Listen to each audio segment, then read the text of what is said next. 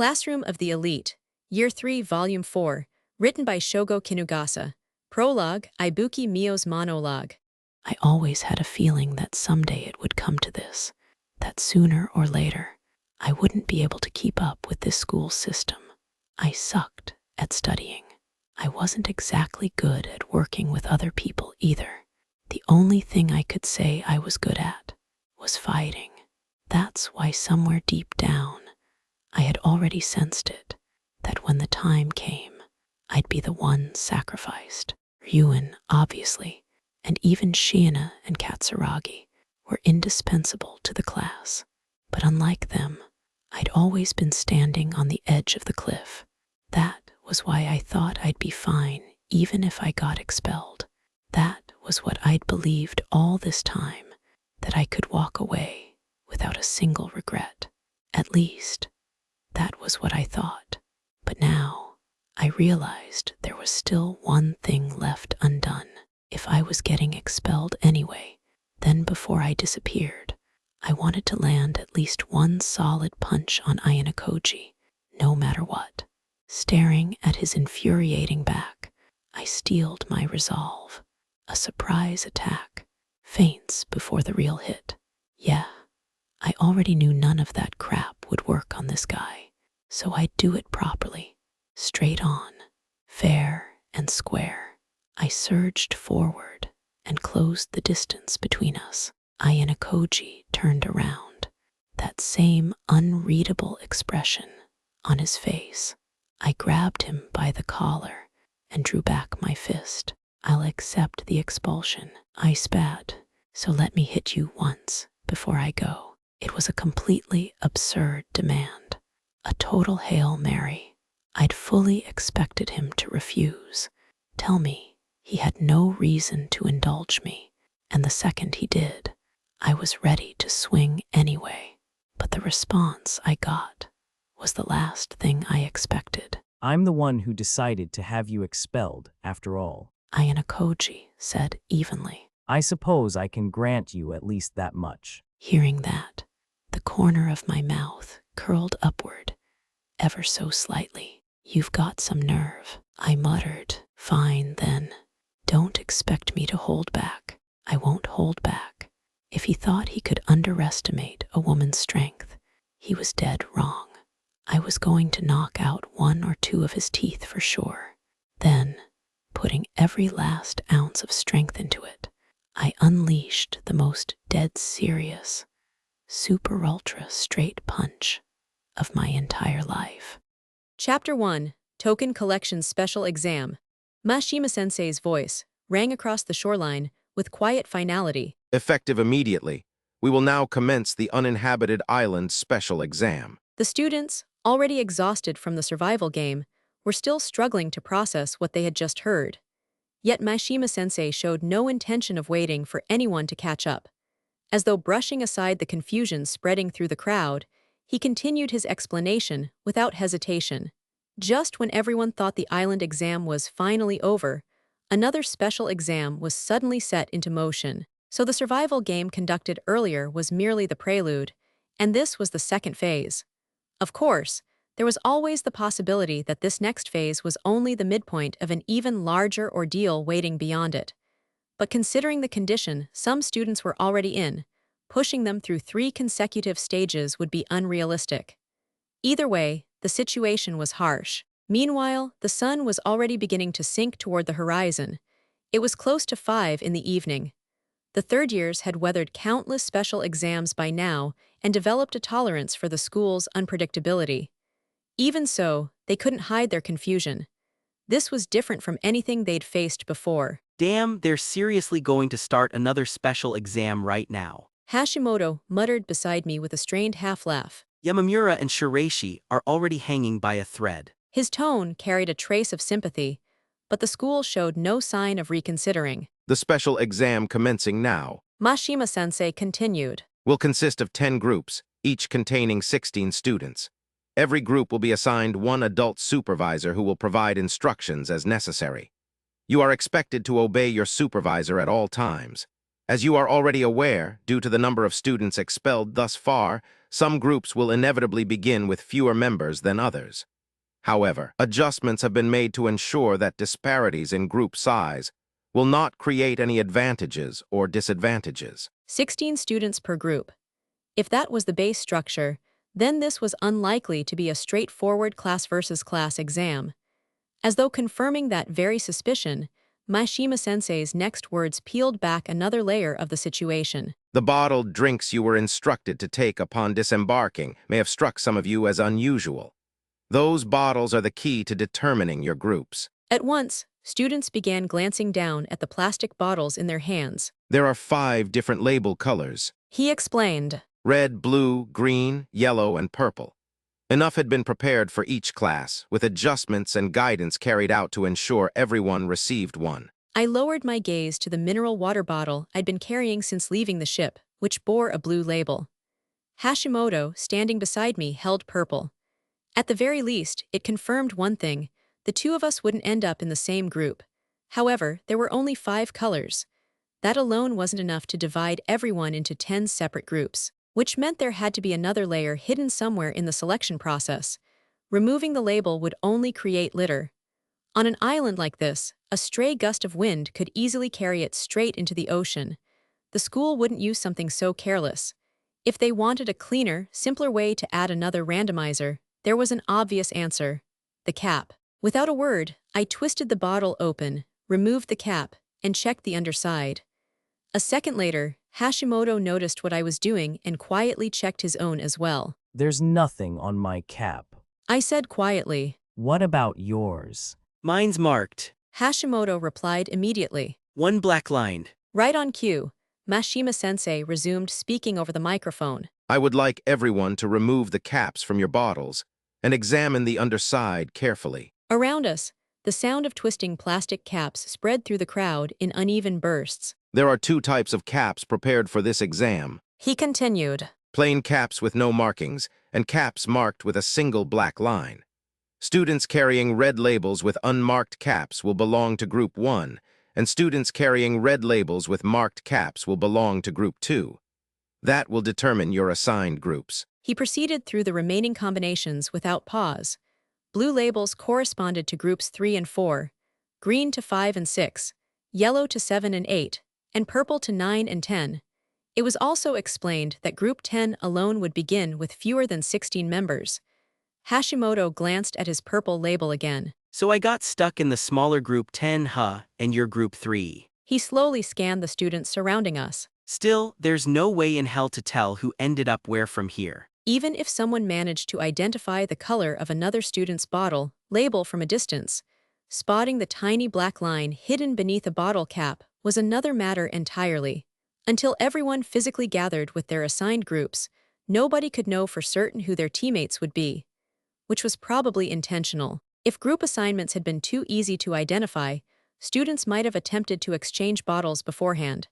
The school had clearly accounted for that possibility from the start. Still, the identities of our future teammates were something we would inevitably learn soon enough. Speculating now was pointless.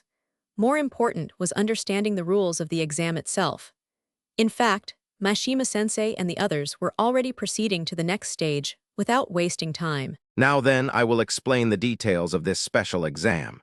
To assist your understanding, documents summarizing the rules and structure will now be distributed. Read through them carefully. After a brief pause, teachers moved through the students, handing out the materials one by one. The multi-page document was bundled together with detailed maps of the island. Small card rings had been fastened through the corners, likely to prevent them from being blown away by the wind. As the documents reached my hands, Mashima-sensei resumed speaking. You will divide into your assigned groups and undertake various challenges throughout the island. Based on your results, you will earn rewards known as tokens. Collecting these tokens will form the core objective of the exam. In addition, one student from each class has already been selected by their homeroom teacher to serve as class leader. Although the results of the survival game special exam have caused provisional changes in class rankings, those standings will remain unofficial until the end of the month. Therefore, for the purposes of this exam, The current class designations will remain unchanged. He paused briefly before reading out the names. For Class A, Horikita Suzyun. For Class B, Ryuen Kakeru. For Class C, Ayanokōji Kiyotaka. And for Class D, Ichinose Hanami. These students will serve as the leaders for their respective classes. As his voice echoed across the shore, I lowered my gaze to the documents in my hands. Token Collection's special exam overview during the course of the 4-day, 3-night examination. Students are required to travel across the island while undertaking various challenges, collect tokens, and ultimately reach the designated goal. Token multipliers and private point rewards will be distributed according to the order in which groups reach the goal. Note, a group's finishing rank is determined the moment a majority of its members successfully reach the goal. The groups containing each class leader will determine their class's outcome based on the total number of tokens accumulated. Group ranking, tokens and rewards, token private point group rank multiplier, reward first place 100% 100, 000 points second, place 95% 80, 000 points third, place 90% 50, 000 points fourth, place 85% 30, 000 points fifth, place 80% 20, 000 points sixth place or lower 75% 10, 000 points no additional disqualified group, 70% reward, token holding, class point, results token holding rank, result first place class points, plus 100 second place class points, plus 53rd place class points, plus 24th 9th place, no change last place class points minus 50. What mattered most was not simply collecting tokens, but balancing two objectives simultaneously, gathering as many as possible while also reaching the goal quickly enough to preserve a high multiplier. Neither alone would be enough.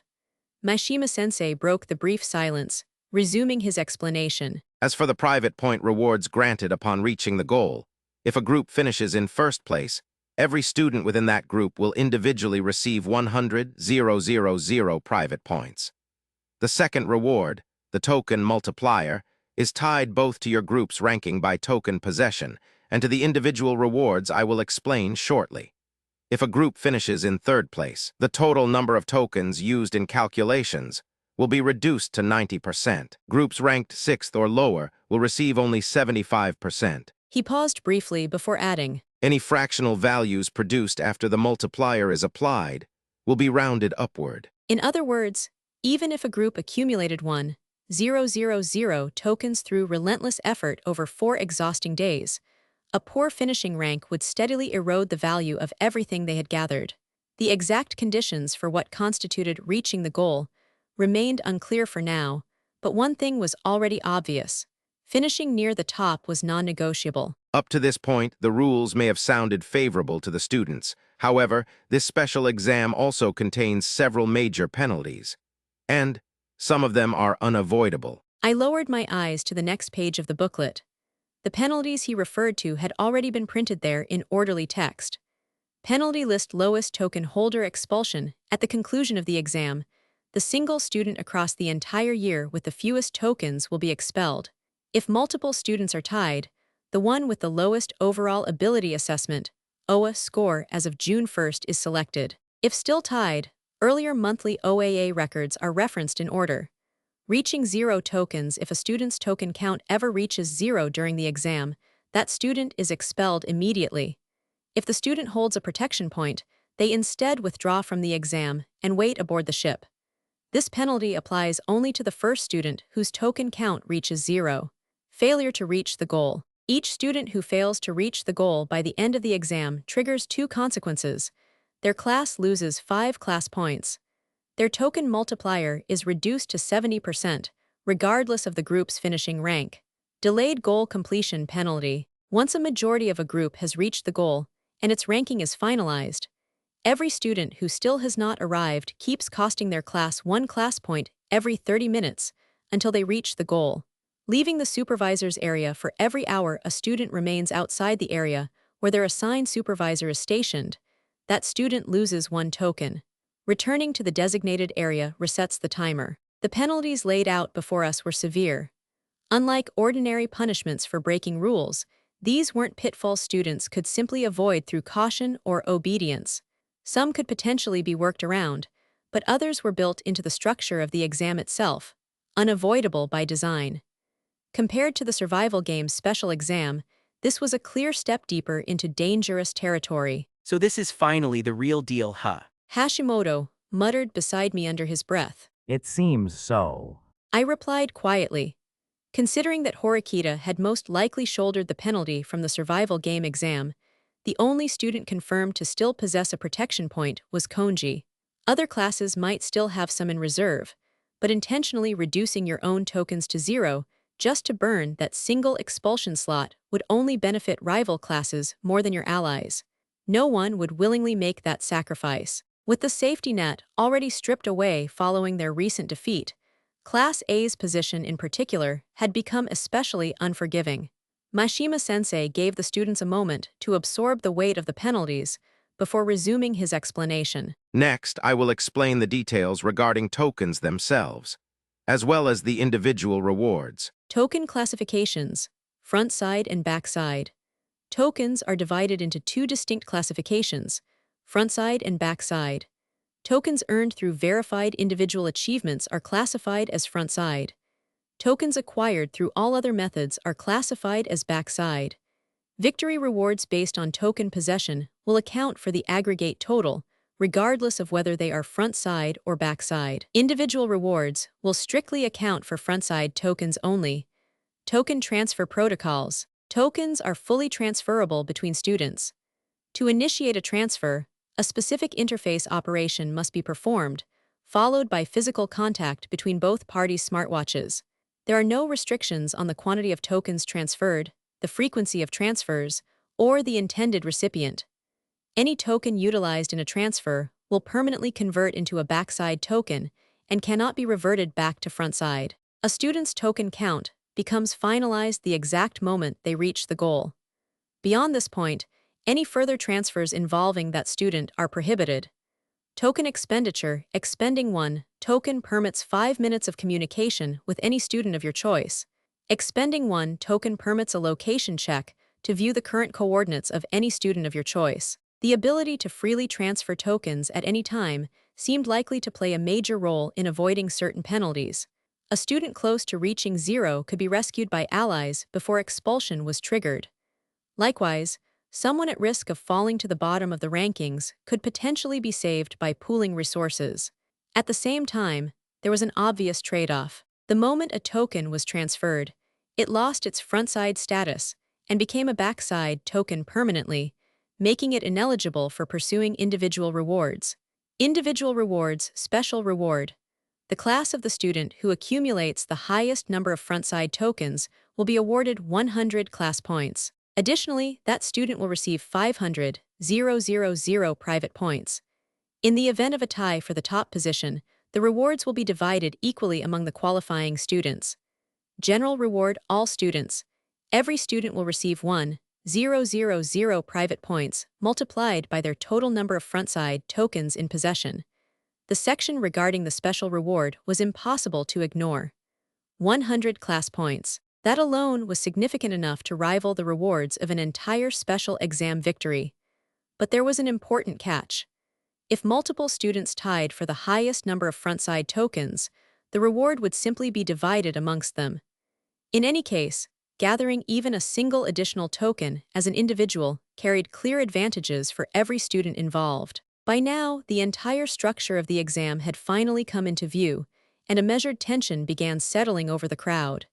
If a group cooperated efficiently, gathered large numbers of tokens, and secured a top finish, then naturally every member of that group stood to gain a huge amount of private points. That was the straightforward benefit. But the problem was what happened inside the group itself. If a student from a rival class happened to accumulate an overwhelming number of front-side tokens while working alongside you, they could seize the special award for their class instead. And that would effectively create a massive class point gap in favor of a rival class. After that, the explanation shifted toward the new functions added to the smartwatches. By entering the 6-digit passcode assigned to your device, Mishima-sensei explained. you may confirm your current token count as well as transfer tokens to others. We will now have everyone operate the system as part of the explanation. He paused briefly. However, there is one important precaution. Every student has been provided with at least 2 tokens at the start of the exam, but the number distributed differs from student to student. Your starting token count is therefore valuable information. I strongly recommend you avoid revealing it to others. So the starting conditions weren't equal after all. The smartwatch displays themselves were designed with privacy in mind. Unless someone deliberately stood directly behind another person or pressed in unnaturally close from the side, stealing a glance at the screen was nearly impossible. Even so, the students took no chances. Shielding the screens with their bodies, they cautiously entered passcodes to confirm the initial token counts. I too entered my passcode, and the screen lit up. 11 tokens. Frontside at first glance, it seemed relatively high, but there was no baseline yet beyond 2 or more. Without additional comparisons, there was no reliable way to judge where the number actually stood. In addition, send and receive buttons for transfers were displayed side by side. It seemed token transfers required both parties to activate the appropriate commands before physically touching their smartwatches together. Without speaking, I extended my arm slightly toward Hashimoto, showing him my screen. His eyes widened slightly in surprise as he compared it to his own before turning his watch toward me in return. 9 tokens close to mine, but slightly lower. It was hard to believe the distribution was based directly on OAA scores or academic performance. More likely, they were related to the previous exam, not necessarily contribution itself, but survival duration. Yamamura and Shiraishi had endured until the very end of the survival game, exhausting themselves more thoroughly than anyone else. Meanwhile, students eliminated early had probably recovered completely by now, entering this exam in a far better condition. Seen that way, the uneven token distribution made sense. A form of insurance, a balancing measure intended to offset the physical disparity between students. Still, it wasn't something to celebrate unconditionally, even if others could eventually make educated guesses regarding who had started with a larger number of tokens. Concealing that information whenever possible was still the smarter choice. And finally, Mashima-sensei continued. although everyone is currently present, some students may unexpectedly fall ill during the course of the exam. In such cases, the procedures involved are extremely delicate. Be certain to carefully review the relevant section in your documents. At those words, I lowered my gaze toward the final page. Conditions that make continuing the exam impossible if a student suffers a sudden illness or serious injury severe enough to prevent them from continuing.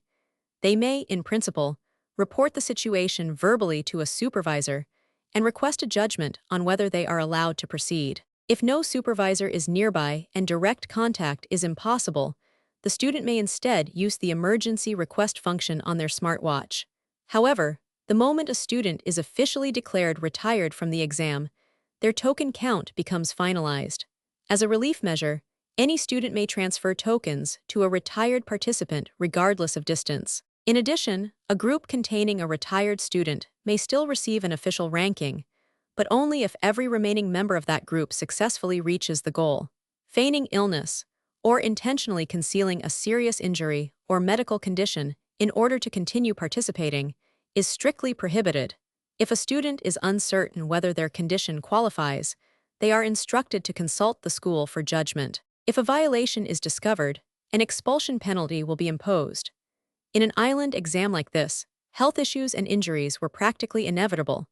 Because the exam was fundamentally built around maintaining group numbers, the school likely had zero tolerance for students concealing their true condition. If being grouped together with students from other classes puts you at a disadvantage, then naturally people would want to hide any signs of poor health. This rule existed specifically to prevent that from happening. And since faking illness would not work either, it effectively prevented someone like Kōenji from casually abandoning the exam whenever he pleased. Man, these rules are brutal. Hashimoto muttered. So even if you get sick and retire, they still won't show any mercy, huh? The relief measures certainly existed, but if a student lacking either ability or social value retired early, there was a very real possibility their class would simply abandon them. On the other hand, someone like Ichinose would almost certainly be saved without hesitation. Her classmates would willingly gather tokens from across the island just to keep her safe. In any case, token possession itself remained hidden behind layers of secrecy. Whether they were front side or back side, no third party had any reliable way to verify the total unless the owner chose to reveal it. The entire system was effectively a black box. Just tracking the token counts within the group won't be straightforward, let alone knowing the token counts outside the group. Additionally, it seems students could spend tokens to contact one another, but every use would naturally reduce the maximum number of tokens they could finish the exam with. Unless it was an emergency, unnecessary communication had to be avoided. After that, the explanation shifted to supplies, food, tents, and other necessities. Students would each be given a designated backpack and permitted to pack whatever items they wanted from the prepared stock. However, no explanation was given regarding what would happen if supplies ran short during the 3 nights on the island. Because of that, it was probably wiser to carry extra provisions even if it meant adding more weight. That naturally made girls with less muscle mass more likely to be at a disadvantage. Still, it was hard to believe the school hadn't already considered that issue. There was a good chance some kind of support measure existed behind the scenes. Now then, after a 10-minute break, you will assemble according to your assigned groups. That concludes the explanation. With that, the briefing finally came to an end. I turned toward Hashimoto. I need you to relay a message to the rest of the class. I said. Hashimoto looked over at me. Sure thing, just say the word. He replied. The first thing I want you to tell them is this: whether they share their token counts with classmates is their own decision. But right now, they should think very carefully before doing it. Be careful about sharing. Hashimoto tilted his head slightly. I mean, personally, I'm all for keeping secrets, but wouldn't sharing help avoid risks? It would if you could be absolutely certain every single person was prepared to go down together for the sake of the class. I paused. But classmates are still, ultimately, other people. If it comes down to choosing between themselves and someone else, the answer becomes obvious. Especially in my class, more than half the students were highly capable and deeply confident in their own abilities. And because they carried such a strong determination to graduate from Class A, careless information sharing carried risks of its own. The students assigned to each mixed group were now being forced to make a difficult choice. Would they constantly share information about their token counts with their classmates? Or keep everything hidden? If a class managed token information thoroughly, then students running low could be supported collectively, reducing the risk of expulsions across the board. There was a clear advantage to that approach. Of course, doing so would make it nearly impossible for any individual to monopolize tokens and chase the massive personal rewards tied to them. Still, if the alternative was sacrificing classmates, plenty of students would consider that a fair trade. The problem was that even perfect cooperation didn't guarantee safety. Suppose 3 or 4 students worked together and distributed tokens evenly among themselves. If that balance still resulted in someone ending up at the bottom overall, then expulsion remained unavoidable. In the end, the deciding factor would become OAA rankings. And if the group tried compensating for that by funneling extra tokens toward the student with the lowest OAA, then naturally, the student with the second lowest OAA would become the next person in danger. No matter how carefully people joined hands, trust, and moral hazard would always exist side by side. It started with whether people could genuinely accept the policy established from the beginning. Even within a single group, resentment and distrust could easily grow through complaints like, "He's holding more than he claims," or "She's not helping nearly as much as expected." On top of that, there was no telling where information might leak. Students who accumulated large numbers of tokens would eventually attract attention beyond their own groups as well. The more successful someone became, the more they would inevitably be treated as a potential savior by people desperate for help. On the other hand, refusing to share token counts entirely was also a perfectly reasonable option. But complete secrecy created its own dangers. If nobody shared anything, then classmates approaching the expulsion threshold could not be rescued in time during emergencies. Worse, students willing to lie and manipulate others into offering assistance would gain a clear advantage. Paranoia inside the class would deepen further, slowly poisoning internal trust and eventually causing losses. In the end, the most rational students would probably settle somewhere in the middle. They would avoid revealing exact numbers, respond vaguely like, "I don't really have room to spare," and only contribute the bare minimum whenever a classmate truly faced immediate danger. So basically, Hashimoto said. don't trust your classmates too much. That's right. The fact that Hashimoto understood immediately probably meant he'd already been thinking along similar lines himself. After that, I gave him a few more requests to pass along. He accepted every one of them without complaint, nodding firmly each time. Leave it to me for now. Hashimoto answered with easy confidence, then immediately broke into a run across the sand. Almost as if trading places with him, Shiraishi and Nishikawa began walking toward me at an unhurried pace. Just now, the loyal dog Hachiko, or rather, the loyal dog Hashimoto Masayoshi, seemed to run energetically across the sandy beach. He looked like a child, unable to contain his joy at being asked to run an errand. And alongside them was the usual oddball Morishita. You look more energetic than expected. Ayanokōji Kiyotaka. She said as she walked up. Weren't you starting to feel a mixture of heart-pounding anticipation and anxiety from wanting to see me so badly? Not even remotely.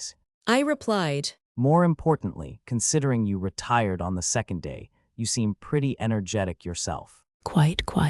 Morishita declared proudly, without the slightest shame. Life aboard the ship was unexpectedly wonderful. I spent private points, like running water, eating delicious food, drinking, and playing around. Honestly, I would have liked to continue that elegant lifestyle for a while longer. She spoke without the slightest attempt to hide a single thing. That certainly sounds like a meaningful use of your time. I said dryly. Did anything unusual happen aboard the ship? Expecting little of value from Morishita, I directed the question toward Nishikawa instead, since she had also been eliminated early. The third years who retired were basically given free time until the survival game's special exam ended. Nishikawa explained. But it sounded like the first years and second years were doing separate special exams of their own, though I haven't heard anything about the results, so I don't really know the details. Sorry. So rather than getting an early summer vacation, it seemed they had been placed in a similar environment. The first years must have it rough too. Shiraishi murmured. They're probably struggling with the contrast compared to the luxury cruise ship. She sounded genuinely concerned, but Morishita immediately went tusk, and wagged a finger. You're still far too naive, Shiraishi Asuka. A real softie. Our juniors, especially the first years, should absolutely suffer on the island, just like we did. We've been struggling ever since our own first year, and yet they get pampered. Very cheeky. Coming from someone who'd barely suffered at all this year, Morishita's venom carried remarkably little self-awareness. I happened to run into Yamamura Miki earlier. She continued. And wow, she absolutely reeked of sweat and dirt. Don't say things like that, even as a joke. I replied. Yamamura staying until the end helped the class a lot. Same goes for Shiraishi here. I looked toward Shiraishi. How's your condition? To be honest, She answered with a faint smile. it's a little difficult, but I can't afford to complain. Our class managed to take second place, and we've finally closed the distance with the classes above us. In the survival game special exam, Ichinose's class had finished first, Ryuan's class third, while Horikita's class had fallen to last place. As a result, the gap in class points between the upper and lower classes had narrowed significantly.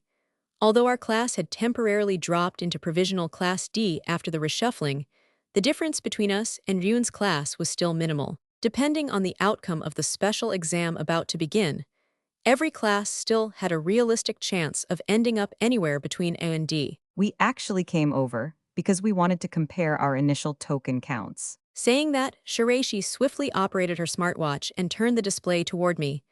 The tokens displayed there were 12.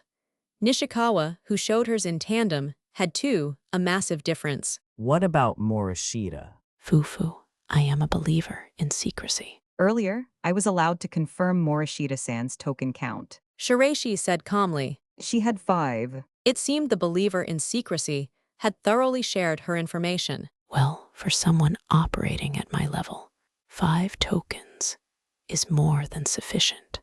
though in the unlikely event of an emergency, I fully intend to exploit Ayanokōji Kiyotaka, so please earn plenty on my behalf. At the moment, Shiraishi held the highest confirmed count with 12.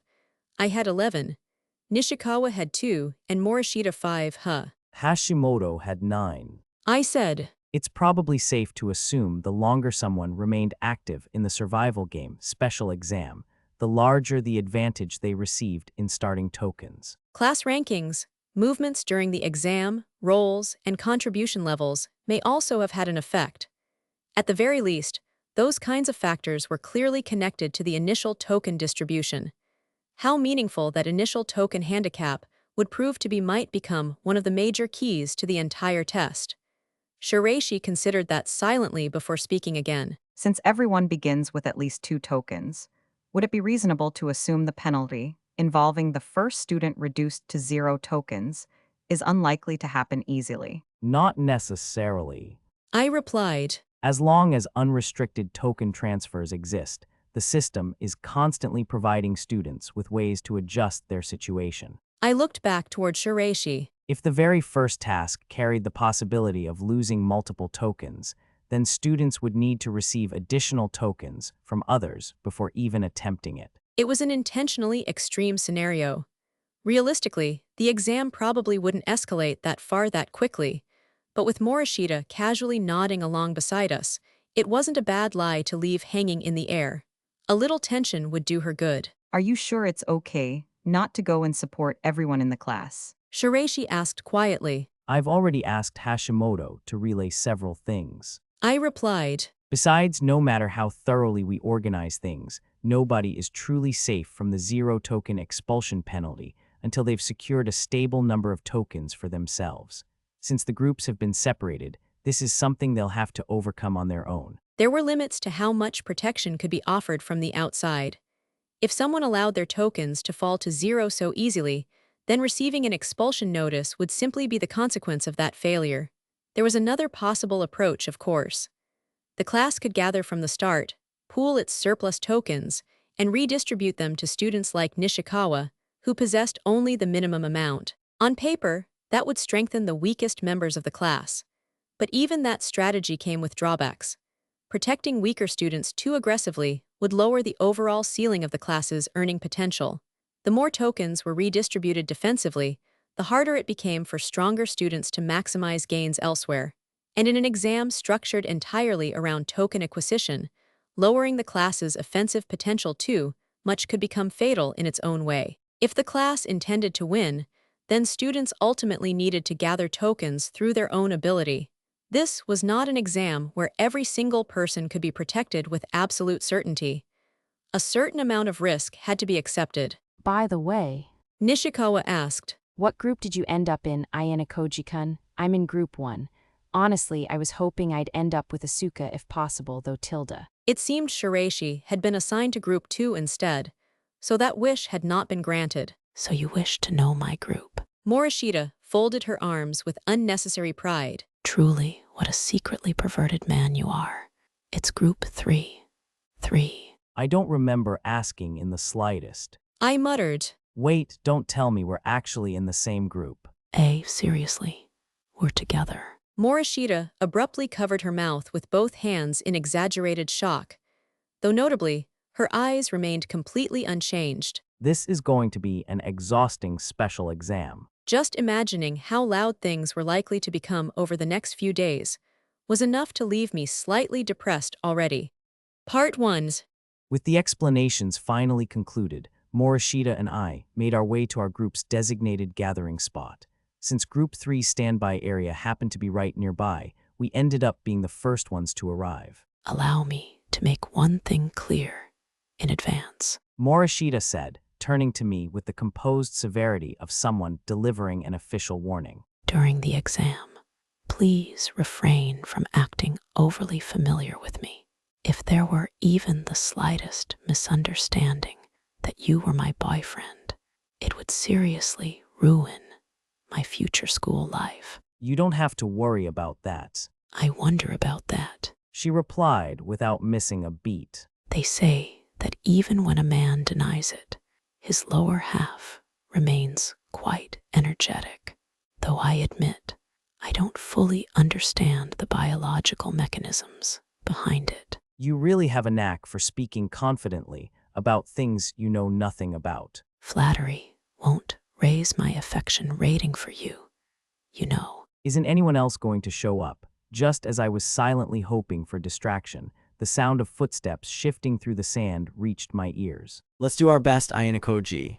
The voice belonged to Yoshida Kenta, who had come up from behind. Sanada followed shortly after, and with their arrival, the Class C members assigned to our group had gathered. Looking over them, they were the academically inclined sort, students who might not stand out in any dramatic way, but who could be counted on to handle most situations steadily and without unnecessary trouble. Morishita, seriously. Yoshida groaned. It seems you simply cannot hide your joy, Kobayashi Kenta. It's Yoshida. He corrected at once. Yoshida. Ugh, Ayanokōji. Don't tell me I'm stuck with you. The voice that cut in from the side was thick with undisguised disgust. It belonged to another participant, Class B's Ibuki Mio. Almost at the same moment, another figure began moving toward us, Katsuragi Kohei, his expression stiff and guarded. To think I'd be placed in the same group as you, He said, stopping nearby. It looks like this is going to be a tough battle. I could say the same. I replied. Katsuragi wasn't the type to be easily swayed by emotion. If he ended up on the opposing side in a special exam like this, he wouldn't make things easy for anyone. That said, because this exam also required mutual cooperation within the same group, he could just as easily be considered a highly dependable ally, making it difficult to definitively weigh his presence. The rest of the Class B students had yet to make an appearance. Before they did, however, a student from Class O approached. Oh, I'm with you, Ibuki-san. Kushida's voice came brightly from behind her. I look forward to working together. She stepped close to Ibuki and with a gentle little pat placed a hand on her shoulder. Her smile was flawless, almost angelic. To anyone watching from the outside, it would have looked like nothing more than a girl warmly greeting a friend. Whether that was truly the case, however, was another matter. Ugh, Kushida. This is the absolute worst. Ibuki looked just as thoroughly disgusted with her as she had been with me, but Kushida, naturally, didn't allow a single facial muscle to twitch. In the meantime, students from the other classes continued to arrive one after another. When at last all 16 participants had gathered, I looked over the group once more and took a moment to mentally review the lineup. Group 3 participants. Class D, Sumida Makoto, Moriyama Suzumu, Minamikata Kazue, Amikura Mako Class C. Ayanokōji Kiyotaka, Yoshida Kenta, Sanada Kosai, Morishita AI Class B. Sonoda Masashi, Katsuragi Kohei, Ibuki Mio, Morfuji Rika Class A, Ike Kanji, Kushida Kikayo, Shinohara Satsuki, Wang Meiyu. There were a few loudmouths in the mix, but my initial impression was that this was a solid, well-balanced group. I immediately began constructing the logic needed to secure a win, and more importantly, how to avoid a loss. The important factors were the number of tokens, the multipliers, and avoiding penalties. There were still unknowns, such as the goal system that affected those multipliers, but one thing was already certain. These 16 people were both allies and enemies. By analyzing their individual abilities and relationships, I began narrowing down the optimal way to maneuver from here. As I ran through these calculations, I noticed the 4 Class A students watching me closely. As their former classmate, I figured I should probably offer them a standard, polite greeting. Though knowing Ike and the others, there was a fair chance they would just hurl abuse at me the second I opened my mouth. While I was idly considering that possibility, Ike Kanji and Shinohara Satsuki exchanged a glance.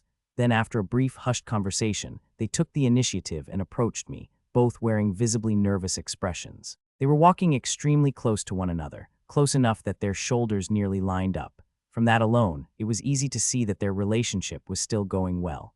Statistically, the probability of a couple ending up in the same group was just under 8%.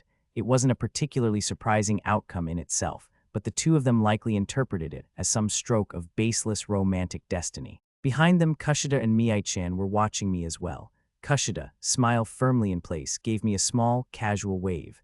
Mii-chan, meanwhile, looked somewhat nervous, but still lowered her head in a polite bow. I never imagined I'd end up in the same group as you, Ayanokōji. Ike was the first to speak. His tone was surprisingly composed.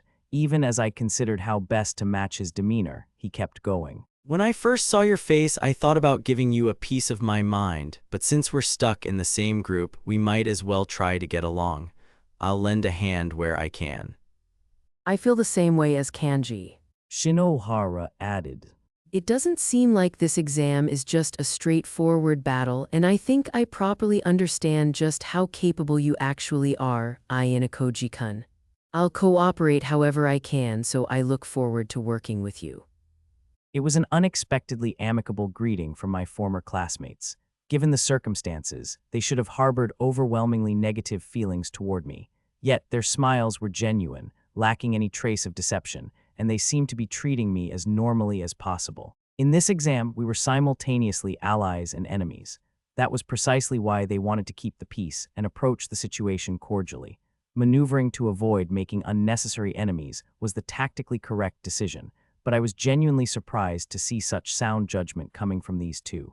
It felt as though I was witnessing a genuine sign of growth. Considering they were addressing the very person who had betrayed their class, their soft expressions and mild demeanor were practically impeccable. Ike and Shinohara had likely mustered a great deal of courage just to initiate this contact. I let my gaze slip away from the two of them. Then, without stopping, I passed by and moved toward Kushida and Mii-chan, who had been standing just behind them, quietly watching how things were unfolding. I'm sure there are plenty of difficulties that come with working alongside a traitor, I said, directing my first words to Mii-chan. But I look forward to working with you until the exam concludes. They. She blinked, visibly caught off guard. Why yes, the pleasure is mine. Though she was flustered, her reply was polite, almost overly so. After receiving it, I shifted my eyes to Kushida, who stood beside her. It would be a great help if I could rely on you as an ally, too. That's what I should be saying. Kushida answered with a gentle smile. I only hope someone like me can be useful. Her voice was soft, her expression perfectly composed. Only her eyes gave the faintest glimpse of something closer to her true feelings. I rate your communication skills particularly highly, Kushida, I said. With students from all 4 classes mixed together, managing the group won't be easy. Of course, I'll do everything in my power to help. It would be wonderful if everyone in the group could achieve a good result, wouldn't it? Ever mindful of the prying eyes around us, Kushida delivered a flawlessly safe response. That will be sufficient. With those brief greetings out of the way, I turned my back on them and began walking over to where the Class C students were gathered. Hey, wait, hold on a second. Ayanokōji-kun. Ike and Shinohara called after me, their voices carrying the same bewilderment their faces showed. Neither of them seemed to understand what had just happened. They had approached me, offered a greeting, extended something close to goodwill, and I had walked past them as though it had never reached me. I gave them only the briefest glance. Then I continued on. Perhaps realizing just how unnatural this behavior was, Ike raised his voice. Wait a minute, you're just gonna ignore us. The irritation in him finally began to show. He had been the one to take the first step, forcing down whatever resentment still lingered inside him, and choosing to speak to me before Kushida or Mii-chan did. That's honestly really messed up. Shinohara said, her tone losing some of its earlier composure. I mean, seriously, did we do something to you? No, nothing, I answered. I simply judged that you weren't worth greeting. Excuse me. Showered with such unexpectedly merciless words, their expressions predictably, and rather amusingly, twisted with fresh anger. Even Kushida likely couldn't have imagined I would say something so harshly blunt, but their reaction was a perfectly natural one. Anyone would be furious if they choked down their negative feelings to politely greet someone, only to receive an unreserved insult in return. Well then, I said, already turning away. I'll see you later. Even as I took my leave, I aimed those parting words entirely at Kushida and Mii-chan, completely ignoring the other two. Ayanokōji. Ike shouted after me, his restraint finally breaking. What the hell is your problem? That attitude is way out of line. Though he finally let his suppressed emotions explode, Ike didn't attempt to chase after me. Ignoring his shouting, I resumed my walk toward the area where Yoshida and the others had gathered. Along the way, I noticed a girl standing between us, frozen as though the commotion had caught her attention, and then left her unsure of what to do. She was looking directly at me as our eyes met. Yeah, sorry, I'm sorry. Morifuji stammered, shrinking back almost at once. F for being in the way. Her apology came out in broken fragments, Before I could say anything, she hurriedly moved aside and fled, her behavior suspiciously restless. There had been no particular reason for her to apologize, yet the look on her face had gone beyond ordinary wariness. She seemed frightened, unnaturally so. Morofuji had once been among the students involved in the bullying of Karuizawa. Perhaps what happened back then still lingered in her memory and influenced the way she saw me now. As I watched her flee back toward the Class B students, Yoshida approached from the other side and called out to me. Did something happen with Morofuji? No, I replied. Nothing in particular. I see. More importantly. Yoshida glanced past me. Are you sure that's okay? Ike and Shinohara have been glaring at you this whole time. He must have overheard parts of our exchange, judging by his concerned tone. Don't worry about it. I never intended to play nice with my former classmates to begin with. I replied. More importantly, now that you've seen the members, what's your assessment of our group's lineup? Oh well. Yoshida looked over the gathered group. I'd say we got off pretty easy. Katsuragi is going to be a pain since he knows us well, but the rest of Class B's members are pretty minor players. Class A is a mixed bag, a weird, mismatched combination of top-tier and bottom-tier students. As for Class D, they're well-balanced and they seem capable enough, but they aren't exactly intimidating, you know. Having visualized the upcoming battles, Yoshida offered this straightforward evaluation. This setup should make things pretty easy for you to maneuver too, right? He asked. If we're only talking about Group 3, then that assessment is correct. I looked over the assembled students once more. However, when it comes to the key leaders, figures like Ryuen, Horikita, and Ichinose, it would have been best to have them all placed in the same group as me, especially Ryuen. Ryuen. Yoshida's face twisted at the thought, as if he had just bitten into something bitter. I'd absolutely hate being stuck in the same group as him. From a short distance away, Sanada, who had been listening to us, slowly approached. The more troublesome the opponent, the more useful it is to keep them close. In this special exam, that makes them easier to control. That's what you're thinking, isn't it, Ayanokōji-kun? Exactly. Regardless of who I'm up against, my commitment to doing whatever it takes to protect the class and secure a win remains unchanged. But given the structure of this exam, it's going to be impossible to manage everything happening out of my sight. Sanada nodded, picking up the exam materials and flipping to the page detailing the penalties. To a certain extent, I can maneuver things to ensure our classmates don't finish dead last in token counts, or prevent anyone from failing to reach the goal. I said. However, the penalty stating that the first student whose tokens drop to 0 will face immediate expulsion, that is something I have absolutely no control over. Yoshida seemed to understand what I meant. His mouth bent into a hard, uneasy line, and after a moment he nodded. Yeah, you've got a point. If the guys grouped with Ryuen fall for one of his underhanded tricks and hit 0 tokens, they'd be instantly expelled on the spot. When you put it like that, it's actually pretty terrifying. Of all the penalties outlined in the rules, I feel that's the only one I can't actively counter. I added, in reality, under a specific set of conditions, there was a chance that an entirely different penalty could bear its fangs and prove even more devastating. However, there was no point in bringing that up right now, so I let the thought pass. Isn't it pointless to worry too much about it? Sanada interjected. I imagine the school has designed the tasks so that tokens won't drop to 0 that easily. Sanada's right. Yoshida agreed. As long as someone doesn't do something incredibly stupid and walk right into a trap, they'll be fine. Besides, even if we do worry about it, there's no way to prevent it, right? For now, let's prioritize figuring out how our own group is going to maneuver. Sanada said. I gave a single nod in agreement. From here on out, my process would be the same as always. I needed to gather all the scattered building blocks of practical strategies before me and begin sorting through them based on what was efficient and what wasn't. I had already eliminated many unnecessary possibilities from consideration, but I still lacked the information necessary to map out the hidden motives of the class leaders, Horikita, Ichinose, and Ryuen. More time was needed before I could fully analyze the finer details of the rules. In the meantime, with our faculty supervisor still nowhere to be seen, I let my gaze drift around the area. Naturally, the entirety of the third-year student body, along with numerous adult staff members, were hurriedly gathering nearby. That said, I wasn't scanning the crowd to figure out the composition of all 10 groups, nor was I trying to map out who belonged where.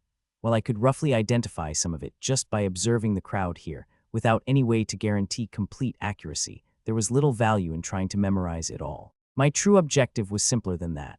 I was looking for one particular person, and sure enough, I eventually spotted Hiyori in the distance, chatting happily while surrounded by her classmates. If she had been closer, I might have been able to call out to her, but the physical distance made that completely impossible. It seemed I really was fated to have no meaningful interaction with her during this uninhabited island exam. But there was no need to rush. Once we returned to the cruise ship, there would inevitably be time to talk. Suddenly, a strange sense of dissonance crept into my thoughts. That's right, there was no need to rush, and thinking I was fated to have no connection with her was logically incorrect too. It was true that we hadn't spoken for a few days, not since we first boarded the cruise ship, but a few days wasn't nearly long enough to warrant such a dramatic conclusion. In fact, looking back, there had been plenty of times where we had gone much longer without interacting at all. So why was I suddenly overwhelmed by the sensation that it had been an eternity since we last spoke? No, was the very fact that I was questioning the reason already proof that I had entered unfamiliar territory? Was this the effect of realizing I might have feelings for Hiyori, the change it had brought about in my heart? Given the current lack of concrete exam details, Hiyori, who belonged to a different class and a completely different group, was nothing but static noise. Her existence factored nowhere into the strategic framework I was currently constructing, and still my eyes followed her. Unconsciously, they traced the distant outline of her profile. Even after I realized what I was doing, nothing changed. The action was pointless. The time spent on it served no practical purpose.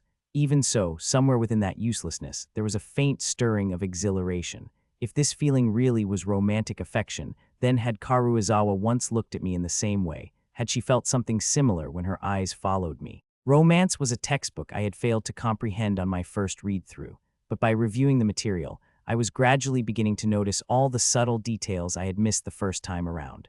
What sort of emotion was born when speaking to the person one liked? What arose when touching them? My curiosity wasn't limited to purely positive feelings, either. What sort of emotions would be born within me if I were to be hated by that same person, or if I were to lose them entirely? I wanted to experience both ends of it, the warmth of affection and the coldness of rejection, love and hate alike. Yet perhaps it was foolish to wish for both at the same time. Perhaps it was important not to be greedy. Perhaps one should not try to learn everything from a single romance. If attaining both was impossible, then experiencing either one would suffice. What's wrong, Ayanokōji? Something bothering you?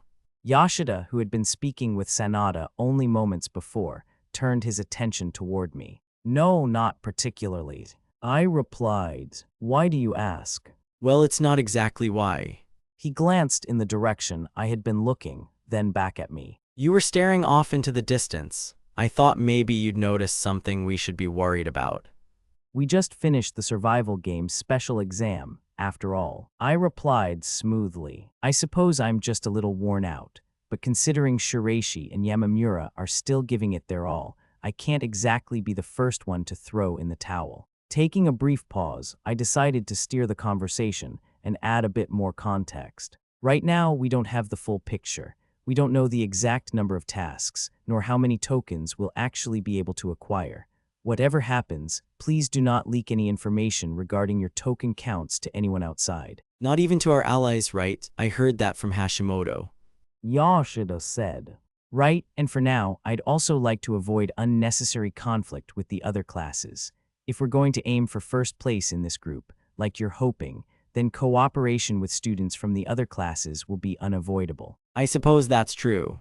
Sanada chimed in. But I wonder how the other side feels about that. I'm sure they want the private points, but they probably don't want our class to win either. They might end up slacking off on purpose. Even if they do, the leaders of the other three classes are facing the exact same dilemma. The underlying motive of not wanting to hand another class a victory will always be a factor. Sanada and Yoshida exchanged a brief glance, quickly understanding the logic behind my words. I get what you're saying. Yoshida said. Anyway, just give us the word whenever you need us. I gave a single nod, letting my demeanor convey my gratitude. Satisfied with my convenient excuse, Yoshida gave me a light pat on the back. Don't hesitate to reach out if you need a hand. Yeah, I will. With that response, I finally tore my lingering gaze away from Hiyori. For the time being, All I needed to focus on was getting through this special exam. Everything beyond that could wait. Part 2. Right around the time Ayanokōji was making his first contact with Group 3, Horikita, assigned elsewhere to Group 8, was experiencing a face-to-face encounter of her own. A gentle sea breeze playfully tossed the long, pink hair of the student standing before her. A warm smile graced the girl's lips as she spoke. I look forward to working with you, Horikita-san. I knew there was a decent chance that class leaders might end up in the same group, but to think I'd be paired with you of all people, Ichinose-san. Inwardly, Horikita breathed a sigh of relief. Out of the 3 rival leaders, Ichinose was by far the easiest to manage. It wasn't a question of her being a weak opponent, but rather a certainty. Having Ichinose Hanami as an ally would bring an immense sense of stability to their group. This special exam certainly contained the element of competition between classes. However, it also placed heavy importance on the results achieved by each group as a whole.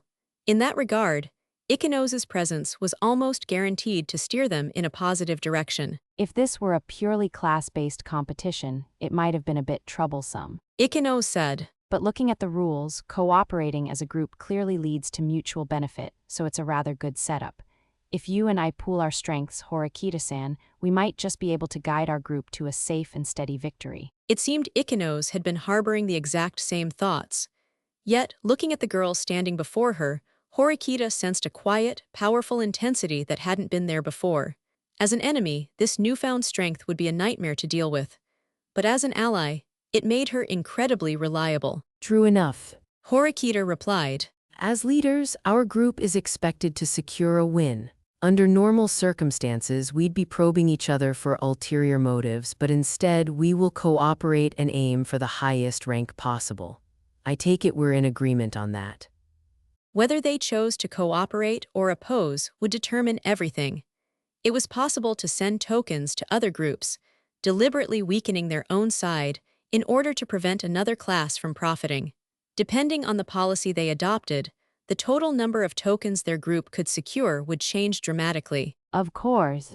Ichinose replied brightly. If our group takes first place, we'll each be rewarded with 100 class points. It's the ideal outcome for both of us, and it won't just be me. If necessary, I'll firmly request the full cooperation of everyone in Class D. Does that work for you? I'll gladly accept your offer. Horikita said smoothly. On our end, I also intend to unite my classmates under a policy of securely maximizing our group's total tokens, though naturally that will heavily depend on the moves made by Class B and Class C, whose hands we've yet to see. Students from the other classes began to appear one by one, but there was no sign of Ayanokōji or Ryuen among them. Hypothetically, if all 4 class leaders had ended up in the same group, cooperating to maximize their total token yield would have been a simple affair. However, such an arrangement offered little benefit to anyone aside from the front-running Class A. A precious special exam like this was a rare opportunity to widen the gap between classes.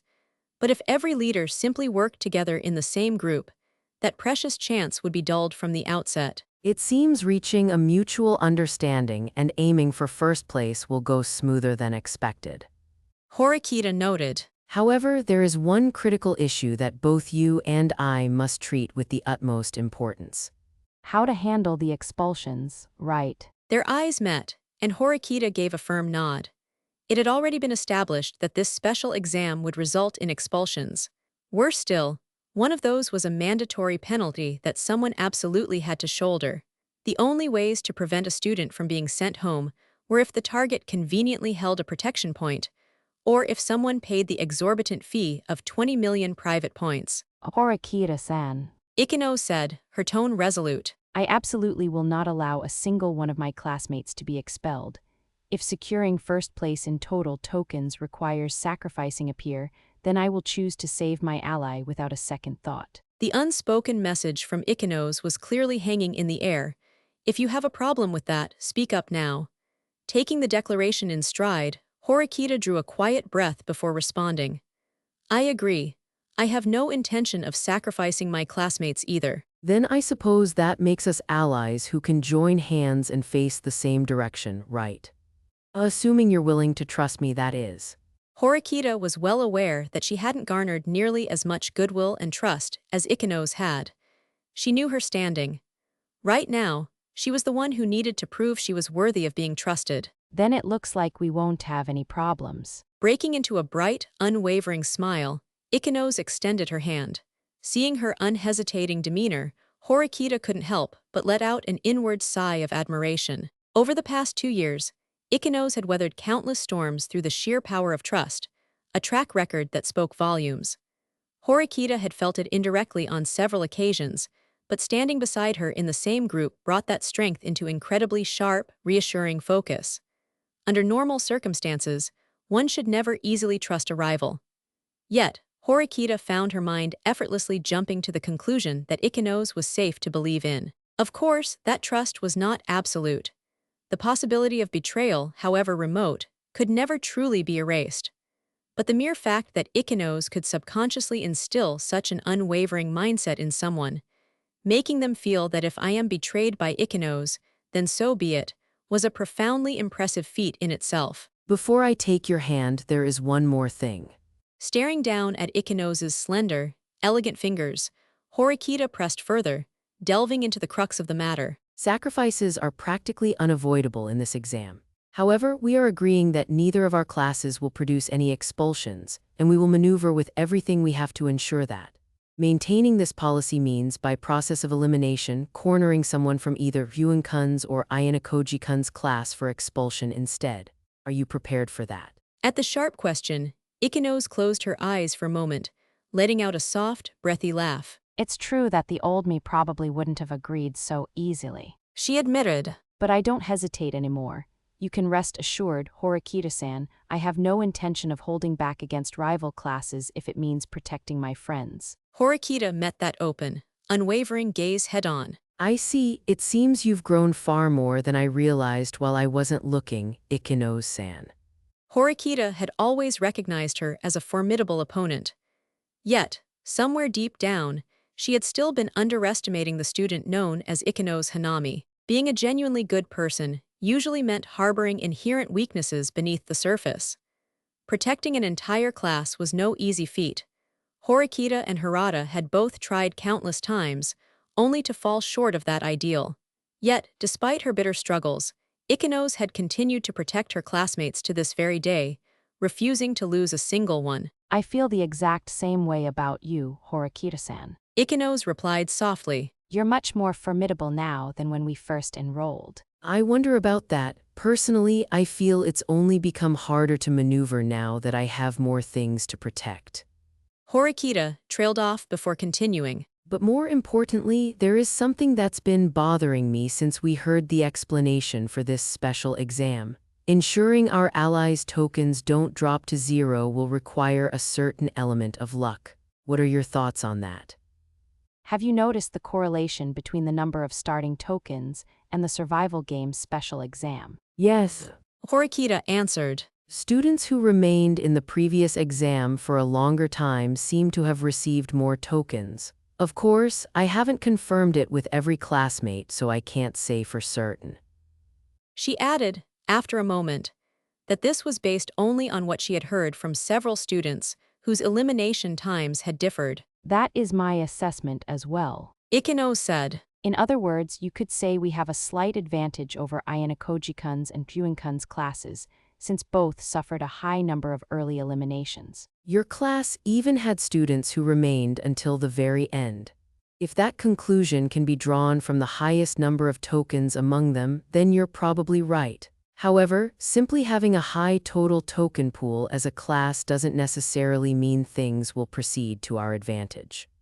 Ultimately, because the students had been distributed randomly, a high class total would only create variance between the different groups, or at best, provide an edge in individual battles. But holding a large number of tokens as a class does mean a massive difference in how often we can transmit information over the radios. Ichinose countered. If you and I cooperate to meticulously manage our tokens, Horikita-san, we can constantly keep track of any students whose counts drop dangerously low.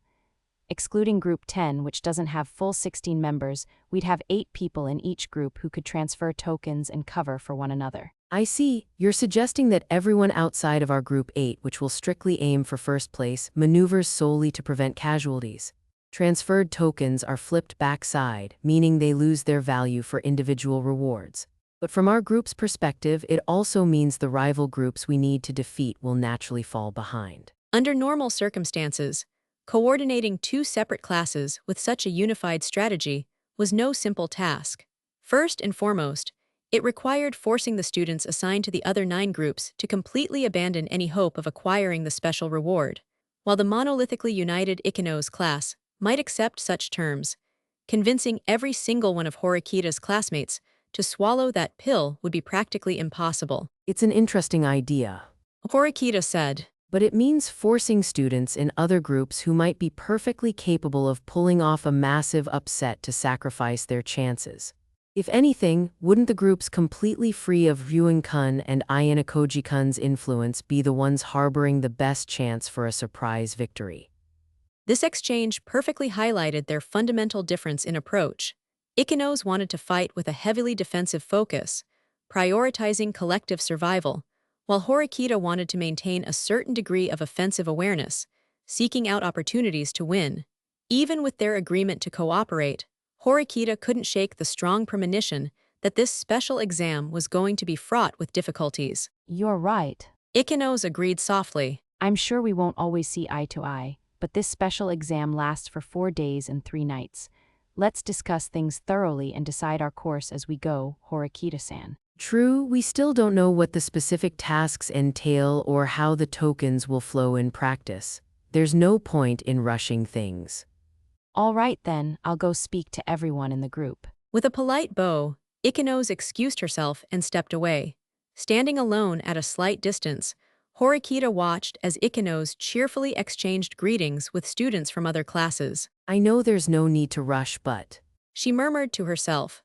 Her mind drifted back to a troubling exchange she'd had with Pseudo immediately following the survival game's special exam. There might be a traitor in our class. He had told her how, during Class A's battle, the opposing students had completely bypassed him, despite the massive physical threat he posed on the battlefield, to aggressively target Sato, their VIP.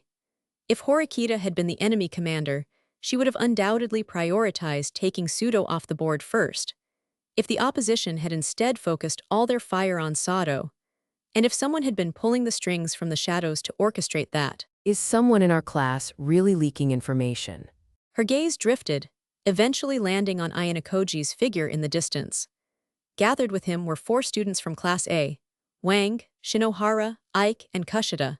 Before the first semester had even come to an end, the 4 classes had already settled in a tense state of equilibrium. If all of their internal affairs were truly leaking out, then the strategies or information Horikita relayed to her classmates would inevitably find their way to Ayanokōji. Should that come to pass, they would be forced into a grueling, uphill battle in this special exam as well. And so, like a quiet, stubborn ember, that dark anxiety continued to smolder within her chest. Part 3. Before the exhaustion from the survival game's special exam could even fade, a new special exam was already upon them. As Mashima outlined the rules, Ryuen was already turning over several strategies in his mind. Ever since enrolling at this school, he had tackled every obstacle with absolute, unshakable confidence in his own judgment. Yet lately, no matter the time or situation, the phantom image of Ayanokōji seemed to constantly flicker at the back of his mind. Orthodox tactics, unconventional schemes, or even outright lawlessness that shattered the rules themselves, Ayanokōji would see right through all of it and still come out on top. Ryuen caught himself preemptively conceding defeat for a future that had yet to even unfold. If this were a mere battle of wits, he would have countless ways to counterattack. But Ayanokōji also possessed monstrous physical prowess. The memory of their shootout with paint guns flashed behind his eyes, prompting Ryuen to let out a quiet, sharp click of his tongue. Is something the matter, Ryuenshi? Did something displease you? Having been placed in the same group, Kōenji seemed to have noticed that small sound. He called out to Ryuen, his gaze shifting toward the other members who were starting to gather. I was just thinking about that bastard Ayanokōji. Don't sweat it.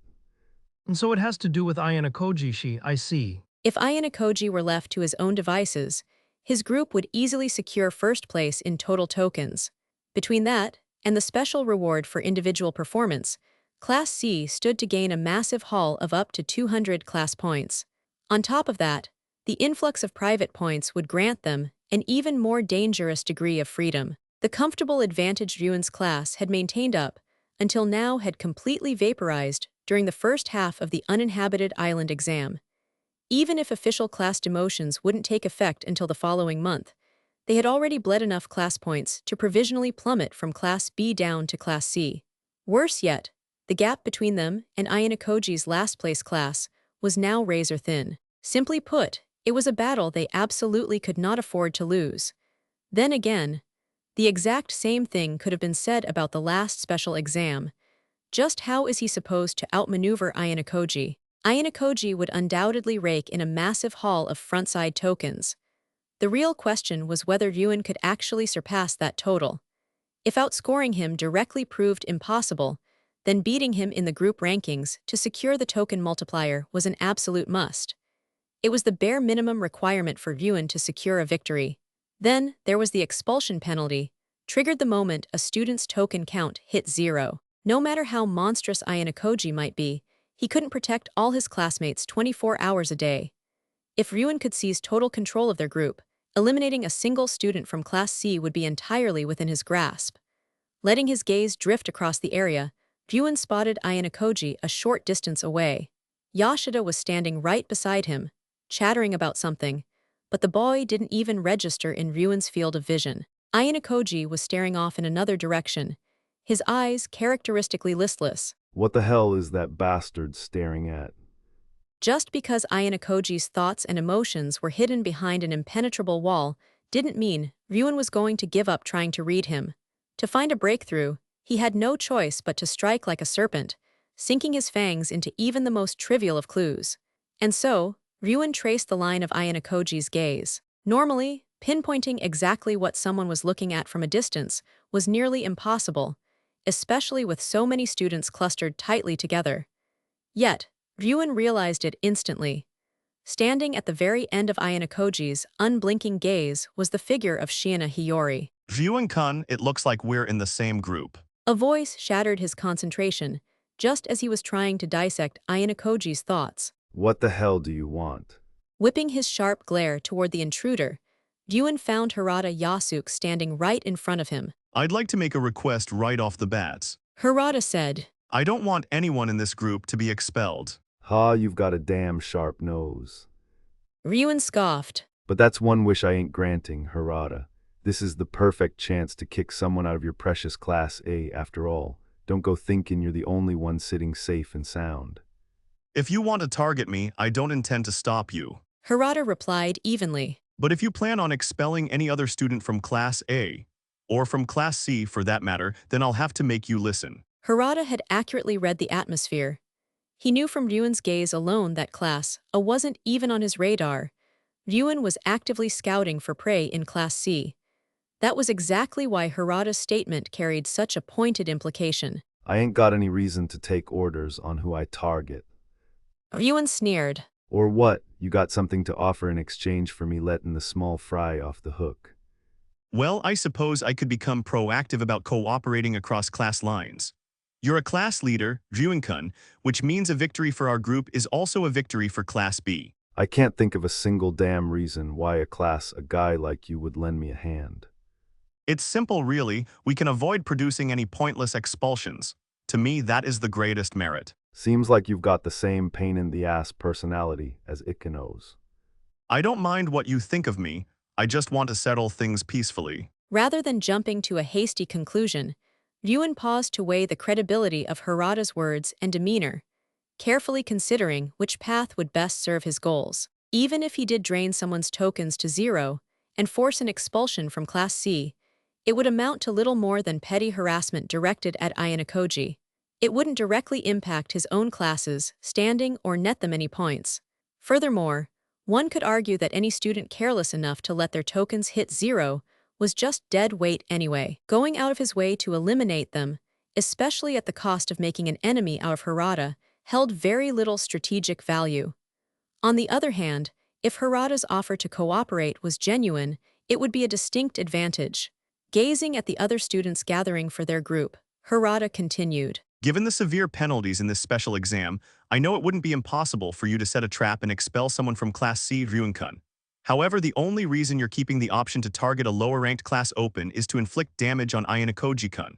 But even if you could freely pick off one of the 4 people in our group, or rather one person from Class C, it wouldn't actually affect him. You wouldn't be scoring a real point against him, would you? It was a simple truth. If Ayanokōji were in the same group, and Ryuen managed to crush his strategy in a direct confrontation before expelling a Class C student, it would undoubtedly be a massive victory. But under the current rules, there were inevitable blind spots where they couldn't observe one another. Scoring a cheap hit while the demon was away was nothing to brag about. If anything, it might just prove that you're a small fry. Harada added. Don't make me laugh. Opting to put his final decision on hold, Ryuen threw the threat back at him. You want to protect this makeshift group so badly you'd go out of your way to provoke me. Then you're gonna have to show it with your actions first. He calculated that if Harada could actually operate as an ally rather than an enemy in this special exam, his utility value would be immense. As if anticipating this demand from the very beginning, Harada gave a single, firm nod. I know. From the corner of his eye, Ryuen caught sight of Harada's rigid expression, so unlike the image he had held of him until now that, for the first time, he sensed within him a faint trace of murderous intent. Chapter 2, From a Subtle Rift. It was already past 5 in the evening. Even with the late midsummer sunset, there was no denying that dusk was beginning to settle over the island. Yet, far from recovering from the fatigue of the survival game, some students stepped directly into another special exam, still carrying all of their accumulated exhaustion. As the time to begin the exam drew near, the supervisors finally made their appearance. My name is Yurashihara. One of the adults announced calmly as he stepped forward. I will be serving as the supervisor for Group 3. I look forward to working with all of you. He was a man I had never seen before. After introducing himself, he immediately began checking attendance with efficient professionalism. Out of the 10 groups, 4 had apparently been assigned third-year homeroom teachers as supervisors. Yurashihara belonged to the remaining 6. Once he confirmed that everyone was present, he continued without delay. In this special exam, you will challenge a variety of tasks in order to acquire tokens. These tasks are divided into 3 separate categories, so please listen carefully while I explain. The 3 categories are individual, group, and team. Individual category is the simplest to understand. These are assignments issued to students on a one-on-one basis. You may compete individually against someone from your own group or against a student from another group. Next is the group category. These involve all 16 members currently assembled here working together to complete tasks issued by the school or competing directly against other groups. And finally, team. This category further divides the group according to class affiliation. In other words, students from the same class within the group will form smaller units. Since these tasks contain more specialized rules, detailed explanations will be given at the time those assignments are actually conducted. After confirming everyone was following along without issue, the supervisor, Yurashihara, continued. Now then, next I'd like to explain how tokens will be awarded. However, before we proceed, each class within the group must first select one representative. Up until now, neither Mashima-sensei's explanation nor the written materials had mentioned anything about a representative. Hearing this unfamiliar role for the first time, the students exchanged puzzled glances. Does becoming the representative come with any benefits? Sonoda asked cautiously. Actually, if there are disadvantages too, I'd rather hear about those now. Though conscious of the students around him, Sonoda took the initiative and asked the question. No. Yurashihara replied calmly. There are no particular advantages or disadvantages attached to the role itself. However, the system has been designed so that any tokens earned by a class are awarded in bulk to that class's representative. A ripple of confusion spread through the group. This will become relevant during the group and team categories. He continued. For example, let's say class A earns 10 tokens through a group or team assignment.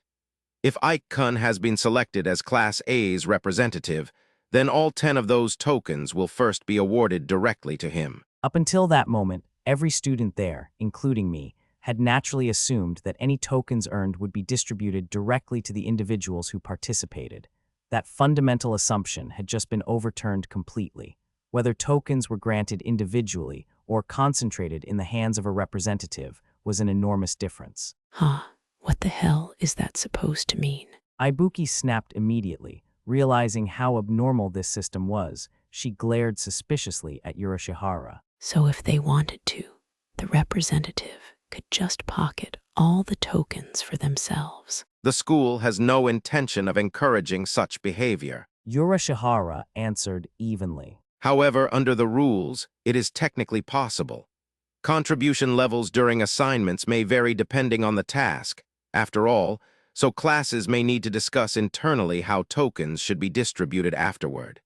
In that sense, the representative role may require a certain level of integrity. The supervisor gave a seemingly reasonable explanation, but this setup had caused the risks to skyrocket. Exactly as Ibuki feared, placing all token management in the hands of a representative meant there was no guarantee that tokens would ever actually reach the students who earned them. Only the individual category seemed exempt from this structure. But assuming the rewards across all three categories were distributed relatively evenly, then that meant a student could directly control only about 1/3 of the tokens tied to their own survival. However, there is one important point you all need to understand regarding front-side and backside tokens. Urashihara continued. Any token earned through the individual category will, without exception, count as a front-side token. But tokens earned through the group and team categories work differently. The total number of tokens earned in a given assignment will first be divided according to the number of participants involved. For instance, let's say a group category assignment awards 48 tokens. Since there are 4 classes represented within the group, each class representative would temporarily receive 12 tokens, but since the group itself contains 16 students, only 3 of those 12 tokens per student would qualify as legitimate front-side tokens. That number becomes the upper limit recognized as a properly earned individual contribution. If a student were to receive 4 tokens in that situation, then one of those tokens would automatically become a backside token. The right to possess front-side tokens does not expire and continues accumulating over time. As such, there is no disadvantage regarding when representatives choose to distribute tokens. Putting it simply, the rules work like this. Token distribution rules categories of assignments. Individual, group, and team individual assignments. All tokens earned personally are treated as front-side tokens. Group/team assignments. All earned tokens are first funneled through the class representative. The maximum number of front-side tokens that may be distributed is determined by total tokens earned divided by number of participants. Any tokens distributed beyond that limit automatically become backside tokens, front-side token rights. Front-side eligibility accumulates over time. Representatives are free to choose the timing of distribution. This rule seriously sucks. Ibuki muttered under her breath. The distinction between frontside and backside tokens likely existed to prevent representatives from simply monopolizing all earned tokens and charging toward the special reward themselves. But even with that safeguard in place, the privileges granted to representatives were enormous, far greater than what Urashihara's casual tone implied. They controlled the distribution of tokens tied to private point rewards, and could potentially even avoid expulsion from finishing last. Urashihara also clarified that indivisible remainders created during division would simply be ignored, so even if 41 tokens were earned, dividing them among 4 people would still only create a front-side limit of 10 per class student.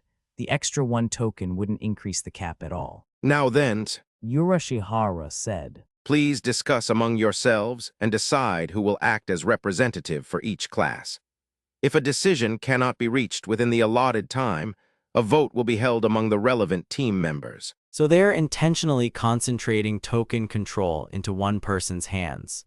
Sanada said grimly. From the student's perspective, this rule feels almost entirely disadvantageous. Feels like they're trying to provoke infighting. Yoshida added, in truth, that was likely the case. At its core, the exam was testing whether classmates could trust one another, and whether the person receiving that trust could actually live up to it. I don't know who's going to become the representative, Ibuki said, narrowing her eyes. But you'd better make sure you hand over my tokens properly. The rule had already planted distrust in her. Without bothering to hide it, she turned that suspicion directly toward her own Class B teammates. Katsuragi answered her in his usual calm manner. Generally speaking, it shouldn't become a situation where someone tries to bring down another person. And to make sure we don't choose that kind of person as representative, we should decide through a fair method. In other words, a simple majority vote. It was the most straightforward and acceptable selection method. Meanwhile, other classes had begun moving in their own ways. I'm thinking I'll become the representative, Said a sharp, intimidating voice from within the class, a team. That's fine, right, Mii-chan? The voice belonged to Shinohara. Yes, I don't mind that, but... Mii-chan nodded, looking slightly bewildered, but not particularly inclined to reject Shinohara's candidacy. She was not the type who liked standing out in front of others. If someone else was willing to take on the role, then perhaps she thought it was better to simply let them do it. Mii-chan says she's fine with it too. Shinohara said, a confident smile appearing on her face. So it looks like there's no problem. She acted as though one hesitant opinion had already secured the position for her. Mii-chan said, instinctively speaking up as she realized her single vote was about to be treated as final. Shouldn't we check with Ike-kun and Kushida-san too? But Shinohara paid her no mind. In this special exam, falling to the bottom in token count was directly tied to expulsion. When one thought several moves ahead, there was still reason to question whether Shinohara or Ike, for that matter, should be chosen so easily as representative. Kushida likely understood that as well. Precisely because she did, she must have recognized that allowing herself to be swept along like Mii-chan would be nothing short of risky. The brief silence that fell over Class A was heavy and delicately long, one that couldn't easily blend into the surrounding conversations from the other classes. Before anyone could even voice opposition, the atmosphere had already shifted. Mii-chan glanced once between Kushida and Shinohara before quickly lowering her eyes again. Maybe she simply wasn't used to being put in a position where her judgment mattered, or maybe she understood exactly how much weight a single opinion carried right now. Either way, she showed no sign of answering decisively. Shinohara, meanwhile, didn't miss even that tiny hesitation. Even before the discussion had properly concluded, she prioritized steering the momentum toward herself. She held her gaze without wavering, applying quiet pressure that left little room to escape. Riding that wave of momentum, she shifted her attention to Kushida without hesitation. So what is it, Kushida-san? Shinohara asked. You don't want me as the representative. Would it be inconvenient for you if I took the role? It was phrased like a question, but in reality the range of acceptable answers had already been narrowed down. If Kushida answered yes, friction would immediately erupt. If she answered no, then she would effectively be conceding the position. By forcing that binary choice onto her, Shinohara was clearly trying to seize control of the conversation from the get-go. Well, it's not that there'd be any inconvenience or anything. Kushida replied carefully. But actually, I was thinking about volunteering too. She asserted her intentions in a modest yet firm manner. However, upon hearing those words, Shinohara's expression stiffened in apparent dissatisfaction. Why? She asked. Is it because you don't trust me? No, it's not like that. Kushida answered without missing a beat. I just intended to run from the very beginning. Shinohara let out a small laugh. Because honestly, it kind of feels like I'm not being trusted here. Kushida faltered for only a moment beneath the pressure. Even so, she still pushed back. But if you put it that way, she answered carefully. Doesn't that also mean you don't trust me, Shinohara-san? Though Kushida seemed somewhat bewildered and overwhelmed by her intensity, she still didn't stop arguing back. It's not like that though. Shinohara smiled faintly, almost amused. Then her voice rose slightly. But Kushida-san, do you seriously think people can trust you unconditionally? The surrounding groups had not started paying attention yet, but if the conversation escalated any further, it would inevitably draw eyes and ears from nearby. I do try my best to earn people's trust. Kushida answered. That's exactly why I thought it'd be better not to place an unnecessary burden on you, Shinohara-san. With other classes in the mix, Kushida had no choice but to continue playing the role of the usual cheerful, considerate Kushida, and Shinohara understood that perfectly, which was exactly why she could afford to press forward so aggressively. Burden, what do you mean by that? Managing all the tokens sounds like a hassle. Kushida explained gently. Even if it's called a representative, it's basically just becoming the class errand runner. I thought it might be better if I handled it instead. It's not a hassle at all. Shinohara shot back immediately. So don't worry about me, Kushida-san, just leave it to me.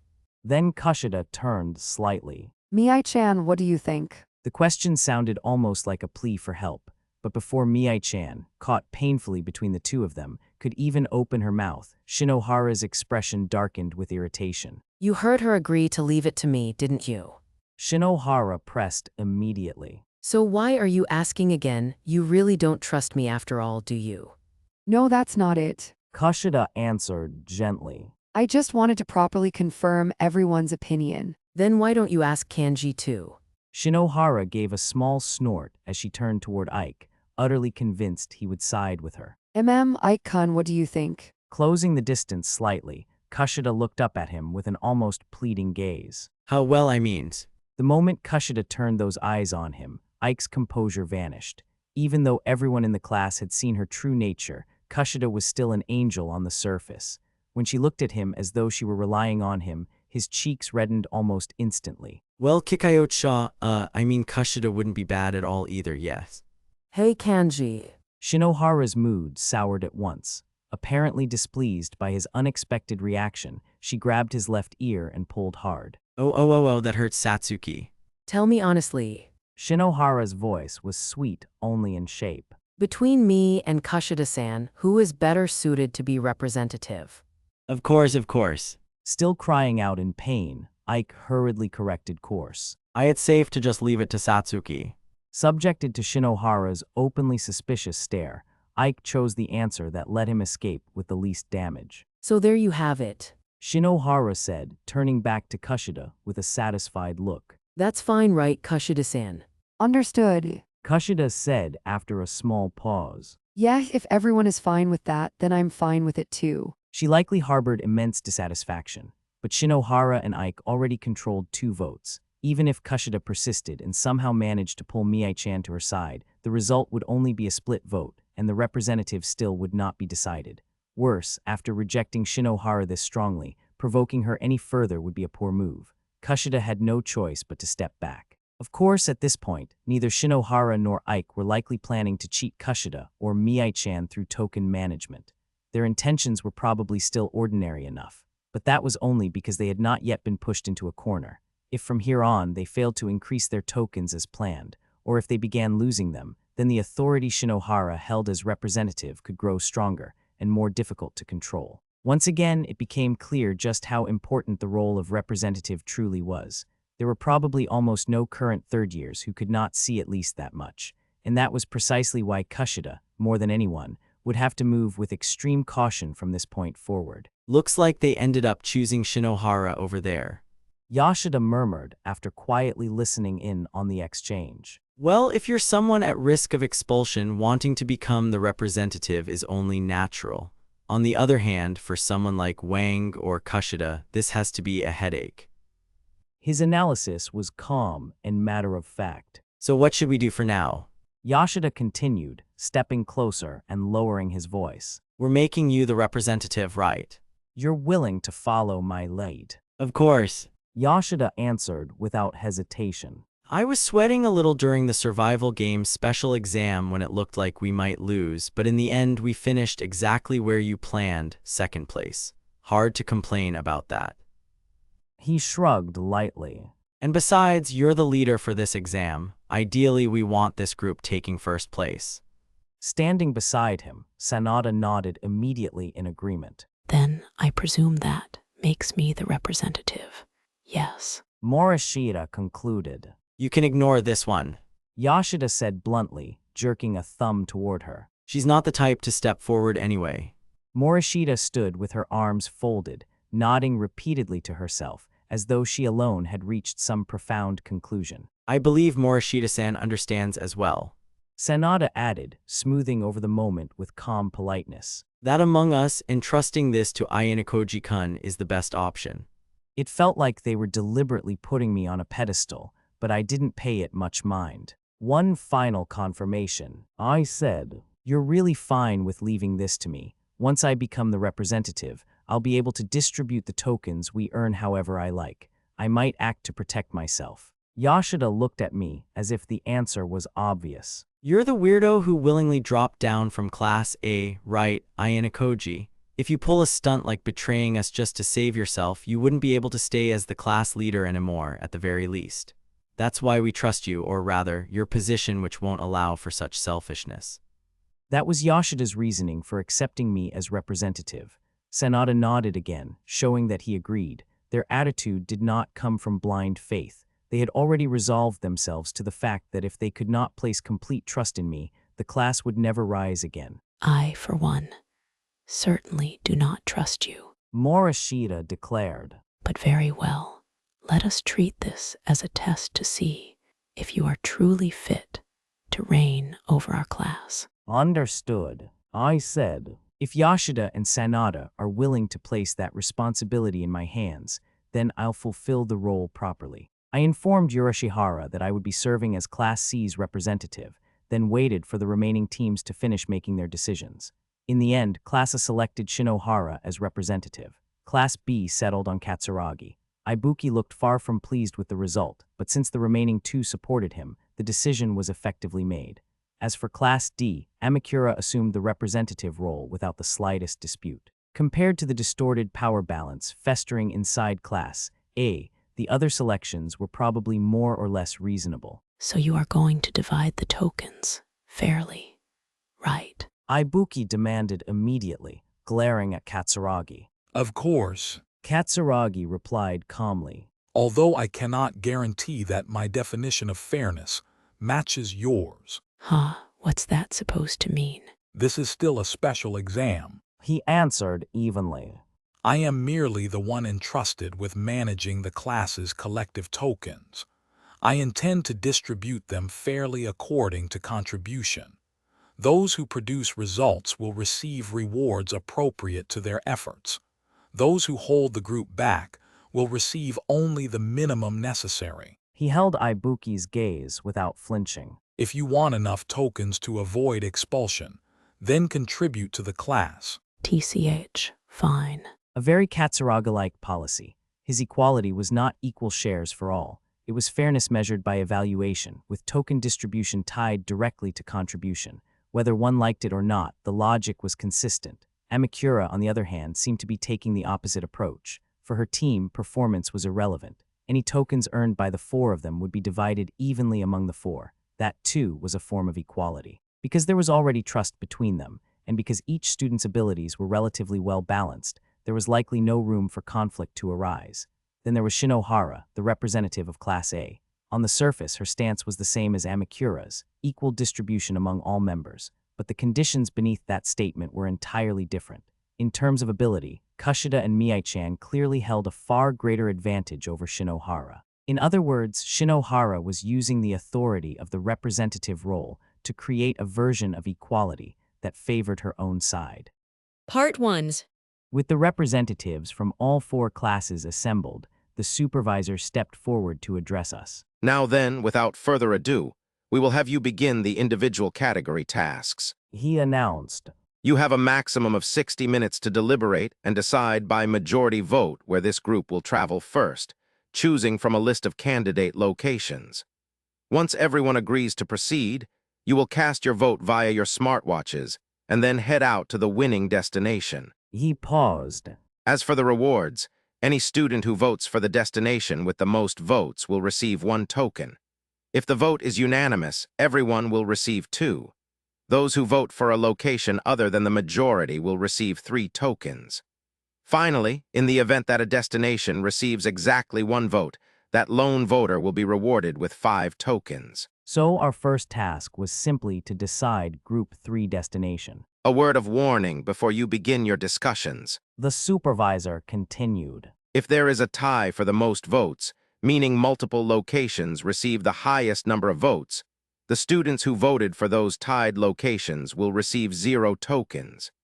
In such a scenario, we will randomly select your destination from among the tied options. In short, it was a system that guaranteed a payout of tokens for everyone, provided there wasn't a tie for first place. We will not disclose who voted for which location under any circumstances. Furthermore, showing your watch is screened to others while voting is strictly prohibited. Please be aware that any such violations will incur a separate penalty resulting in the loss of tokens. If we knew who was voting for what in real time, coordinating our choices would be far too easy. This strict anonymity was likely a necessary measure to prevent exactly that. Having briskly wrapped up his explanation, Yurashihara, our assigned supervisor, read the list of candidate destinations aloud. There are 5 candidate locations for your first destination: B9, E12, F14, I10, and I13. Regardless of which area you choose, the contents of your upcoming tasks will remain exactly the same. However, any time spent traveling to your next destination is simply time wasted, so please keep that in mind. Sanada unfolded the map provided with our materials, immediately checking the coordinates. The available options were scattered across the grid, ranging from relatively close spots to those a fair distance away. Some even looked like they would require considerable effort to reach. I will now start the timer. Yurashihara said, checking his smartwatch without a moment's delay. You are free to begin your discussion. Reacting naturally, our group of 16 shifted into a circle so that we could all see each other's faces. It's obvious a nearby place is best for this. The tasks won't change either. Sonoda from Class B muttered, sounding more like he was thinking out loud than asking a question. Catching his words, Ike immediately agreed. True, even the teacher, the supervisor, just said that travel time is a waste. The assertion that closer meant easier was typical of Ike, who despised anything troublesome. So we all just vote for the closest area and call it a day. It'd be a quick discussion and we'd all get 2 tokens. Minamikata chimed in, a unanimous vote for the closest location. It was the first and most obvious choice that came to mind. While the guarantee that the upcoming task wouldn't change was certainly a solid deciding factor, if we chose a nearby destination based on that alone, there would be no need for this discussion at all. The school had gone out of its way to give us a lengthy 60-minute deliberation period. There had to be a meaning behind it, or rather, making us think there was a deeper meaning, was likely exactly what the school was aiming for. Isn't blindly voting for the closest area a bit too simplistic? Yoshida argued. There's probably more to this than meets the eye. If travel distance was the only difference between the options, no one would ever vote for a faraway spot. Suspecting a trap lay hidden behind such an obvious answer, Yoshida spoke up to rein them in. I have to agree. Katsuragi said, casting a brief glance at Ike and Sonoda. We should thoroughly examine the other areas first. But Yurashihara-san said the destination and the tasks aren't connected. Morifuji muttered from her spot beside Katsuragi. In that case, we may need to consider factors outside of the tasks themselves. Katsuragi replied. We cannot blindly proceed without first verifying which destination will provide the greatest benefit to our group. Isn't that just a waste of time? Sumida retorted. This task is centered around the exchange of tokens. I think closer is better is a perfectly fine answer. It seemed the discussion was already beginning to fray. It was supposed to be a simple vote to decide our next destination, yet reaching a consensus wasn't going to be easy. The supervisor called this an individual battle, didn't he? Does that mean we're supposed to outmaneuver each other through the voting process? Sanada turned to me as he asked the question. That's undoubtedly one of the core mechanics, yeah. I replied. A unanimous vote yields a solid reward of 2 tokens, but it's certainly not the highest payout. Sanada noted it was a natural progression for the majority of the students to favor a nearby location as their destination. Consequently, the votes were bound to concentrate there. While a unanimous choice would distribute tokens equally among all 16 participants, a calculated betrayal guaranteed a far more lucrative payout for the defector. To make matters worse, such a betrayal would slash the payout of the majority voters down to a single token. And if multiple defectors emerged, it opened the door for opportunists to secure 3 or 5 tokens under the safety of complete anonymity. It's a simple but troublesome task. Sonoda muttered again, several students nodding in agreement. Our overall motives align, but the reward system actively discourages us from cooperating. The optimal strategy was to avoid voting for the desired destination yourself, while persuading others into voting for it instead. Wait, isn't this impossible? Someone argued. Nobody is going to want to waste their vote on the closest place. Exactly, everyone agreed that a shorter distance was better. But if prioritizing that convenience meant settling for just one token, people would inevitably be tempted to secure 3 or 5 tokens instead, not caring if they had to walk further as a result. But if everyone thinks like that, all the votes will end up going to the distant places instead, right? Mii-chan pointed out, having apparently foreseen the logical conclusion of that train of thought. If we all avoid the shortest route and vote for the distant ones, then a distant location will get the most votes. Man, that won't work either. In a space where friend and foe were jumbled together, the students exchanged probing glances, sizing each other up. An uncomfortable silence fell over the group. 10 or 20 seconds passed, and just as it seemed the heavy atmosphere would drag on, Katsuragi quietly broke the silence. Engaging in a clumsy battle of wits will only breed suspicion. He said calmly, If we end up casting our votes blindly, then just as Wang pointed out, we run the risk of earning no tokens while being forced to march a long distance. The simplest way to handle this is to keep our discussion to a minimum, prioritize cooperation above all else, and unanimously vote for the closest area. We might not maximize our token earnings, but it guarantees an outcome and a travel distance that everyone can be satisfied with. Naturally, the majority of the group wasn't going to just nod along and agree to Katsuragi's proposal immediately. Katsuragi himself was fully aware of that, of course. It was safe to say he had simply offered a baseline argument to kickstart the real discussion. That might be true, but in order to guarantee the most votes, we need at least 9 people to vote for the same spot. Like argued. Are you seriously suggesting we just hand over 3 or 5 tokens to the remaining 7 people? Tokens can be transferred. Katsuragi countered calmly. We could agree to pool our winnings and distribute them evenly afterward. You've got to be kidding me. Like shot back. If tokens end up with someone from another class, there's zero guarantee they'll actually hand them over. The voting is strictly anonymous, which means someone is definitely going to pull a fast one on us. Take Ayanokōji, for example. Yeah, someone exactly like Ayanokōji. He continued, turning his gaze toward me. You're absolutely gunning for the 5-token payout, aren't you? Just as Katsuragi had predicted, his proposal acted as the spark that ignited a flurry of opposition, with Ike fiercely leading the charge. Since he was glaring in my direction and calling me out by name, I met his gaze, if only to acknowledge him. Seems like your attitude has gotten even worse since you betrayed our class. Ike sneered. I mean, anyone who transfers from class A to a lower class just because they think they're a little smart is crazy to begin with. Ever since our groups merged, Ike hadn't stopped complaining about my attitude. I was perfectly fine letting it slide without offering a rebuttal, but Katsuragi stepped in to answer on my behalf. You are free to think whatever you want about transferring to a lower class. Katsuragi said, crossing his arms and narrowing his eyes sharply. But if stepping down to a lower class makes someone crazy, then I suppose I am crazy as well. Realizing he had just caught Katsuragi in the crossfire, Ike awkwardly averted his gaze. The fallout from this exchange didn't stop at just the two of them. It cast a faintly heavy atmosphere over the students from Class C.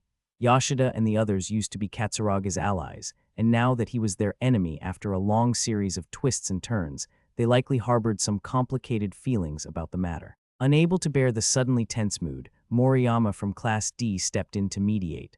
Let's all calm down for a second. I think cooperating like Katsuragi suggested is a valid option. It's the most straightforward approach, right? But isn't the whole problem that we can't do that? Shinohara retorted. Neither Kanji nor I want to throw our votes away on the most popular choice. Yeah, exactly. Ike chimed in, vehemently backing up her protest. Of course, anyone would feel that way. Sumida reasoned. But if we just dig our heels in, we'll get nowhere. We need to figure out where we can compromise and find a balanced voting strategy first. There might be a solution we can all accept. Sumida's right. Another agreed. The total number of tokens we get as a group undoubtedly changes depending on how we vote. The real question is, what kind of voting patterns are actually on the table? Assuming we could control everyone's votes, the group was starting to realize that the distribution method directly impacted our total payout. Seeing this, I lightly raised my hand before speaking up. A simple, unanimous vote yields 2 tokens each. I explained. That's a total payout of 32 tokens. However, if we intentionally scatter our votes, there are 6 different patterns that yield the absolute maximum payout of 40 tokens. For example, pattern 1 would be 7 votes, 6 votes, and 3 one-vote destinations. Pattern 2 would be 6 votes, 5 votes, 3 votes, and 2 one-vote destinations, and so on. Regardless of which of the 6 patterns we use, the maximum yield remains capped at 40. I paused for a moment before delivering the optimal strategy.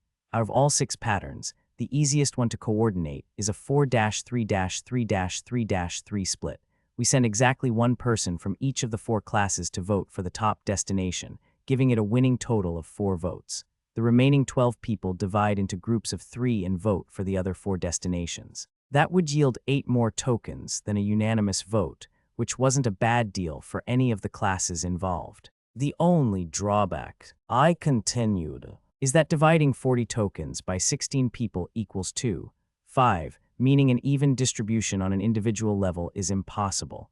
However, we can divide the class cuts equally, giving each of the 4 classes exactly 10 tokens to distribute amongst themselves. Purely in terms of efficiency, this was the absolute optimal solution. Of course, regardless of the pattern, the hurdle of actually pulling it off was anything but low. You're incredibly fast at calculating all that, Ayanokōji. Katsuragi said, clearly impressed. A few other students agreed, clapping their hands in an exaggerated show of admiration. You didn't have to go out of your way to explain every little detail. I could have figured out the patterns right away. Ike muttered defensively. No need to act so smug just because you can do a little math in your head. I mean, are you even sure that's right? Are you really that confident? Yeah, the math is correct, I said flatly. Listen to him, so completely sure of himself. It'll be damn embarrassing if you're wrong after all that. Ike clearly wanted me to be wrong. He started counting on his fingers, but almost immediately abandoned the effort. Honestly, you do sound pretty arrogant, Ayanokōji-kun. Shinohara chimed in, rushing to defend Ike. Her tone shifted from angry to exasperated. You never used to give off this kind of impression. You always just seemed harmless. Did becoming a leader change you, or did you just stop hiding your true colors? The rest of the group looked back and forth between me and Shinohara's clique. The old me would have preferred not to rock the boat. I would have likely just ignored her remarks and let it slide. But this time, I decided to take the bait. Maybe so, I said flatly. My previous class was quite uncomfortable, after all. Wow, he actually just said that out loud. You really do have a terrible attitude. Shinohara scoffed, her face twisting in disgust. Faced with my unyielding, unapologetic stance, it wasn't just Mii-chan and Kushida who looked rattled. Even my new classmates like Yoshida showed obvious signs of agitation. Hey, shouldn't you dial it back a little? Yoshida whispered, his face twitching slightly. There's no need to worry. I'm just speaking my mind. No man, that's exactly the problem. He trailed off. The hostile atmosphere lingered in the air, thick and unresolved.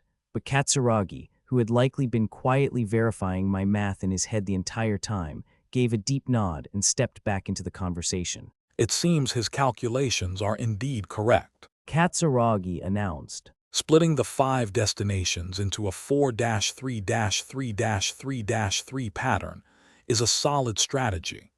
We cannot avoid competing within the group eventually, but if there's a way for everyone to earn tokens at maximum efficiency right now, I see great merit in taking advantage of it.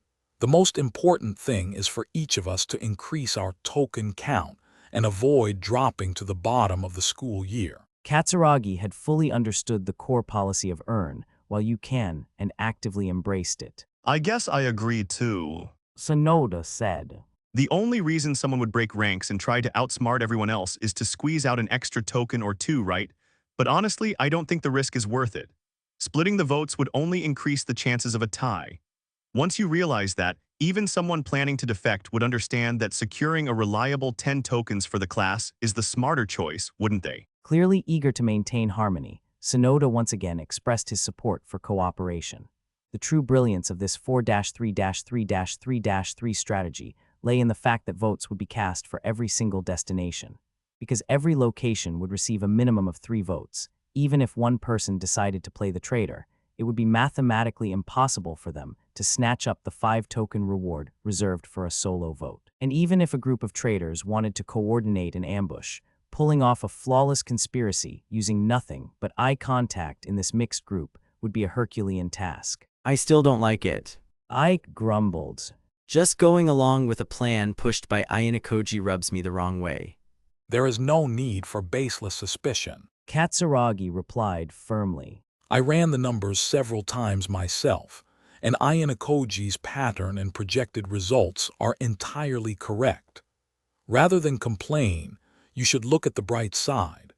By providing us with a conclusion faster, he has saved us valuable time that we can now allocate to discussing the actual execution. The realization that this distribution method offered the highest efficiency had finally sunk in for everyone.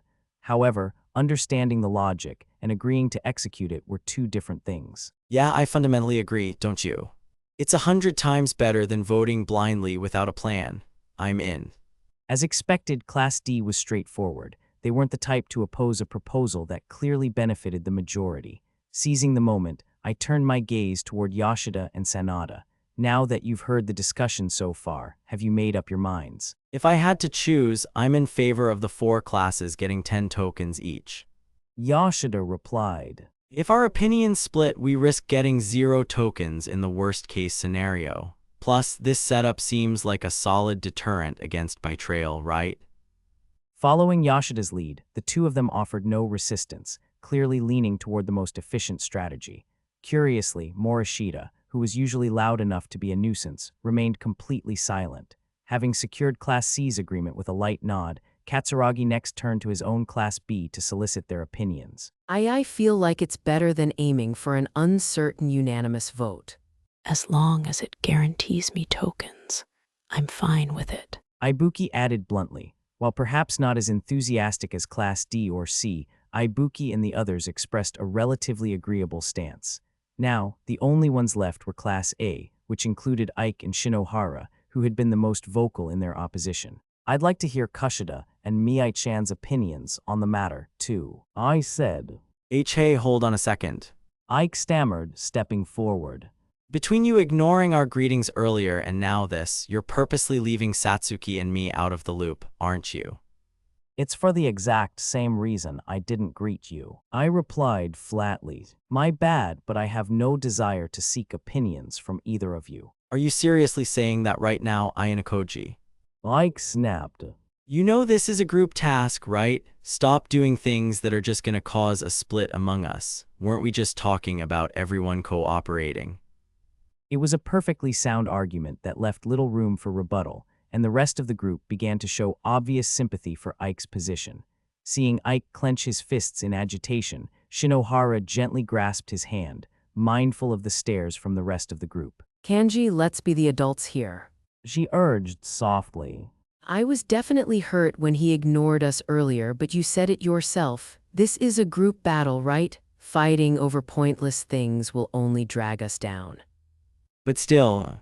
I got a little worked up too, but wasn't it partly your fault, Kanji? You were the one provoking Ayanokōji-kun, saying he couldn't be trusted. Am I wrong? Well, I guess. Though his anger hadn't completely subsided, Ike's resentment softened slightly at Shinohara's gentle reprimand. Yeah, you're right, I get it. Forcing himself to swallow his pride by saying it aloud, Ike slowly unclenched his fists. He gave a stiff, slight bow of his head and desperately pasted a bright expression onto his face. Earlier, how should I put it? Look, my bad for saying things that made it sound like I doubted you. Of course you'd get mad over that. For now, I agree that making sure all the classes get an equal share of tokens is the way to go. So, as a way to test our trust in each other, let's just try to get along this once. Having regained his composure, Ike extended an olive branch. Shinohara nodded, clearly ready to second his attempt at making peace. Looking back to when we first enrolled, it was clear that Ike and Shinohara had grown mentally, albeit unsteadily.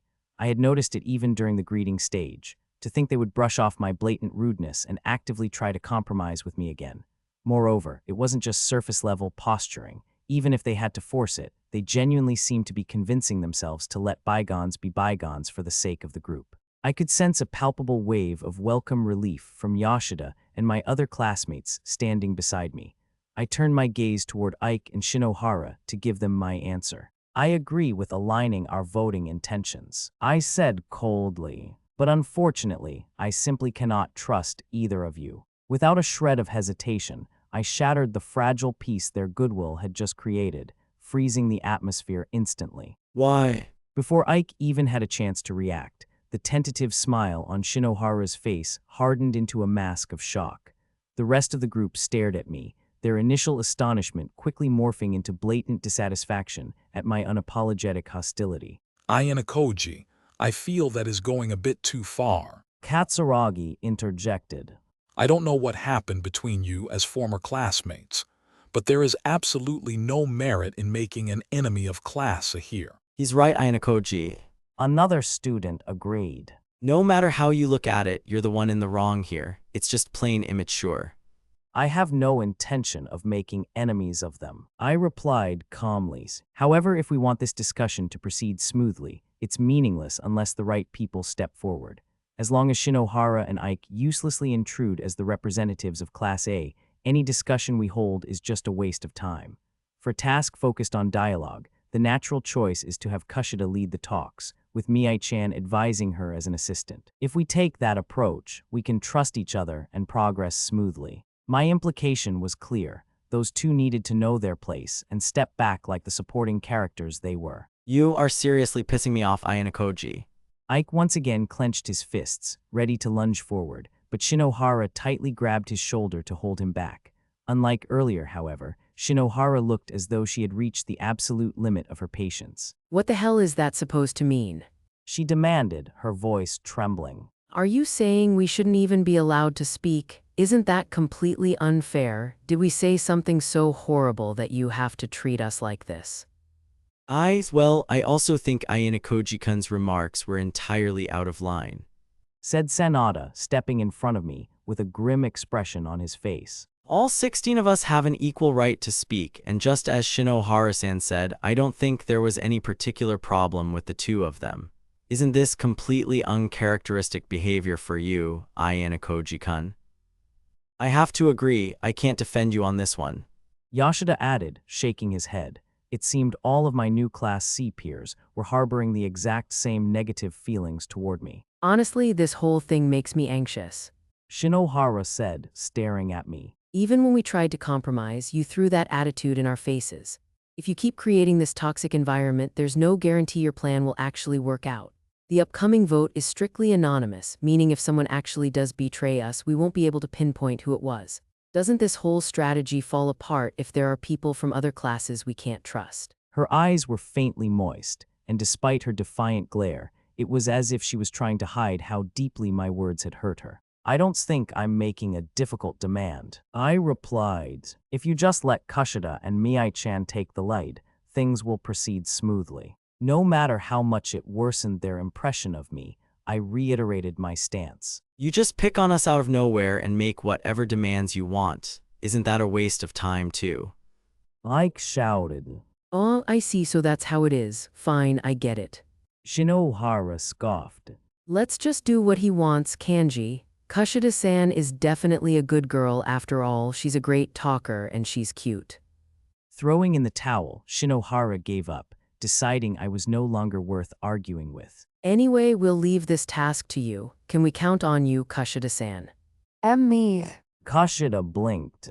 Well, it's what Ayanokōji-kun wants. Apparently, we aren't capable of moving the discussion forward ourselves. Why, yeah, I'm fine with taking the lead, but Ayanokōji-kun, I think you should apologize to those two first.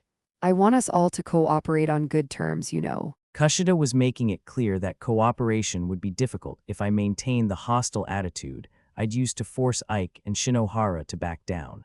For the sake of proceeding smoothly, this was probably the right time to pull back. Understood, it's true that I went a little too far. Kushida is right. What the hell, when Kushida-san tells you to, you just apologize just like that. Shinohara snapped. That's not it. Looking back on it, she simply made me realize my mistake. I highly doubt that. It didn't look that way to me. Shinohara muttered. Well, fine, whatever. Rather than forgiving me, she replied coldly out of pure exasperation, clearly done talking to me. My bad. I added, at my brief apology. Shinohara merely snorted. She grabbed Ike by the arm and pulled him a step back, distancing themselves slightly from the circle. So we've accepted Ayanokōji-kun's heartfelt apology. Kanji and I will step back now, though of course, if we have something to say later, we'll still say it. Sorry, Kikayo-chan, we're leaving this to you. Ike added. No, don't worry about it at all. I'm not sure how reliable I'll be, but I'll do my best. Kushida replied with a cute smile. Seeing her gentle demeanor, Ike's angry expression finally softened a little. Oh right, why don't you suggest a good idea, Kushida-san? Shinohara prompted.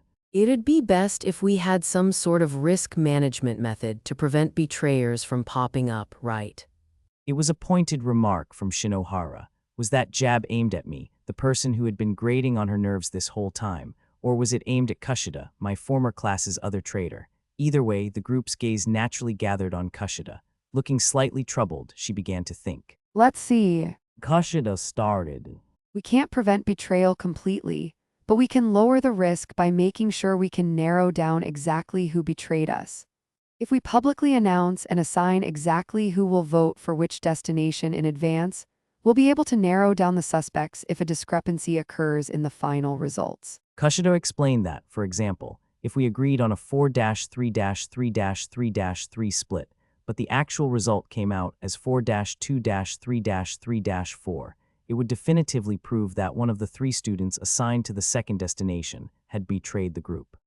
Something like that anyway. I hope my logic is right, but I don't really have a lot of confidence in it. She added, looking perplexed, as she lightly scratched her cheek with her index finger. For a spur-of-the-moment idea, I'd say it's not bad. I noted. What do you think of Kushida's proposal, Katsuragi? By passing the conversational baton to Katsuragi, I forcefully shifted the dynamic away from the Ayanokōji vs. class, a narrative that had been dominating the air.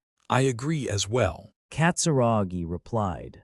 It is certainly a measure we should implement, though, of course, it cannot be said to be foolproof. Although Kushida had likely just come up with the idea on the spot, she didn't say anything to undermine it, obediently nodding along instead. After all, there was no point in obsessing over catching a betrayer with absolute certainty.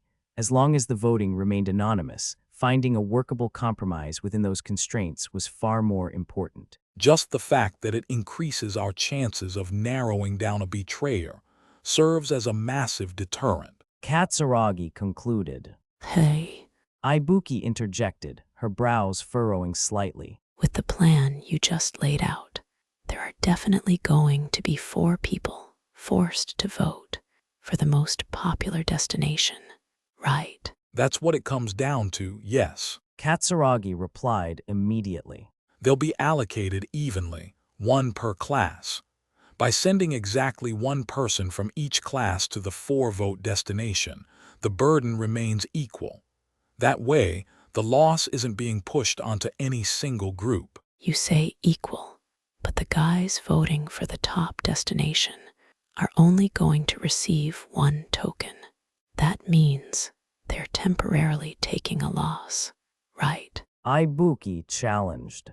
Assuming this plan even works, is there actually a guarantee that the tokens will be split with them later? Of course. Katsuragi nodded. However, as we've already established, each class will earn a total of 10 tokens. Even if you distribute them evenly, giving 2 to each of the 4 members in your class, that leaves 2 tokens left over. How to handle those leftovers will be up to each individual class to decide. Hearing Katsuraga's explanation, Ibuki paused for a beat. Whatever, but just so we're clear, I'm voting for one of the places that pays out 3 tokens. She made her stance clear, lightly sweeping her gaze to the side. It was true. If all the classes kept in step with the plan, 1 out of the 4 people from each class would have to cast their vote for the most popular destination, meaning that at the moment of the vote, they would only receive 1 token. Her blunt remark meant that if there was no hard guarantee the tokens would actually be shared later, she wanted to be on the side obtaining 3 tokens from the very start. Hating the idea of taking on a risky role, Ibuki had clearly stated her refusal. Then I call dibs on one of the 3 token spots too. Ike quickly jumped in, still standing toward the back. I trust my friends and all, but I don't want to get wrapped up in any trouble. No point taking on unnecessary risks, right? Piggybacking off Ibuki's declaration, Ike made it clear that he had no intention of falling on his sword for the top destination either. The atmosphere of the place shifted just slightly. Since we won't know who voted for what, someone could easily play dumb and keep their extra tokens later. Shinohara continued, crossing her arms. Even if you argue it's fine because the class as a whole still gets 10 tokens, there's obviously going to be a difference on an individual level. Whether or not someone actually compensates you for taking that loss is a separate issue, isn't it? Though she framed it as a general observation, her gaze was faintly sharp. Katsuragi shot a brief glance in Shinohara's direction. Ibuki and Shinohara are exactly right. Katsuragi declared, jumping in without missing a beat. This task is premised on the results at the class level. Since there is no mechanism to guarantee perfect fairness between individuals, a guarantee of trust is absolutely necessary. Any student who feels anxious about getting properly compensated should take the initiative, self-declare their intent, and secure one of the spots paying out 3 tokens. I will take on the burden of voting for the most popular destination for Class B. We only needed one person from each class to shoulder the risk, allowing the other 3 to safely secure at least 2 tokens. Acting decisively, Katsuragi stepped forward to be the first volunteer. I'll do it for Class C, I said, turning to Yoshida and the others as the second volunteer. Amikura from Class D immediately followed suit. Now, only Classa remained. With Ike having already explicitly refused the role, all eyes naturally fell on the other 3 members. If possible, I recommend having Ike or Shinohara take on the role, I added casually. Hearing my unnecessary remark, Shinohara furrowed her brows. Our dispute had supposedly been put to rest after my earlier apology, but my words threatened to reignite the issue. Seeing this, Yoshida stepped in. Hey, what Classa does is for Classa to decide. You're right, I replied. Just ignore what I said. No, I can't just ignore it. Shinohara snapped. You've been spouting baseless claims that we can't be trusted, talking down to us as if we don't even belong in a discussion. What on earth is your deal? Did we do something to you, Ayanokōji-kun? I'm not targeting you too specifically, I replied smoothly. I simply believe that people who lack the trust of the group should take the initiative to act in a way that earns that trust. Then let me ask you this, what about Ibuki-san? Shinohara shot back, pointing an accusatory finger. Ibuki-san explicitly refused to take on the role, yet you completely ignored that. Shouldn't you be forcing her to vote for the top spot instead of Katsuragi-kun? Unexpectedly dragged into the crossfire, Ibuki glared at Shinohara, making no effort to hide her irritation. Class B's internal dynamics are slightly complicated, I explained calmly. While I believe Katsuragi is a highly trustworthy individual, from Class B's perspective, he is still a transfer student who joined their ranks midway. Stepping up of his own volition to build up trust with his new classmates isn't a bad move on his part. I still don't buy it. Shinohara muttered. To begin with, the situation is entirely different from Class A's. If I were still a student in that class, voting for the primary destination and walking away with a single token wouldn't cause me a moment's hesitation. The reason is simple. As long as Kushida is an ally, I would have an absolute guarantee that she would distribute tokens to cover the deficit afterward. Even if I were intent on securing 3 tokens, should Kushida fail to provide 2, I could simply request them from Mii-chan. In short, there would be absolutely no reason to fear being shortchanged. The only people who couldn't be trusted were Ike and Shinohara, the very 2 who were explicitly scheming to snatch up 3 tokens for themselves if given the chance. Conversely, I concluded, not assigning Ike or Shinohara to the top destination is a clear detriment to the group. So the reason you're doubting Kanji and me so much is because you care so deeply about Kushida-san and Mii-chan. Shinohara asked, narrowing her eyes in suspicion. They are precious group members, I replied flatly. Naturally, I want to cooperate with them in any way I can. I thought this earlier too, but you are awfully trusting of Kushida-san, aren't you? I am simply stating the facts. If you refuse to accept my assessment, you are free to ask Katsuragi, Sonoda, or anyone else from the other classes.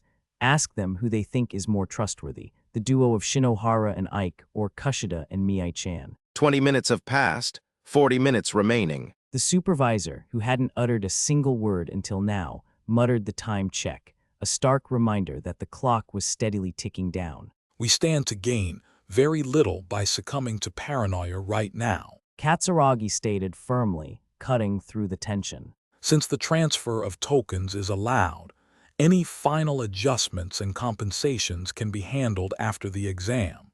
The problem at hand is making sure our strategy doesn't collapse before we even reach that stage. Katsuragi was making it clear. Prioritize solving the group's problem first and handle internal class disputes on your own time. I agree, it's better to leave some time on the clock for the actual tasks. Sumida said with a shrug, showing no hesitation. Moriyama took a short breath and immediately backed him up. Likewise, I don't see any point in dragging out useless bargaining right now. The members of Class D were practically unanimous. Because the four of them fully trusted one another, this entire debate was likely nothing but a waste of time from their perspective. I think it's about time we moved on, Sanada said, glancing around the circle before focusing on the final group. As for the remaining Class A, I am absolutely not doing it. Shinohara stated flatly. I'll take it on. Kushida volunteered. The resolute rejection from Shinohara and the self-sacrificing offer from Kushida overlapped perfectly. At the sheer contrast between their 180-degree different answers, Shinohara shot Kushida a mild glare. I just don't want to see everyone arguing anymore. Kushida added with a reserved smile, officially putting herself forward. If I can be of use to the group right now, this is the least I can do. Is this acceptable to you, Ayanokōji-kun? She asked. If that's what you want, I won't stop you. Once the tokens are distributed, it becomes an internal class issue. I replied, reiterating the risk one last time. Just remember that I won't lift a finger to help when you inevitably argue over the payouts. TCH. Ike clicked his tongue softly, clearly annoyed by my relentless warnings. Don't worry, Kikayo-chan. Unlike a certain someone who betrayed his class, I'll absolutely share my tokens with you. Yeah, I completely trust you, Ike-kun. And Shinohara-san and Mii-chan too, of course. The students outside of class silently praised Kushida for taking the initiative and shouldering the risk. She seemed entirely genuine when she said she didn't doubt a single person in her class. Logic and emotion. The gap between the two could never be perfectly bridged. Still, the group managed to move on to the next stage, leaving behind only the faintest lingering friction. Our next order of business was deciding which of the candidate locations we would actually crown with the most votes and travel to. Just to be absolutely clear, the contents of our upcoming tasks are not linked to our destination, correct? Sanada asked, turning his head toward the supervisor. Naturally, the supervisor gave no reply. The silence itself was the only confirmation we needed. In that case, I believe it's best to consolidate our votes on the closest destination to minimize our stamina consumption. Sanada proposed to the group. But if anyone has objections, I'd like to hear them. Prompted by Sanada's logic, several students looked back down at the map. There were 5 candidate destinations, each presenting a distinct set of pros and cons. Should we choose the closest location, or should we swallow the travel cost and hike to a further point? At this stage, there simply wasn't enough information to determine a definitively correct answer. As a result, each student's personality and thought process bled directly into their opinions. I'm good with Sanada's plan. Sonoda was the first to speak up. Staring down at the map, he offered a frank, pragmatic take, wanting no part in unnecessary fatigue. This exam is 4 days and 3 nights, right? It's obvious we're going to be exhausted by tomorrow. Besides, if we don't even know what the next task is, we should save every bit of stamina we can. His words were unvarnished, but they perfectly captured the unspoken feelings of many students present. Setting aside those who had retired early, the sheer fatigue and exhaustion everyone had accumulated from the recent survival game's special exam was no small matter. A distance that looked like a trivial gap on paper could hardly be ignored when actually hiking it on foot. I agree too. Mii-chan nodded gently. Tracing a spot on the map with her fingertip, she quietly explained her reasoning. Based purely on the information we currently have, there's very little reason to throw away the obvious advantage of a shorter distance. That holds especially true if the explanation about the destinations not affecting future tasks is accurate. Her tone was soft as always, but her stance firmly supported taking the nearest route. She eliminated unnecessary speculation, drawing a logical conclusion based solely on the conditions presented to us. In that regard, her thought process was very similar to Sanada's and Moriyama's. On the other hand, there were naturally those who refused to simply follow the flow. But that's assuming we take the supervisor's words at face value, right? Sumida said, lifting his gaze from the map. Rather than outright opposition, his voice oozed with caution. He said the contents of the tasks wouldn't change, but he never said the ease of travel or future developments wouldn't be indirectly affected. Isn't it just as dangerous to pick a spot simply because it's close? It was a highly plausible point. In fact, during these special exams, looking for loopholes in the rules and doubting the exact wording used by the school was practically second nature. The moment someone voiced that suspicion out loud, the seed of doubt, the what-if, took root in the group's mind. He's right, that sounds exactly like something this school would pull, just like they always do. Ike immediately bit onto the idea. Still dragging along some of his lingering hostility from earlier, he quickly hopped onto an argument that suited his sensibilities. Going with the closest spot just cause it's the normal thing to do is too normal, you know? In exams like this, there's always a pattern where the guys who pick the normal option end up getting screwed over. He didn't have any concrete basis for the claim. However, it was incredibly easy to intuitively agree with him. After all, trying to read between the lines to uncover a hidden trap felt much more fitting for a special exam than simply choosing the most obvious, optimal route. Katsuragi crossed his arms, dropping his gaze as he pondered the point. It's true that we cannot completely rule out a trap. Given the nature of our past special exams, it is perfectly natural to try and read into the rules that aren't explicitly stated. It wasn't quite an agreement. It was more like he was leaving the possibility open. Yet, just having one vague affirmation of Ike's paranoia was enough to thin out the prevailing nearest spot-only atmosphere. Sumida slid his gaze back to the map. Be that as it may, if we overthink this, the discussion is going to spiral out of control. As long as distance is the only metric we actually have to compare, any other theory is purely speculation, right? Several students nodded silently in agreement with his sharp, dividing logic. It was easy to doubt the rules, but once you started doubting, there was no end to the rabbit hole. What the group needed right now wasn't necessarily the correct answer, but a unified standard they could base their votes on. In that sense, Sumida's words had pulled the group slightly back to reality. Kushida spoke up, her voice soft. She interjected so naturally that it didn't disrupt the flow of the conversation, yet her words carried an undeniable weight. I feel like we won't find an answer even if we keep agonizing over things we simply don't know right now. Of course, being cautious is important, but the fact that a closer destination reduces our physical burden is indisputable. If saving stamina gives us more leeway for whatever comes next, I personally think we should prioritize that. It was a gentle, tactful way of speaking that rubbed no one the wrong way. She hadn't shut down anyone else's opinion, yet she smoothly steered the conclusion back toward supporting the nearest destination. Her ability to navigate these kinds of social situations was as masterful as ever. Well, if Kikayo-chan says so, maybe that's the way to go. Ike said, his expression immediately softening as he effortlessly abandoned his previous stance. Shinohara shot him a side-eye but remained silent. No, it was more accurate to say she actively swallowed her words.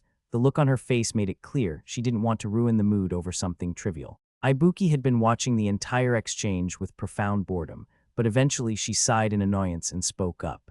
At the end of the day, no one here can actually name a single real benefit to hiking all the way to a distant spot right now, can they? If that's the case, then going to a closer place is fine. If it turns out to be a trap, I'll be pissed, but for now, I'd rather just walk a shorter distance. Her argument was rough around the edges, but it was rare for Ibuki to reach a conclusion so quickly. She was clearly exhausted and had zero patience for pointless deliberation. Sonoda nodded in agreement. Right. At the very least, using distance as our core metric is the easiest way to move the discussion forward. Even if we can't get everyone to completely agree on the why, using the closest spot as our baseline makes it much easier to reach a consensus. With that, support for prioritizing a nearby location had grown significantly. Even if it wasn't a flawless, unanimous agreement, the momentum was strong enough to adopt it as our guiding principle. Of course, the matter wasn't quite simple enough to end there. Which of the nearby places should we choose, and exactly how far were we willing to hike before a location was no longer considered close? In reality, executing the 4-3-3-3-3 voting distribution across those locations was going to be the real problem. Taking stock of the room's atmosphere, Yoshida once again pointed to the candidates on the map. I'm going to sound like a broken record, but are we really sure it's that simple? Unlike the uninhabited island exam where we were free to roam, there's absolutely no guarantee we'll be allowed to move around freely this time. What if positioning ourselves as close to the center of the island as possible gives us a massive advantage later on? Isn't there also a chance that the further we travel, the better our rewards will be? Shinohara chimed in.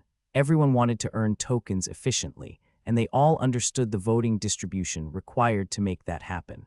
But as long as the lingering possibility remained that our destination might impact the rest of the special exam, it was only natural for the group's opinions to remain divided. I understand the concerns raised by Yoshida and Shinohara. Katsuragi countered calmly. However, those concerns are entirely based on unsupported speculation. Whether we head toward the center of the island or hike to its outer edges, we haven't been given a single clue about what lies ahead in this task. The only concrete, undeniable difference is the travel distance. Thinking rationally, selecting a nearby location is the absolute optimal choice. You know, you're pretty damn stubborn, Katsuragi. Yoshida scoffed. Have you already forgotten that that exact rigid way of thinking is the reason you got booted from our class in the first place? Let's drop it, Yoshida-kun. That was uncalled for. Sanada reprimanded. Ever since transferring, I felt I had come to understand my new classmates to a certain degree. Unlike me, Katsuragi hadn't willingly betrayed his class. He had been the one forced out. Yet the hostility directed at him was surprisingly intense. I could easily imagine him repeatedly clashing with his old classmates whenever opinions were divided over class policies. I'm casting my vote with Katsuragi. Ike declared, watching the two glare at each other, as if the conflict had nothing to do with him. Like the man said, it doesn't matter where we go, since we have no idea what's coming next anyway. Despite the various opinions presented so far, it was painfully obvious that our group was not in step. If we proceeded to the vote right now, there was a high chance things wouldn't go according to our initially solid strategy. It would only take one person changing their destination on a whim to cause the entire 4-3-3-3-3 structure to collapse. Letting their imaginations run wild, these students were desperately trying to convince themselves that reading into the exam's non-existent subtext was the correct choice. It was the epitome of confirmation bias. Opting for the closest destination was a perfectly sound, logical choice. Yet people couldn't help but prioritize narrative over simple probability and efficiency. They wondered if heading further away might yield a hidden reward, or if choosing a spot nobody else would pick might somehow be to their advantage. They were being drawn in by the allure of an uncertain gamble. Of course, we simply didn't know if our choice of destination would influence the rest of the task or not. The only thing I knew for certain was that we were actively losing a precious resource with every passing second. Personally, I'd like to value our time. I interjected. We were thrust into this special exam immediately after the survival game's special exam, without even being given a proper chance to rest.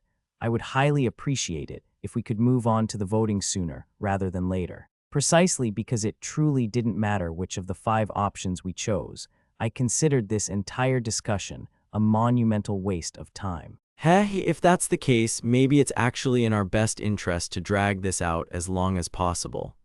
Ike laughed, clearly still annoyed by my earlier cold shoulder. This is a group battle, Ike. Katsuragi warned him. There is absolutely nothing to be gained from pointless bickering. Ayanokōji's the one who's been picking a fight with me this whole time. Ike shot back. He looked like he was about to keep arguing, but instead, he just scratched the back of his head and sighed. Ah, whatever, this is probably useless anyway. Let's quit talking and just get to the voting. Following Katsuragi's lead, we finalized our class-based adjustments and cast our votes. Since everyone has finished voting, I will announce the results. The supervisor stated. The final tally is 3 votes for B9, 4 votes for E12, 3 votes for F14, 3 votes for I10, and 3 votes for I13. From here, Group 3 will proceed to E12. We will now distribute tokens to each student in accordance with these results. It seems safe to assume that everyone played their part perfectly. Katsuragi noted, our group had managed a safe start, perfectly executing the split. Every class walked away with 10 tokens, and no difference was created whatsoever. Satisfied with the result, Katsuragi gave a deep nod of approval. Despite their various dissatisfactions, the other students had ultimately prioritized securing the guaranteed tokens dangling right in front of them. None of the betrayers you were so worried about showed up. Good for you, Ike. Katsuragi said. Well, yeah, but that's because the idea to prevent betrayals came from my class, right? Ike argued. Before you start complaining to me, you should thank Kikayo-chan. Thanks, by the way. While pushing back against Katsuragi, Ike forcefully asserted that their success was entirely thanks to Kushida. No, not at all. Kushida replied, maintaining her flawless, gentle smile amidst the mixed group of classmates and outsiders. I really wasn't confident in the idea, but I'm just happy I was able to be of use to everyone. She played the part of the slightly embarrassed, humble girl to perfection. Yeah, Kushida-san really did think of a great way to prevent betrayals, didn't she? I guess the way she sees things is just completely different from the rest of us. Shinohara remarked. It was a stinging, pointed jab delivered in a way that only the members of Horikita's class would understand. Was it simply because she harbored lingering resentment toward Kushida, or was she annoyed that Ike was so openly praising her? Either way, Kushida didn't let her mask slip in the slightest, effortlessly letting the comment slide. Part 2. By the time we finished our trek, it was already past 6:00 p.m. Following the supervisor's instructions, we decided to pitch our tents here for the night. The students set about erecting tents and installing temporary toilets with practiced efficiency, naturally segregating the living areas by class. Within the main campsite, the territory was loosely partitioned into 4 distinct sections, one for each class. However, the moment Ike spotted me, he shot me a glare and immediately started in on me. I'm only gonna say this once, Ayanokōji, don't come anywhere near our tent without permission. And about what happened earlier too. I have no intention of making enemies out of you outside of the exam tasks. Like anyone would believe that. If you think you're gonna get me expelled, you've got another thing coming. I suppose telling you I have absolutely no intention of doing that wouldn't convince you. No shit, even the way you were acting today. Unable to just sit there and listen to Ike's rising hostility, Katsuragi stopped what he was doing and rose to his feet. Need I remind you that, for the time being, we are allies in the same group? Katsuragi delivered his warning firmly. Still, having felt repeatedly made a fool of, Ike's anger wasn't going to cool down that easily. Look, I am calm, but there's no way I can see him as an ally. Ayanokōji is a traitor to the class and he treats us like idiots. You can't let your guard down around him. Who knows when he might try to slit our throats in our sleep. Ike turned to me before continuing. Anyway, sorry, but just keep away from us unless it's absolutely necessary. If one of the 16 people in this group was guaranteed to be expelled, I might understand your hostility, but... It's fine, Katsuragi. What Ike is saying is fundamentally correct. After that, I grabbed my bags and ducked into our newly assembled 3-person tent. A moment later, Yoshida followed me inside. Still, Ayanokōji, do you have some kind of grudge against Class A, or rather against Ike and Shinohara? I don't hold any grudges, though, considering the circumstances, they have plenty of reasons to hold one against me. Well, yeah, I guess that's true. But if that's the case, what was up with your attitude during the task earlier? You went a bit far, and some of the things you said didn't even make logical sense. Are you dealing with some kind of issue or special circumstance you can't easily talk about? Even though I had answered him honestly, Yoshida didn't seem entirely convinced. I mean, going out of your way to leave Class A is pretty bizarre in itself. I paused my unpacking and looked over at Yoshida. He met my gaze with a serious expression and continued. How do I put this? Watching you just made me wonder if you really made the right call. With your abilities, you could have comfortably graduated as a member of Class A. Being in class doesn't mean much to me. Even without using class privileges, there are plenty of alumni who have successfully made it into university. Sure, someone like you could probably pass the entrance exams for a top-tier college on your own. Still, after enrolling in a tough school like this, don't you think you might as well take advantage of the class of privileges while you're at it? Fair point, I won't deny that. You're not even gonna deny it. Yoshida laughed, landing a playful smack on my shoulder. I'm sure the other guys have already grilled you about this, but have you decided where you're going after graduation? I'll be going to university. I just haven't decided exactly where yet. Even though I knew university life was completely irrelevant to my future, I had done a fair bit of research on the subject just so I wouldn't slip up and expose my ignorance. For a third-year high school student, summer was the crucial period to narrow down their top choice schools. From what I'd read, it was standard practice to have those choices locked in by November at the latest. Have you finalized your choice yet, Yoshida? You mentioned before that any decent university would be fine. Nah, nothing's changed. If I had to pick, I'd say I kinda want to stay in Tokyo. That being said, if I can't graduate from Class A, worst case scenario is I end up at some local college back home. Unlike regular high schools, this school offers a unique perk, the class of graduation privilege. Yoshida's case, for example, his plan was to take the entrance exams for a local college and try to get in on his own merit first. I didn't know if this had always been the rule, but under the school's current system, the final class standings are locked in on March 1st, right before graduation. If a student chooses to exercise their privilege at that point, they bypass the standard admission process entirely and are accepted into their university of choice under a special quota. Naturally, entering a university that far exceeds your actual academic level comes with serious drawbacks.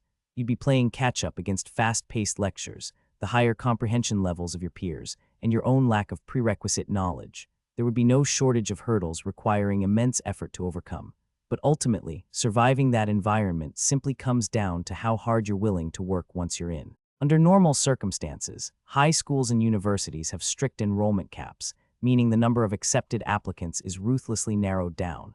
Add in the pressure of make-or-break entrance exams, and the fact that the higher a university's prestige, the fiercer the competition, and the barriers to entry become incredibly steep. But if you can skip all those hurdles and guarantee your enrollment, all you have to do is push forward with everything you have. Granted, this strategy wouldn't work for every academic path. Forcing your way into medical school or certain highly specialized majors without the necessary foundation might not lead to a very bright future. For students lacking confidence in their academics, rather than half-heartedly using the class a privilege to struggle through college, it would be far more valuable to use it to secure a job at a major corporation straight out of high school. Well, before we start talking about our dreams, we actually have to win this special exam first. Yoshida sighed, flopping down onto his side in our relatively spacious tent. I immediately told him to get up, prompting him to lift his upper torso back off the floor. What is it? You're right, winning this exam is crucial, I said, holding out my smartwatch for him to see. Fortunately, the other classes are tucked away in their own tents right now. There are a few things I want to test out while we have the chance, so keep me company for a bit. I don't really get it, but I'm guessing you've thought of something. All right, let's do this. Pushing past his exhaustion, Yoshida sat up across from me as we spent the next little while running through my tests. Part 3. By 7:00 p.m., it was time for dinner. Rations in hand, I headed over to the girls' side of the camp and called out to Kushida, who was mid-conversation with Amikura. Would you like to eat together? Amikura's smile seemed to stiffen for a fraction of a second. Perhaps the invitation had brought someone else to mind, yet she quickly smoothed over her expression and urged Kushida to go ahead. Looking suitably bewildered, Kushida grabbed her meal and followed me. We walked until we were safely out of earshot, at which point she stopped, keeping a deliberate distance of about a meter between us. What are you trying to pull, Ayanokōji-kun? Didn't you say you wanted to discuss our plans for tomorrow? I never said that. Besides, it's not like you actually need my help, right? Honestly, you're just being a massive pain. Is that so? I figured that giving you a chance to prove your worth to the group would satisfy your need for approval. I thought you'd be happy. Don't make me laugh. If it were just you, Ayanokōji-kun, that'd be one thing. But do you have any idea how agonizing it is to be put on a pedestal in front of Shinohara and the others when they already know my true nature? They're just messing with me for their own amusement. She punctuated her rant by narrowing her eyes into a vicious glare. Though I suppose I understand that you can't exactly rely on Shinohara or Ike. She muttered with an exasperated sigh, grudgingly accepting that she had been chosen by process of elimination. Putting that aside, it looks like you're adjusting quite nicely to your new class. With Sake and Agi gone, they lost their safety net. They probably would have rallied around anyone in that position, wouldn't they? You don't say. She scoffed. Her response was brief, followed by a fleeting moment of hesitation.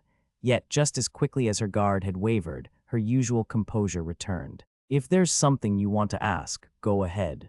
It's nothing in particular. She fired back instantly, but sensing that I'd already caught her hesitation, she let out a quiet sigh. It's just, the rumors about you right now are endless. I don't believe all of them, obviously, but I've been hearing plenty of things from Class D as well. She shifted her gaze toward Amakura and the rest of Ichinose's class as she spoke. Still, her expression shifted as she deliberately changed the subject. Having my true nature exposed has been almost entirely a nightmare.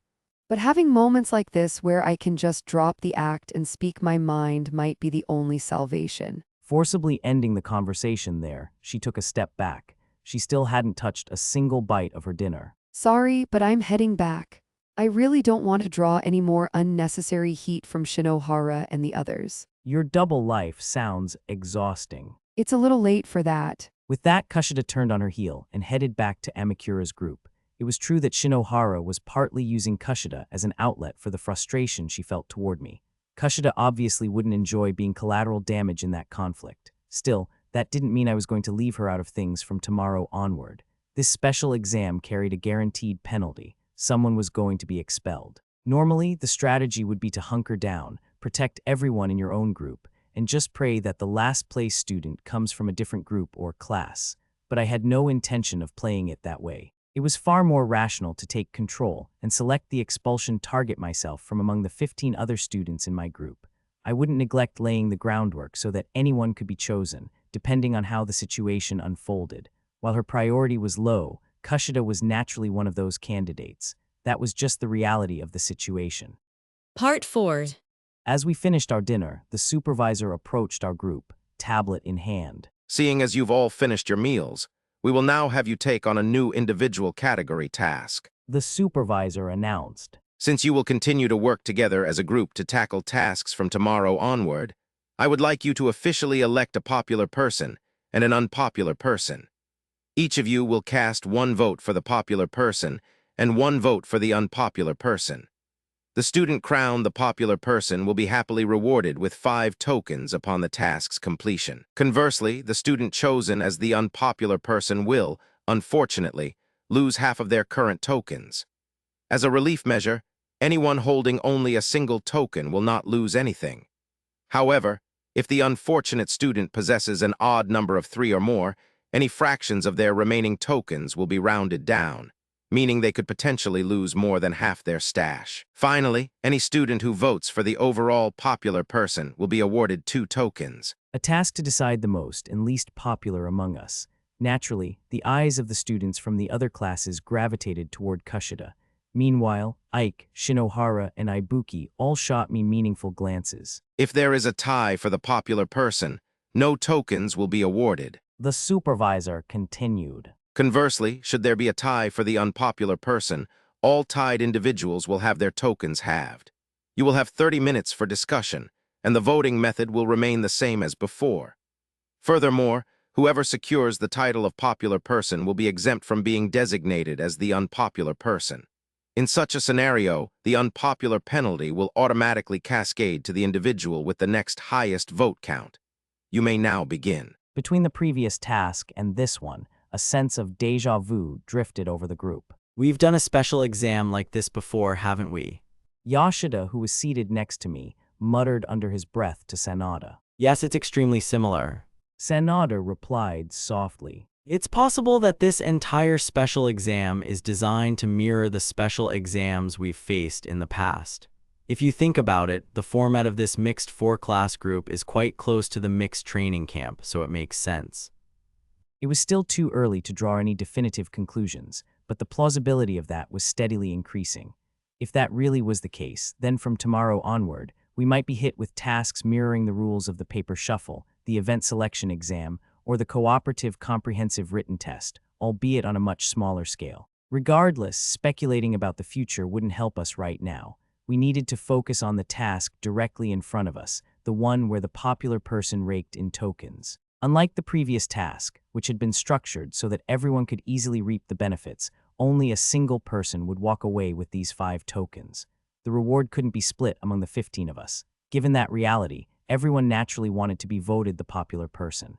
However, the reality was that very few students possessed the confidence to brazenly assert their own popularity. More often than not, those who loudly declared themselves popular were the very ones who ended up ostracized. Even Ike, despite his obvious urge to speak up, chose to keep his hand down. He was well aware that the popular person title was entirely out of his reach. More than that, he was terrified that drawing attention to himself would backfire, turning him into a prime candidate for the unpopular person votes. This task is going to be a headache. Someone muttered. If we all coordinate and vote for the same popular person, we each get 2 tokens, but the winner walks away with 5. Reaching an agreement on who gets the lion's share won't be easy. If we're going to struggle to reach a consensus, wouldn't voting for Kushida be the safest bet, assuming we're basing this strictly on popularity? I interjected, hoping to cut down on a drawn-out discussion. Me. Kushida blinked, feigning surprise. Actually, she might have been genuinely surprised. After all, every single student in Horikita's class had already witnessed the real Kushida. While she likely interpreted my suggestion as a surface-level endorsement of her sweet persona, the raw surprise in her eyes suggested she was frantically trying to deduce my underlying motive. At the same time, Yoshida and my classmates were visibly taken aback. Recommending a student from a rival class essentially meant willingly handing over the biggest payout. While Kushida directed a suspicious gaze at me, I also felt the inward pressure of her asking, "What are you plotting?" It might just be my imagination, so I ignored it and continued speaking. Of course, this is just a suggestion. If anyone has a more suitable candidate in mind, I have no objections. By framing it this way, I made it seem as though I wasn't forcing the issue. Even so, the first idea tossed into the ring inherently sets the baseline for the rest of the debate. No, you're definitely right. Ike immediately latched onto the idea. Kikayo-chan is super popular. She gets along with everyone and never gets involved in unnecessary drama. Glossing over the fact that it was my suggestion, he cheerfully voiced his support. Kushida possessed 2 faces, even though everyone in her class knew about her true nature. As long as the other classes remained in the dark, her public persona was an asset that could be exploited. Ike understood that much perfectly well. Furthermore, his inherently high affection for Kushida was likely fueling his eagerness. You think so? I'm not really sure. She murmured. Nah, out of everyone here, it absolutely has to be you, Kikayo-chan. No question about it. Ike nodded along enthusiastically, his face lit up with a wide grin. When Kushida responded with a bashful, sheepish smile of her own, Ike's expression melted even further, his eyes crinkling with sheer delight as a goofy smile spread across his face. While Ike's endorsement was unmistakably providing tactical covering fire for the class, from the perspective of his girlfriend, Shinohara, there was absolutely nothing amusing about it. It was painfully obvious that her frustration was spiking at the sight of her boyfriend fawning over another girl. Under normal circumstances, she probably would have dragged him off by the ear and hurled a few insults his way. However, securing the popular person spot for Kushida directly benefited their own class. Well, yeah. Shinohara sighed, unable to keep a hint of sourness out of her voice. It'd be a different story if someone like Ichinose-san were here, but out of this group, isn't Kushida-san the safest choice? Swallowing her personal irritation, she opted to back up Ike's proposal. Naturally, this momentum didn't sit well with anyone outside of Class A. Pushback began almost instantly. Hold on a second, I get why you'd say Kushida is popular, and I'm not denying that, but just handing her our votes like this is a bit. Yoshida trailed off, his hesitation clear as he struggled to voice a solid counterargument. Then who else are you gonna vote for? Ike challenged. Name one person here who's more popular than Kikayo-chan. Go on, I'll wait.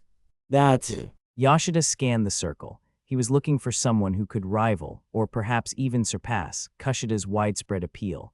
But even if he tried to bluff, no such student existed in our current lineup. See, no matter how you slice it, there aren't any other candidates, so it's decided. I'm really not all that great, though. Kushida offered another modest smile, but her denial was flimsy. Her demeanor clearly left the door wide open for her to accept the nomination, and that very vulnerability gave Ike and the rest of class all the more reason to keep pushing for her. I get where you're coming from, Yoshida, but realistically, there's no better candidate than Kushida. I offered this dry defense for the benefit of Class A, though I was ultimately just stating the facts. If only Shiraishi were here. Yoshida muttered under his breath, his quiet frustration slipping past the others' notice.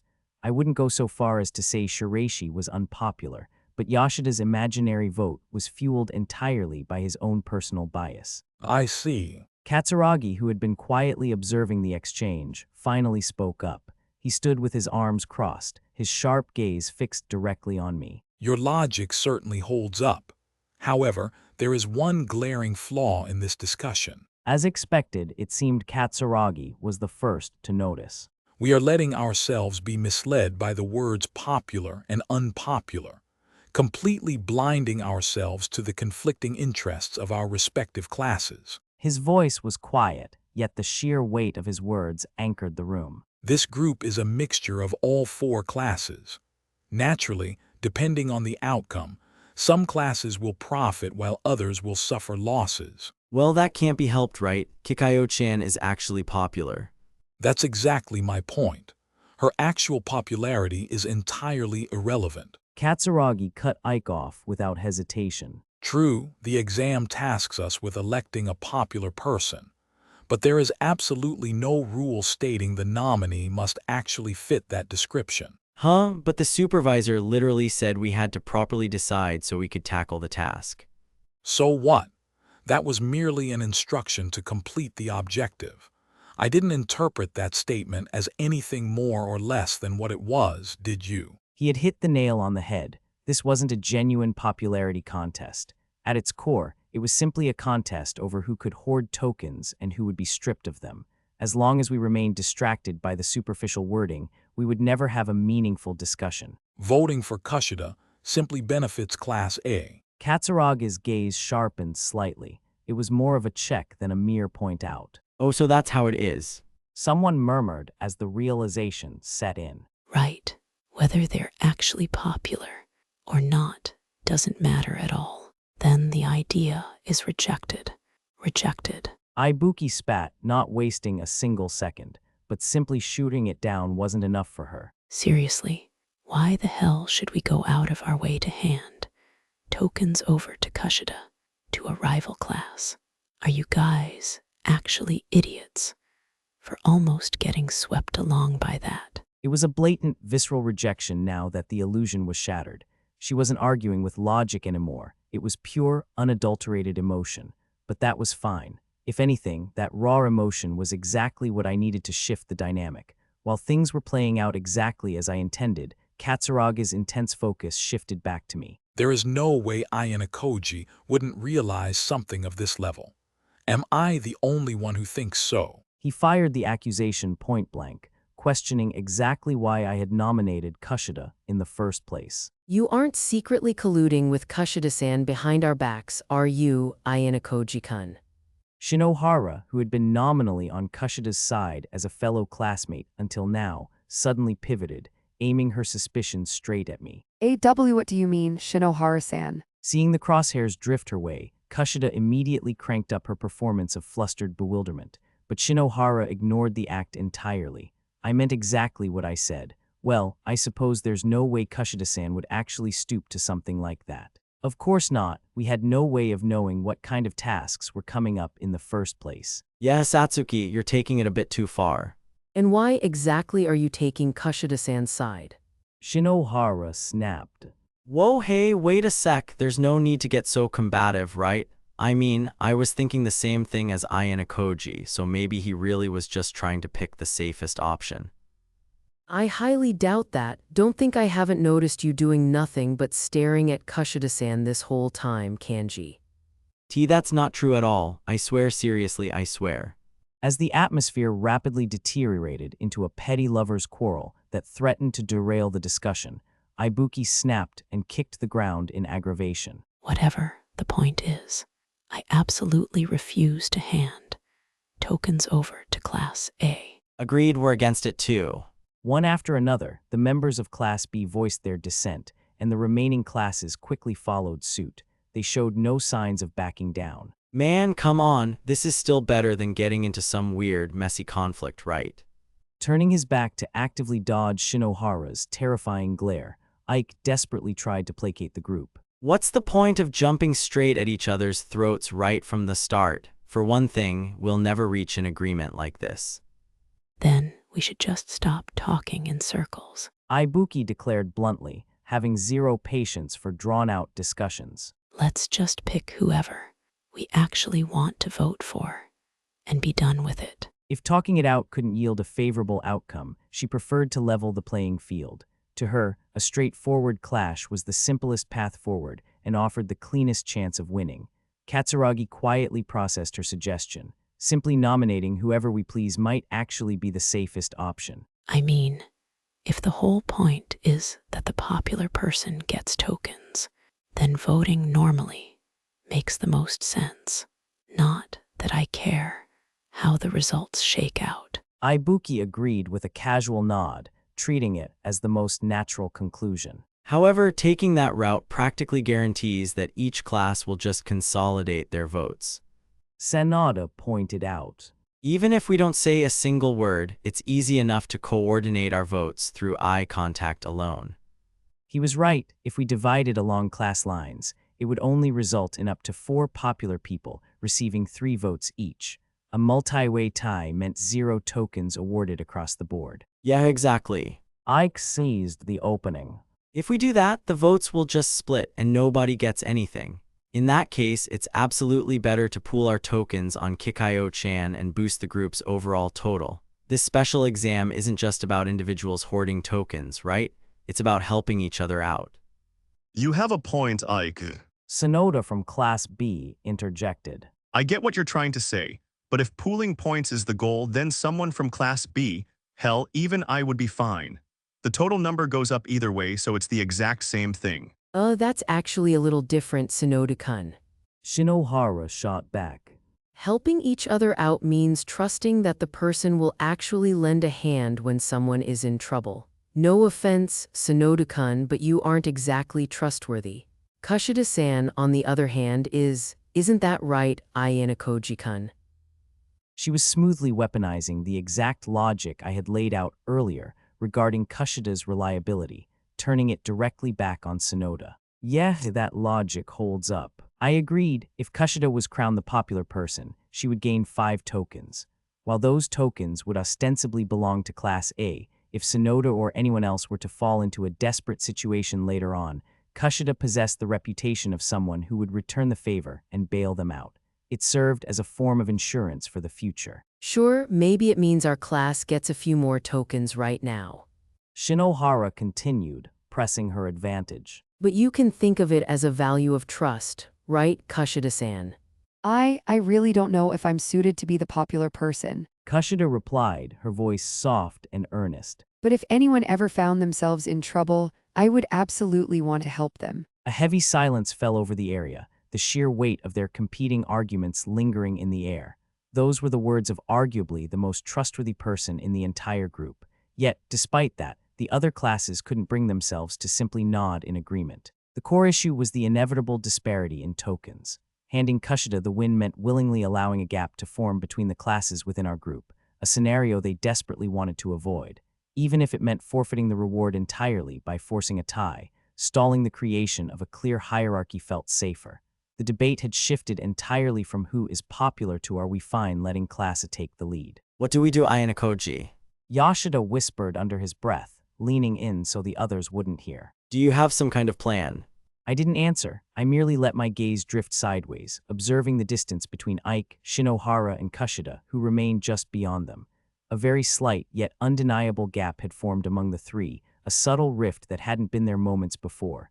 For the purposes of this task, that alone was sufficient. It was nothing more than a tiny seed of discomfort right now, but given enough time and the right circumstances, it would inevitably blossom into something far more tangible. With no clear compromise in sight, the clock continued to tick down. 1 minute passed, then 2. Seriously, what are we doing here? We can't move forward if we don't actually decide on something. Ike finally snapped, his patience wearing thin. However, the edge in his voice wasn't fueled by genuine anger. Rather, it was a desperate impatience to just get it over with, proof that he couldn't stomach the suffocating tension in the room for another second. Regarding the popular person, it really feels like that's our only viable option. Shinohara added, her gaze flicking up slightly. Naturally, a few sets of eyes immediately gravitated toward her. A clear sense of caution still lingered in those looks, but for the time being, that was fine. Basing the vote solely on Kushida's personal trustworthiness, you say. Katsuragi mused, his arms still crossed. True, if you frame it strictly from that angle. The logic is sound, but... His eyes remained narrowed, silently probing my intentions. It was obvious he still wasn't entirely sold on the idea. I don't care if the class votes end up splitting, or whatever. It just means we're stuck, picking randomly, in the end anyway. Right. Ibuki scoffed. So why are we still rambling in circles? This is so stupid. Right? We basically just have to decide what's better, letting the votes split so nobody in the group gets any tokens, or giving the win to class A so the group's overall total goes up. Ike said, offering a quick shrug. Trying to pull off some weird mind game and completely whiffing it is way worse. Besides, if the group is bringing in tokens, we should normally be grateful for it. Shinohara chimed in with a small nod of agreement. Her comment sounded casual, but it carried exactly enough weight to decisively tip the scales. By shifting the focus to a simple, easily digestible matter of total profit, the resistance from the other classes weakened considerably. I can't say my objections have completely vanished. Katsuragi finally conceded. But seeing as there is no clear counter-proposal on the table at this moment, I am willing to tentatively accept this. All right then, are we officially good with Kikayo-chan as the popular person? When no one voiced a direct objection to Ike's confirmation, a few seconds of heavy silence ticked by before it was quietly processed as unanimous approval. With that, the first major hurdle was cleared. I guess that's fine. Ibuki said suddenly, leaning forward. But by the way, what exactly are we doing about the unpopular person? The atmosphere changed instantly, the air around us growing noticeably heavier. If anything, one could argue that this was the true crux of the matter for Ibuki. Unlike with the popular person, no one dared to casually open their mouths this time. And naturally so. This wasn't about uplifting someone, this was a discussion about tearing someone down.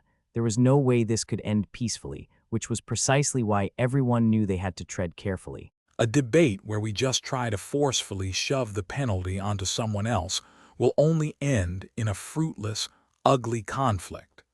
The simplest resolution is for someone willing to take the loss to step forward. Katsuragi stated, deliberately cutting to the chase in an effort to prevent the atmosphere from turning hostile. Well, I suppose that's true. A Class C student muttered, and the rest of his classmates mirrored his complicated, uneasy expression. Locking in the popular person during this discussion is enough. Katsuragi added after a brief pause. As for the unpopular person vote, we simply need to let everyone judge the situation for themselves and cast their votes however they see fit. So it's a no hard feelings kind of deal, right? Shinohara confirmed, though a slight edge of irritation bled into her voice. She wasn't dumb. She knew perfectly well that if she voiced a strongly negative opinion right now, she would instantly paint a target on her own back. Ibuki, who had been the one to bring the issue up in the first place, also kept her mouth shut after that. Unlike Kushida, who had cleanly secured the popular person spot, Ibuki was exactly the type of student who was at high risk of gathering the unpopular votes. That's what it comes down to. Katsuragi confirmed. I see. Sanada murmured, summarizing the strategy aloud. By choosing not to unify our votes, we are conversely leaving room for mind games. He gave a small nod, looking thoroughly convinced. He was right. If we forcefully nominated a single sacrifice right now, the thought process for everyone would remain simple and straightforward. But by dispersing the target, we were forcing everyone to read between the lines, and those readings would inevitably become distorted. Ike relaxed his shoulders, and Shinohara mirrored him with a small sigh of relief. They exchanged a brief look. It was a perfect display of silent communication, a phenomenon the other classes were now unconsciously beginning to mimic. Claiming we would leave the unfortunate roll-up to luck without singling anyone out was nothing but a convenient facade. In reality, coordinated voting blocks form just as easily for negative penalties as they do for positive rewards. In fact, the psychological mechanics behind a negative vote drive an even stronger need for collusion. Voting as you please sounded perfectly fair on paper, but in practice, it immediately sparked a web of mind games. Predictions are made, and people naturally piggyback on those predictions to protect themselves. If that bandwagon effect is left unchecked, it inevitably converges on a single point, the absolute safest, most convenient target. There was no need to wonder who that unlucky target would be. Ike and Shinohara were going to vote for me with 100% certainty. Ibuki would read that and cast a third vote my way. Furthermore, astute students like Katsuragi would anticipate this exact flow and steer their own votes to push me securely into the unpopular spot. This silent consensus was already spreading rapidly among the students outside of Class C. It was no wonder Sanada looked a bit anxious as he sensed the current solidifying against us, but he couldn't raise an objection.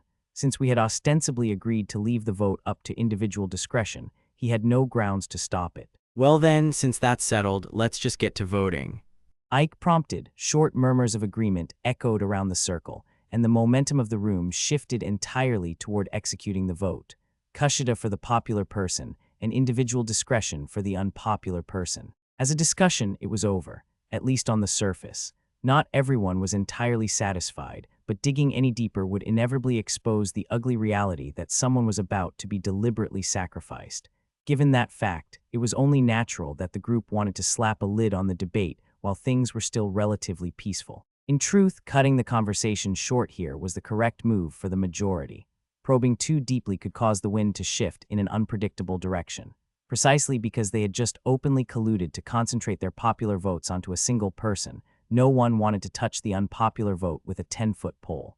The superficial declaration of not deciding was functioning perfectly as a collective safety measure. However, naturally, for me who was being targeted, I had no intention of letting the discussion end here. I'd like to confirm one last thing before we proceed. I spoke up, cutting through the final moments before the vote. If we actually leave this up to individual discretion, the unpopular votes will split. That means multiple students could end up having their tokens halved. Isn't that the absolute worst-case scenario? What gives? You're still dragging this out. Ike groaned. Enough already. It's not like we've decided the unpopular person is gonna be someone from Class C or anything. His words were laden with thinly veiled subtext. What he was really saying was, you're going to be the unpopular person, so a split vote isn't going to happen anyway. I really don't wish to dig this back up either. Sanada interjected, likely sensing this was his only window of opportunity. But in that case, what do you believe is the correct course of action, Ayanokōji-kun? You could practically feel the irritation rolling off the other classes. This was a topic they desperately wanted to sweep under the rug. It's a difficult problem, I answered without missing a beat. The reality is, being chosen as the unpopular person carries nothing but severe demerits. Which is precisely why we are conducting an equal, open vote. Katsuragi stated. If that results in a tie and multiple people take the penalty, then it simply cannot be helped. Katsuragi's sharp gaze locked onto mine. His words carried an unmistakable, silent challenge. Show me how you plan to maneuver out of this situation. Let's see how you turn the tide. We concentrate our votes on Kushida, who naturally draws the fewest objections as the popular person in both name and reality. That guarantees 2 tokens for all 15 of us. Up to that point, there's no problem. I began, first laying out the premise. The issue lies with the remaining unpopular vote. If the votes split apart, there's a real chance that 2 or 3 students could each lose half their tokens instead. To avoid that, we need to predetermine a single unpopular person from the very beginning, just as we did for the popular vote. We're only having this conversation because we can't do that. Like scoffed. What are you? I'm not finished. I cut him off, turning back toward the group. Therefore, our class will willingly take on the role of the unpopular person. Rather than trusting our fate to some superficial illusion of equality, I was deliberately reaching out to claim the penalty. By doing so, I could steer the situation toward a conclusion that appeared similar, but was fundamentally different. By accepting the unpopular penalty in advance, we can establish a framework where the other classes are absolutely guaranteed to suffer 0 casualties. I explained. Well, yeah, I agree. I totally agree. Right, Satsuki? Yeah, I think it's fine. If Class C is willingly volunteering for it, I don't have any complaints.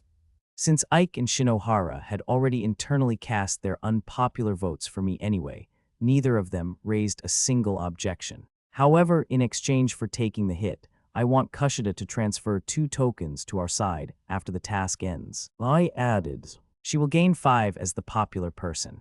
Even if she hands over 2, she still walks away with 3, meaning her individual cut will still be the largest among everyone here. Well, if Class C is taking the penalty, I don't mind that condition at all, but… Kushida began, showing her intent to consent, only for Ike to immediately interrupt. Hold on, why does Kikayo-chan have to bear the burden for that? That's totally messed up.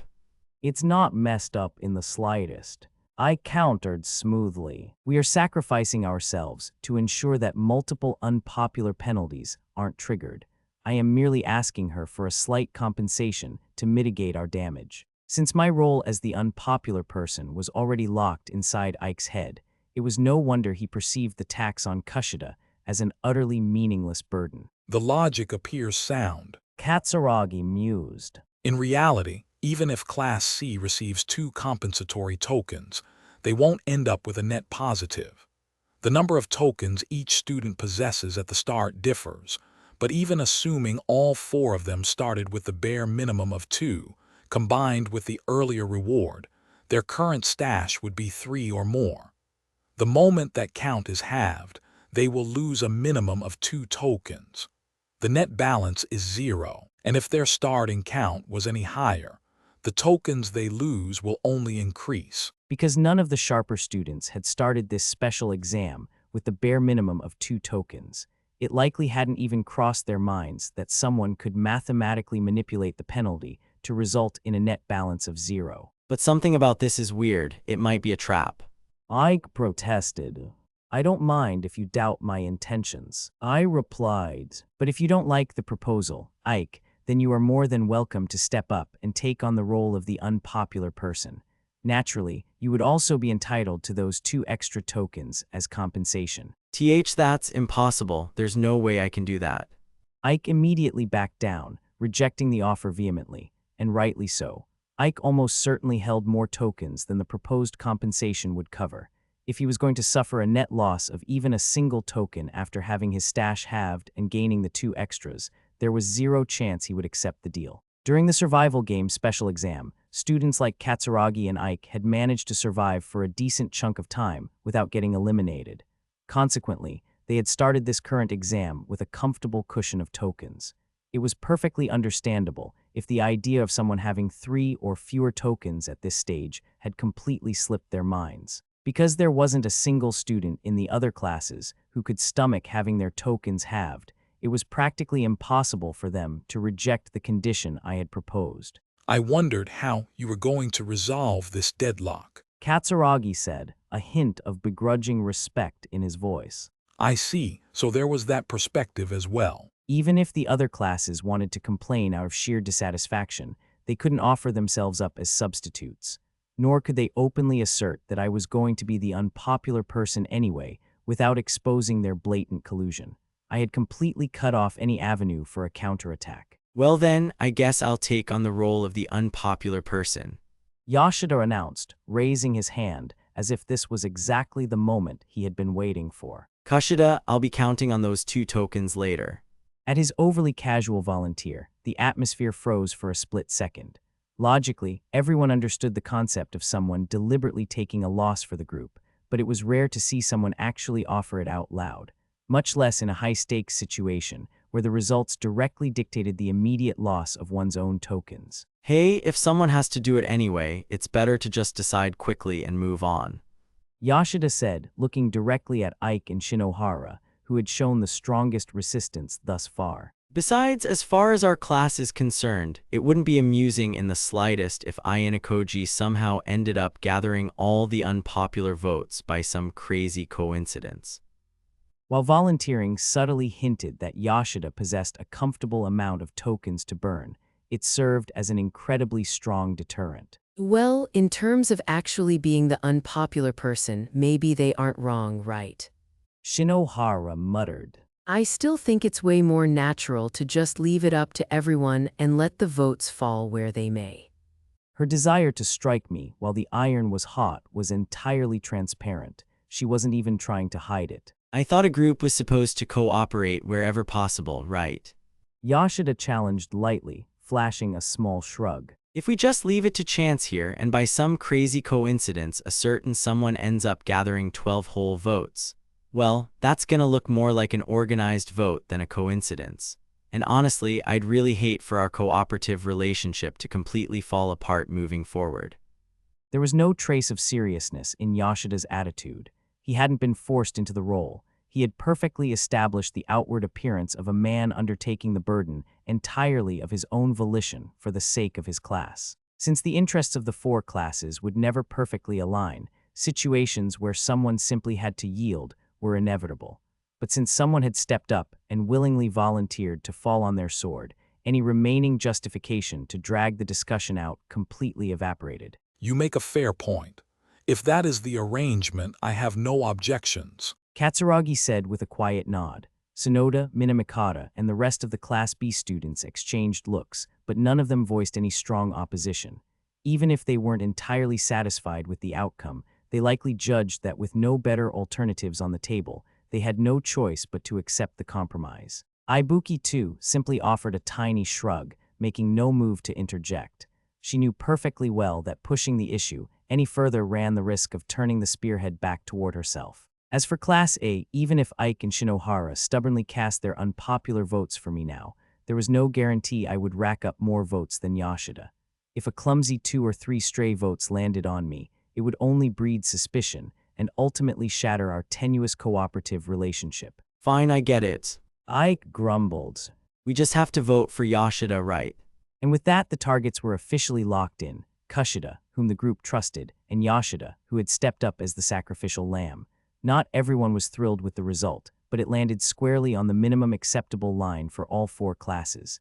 It was a fragile equilibrium, maintained by the mutual understanding that pushing even an inch further would cause the entire discussion to collapse. Following the supervisor's instructions, we all dropped our gazes to our smartwatches.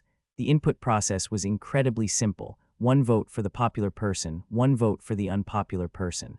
In the brief window before the results were finalized, a heavy silence wrapped the space. No one dared to speak, and so the task reached its conclusion. Once the results were confirmed and the suffocating tension finally broke, Yoshida casually flicked his gaze in my direction. Locking eyes with me for just a split second, he offered a quick thumbs up. To anyone else watching, it was easily brushed off as the small, self-satisfied gesture of a guy who had just taken a hit to protect his class leader. To the rest of the group, Yoshida's volunteer act looked like a genuine, albeit minor, self-sacrifice. Even if they assumed his token stash was relatively low, they knew he mathematically couldn't profit from the exchange. But the reality was the exact opposite. Yoshida was actually walking away with a pure profit. That was because, through a few prior adjustments behind the scenes, I had already lowered Yoshida's token count down to the absolute minimum of 1. According to the rules, anyone holding only a single token was exempt from the halving penalty. Therefore, even after being officially crowned the unpopular person, Yoshida lost absolutely nothing. In fact, since he was now guaranteed to receive those 2 compensatory tokens from Kushida, the entire maneuver carried 0 hidden risks. Shortly before this task began, while we were still inside the tent, Yoshida and I had repeatedly tested the token transfer mechanics. We discovered a few key details. First, the basic condition for a transfer required both parties to operate their smartwatches and physically tap them together, which triggered a default notification sound. However, we realized this chime could be easily muted by simply turning the watch's volume down to 0 beforehand. If transfers could be executed just by brushing 2 watches together, silencing the notification would be a massive security flaw. But since both parties were required to input their personal PINs to authorize a transaction, there was no risk of tokens being stolen in secret. Thus, the school had made the sound notification entirely optional. Next, we tested the actual speed and frequency of the transfers. While the system required you to input your PIN again after each completed transaction, there was practically zero lag. Once we got the hang of it, we found we could continuously fire off transfers in about 10 seconds flat.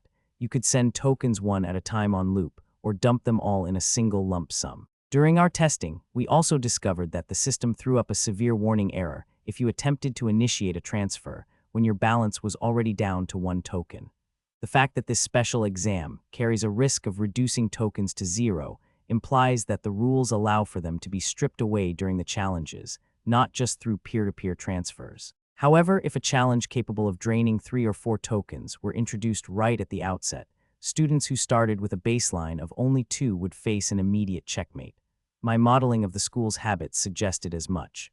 If they intended to inject a negative element this early, they would opt for a mechanism, like having to ensure a 0 balance was impossible. Still, to think I would be able to exploit that exact mechanic this early in the exam, things had worked out almost a little too perfectly. Part 5. The previous task had barely concluded before the supervisor began tapping away at his tablet, offering no hint of a dismissal. I have officially recorded the results and distributed your tokens, he announced. Now we will take a brief 5-minute intermission, after which we will commence the final individual task of the day.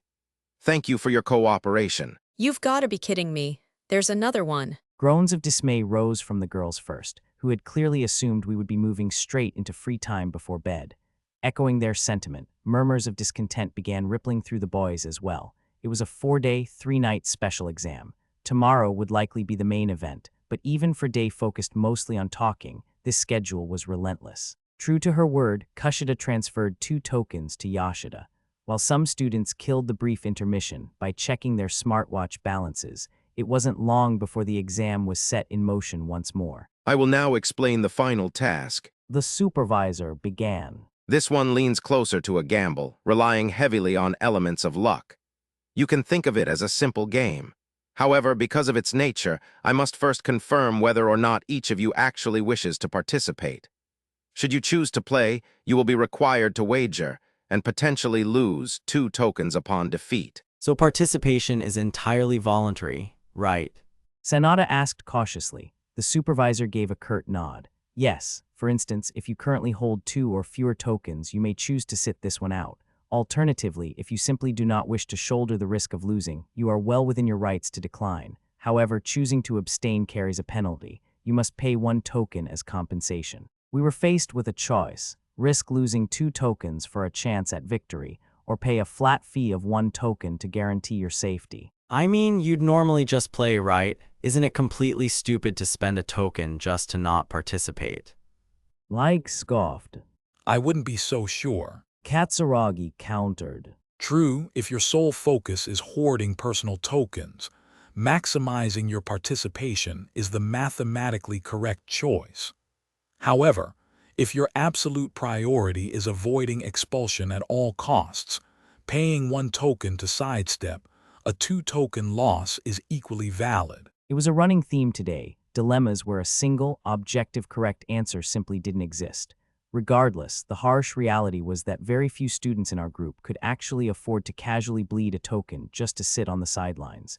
In the end, everyone opted to participate.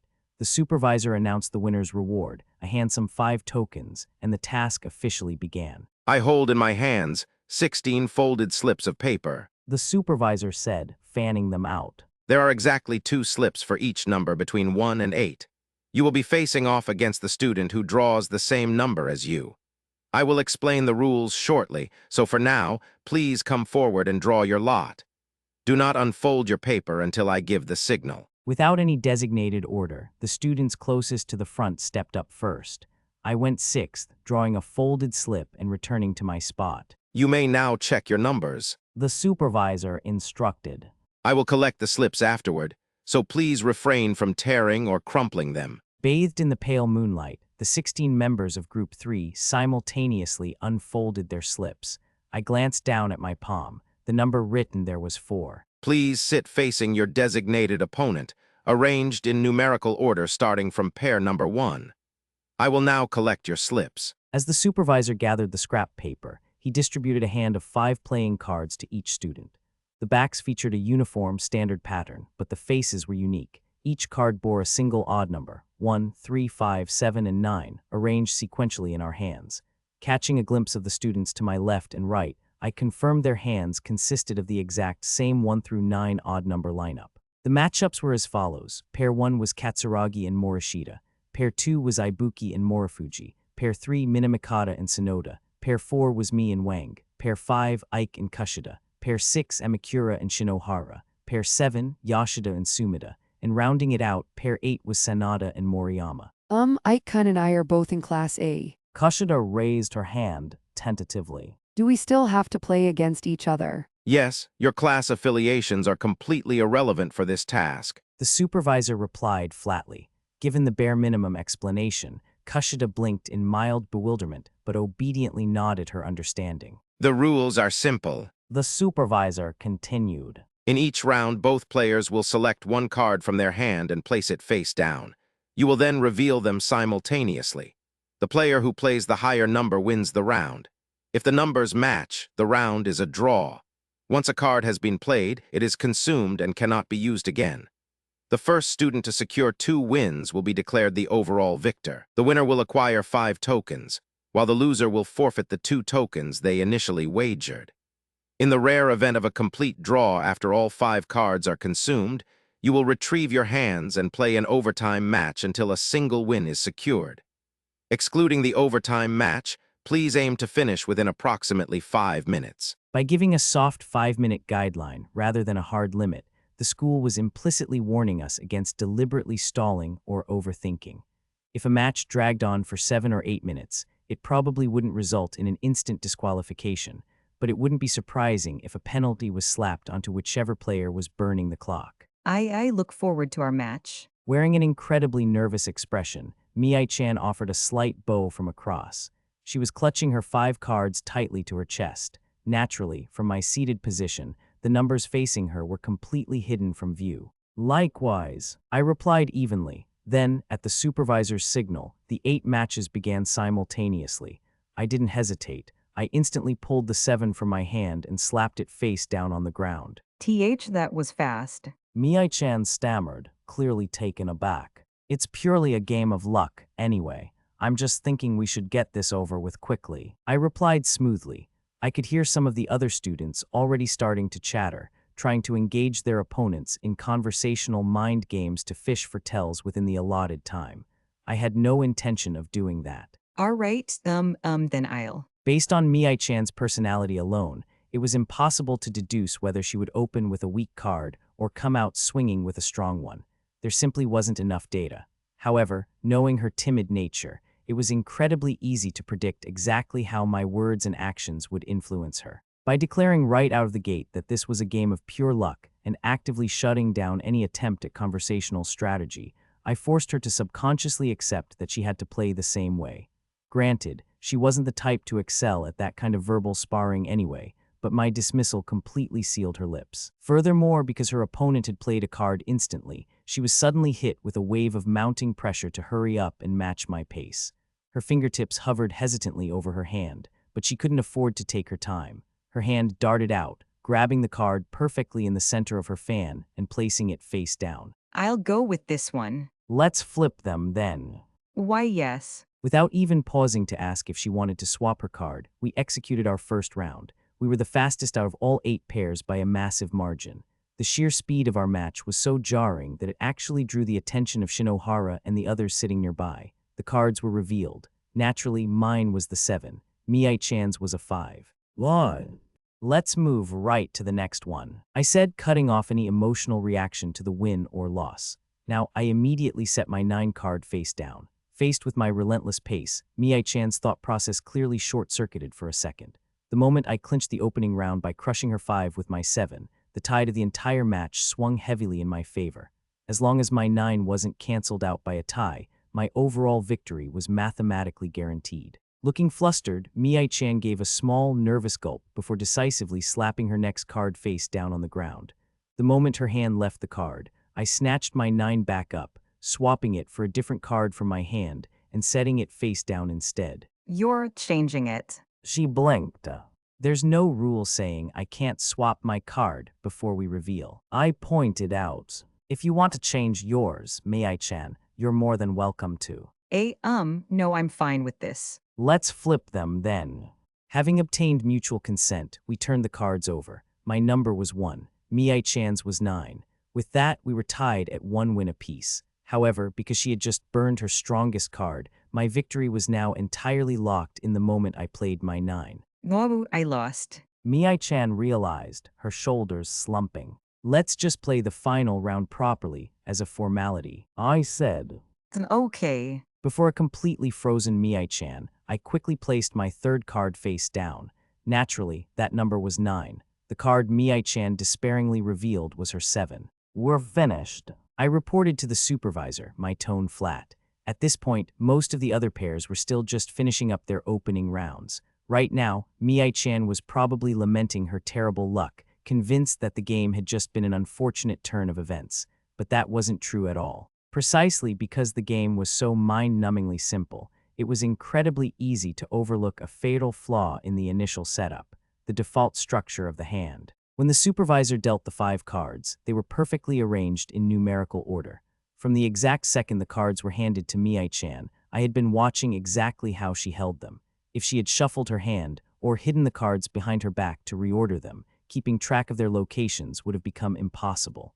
However, she had gripped the cards in her hand exactly as they were dealt. Under normal circumstances, once the match officially started, she probably would have unconsciously shuffled her hand out of habit. But by playing my card instantly and aggressively rushing her, I completely deleted the concept of shuffling from her mind. By making her feel like rearranging her hand was pointless since her opponent was already waiting, I crushed her under the pressure to simply play a card now. From there, the rest was practically automatic. Because I knew exactly where every number was in her hand, all I had to do was observe which card she pulled and swap my own card to guarantee the highest possible win rate. If she had managed to shake off the pressure in the second round and scrambled her hand, I would have simply pivoted my strategy to using conversation to fish for tells. It just so happened that this time, even that wasn't necessary. Shortly after our match concluded, the other pairs began to settle their games sequentially. While a few cases dragged into overtime, the final victors were Katsuragi, Morofuji, Minamikata, Ike, Amikura, Yoshida, and Sanada. Chapter 3, The Approaching Tasks. At 6:30 on the second day, the sun crested over the island, signaling the arrival of morning. The light was still young, pale at the edges, filtering through the fabric of the tent in a muted glow. I woke to the faint sound of footsteps approaching through the quiet morning air, then slowly pushed myself upright. Beside me, Yoshida and Sanada were still asleep. Their breathing remained calm and even completely undisturbed by the presence outside. Peering out of my tent, I found Katsuragi standing nearby. For a brief moment, a faint look of surprise crossed his face, as though he hadn't expected me to emerge so quickly, but he quickly composed himself and offered a brief greeting. Good morning. I returned the greeting and stepped out into the morning air. Sorry. Katsuragi said. Did I wake you up? I was already awake.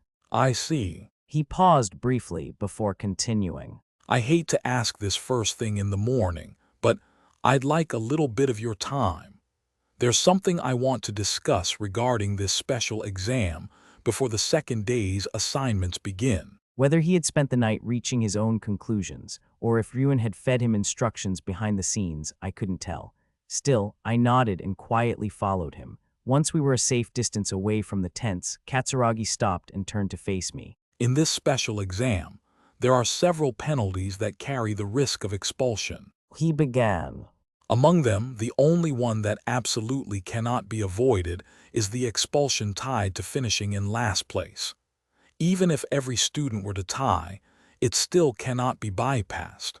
However, depending on the circumstances, I'm sure you understand that it can be overcome rather easily, don't you? A student with a protection point could become the scapegoat instead, I said, assuming things work out cleanly enough to make that possible. That's right. Katsuragi gave a small nod. If this were only a problem within a single class, self-sacrifice would be a highly viable strategy. But in a competition involving the entire grade, that kind of sacrifice could easily end up benefiting the enemy. If there's anyone who'd self-sacrifice without caring whether it benefited allies or enemies, it would probably be someone from Ichinose's class. Hearing that, Katsuragi fell silent for a moment. Is there anyone in Ichinose's class who has a protection point? There were certain details that had not been disclosed to the other classes. Katsuragi slipped the question in casually, as though it were nothing more than a natural extension of the conversation. "Sorry, but I wouldn't know," I replied, "and even if I did, I wouldn't tell you." Fair enough. The internal situation of Ichinose's class wasn't something I could casually discuss with a rivaling class. In truth, I had already confirmed that, at present, no one in Class D possessed a protection point, not even Ichinose. Unfortunately, that meant executing such a strategy was entirely off the table. "This is just my own speculation," I continued. "But regardless of whether she has a protection point or not, I believe Ichinose will hold off on making a move until the bitter end. While she wouldn't hesitate for a second if it meant protecting her own classmates, the current Ichinose isn't about to extend that same courtesy to the other classes." If your prediction holds true, Katsuragi mused. then unless a student with a protection point coincidentally ends up at the bottom, there's a very high chance someone gets expelled the day after tomorrow. And since nobody can see the total token counts across the entire grade, students will naturally focus less on token multipliers and more on simply avoiding last place within their own group. That alone would become enough of a psychological anchor. If someone could confirm they possessed even slightly more tokens than another student, it would at least provide temporary reassurance. Of course, reality was nowhere near that simple. Unless you physically verified someone's token count, certainty was impossible. Furthermore, since tokens could be freely transferred 24 hours a day, that underlying anxiety surrounding the rankings could never truly be dispelled. So what do you plan to do? Katsuragi asked. "That's a rather straightforward question," I replied. "Are you really that curious about my next move?" There's only so much I can do. Katsuragi said calmly. I don't want anyone from Class B getting expelled, but I can't keep track of classmates outside my own group. So at the very least, I want to make sure nobody in the group I'm assigned to gets expelled. Katsuragi wasn't the only one who felt that way. In fact, the vast majority of the student body likely shared his sentiment. Allowing an expulsion to emerge from your own group carried a heavy burden of collective responsibility. That's why it was only natural to want to save those within one's reach. The way you went after Ike and Shinohara yesterday, Katsuragi continued. Wasn't there a reason behind that as well? The way Katsuragi framed the question made it clear he didn't believe I had picked a fight for no reason, nor did he think my attitude was born from petty personal grievances. However, I gave a light shake of my head, brushing off his suspicions. "If that's what you thought, then I'm afraid you're overestimating me," I said. "Those two and I simply don't get along." Are you saying you provoked your own group members based on personal feelings? Katsuragi frowned slightly. That seems highly uncharacteristic of you. I always thought you were the calm and quiet type. Ike and the others said it too, didn't they? I replied that maybe I revealed my true colors after becoming the class leader. Katsuragi fell silent for a moment, studying me. I find that rather hard to believe. He said at last. But fine. Perhaps sensing that pressing any further wouldn't get him any closer to the truth, Katsuragi steered the conversation forward. Whatever your true intentions may be, our fundamental priorities should still align. Neither of us wants to see our classmates expelled. With that as a given, surely there's room for us to cooperate in certain areas. It's true that as members of the same group, there are areas where we can work together. I replied, but on a fundamental level, your way of thinking about the penalties differs greatly from mine. Joining hands might prove difficult. Differs. Katsuragi, your desire to avoid expulsions stems entirely from the fact that they are your classmates. I paused briefly before continuing. But drawing an arbitrary line between your own class and the others misses the point entirely. The real question is whether or not a student actually has the value required to survive this special exam. Whether they are a member of the same group or the same class is irrelevant. If they don't measure up to that standard, then their expulsion is simply inevitable. Katsuragi listened quietly before responding. I won't deny that logic. He said, But treating everyone with perfect objectivity is far easier said than done. Furthermore, prioritizing one's allies is not wrong. Rather, it's a completely natural instinct. That isn't just a rule born of this special exam. If you look back through human history, you'll find the exact same principle at work. whether they shared the same birthplace, the same race, the same nation, humanity has always drawn a line somewhere. Once those boundaries were set, people fought with everything they had to protect those they deemed allies and struck down those they recognized as enemies. I'm not saying that you have to think the same way. Katsuragi concluded. But that is what I believe the natural order should be. It wasn't about forcing a specific outcome upon anyone.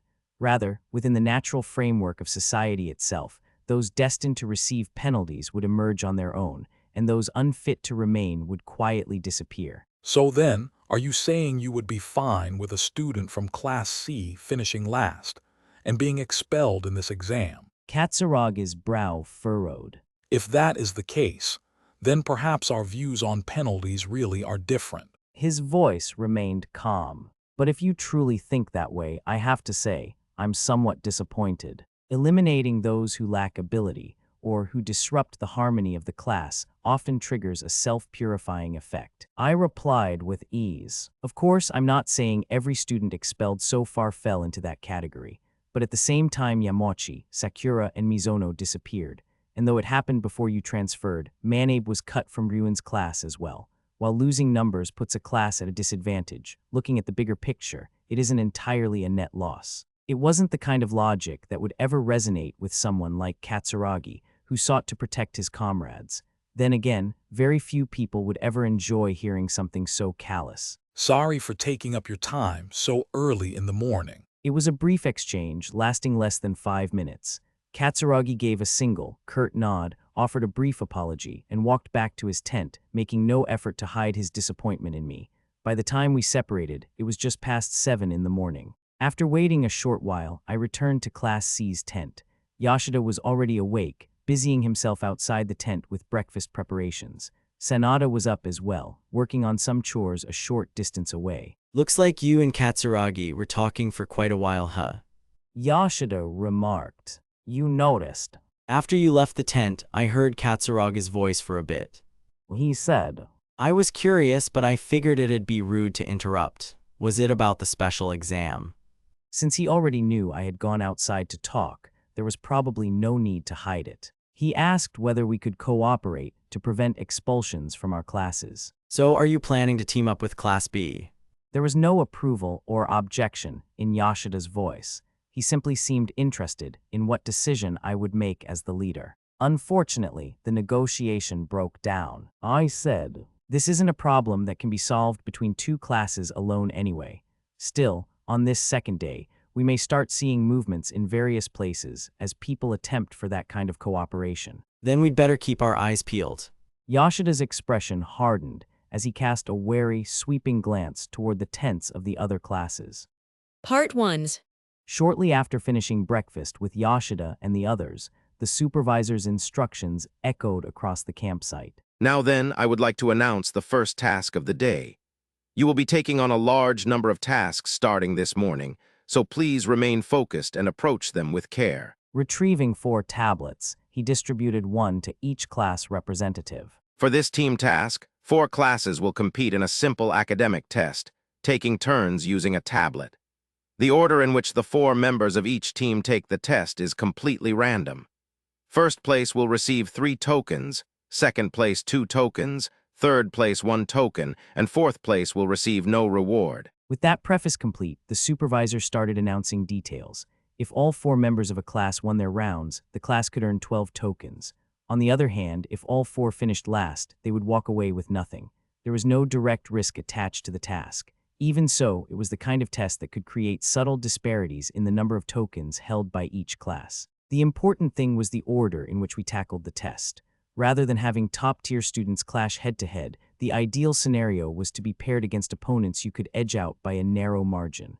For our Class C lineup, the randomized order fell to Morishita, Sanada, Yoshida, and myself. True to the supervisor's word, the format was remarkably simple. Each round consisted of 10 multiple-choice questions with 5 possible answers, drawn from a specific subject. If 2 or more students had the same number of correct answers, their ranking would be decided by the time taken to complete all 10 questions. Morishita placed third in her round and Sanada took first in his.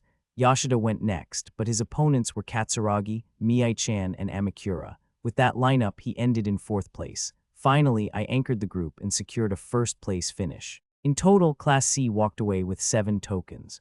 Over in Class A, despite Ike and Shinohara finishing dead last in their respective rounds, Kushida and Mii-chan were blessed with favorable matchups and both secured first place, bringing their total to 6 tokens. Class B earned 5, while Class D matched Class A with 6.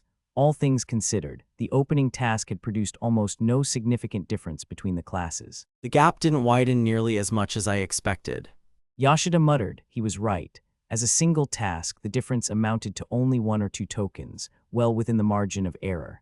However, judging from how smoothly the first task had been carried out, it was unlikely that things would end with just this. Now then, we will move on to the next task. The order will once again be randomized. The supervisor announced that the subject would change, and there on the uninhabited island, we once again turned toward the tablets. In total, we repeated the same process 5 times. At first, the results had been separated by only narrow margins, but as luck and ability began to show their uneven distribution, the scores gradually converged toward what could be called their natural expected values. From the second round onward, the tasks proceeded without changing format, but their underlying nature had certainly transformed.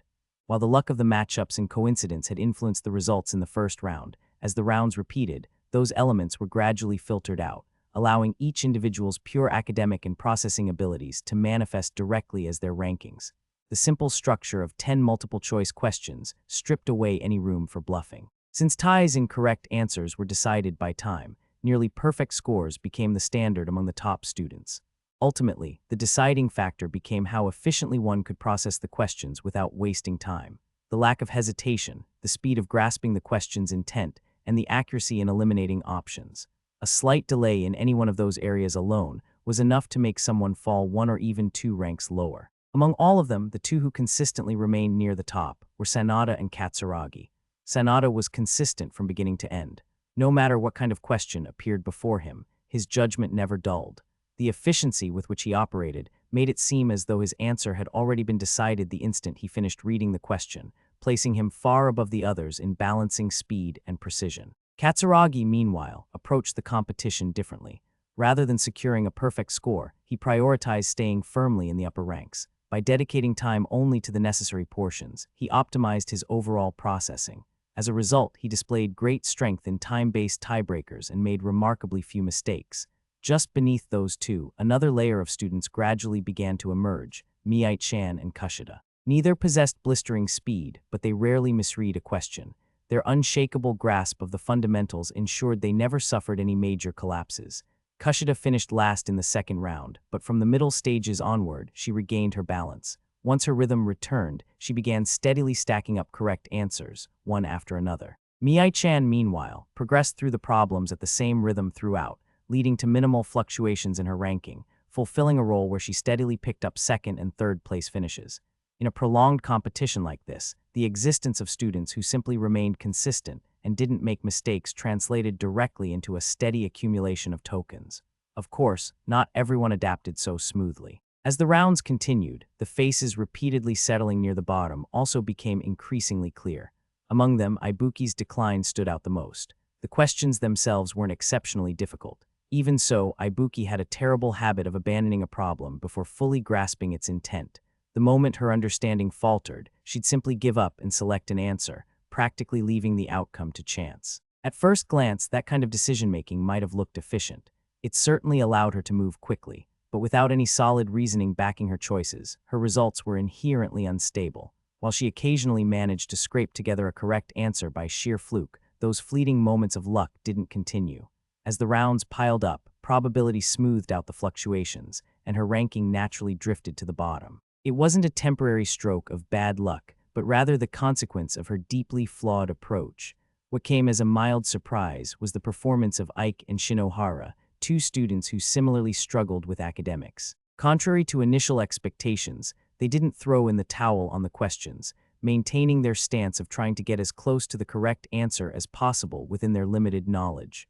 They scrutinized the options one by one, and while hesitating, attached reasoning to narrow down their answers. Their process could by no means be called efficient, and there were many moments where they needed time to make a decision, but at the very least, they did not abandon thinking. Unfortunately, their earnest effort didn't directly translate into favorable results.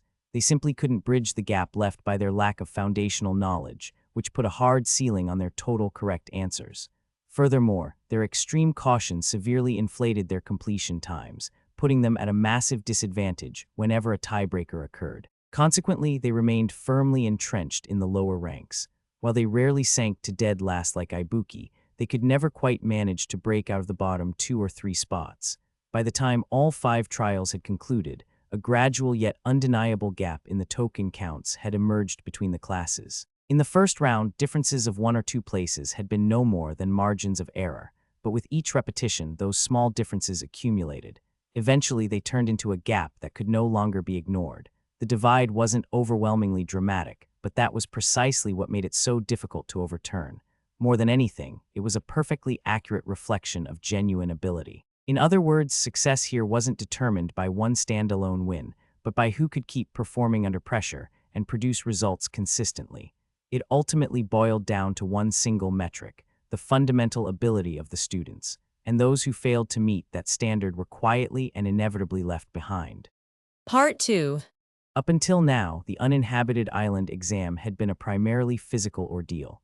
Following this abrupt shift to intense mental exertion, the exhausted students simply collapsed right where they stood the moment a break was called. Unlike the sharp, burning ache of physical fatigue, this prolonged mental strain left a dull, lingering heaviness in the back of their minds.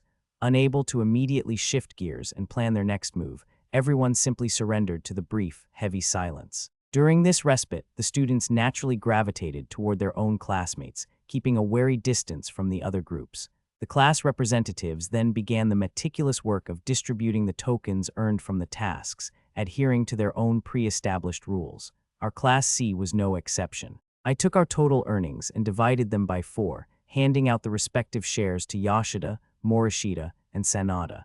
I intentionally opted for a completely even split, choosing not to stagger the distribution based on individual performance. Ike keeps glancing over here. Yoshida muttered. "Don't worry about it." I replied, "It isn't just us. He's curious about all 3 classes." After all, the distribution of tokens was far more than a simple payout of rewards. It was a display of one's contributions laid bare as a numerical value. Naturally, people couldn't help but unconsciously fixate on the shares their peers were taking home. It is a battle against the fear of ending up last after all. Sanada said perhaps his lenses had become dirty, as he quietly removed his glasses and wiped them with the edge of his shirt. I have no idea who's getting how many tokens. Yoshida said after checking the amount he had been given. His eyes drifted casually toward the other 3 classes. Even looking at it by class, it's getting harder to tell how much of a gap has opened up. Since most of our focus had been devoted entirely to the tests themselves, it wasn't surprising that nobody had perfectly tracked who placed where in every round. I'm starting to feel a little anxious myself. Morishita said, Please give me 5 extra tokens for emotional stability. I decided to ignore her unreasonable demand. More than the rankings themselves, what lingered in everyone's minds were fragmented impressions and half-seen results. People tried piecing those fragments together to grasp the larger picture, but there simply wasn't enough information to arrive at certainty, and that looming ambiguity only fanned the flames of everyone's anxiety. Katsuragi-kun, Wang-san, and Kushida-san all seem to be steadily taking higher places. Sanada said, So if we look at it by class, there may not actually be as much of a gap as we think. Sanada, who had a clearer grasp of the situation than Yoshida, answered with calm precision. His words merely traced the facts. Even so, there was more behind them. On one hand, they carried the reassurance that, at this moment, no decisive gap had yet formed. On the other, they implied that precisely because things remained close, the next move could cause everything to shift at once. Of course, it was true that the gaps between classes were widening little by little, but each task offered only a limited number of tokens, so the difference had not yet opened dramatically. That much was also true. However, that applied only when looking at the whole, when viewing the results by team. Since each individual's performance appeared directly as numbers, the situation within each class was different. Even among classmates, differences had begun to spread quietly, but surely. If we turned our attention to the individual level, the gaps were probably reaching the point where they would begin to widen faster than expected. Wait a second. Ibuki's voice suddenly cut through the break. What do you mean? I only get 2. Under normal circumstances, the exact number of tokens someone received was not information that should be allowed to leak to other classes. It was strategic data, the kind of thing better kept hidden. But in a class where distribution itself was based on comparing individual contributions, complete secrecy was rather difficult to maintain. And when the result was one a student could not accept, dissatisfaction had a way of spilling out before anyone could contain it. Ibuki, furious, seemed to have no thought at all for the information she was exposing. She rounded on Katsuragi and began shouting loudly enough for everyone nearby to hear. Her emotions had overtaken her. Profit, loss, risk, none of that seemed to matter in the moment. The only thing driving her actions was the fact that she could not accept the result. I told you from the very beginning. Katsuragi replied firmly. Tokens would be distributed fairly, based on your performance. The tasks thus far have centered entirely around academics, which is your weak point, and you significantly dragged us down. You finished last every time. If anything, I could say I judged you leniently by giving you a reward at all. His words contained no visible emotion, but for that very reason they allowed no ambiguity. Katsuragi did not try to soften the truth or dress it in comfort. He simply placed the facts before her, and by doing so, closed off any room for rebuttal. The remaining 2 members of Class B seemed to have no objection to his reasoning. If anything, they appeared to agree. As long as the standard for distribution was clear, introducing personal feelings into it would only create the possibility that they themselves might be disadvantaged later. There was no reason for them to deny Katsuragi here. They had seen it themselves. Ibuki had finished last in every round. In other words, the number of tokens Ibuki had personally earned was 0. From that perspective, giving her even 2 tokens could only be described as Katsuragi's generosity. Are you trying to make me come in last? Or something? Ibuki snapped. Don't be ridiculous. Katsuragi replied. I have not the slightest desire to see anyone from our class expelled. However, if I distributed tokens equally even to a student who dragged us down, I would be causing trouble for Sonoda and Morifuji. His gaze remained steady. This is a special exam where expulsion is at stake. I absolutely cannot endanger those 2 with an unfair judgment. For Katsuragi, too, this was a bitter decision. That was the part he emphasized. To protect someone, another person had to swallow their dissatisfaction. That structure remained constant throughout the entire exam. This situation was no exception. Then, Ibuki said, her voice lower now, though the anger had not disappeared. If I actually contribute properly, you'll give me more, right? Of course. Katsuragi answered without the slightest hesitation.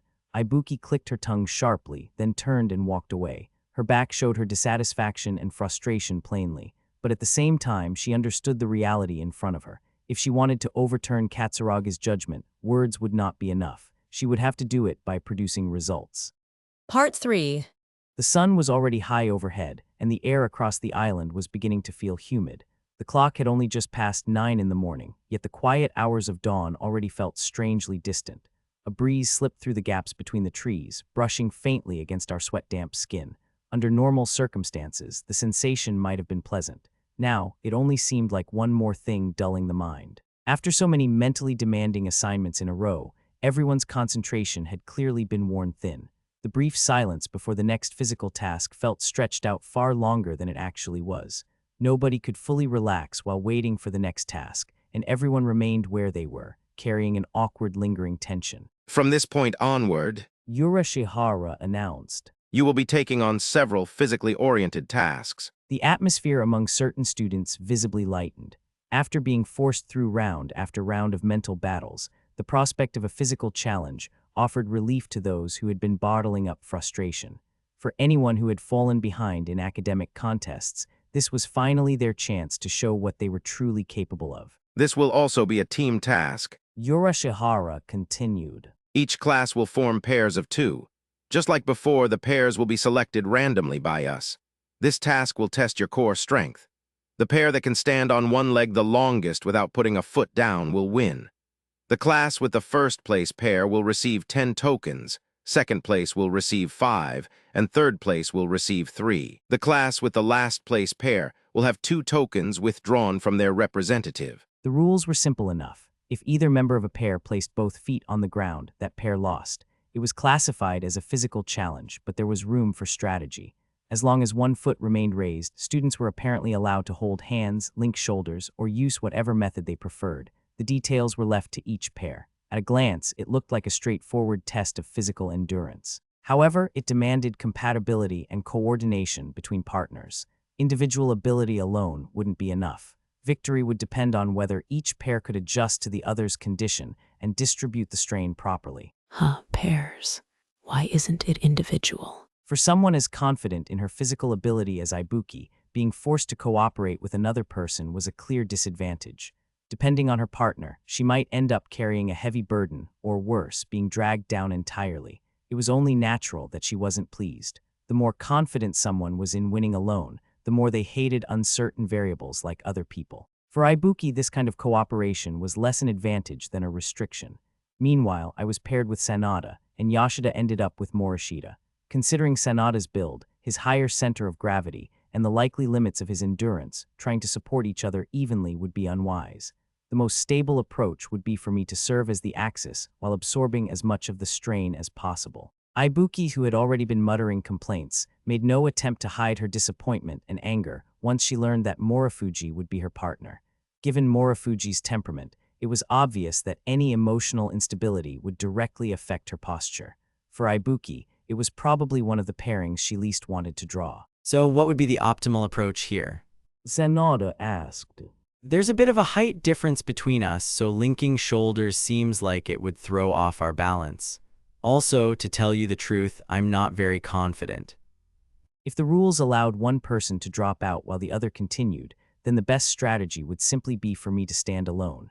In fact, I'd prefer not to have unnecessary support or cooperation at all. But if Sanada went down, I'd automatically be eliminated with him.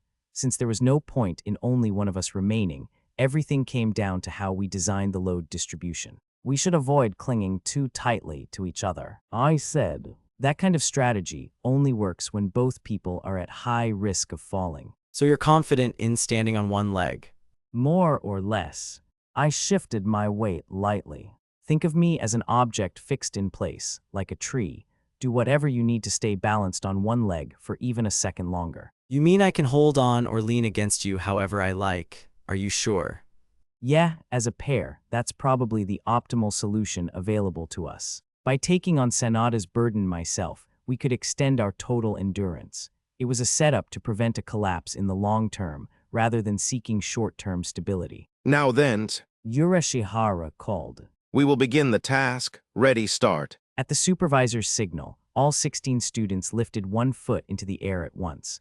While everyone moved at the same time, the real differences wouldn't reveal themselves immediately. The question was how long each pair could hold out. At the start, there was no major gap between any of the pairs. Some supported each other, some kept their distance, some rested their weight against each other's shoulders. Their chosen methods differed, but none of their postures looked fragile enough to fall apart right away. The real problem lay beyond that. After several dozen seconds, or once the first minute passed, the tiniest distortions in posture would begin to accumulate. Those distortions wouldn't be large enough to be noticed at a glance, but they would definitely become the seeds leading to a collapse. If they failed to correct their posture in time, a chain reaction would send them tumbling to the ground. The strain concentrated in the supporting leg increased steadily with every passing second. The sensation of the sole against the ground began to blur. The ankle, which had been quietly making tiny adjustments, could no longer fully suppress the tremors. The balance they had initially maintained through conscious effort eventually gave way, plunging them into a desperate, agonizing struggle just to stay upright. The transition from merely maintaining a pose to desperately enduring it, how quickly a student could adapt to that shift, would dictate how long they could survive. Sorry, Kikayo-chan. Ike said. You know, we kind of ended up pressed close together like this. Whether it was for the tokens, or because the task had given him a legitimate excuse to press close to her, Ike tried his best to sound calm. His voice betrayed him anyway. An unmistakable pitch of excitement had already slipped into it. Under the pretext of maintaining their posture, Ike's shoulder touched Kushida's. It was obvious that he was far too conscious of the sensation carried through that contact, and of the distance or lack of it between them. His eyes weren't focused on the task in front of him either. They kept drifting toward Kushida beside him. The moment his attention had strayed from where it ought to be, the risk had already taken root. The problem was that Ike himself didn't realize it. That bastard Ike. Yoshida muttered beside me while struggling together with Morishita. Honestly, I'm kind of jealous. Perhaps he had imagined himself paired with Shiraishi, the girl he had his eye on, or perhaps he simply couldn't stand the fact that Ike had been paired with a cute girl at all. You're legally allowed to touch my body. Right now, you know. Morishita said. Deep down, you are actually thrilled about it, aren't you? Who the hell would be thrilled, idiots? His denial came out too forcefully. Whether that brief outburst disrupted his core or threw off his focus, Yoshida's balance faltered. Morishita, dragged along by the movement, ended up putting her foot down as a result. They were eliminated, but perhaps realizing that raising their voices might disturb Sanada, who was still fighting to hold on, both of them immediately sealed their mouths shut. A single reaction from the losers could break the concentration of those still remaining. Their silence came from understanding that much. Kushida, meanwhile, showed no sign of rejecting Ike's behavior, nor did she give him any special encouragement. She simply smiled naturally, treating the closeness as nothing more than part of the cooperation required for the task. Her sense of distance was exquisite, not too close and not too far. She maintained a position that allowed the other person to mistake it for permission. He was not being rejected, at least. That alone was enough for someone like Ike to interpret the situation positively, and perhaps that thought accelerated his awareness of her even further. He nearly lost his balance for a moment, but somehow managed to recover. Yuwu, I'm not done yet. Shinohara, who was paired with Mii-chan, glared sharply at Ike as he got carried away. But perhaps because she had no room to carelessly call out to him, she remained silent. Even so, her gaze carried unmistakable emotion. She was desperately enduring, trying not to lose her balance, yet part of her attention remained fixed on Ike and Kushida. She should not have had any spare room to be distracted by something unnecessary, but the sight in her field of vision was impossible for her to ignore. As a result, subtle disturbances began creeping into Shinohara's posture. She tried to correct it, but Mii-chan was pulled along as well, her own concentration chipped away by the movement. The situation grew increasingly difficult for both of them. As long as they were a pair, one person's instability would inevitably spread to the other. Here too, the very burden they shared became their weakness. Unaware of the strain those two were suffering through, Ike kept his arm around Kushida's shoulder and whispered near her ear. Maybe we're actually more compatible than I thought. Maybe so. Kushida replied with a soft smile. You're really good at this, Ike-kun, so that helps a lot. Let's keep going as long as we can. Oh, of course, I'll keep going, even 1 second longer. A single compliment was enough to warp his concentration even further. What he needed to maintain was his posture, but his attention had already been pulled somewhere else entirely. 1 minute passed then too. A one-legged stance that would never last long alone was being prolonged through cooperation between partners. From this point onward, it was no longer a contest of stamina, but of how long they could postpone collapse. Still, standing on one leg was never something the human body could maintain indefinitely. Even with mutual support, the time gained wasn't dramatic. As the 3-minute mark approached, one pair fell, then another. Limits did not arrive equally for everyone. The moment of collapse in a person came suddenly and often chained down the other one as well. The next pair to fall was, as expected, Shinohara and Mii-chan. The instant one of them lost balance, that tremor propagated directly to the partner, and they collapsed in a chain reaction without any room to correct it. The choice to support each other was effective, but at the same time, it carried the risk of falling together. Conversely, pairs that kept too much distance soon began to drop out as well. Relying on individual stability alone made the opening moments easier, but as time passed, the burden of standing alone accumulated. Once one person reached their limit, if support did not arrive in time, the end came immediately. The remaining pairs all occupied the space between those extremes. They didn't completely support each other, nor were they completely independent. They only made contact and distributed the load when necessary. Whether or not they could make those adjustments became the difference here. Get it together. Ibuki snapped. Don't you dare put your foot down until I say it's okay. We're absolutely winning this. In contrast to Ibuki's fierce determination, Morofuji's face was already twisted in pain. This is actually really tough. Mental pressure and physical exhaustion were hitting her at the same time. Sanada, who was gripping onto me, was in a similar state. The strain on the sole and ankle of his supporting right foot had clearly become too much to bear, and little by little, more of his weight began shifting onto me. Sorry. Sanada said, his voice strained. I think this is starting to get a little hard for me too. Just hold out as long as you can. But Ayanokōji-kun. His small tremors had begun to increase. Are you still all right? I answered only with a slight glance. Of course, supporting an unstable Sanada meant I could not continue indefinitely either. No matter how steady I kept myself, absorbing another person's shifting weight would eventually consume stamina. The pairs still holding on were Ibuki and Morofuji, and Amikura and Minamikata. Third place wouldn't have been a bad result, but this was probably the moment to make a move. If there was a chance to raise our ranking by even one place, it was worth taking. The question was how to make that happen. Morofuji. I deliberately called out her name. There was no rule forbidding students from speaking while standing on one leg. The moment she heard her name, Morofuji's shoulders jolted, and her gaze, until then fixed desperately on her footing, snapped toward me. All I needed was to divert her attention. That alone was enough to disrupt balance. WWW what? The fear Morofuji had carried toward me ever since our group first formed was still there. I said nothing more. Instead, I simply held her gaze and continued staring directly into her eyes. She seemed to have a strong sense of discomfort around me. That was enough. Fear, by itself, places a burden on both mind and body, and what she was supporting now wasn't only physical weight. Hey, Morofuji, you're wobbling. Ibuki snapped. Ibuki herself still had some room to spare, but once her partner's core began to collapse, the burden on her increased sharply. A disturbance on one side led directly to collapse. Meanwhile, Sanada no longer had the room to pay attention to an opponent's movements. Why is this so tough? Ugh. The surrounding noise no longer seemed to reach him. His awareness had turned inward, toward the battle with his own body. Core strength mattered, but the calves and ankles bore more strain than most people imagined. In an extreme state, outside information was discarded. Only the battle within remained. Sanada's weight gradually leaned toward me. Each time it did, I used a small amount of strength to correct it. A slight adjustment of the shoulder, a minor shift through the hip, a quiet compensation through the leg acting as my axis. None of it was large on its own, but the accumulation of those small corrections rapidly whittled away at my physical strength, the limit of an individual. Before long, Sanada reached his limit and put his foot down. Fortunately, Morofuji had done the same just moments earlier.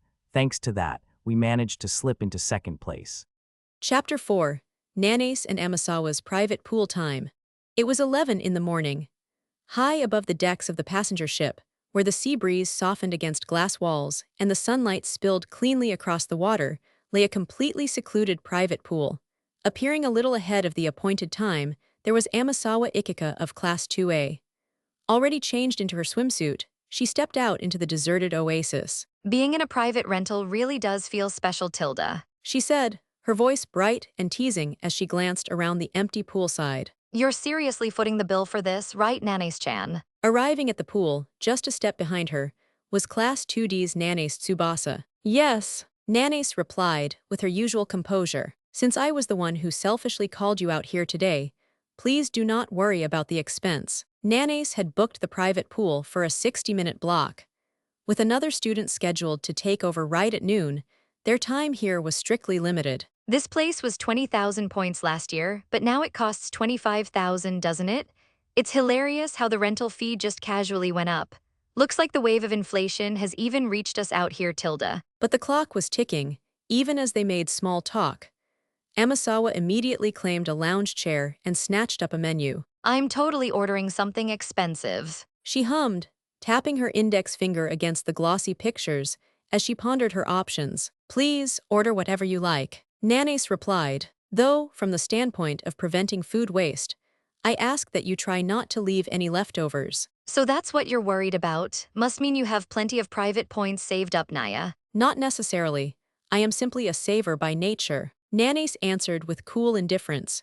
Hearing this, Amasawa narrowed her eyes in a sly smile. In that case, you must have paid for all this because you decided a little private time with me was worth the splurge. Keeping her gaze glued strictly to the menu, Amasawa casually guided the conversation forward. That is correct, Nanase said. I intend to make our time together worthwhile. Intentionally avoiding Nanase's expression, Amasawa gave a small nod and snapped the menu shut with a definitive thwack. I think I'll go with a melon cream soda. What about you, Nanase-chan? She held the menu out to Nanase, who accepted it only to place it back onto the table unopened. I am fine, thank you. Really, well, suit yourself, Tilda. After casually placing the order for her melon cream soda, Amasawa turned her attention back to the girl standing beside her. Slowly, deliberately, she let her eyes roam up and down the length of Nanase's body, her appraising gaze trailing over her as if licking her from head to toe. Nanase's face remained a completely blank slate. Betraying neither anger nor amusement, she kept her true feelings perfectly concealed behind an emotionless facade. Driven by an irresistible urge to peel that mask away, Amasawa lowered her gaze. But seriously, Nanase-chan, haven't you grown another cup size this past year? Amasawa teased. I think I've developed pretty well myself, but it looks like you've got me beat, Tilda. That is sexual harassment. Oh, come on. It's your fault for having the kind of body that is just asking for it, Tilda. Under normal circumstances, that would be an unforgivable statement. Nanase replied coldly. I do not believe I am at fault in the slightest. An ordinary high school girl would have reacted with intense embarrassment or disgust. Yet Nanase radiated absolutely nothing. It wasn't that Amasawa thought she was completely devoid of emotion. Rather, whenever Nanase flipped a certain internal switch, her mental defenses became impenetrably high. That swimsuit is pretty bold, too. Quite the aggressive fashion statement. Fully expecting a reprimand, Amasawa forcefully pressed the attack, desperate to find a crack in the Nanase's armor. I merely rented a design that a classmate recommended. Is there a problem with that? Not a problem exactly. I just figured the boys wouldn't know where to look. Are you not in the exact same situation, Amasawa-san? It was a fair point. Amasawa was wearing a swimsuit a full grade flashier than any of the other girls they'd seen at the pool, proving her tastes were just as daring as Nanase's. In my case, it's totally fine because I'm showing off on purpose. Amasawa laughed. The boys stare at me with lust in their eyes, and the girls glare at me with raging jealousy. I love being the center of attention. Is that so? Perhaps unable to process that particular brand of exhibitionism, a slightly troubled frown flickered across Nanase's face. It was the first genuine display of emotion she had shown, but just as quickly as it appeared, her rigid, stoic mask slammed back into place. Anyway, to change the subject for a sec. Amasawa hummed. I heard someone from Class 2D was forced to say bye-bye during the special exam the other day. Is your class holding up okay, Naya? The question wasn't born out of genuine interest. Amasawa was simply tossing it out as a way to kill time until her drink arrived.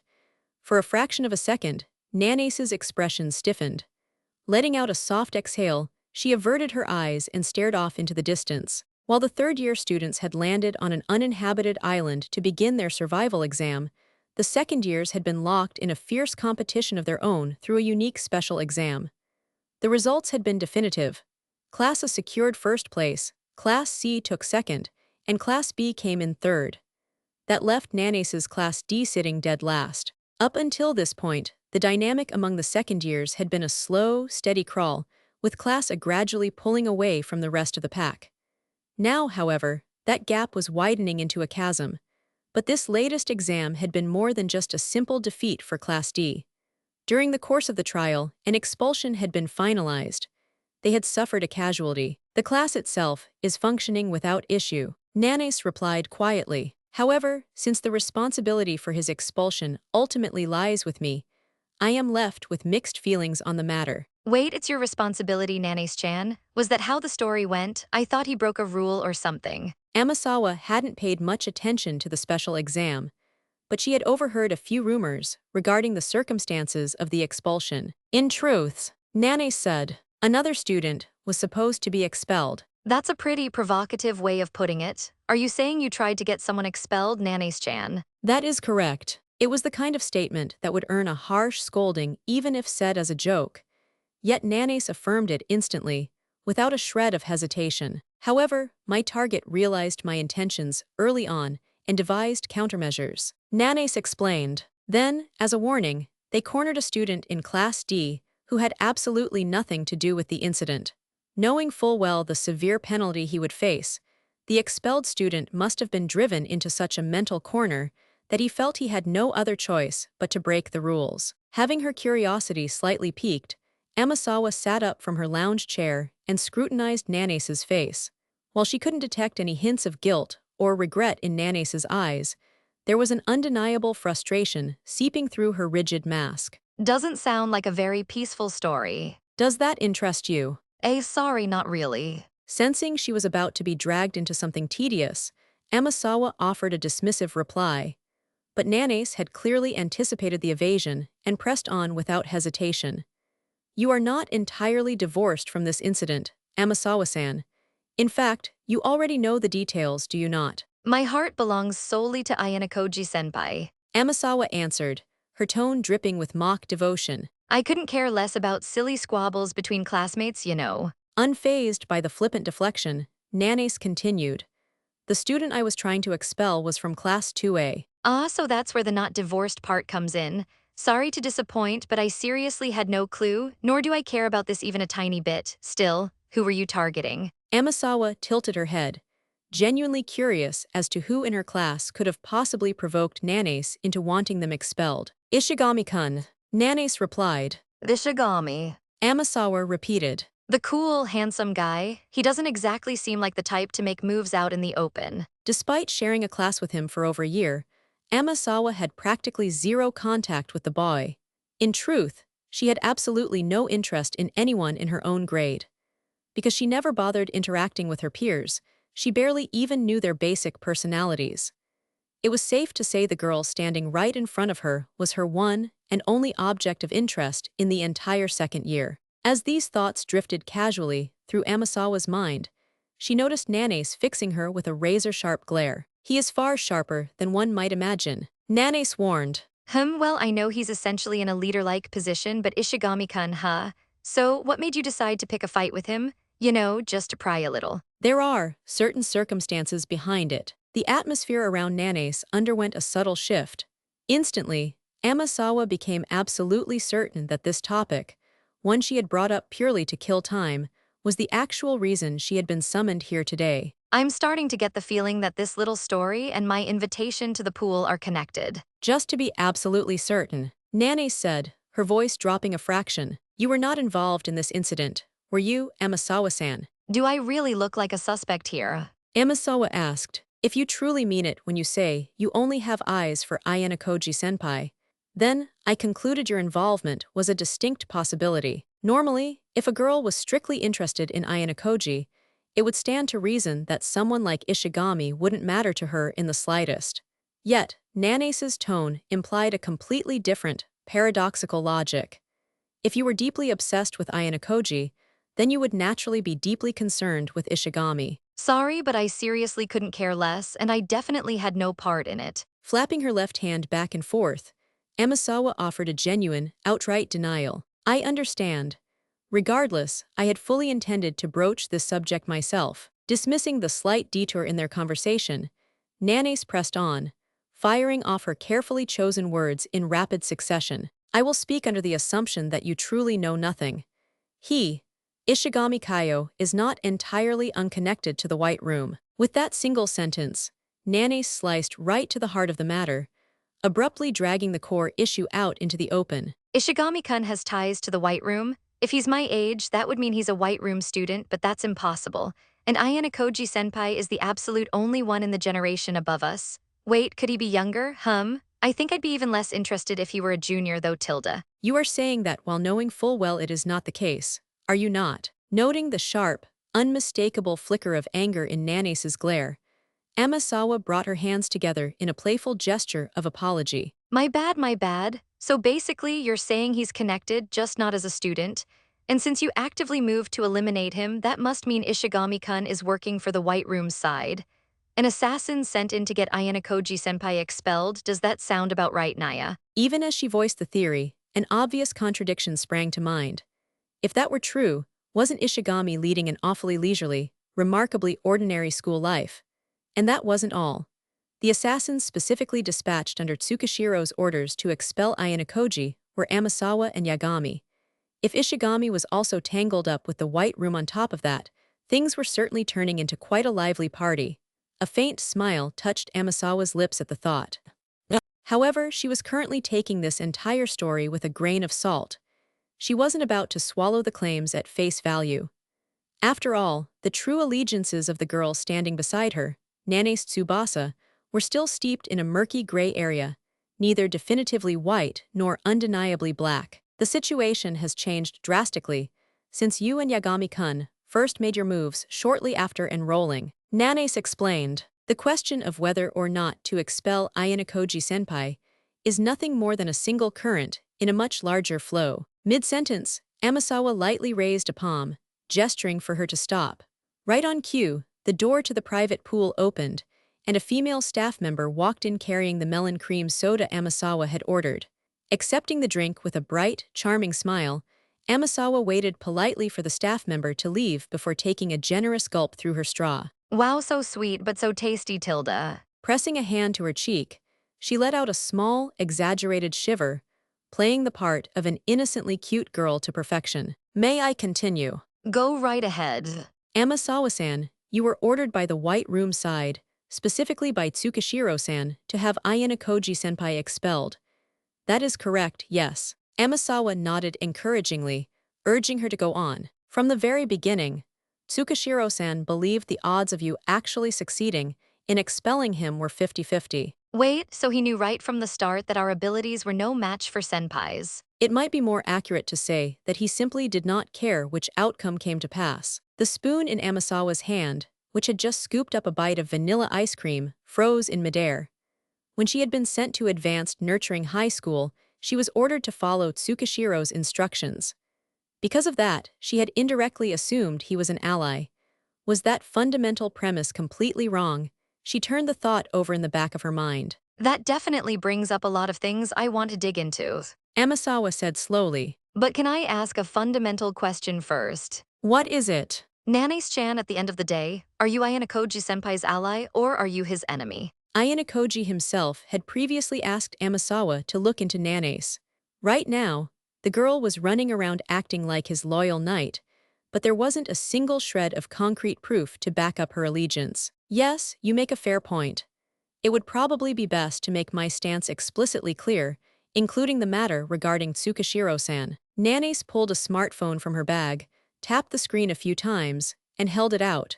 As Amasawa reached out to take it, her gaze drifted to another phone resting innocently on the table. For someone playing the honors student, you're actually quite a bad girl, Nanase-chan, carrying two phones around and one that looks like a carbon copy of the school-issued models, no less. If you get caught with that, a simple suspension might not cover it. Teasing her with a playful lilt, Amasawa finally lowered her eyes to the screen she had been handed. To answer one of your earlier questions, Ishigami-kun is not Ayanokōji-senpai's enemy, Nanase declared. Putting his own personal feelings aside, his faction is unambiguously the White Room, or, to be entirely precise, Ayanokōji Atsuomi's faction. Ayanokōji Atsuomi was Ayanokōji Kiyotaka's biological father and the founder of the White Room. To Amasawa and the other students raised within its walls, he was their absolute ruler. The phone contained a comprehensive dossier on Ishigami Kaio, detailing everything from his upbringing to the circumstances that led to his enrollment. During his childhood, he had met Atsuomi and was profoundly inspired by him. Upon entering middle school, Ishigami leveraged his parents' connections to contact Atsuomi independently.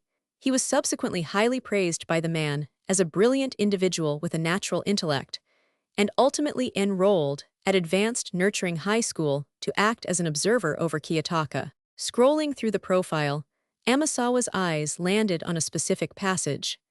It noted that while Ishigami deeply craved Atsuomi's acknowledgement, he harbored a bitter resentment over the fact that Atsuomi rated his own son much higher. I see, it's precisely because he reveres sensei so much that he's jealous of senpai, the masterpiece. For a moment, another figure overlapped faintly with Ishigami in her mind.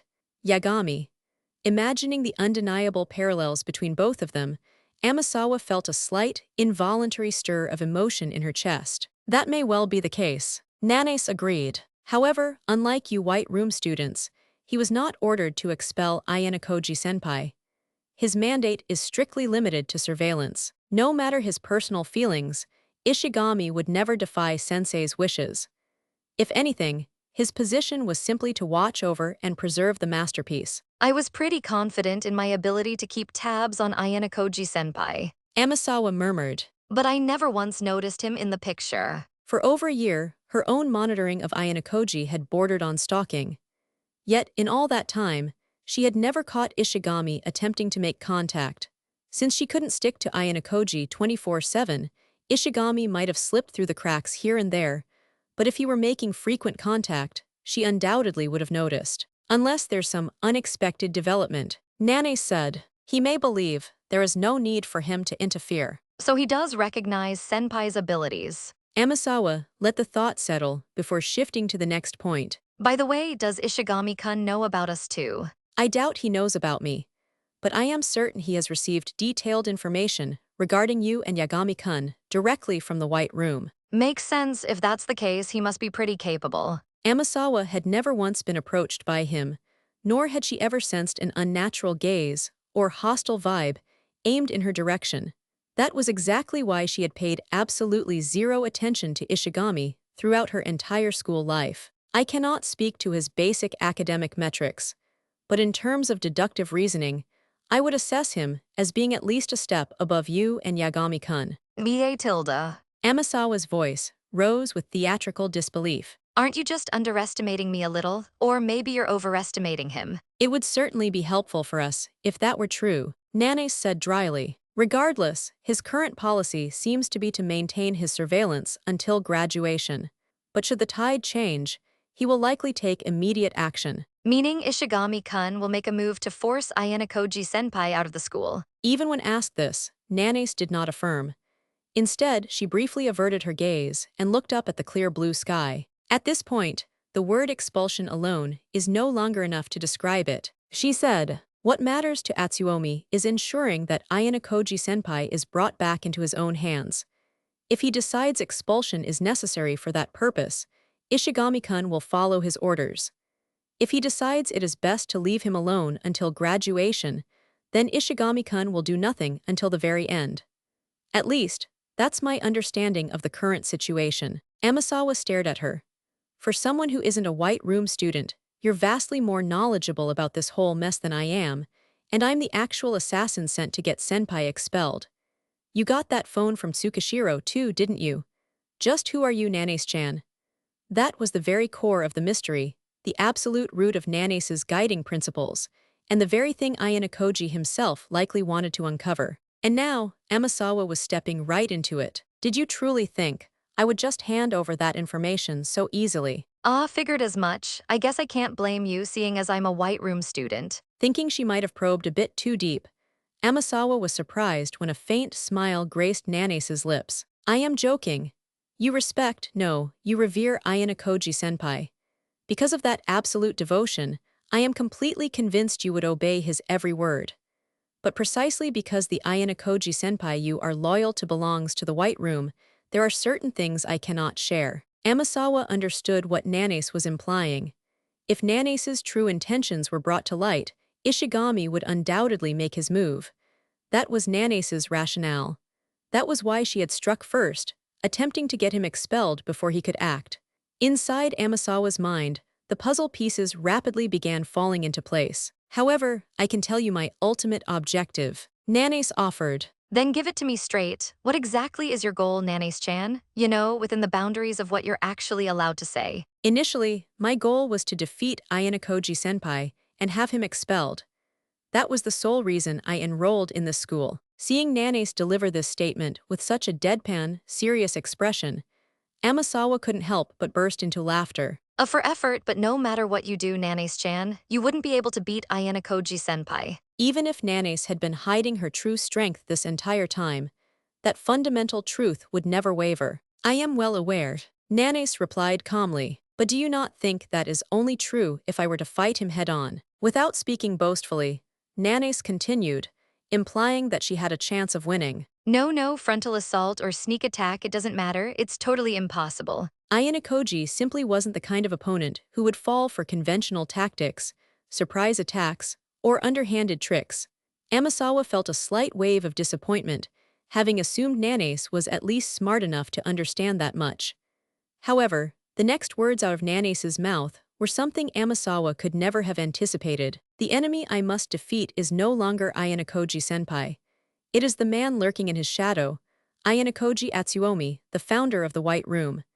And to accomplish this, I must steal Ayanokōji-senpai away, take control of him, and seize the initiative. After all, he is the most vital piece in his father's plans. Hold on, there's no way I can see that actually working. That depends entirely on the method. Ayanokōji-senpai is formidable. As long as I interact with him as an enemy, bringing him under my control is an absolute impossibility. However, if my goal is to induce a change of heart in him, the story changes. A change of heart. Let me ask you, Amasawa-san, what do you think Ayanokōji-senpai will do once he graduates? What else? Wouldn't he just go back to the White Room? Whether senpai becomes a new instructor or follows sensei to accomplish something massive, I wouldn't know. I was told his future would be one of those two options. In other words, if that comes to pass, Atsuomi wins. I intend to prevent that at all costs. Tsukishiro-san said it himself. While Ayanokōji-senpai may have fled the White Room's environment out of intellectual curiosity, he certainly does not hate the place. Nor does he have any real intention of defying them. No, he is fully prepared to willingly return to his origins. Well, I don't know how it looks from your perspective, Nanase-chan, but I don't exactly have a bad image of the White Room either. Amasawa shrugged. It's where I've spent every single day since I was born. Simply put, it's my home. Having recently lost that very place to return to, one could say Amasawa's heart carried a quiet, hidden wound. That is completely unacceptable. Nanase replied. That man is simply biding his time, waiting for the perfect moment to use Ayanokōji-senpai. To send him back to a man like that, I absolutely refuse to let it happen. Realizing her hands had unconsciously balled into white-knuckled fists, Nanase forced herself to loosen her grip. So you're going to try your absolute best to stop Ayanokōji-senpai from returning to the White Room, huh? Nanase-chan. Yes. Then what? Are you just gonna bow your head and beg, please Ayanokōji-senpai, go and live a normal happy life, Tilda? Come on now, Tilda. I know it will not be that simple. Ayanokōji-senpai is not going to just nod his head and agree. I don't know if he has any actual interest in a normal life, but I definitely think returning to the White Room holds a lot more appeal to him. Indeed. And on the off chance that he did agree, there is no way Ayanokōji Atsuomi would tolerate such a rebellion. Then how exactly do you plan to change Senpai's heart? To be completely honest, I have not fully pieced together the answer to that yet, but I believe I have found a hint. Before I can put it into action, however, the stage must be perfectly set. Persuading him and tearing him away from the White Room will require careful groundwork. The moment I begin making overt moves toward that answer, Ishigami-kun will undoubtedly notice, and he will come to stop me. So you tried to strike first and get him expelled to clear the board. I see. Amasawa murmured. But now that Nanase's preemptive strike had failed, a dangerous new reality loomed over them. If Ishigami was truly as capable as Nanase claimed, there was a very real chance that he had already sensed the anomaly. In all likelihood, he was investigating who had targeted him, quietly preparing to eliminate the threat. Making that move to get Ishigami-kun expelled this time might have been a bit of a blunder on your part, Nanase-chan. I will not deny it. Yet Nanase didn't seem panicked in the slightest. Watching her, Amasawa deduced that the preemptive strike had likely doubled as a probing attack to test her opponent's strength and gather intelligence. And if Ishigami was truly as sharp as Nanase claimed, then targeting an unrelated student in retaliation was an absolutely brilliant, perfectly calculated move. A flawless warning shot that established dominance without escalating the situation completely out of control. Okay, I think I've grasped the general picture. Amasawa said. Though I have no idea how much of this little story is actually true. Of course, I am not asking you to blindly believe every word I say. Even while taking it all with a grain of salt, Amasawa couldn't detect the faintest scent of falsehood from Nanase. At the very least, Nanase's claims were persuasive enough that Amasawa was willing to treat them as the working truth. So what's my role in all this? It's not like you just want me to play messenger and relay everything to Ayanokōji senpai, right? If that were all Nanase wanted, there would have been no reason to involve Amasawa like this. I want you to become my ally. Ally, you mean you want me to help induce this change of heart in Ayanokōji senpai? That is certainly part of it. But first and foremost, I would appreciate it if you could act as my backup in the event that I am expelled. So you've even factored in the possibility of being taken out by Ishigami-kun. I will do everything in my power to ensure that does not happen, but there is no telling how things will unfold. When combining Ishigami's raw capabilities with the classified intelligence provided by the White Room, the threat level skyrocketed. Amasawa deduced that Nanase simply couldn't guarantee her own safety against such overwhelming odds. Sorry, but at the end of the day, I'm still a White Room student through and through. Amasawa sighed, shaking her head. I've lived my entire life taking pride in that, and I still have lingering attachments to it. I don't dislike you, Nanase-chan, but personally, I want to support whatever future senpai desires. And beyond that, assisting sensei is my true, original purpose. What Nanase was trying to do was no minor adjustment. It was an attempt to take Ayanokōji's future and bend it away from its expected course, forcing it from one path onto another. Whether that intervention was right or wrong, Amasawa could not yet judge. That was precisely why she had no choice but to refuse. What is your dream, Amasawa-san? Nanase asked quietly. To return to the White Room alongside Ayanokōji senpai. Is that it? So what if it is? Amasawa replied. Got a problem with that? Of course, she already knew deep down that such a dream would never come true. The White Room had branded her a failure, and there was no returning from that exile. Even so, finding solace in the fact that she was still free to dream, Amasawa offered Nanase a bright, unapologetic smile. I understand how you feel, Nanase said. However, miracles do not happen. That wish of yours is 100% unattainable. No matter what grand achievements you might accomplish, there is no bright future waiting for you. How can you be so sure about that? Amasawa countered lightly. For all you know, I might just be on the verge of awakening my true potential, you know. This is a matter that goes far beyond your individual capabilities. Do you have any idea what your father is currently planning? My father, sorry, but I have absolutely zero interest in that kind of thing. Doesn't that have exactly nothing to do with me? Your opinion is irrelevant. The simple fact of the matter is that the legal ownership of you, Amasawa-san, lies with your father. Nanase smoothly took back the smartphone she had handed over and began tapping at the screen. Even if some so-called parent I've never even met tries to butt in. I am well aware that you are an existence your father cannot control. Nanase interrupted. And because he knows this just as well as you do, he has been in close contact with the White Room to advance his preparations. As Nanase laid this out with quiet, clinical detachment, the playful smile began to slip from Amasawa's face. What is it, re-education, discipline, whatever grim future he's planning, bring it on. If you were truly prepared for the reality of it, that would be fine, Nanase warned. However, massive fraud has recently been uncovered in his company. Short on funds and backed into a corner, he is desperate. It seems there are certain syndicates overseas willing to pay exorbitant prices for beautiful young women, and he is currently scrambling to secure a buyer for you. Nanase handed the phone back. On the screen Amasawa was now scrolling through was the photo and profile of a man presumed to be her biological father. So I've outlived my usefulness, and now I'm just going to be sold off to the highest bidder. Hilarious. Regardless of whether this was the truth or an elaborate lie, Amasawa cheerfully clapped her hands together and laughed out loud. But her eyes were completely dead. It was as if the harsh reality had just been violently shoved in her face, the agonizing truth that she didn't even possess the fundamental right to dream of a future. If you choose to cooperate with me, I may be able to save you from that fate. As Amasawa continued swiping across the screen, the display switched to an English webpage. It detailed exactly which overseas brokers her father was currently in contact with. It also outlined the horrific reality of what awaited her at her destination, a living hell so depraved one would hesitate to even put it into words. Oh my, look at that crazy price tag attached to me. Amasawa giggled. I could buy anything in the world with this kind of money. From the perspective of an ordinary person, yes, Nanase replied coldly. However, given President Amasawa's massive debts, that amount is merely a drop in the bucket. Amasawa thought about it over and over again.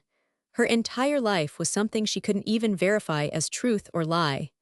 However, one thing was absolutely certain.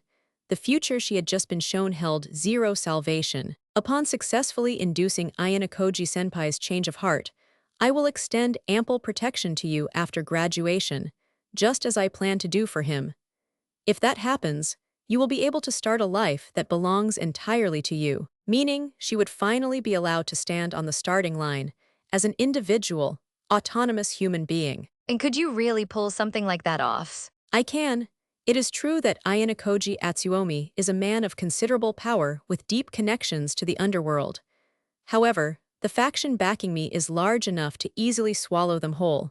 Given the circumstances, even you can imagine that much, can you not? Well, Amasawa said slowly. Assuming you were actually serious about protecting me, maybe so. But Amasawa wasn't naive enough to blindly swallow such sweet promises.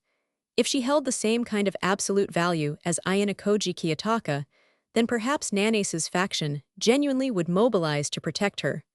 But there was no guarantee they would afford her that same luxury. After all, she possessed no such value. Could you give me a little time to think about it? Of course. Nanase nodded smoothly. I will be waiting for a favorable reply. Flashing a defiant smirk, Amasawa scooped up a bite of the ice cream, which had now begun to melt. Chapter 5, The Candidates. Nearly 2 grueling hours of alternating between academic hurdles and physical exertion had finally come to an end. The supervisor announced a 30-minute break, bringing the trials for the 4 teams of Group 3 to a temporary pause. Some students collapsed right where they stood, while others made a beeline for their backpacks, desperately digging out bottles of mineral water. It was perfectly understandable. The ordeal had felt like taking a comprehensive exam while baking under the blazing sun. That really took a toll on me. I don't think I'll be able to manage even a single step for a while. Slumped on the ground, Sanada removed his glasses and let out a heavy sigh, voicing his sheer exhaustion. His dirt-streaked jersey was a clear testament to his efforts. Anyone looking could see he had given it his all. He was usually the type who kept his composure intact. His cool manner rarely cracked, and he did not often allow fatigue or emotion to show plainly on his face. But under these conditions, even he could not conceal the toll. You're seriously insane, you know that, sweeping every single individual match across both the academic and physical tasks. Yashida wandered over as he spoke, his expression caught somewhere between exasperated disbelief and genuine admiration. Although his tone was casual, a distinct gleam of shock lingered in his eyes. Sanada, twisting the cap off his plastic bottle too, offered several firm nods of agreement. A single victory could be brushed off as a fluke or a favorable matchup, but consistently crushing such a diverse range of tasks painted a very different picture. Even to classmates who hadn't known me for very long, it was undeniably clear that this stemmed from true ability.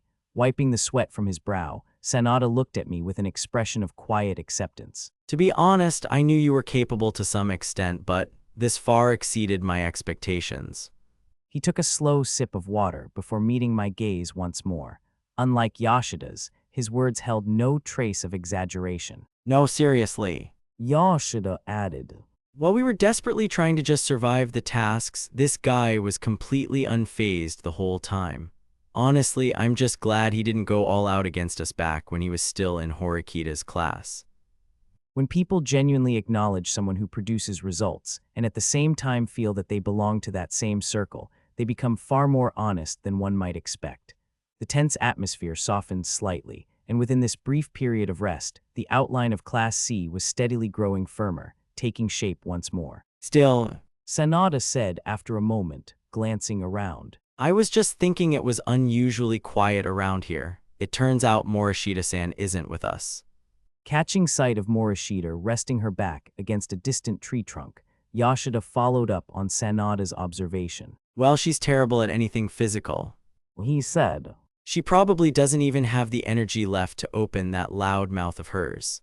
After the two of them had recovered a little, I began handing over the tokens in order. With each transfer, a matching electronic chime rang out from my smartwatch and echoed from Yashida's and Sanada's as they received them.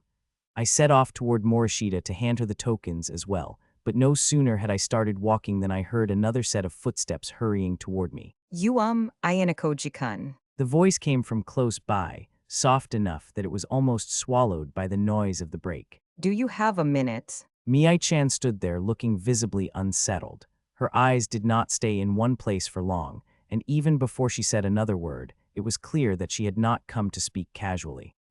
Over here. She gestured for me to follow, slipping away from the prying eyes of the other students and moving to a secluded spot where our voices wouldn't carry. There's something I want to consult you about. She began, lowering her voice even further. I know it's not really my place since we aren't in the same class anymore, but this is something I feel like I can only tell you, Ayanokōji-kun. Her restless gaze darted around, and it was plainly obvious who she was looking out for, her own classmates from Class A.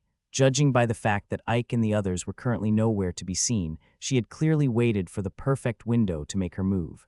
I stayed silent, gently prompting her to continue. It's about Kushida-san. Since today's task started, right up until this break, Shinohara-san hasn't given her a single token, and so… I understand why you wanted to keep this quiet, but that's highly sensitive internal information. I interrupted. Are you sure you want to be telling me this? Even though our classes are competing against each other, Ayanokōji-kun. She replied, hesitating over each word. We're still allies in the same group right now.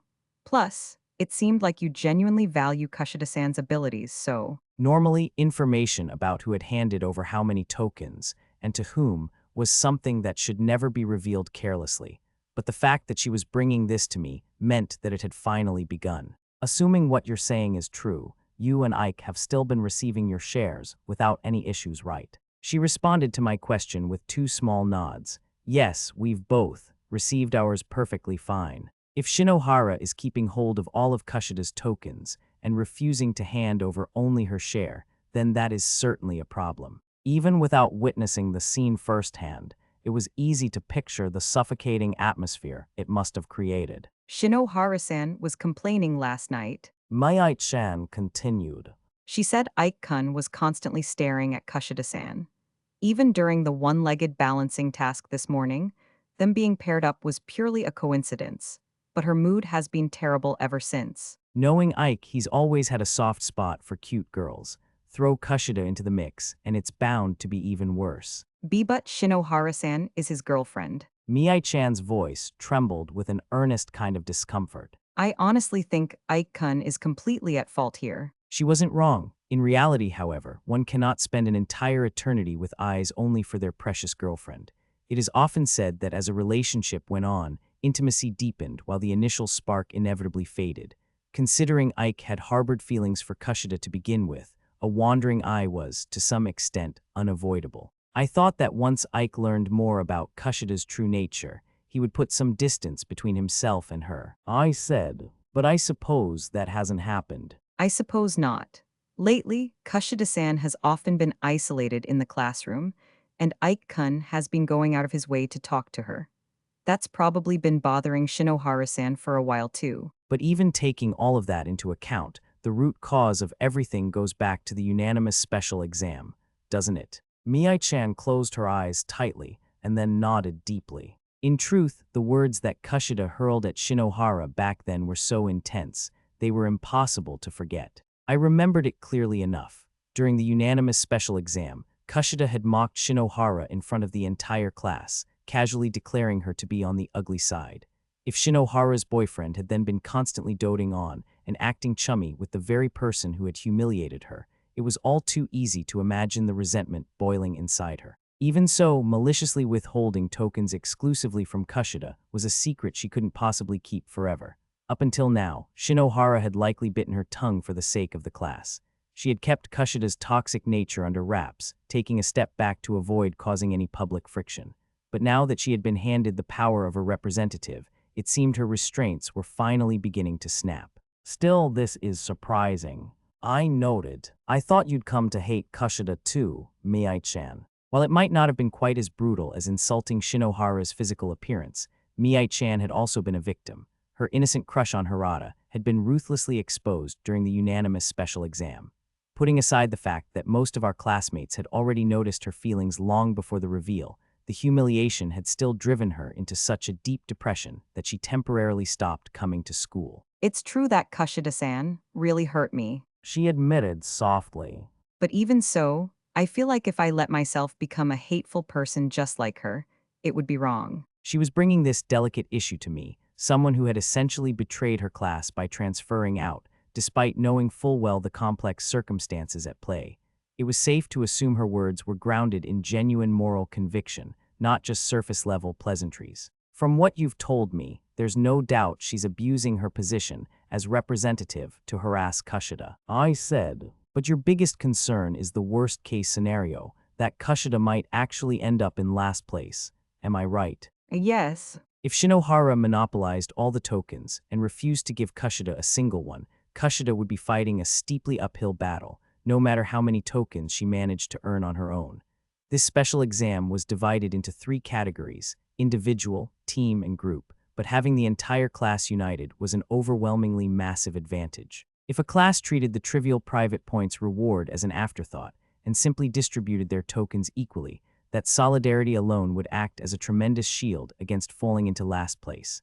To counter such a strategy, the other classes would be forced to unite as well, ultimately boiling the exam down to a sheer numbers game where the expulsion would fall on the class with the lowest overall total. However, the logistical hurdles required to reliably execute that kind of strategy were staggering. It demanded trusting unseen classmates, coordinating meetups in the forest, transferring tokens, and meticulously adjusting the totals.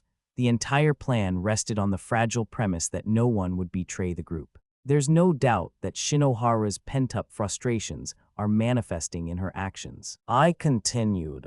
However, it's highly unlikely she'll withhold Kushida's tokens all the way to the bitter end.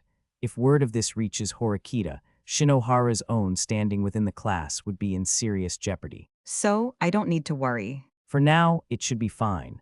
Do you honestly think she would go so far as to force Kushida into expulsion over a personal grudge? It's safe to assume this is just her way of exacting petty revenge. Driving a classmate to expulsion solely out of personal dislike wasn't a simple line to cross.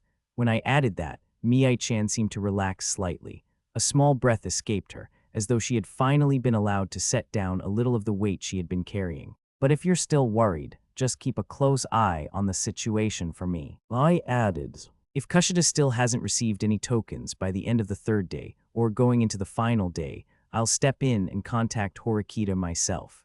After all, if Shinohara finds out you were the one who tipped her off, she might end up holding a grudge against you instead. You're really willing to help. If we want Group 3 to take first place, we'll need the cooperation of every class. I replied, the order in which we cross the finish line on the final day has a massive impact on our score multiplier.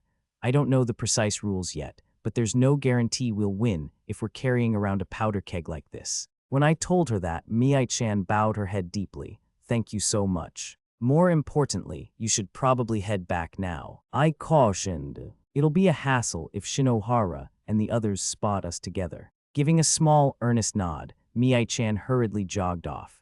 She nearly tripped over her own feet in her haste, but she managed to slip away, successfully putting enough distance between us before Shinohara's group ever noticed she was gone. Pray tell, what mysterious matters were you whispering about just now? Ayanokōji Kiyotaka. Appearing beside me seemingly out of nowhere, Morishita leaned in with her sudden question. Looks like you've recovered your stamina. I noted. Pardon, whatever do you mean? My boundless energy is simply overflowing in an endless fountain of vitality, you know. Perhaps her panting heavily just a few minutes ago had merely been an optical illusion. I decided not to press the issue any further, and so, the quiet dissonance brewing within class was steadily beginning to take root. Part 1. After completing several more individual and team category tasks, with lunch and a longer break in between, we followed our supervisor's instructions and made our way toward B7. As we ventured deeper into the forest, the dense canopy overhead gradually swallowed the sunlight, casting the area into a dim greenish gloom.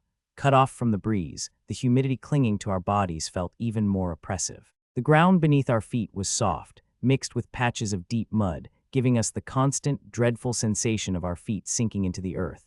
Exhausted from the relentless string of tasks, the students' footsteps were heavy and sluggish across the board. Everyone unconsciously shortened their strides, trying to conserve whatever stamina they had left. This was especially noticeable with Morishita. Her shoulders drooped as she tried to maintain a steady rhythm, but her breathing had begun to falter slightly. What in the world is going on? Are we seriously still not there yet? They are literal demons. Ike groaned, his voice carrying the same exhaustion he was clearly unable to hide. Do they have any idea how much we've been walking around these past few days?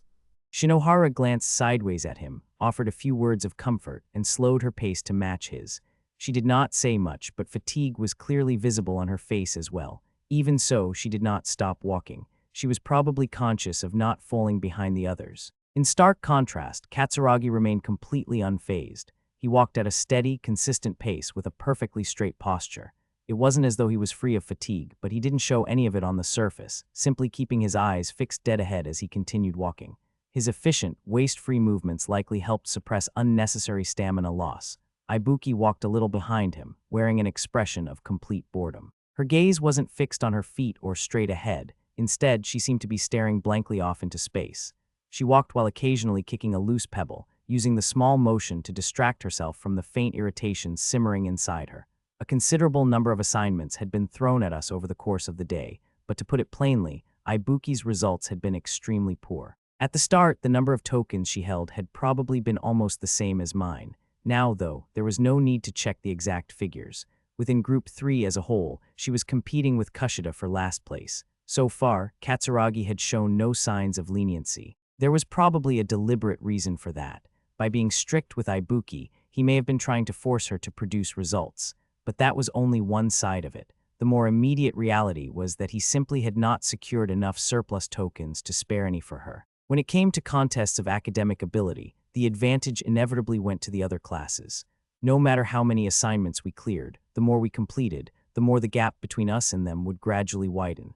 And even in physical contests, the one area where Ibuki should have had her chance to shine, luck had not been on her side. There had been cases where the teammates she was paired with dragged her down, and other times when she had the misfortune of running into me in succession. There was no way she could possibly find this situation amusing. A thin veil of light slipped through the gaps between the trees, faintly illuminating the path ahead. Our destination was still nowhere to be seen. Conversations had dwindled until only the sound of footsteps remained, falling into a steady, almost mechanical rhythm against the damp forest floor. Each of us continued forward in silence, confronting our own exhaustion in our own way. What exactly was waiting beyond the forest? No one had the room to think about it, let alone confirm it. We simply kept moving our feet, one step after another, as though our bodies had been reduced to that single repeated motion. Suddenly, the supervisor leading the way slowed his pace. He didn't come to a complete stop, but he did glance back over his shoulder, his eyes sweeping across our entire formation. After a few more steps, he called out in a clipped voice. Kushida-san, there's an incoming call for you over the radio. Can you take it? Kushida gave a small jolt the moment she was called out by name. Me. The faint tilt of her head was natural enough, but there was a distinct hint of caution laced in her voice. It was the first external contact we had received since the exam began, so her wariness was perfectly understandable. The supervisor offered no further explanation, simply gesturing lightly to the device in his hand. Kushida looked around once, then quickly complied without breaking her pace. She reached out, accepting the radio from the supervisor, and placed the small earpiece into her ear. Shinohara and the others stared at her intently, wondering what was going on. After a few moments of nodding to whatever was being said through the earpiece, Kushida exhaled softly and spoke. It seems to be Horikita-san. With that single sentence, the air around us shifted. She had kept her voice low, but it was loud enough to be easily heard by anyone standing nearby.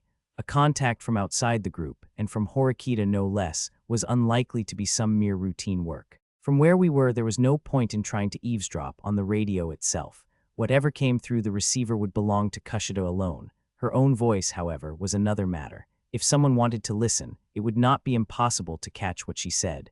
Because of that, the gazes around her naturally began to gather. The first to move were the 3 students from Class A. As Kushida separated from the supervisor, they adjusted their positions and began walking around her, forming a loose screen.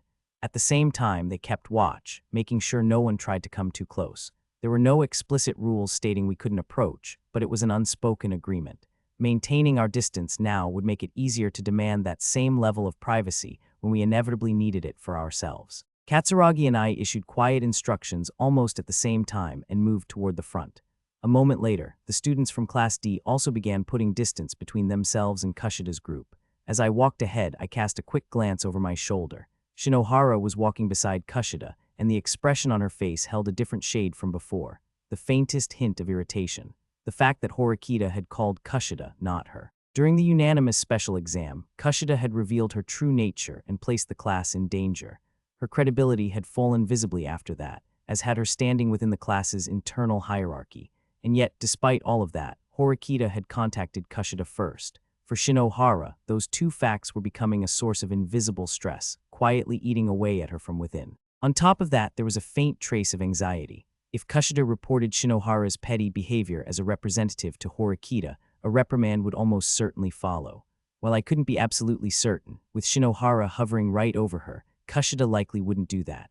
After all, in the eyes of those around her, Kushida was not the kind of bad girl who would go around voicing complaints. Even so, a different kind of silence from the one we had been carrying earlier had undoubtedly fallen over the group.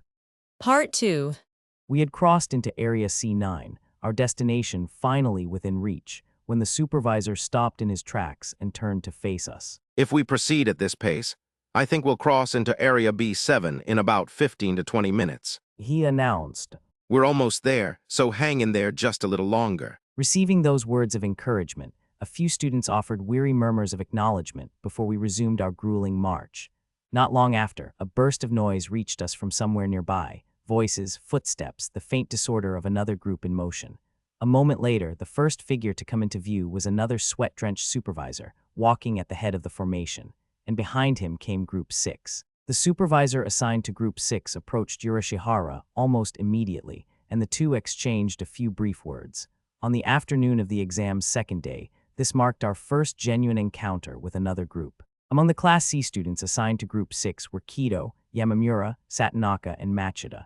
From the look of them, they had also covered a considerable distance. Fatigue clung visibly to many of the students, weighing down their shoulders and slowing their steps. While many students likely felt a flicker of relief at seeing fresh faces, a seed of suspicion no doubt took root alongside it. Please rest assured, everyone. Yurashihara called out. We simply happened to cross paths. There are no intergroup tasks scheduled for today. With that single announcement, the tension in the air dissipated.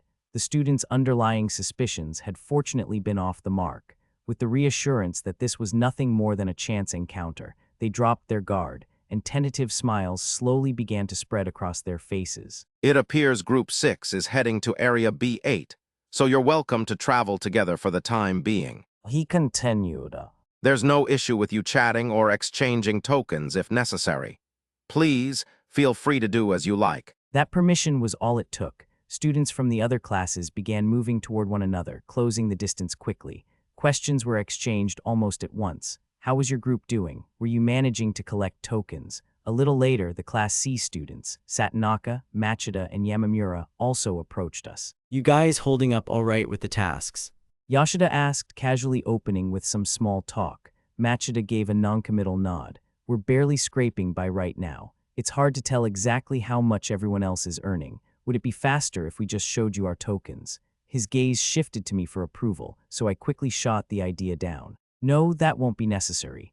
Right now, instead of worrying about where we stand, it's better to focus entirely on gathering as many tokens as possible, even if it's just one more. You might be right, Machida admitted. but honestly, I'd be lying if I said I wasn't anxious.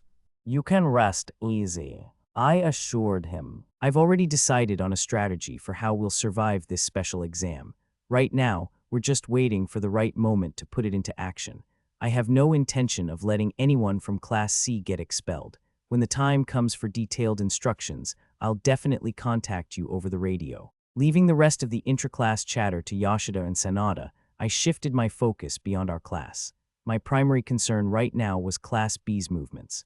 Katsuragi was already at the center of a discussion, where the events and developments within Group 3 over the past day would undoubtedly be shared in meticulous detail. He would pass on any information he could without relying on the radio, such as exactly how many visible tokens I currently held.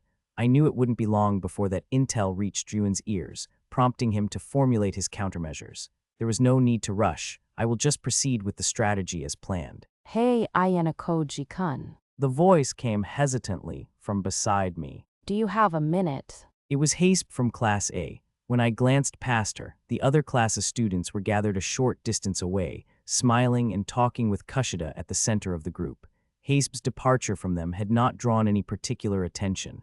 At least for the moment, no one seemed to be watching us closely. Let's walk a bit slower, I suggested. Yeah, thanks. We hung back to let the other students move ahead, then stepped off the main path toward the nearby beach, staying just close enough to keep the trail in sight. The sound of footsteps and conversation thinned behind us, replaced by the dry rush of wind and the steady breeze of the sea. Spotting a large rock nearby, I had Haspe take a seat to keep her from burning through any more of her stamina. How are your legs holding up? I asked. You must be burning through a lot of energy too, with the endless hiking and tasks. Yeah, I'm managing. She replied. What about you, Ayanokōji-kun? Are you? Actually, never mind. I doubt I need to worry about you. I'm doing well enough in my own way. I said. How are things on your end? I'm not really sure. It's hard to say without knowing how the other groups are doing, but I think we're holding our own well enough. It seemed that, for now at least, neither Haspe nor the rest of the class of students were feeling overly anxious. A stronger sea breeze swept across the shore.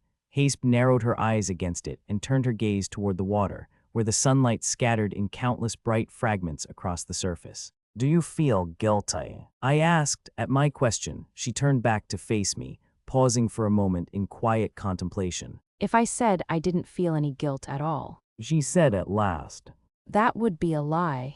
With that preface out of the way, she continued, but it's better than seeing you get expelled, Ayanokōji-kun. That's what I told myself, so I can honestly say I don't have any regrets. Was my advice helpful? Yeah, pretty much. Thanks to you, I managed to avoid taking the fall and getting expelled. I see, I'm glad. It wasn't a forced smile. It was a genuine expression that Haspe showed from the bottom of her heart. Can I, go back to calling you Kiapon? You really fixate on the strangest things. I noted. I don't mind if that's what you prefer. I'm glad. For me, using that nickname is kind of like a barometer, I guess. It just makes me feel a certain way, probably. Ugh, I don't know, what am I even saying? She let out a self-deprecating laugh, fully aware her words were turning into a jumbled mess. Once this uninhabited island exam is over and we're back at school, we should hang out over summer break. She suggested. I highly doubt Miyake or Yukimura would welcome that. Oh, right, I guess so. Then it can just be the two of us. Just for starters, All right, just let me know whenever. Seeing that I hadn't rejected her, but instead agreed without a second's hesitation, Haspe broke into a genuinely delighted smile. Part 3. It was 6:30 in the evening. The campsite for the second day had been fixed at B7, and no sooner had the decision been made the students began moving with practiced efficiency. Packs were lowered, tools were brought out, and the quiet rhythm of preparation spread through the site. Back when we were first years, pitching a base camp had been an agonizing struggle. Now, regardless of whether they were boys or girls, it was something they had all grown incredibly well accustomed to. Their movements are finally starting to look the part, aren't they? Morishita said, folding her arms with an air of authority. If you ask me, they still have a long way to go, but I suppose I should offer some praise for achieving this much as mere high school students. A rather bold stance for someone who had done absolutely nothing but watch since day one. Ayanokōji-kun, you have an incoming radio call. It's from Nishikawa-san in your class. Can you take it? The supervisor walked over relaying the message as he extended a two-way radio in my direction. I accepted it immediately and slipped the earpiece into place. Could it be some sort of trouble? Morishita mused aloud. How bothersome. Sorry, but could you get the fire started in my place? I asked. Yuck.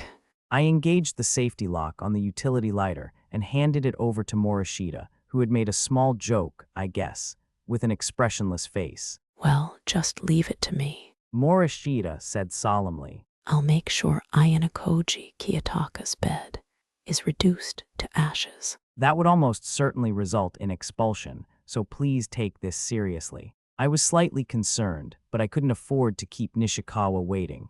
Deciding to put my faith in her, I left the lighter in Morishita's hands. Sorry for the wait.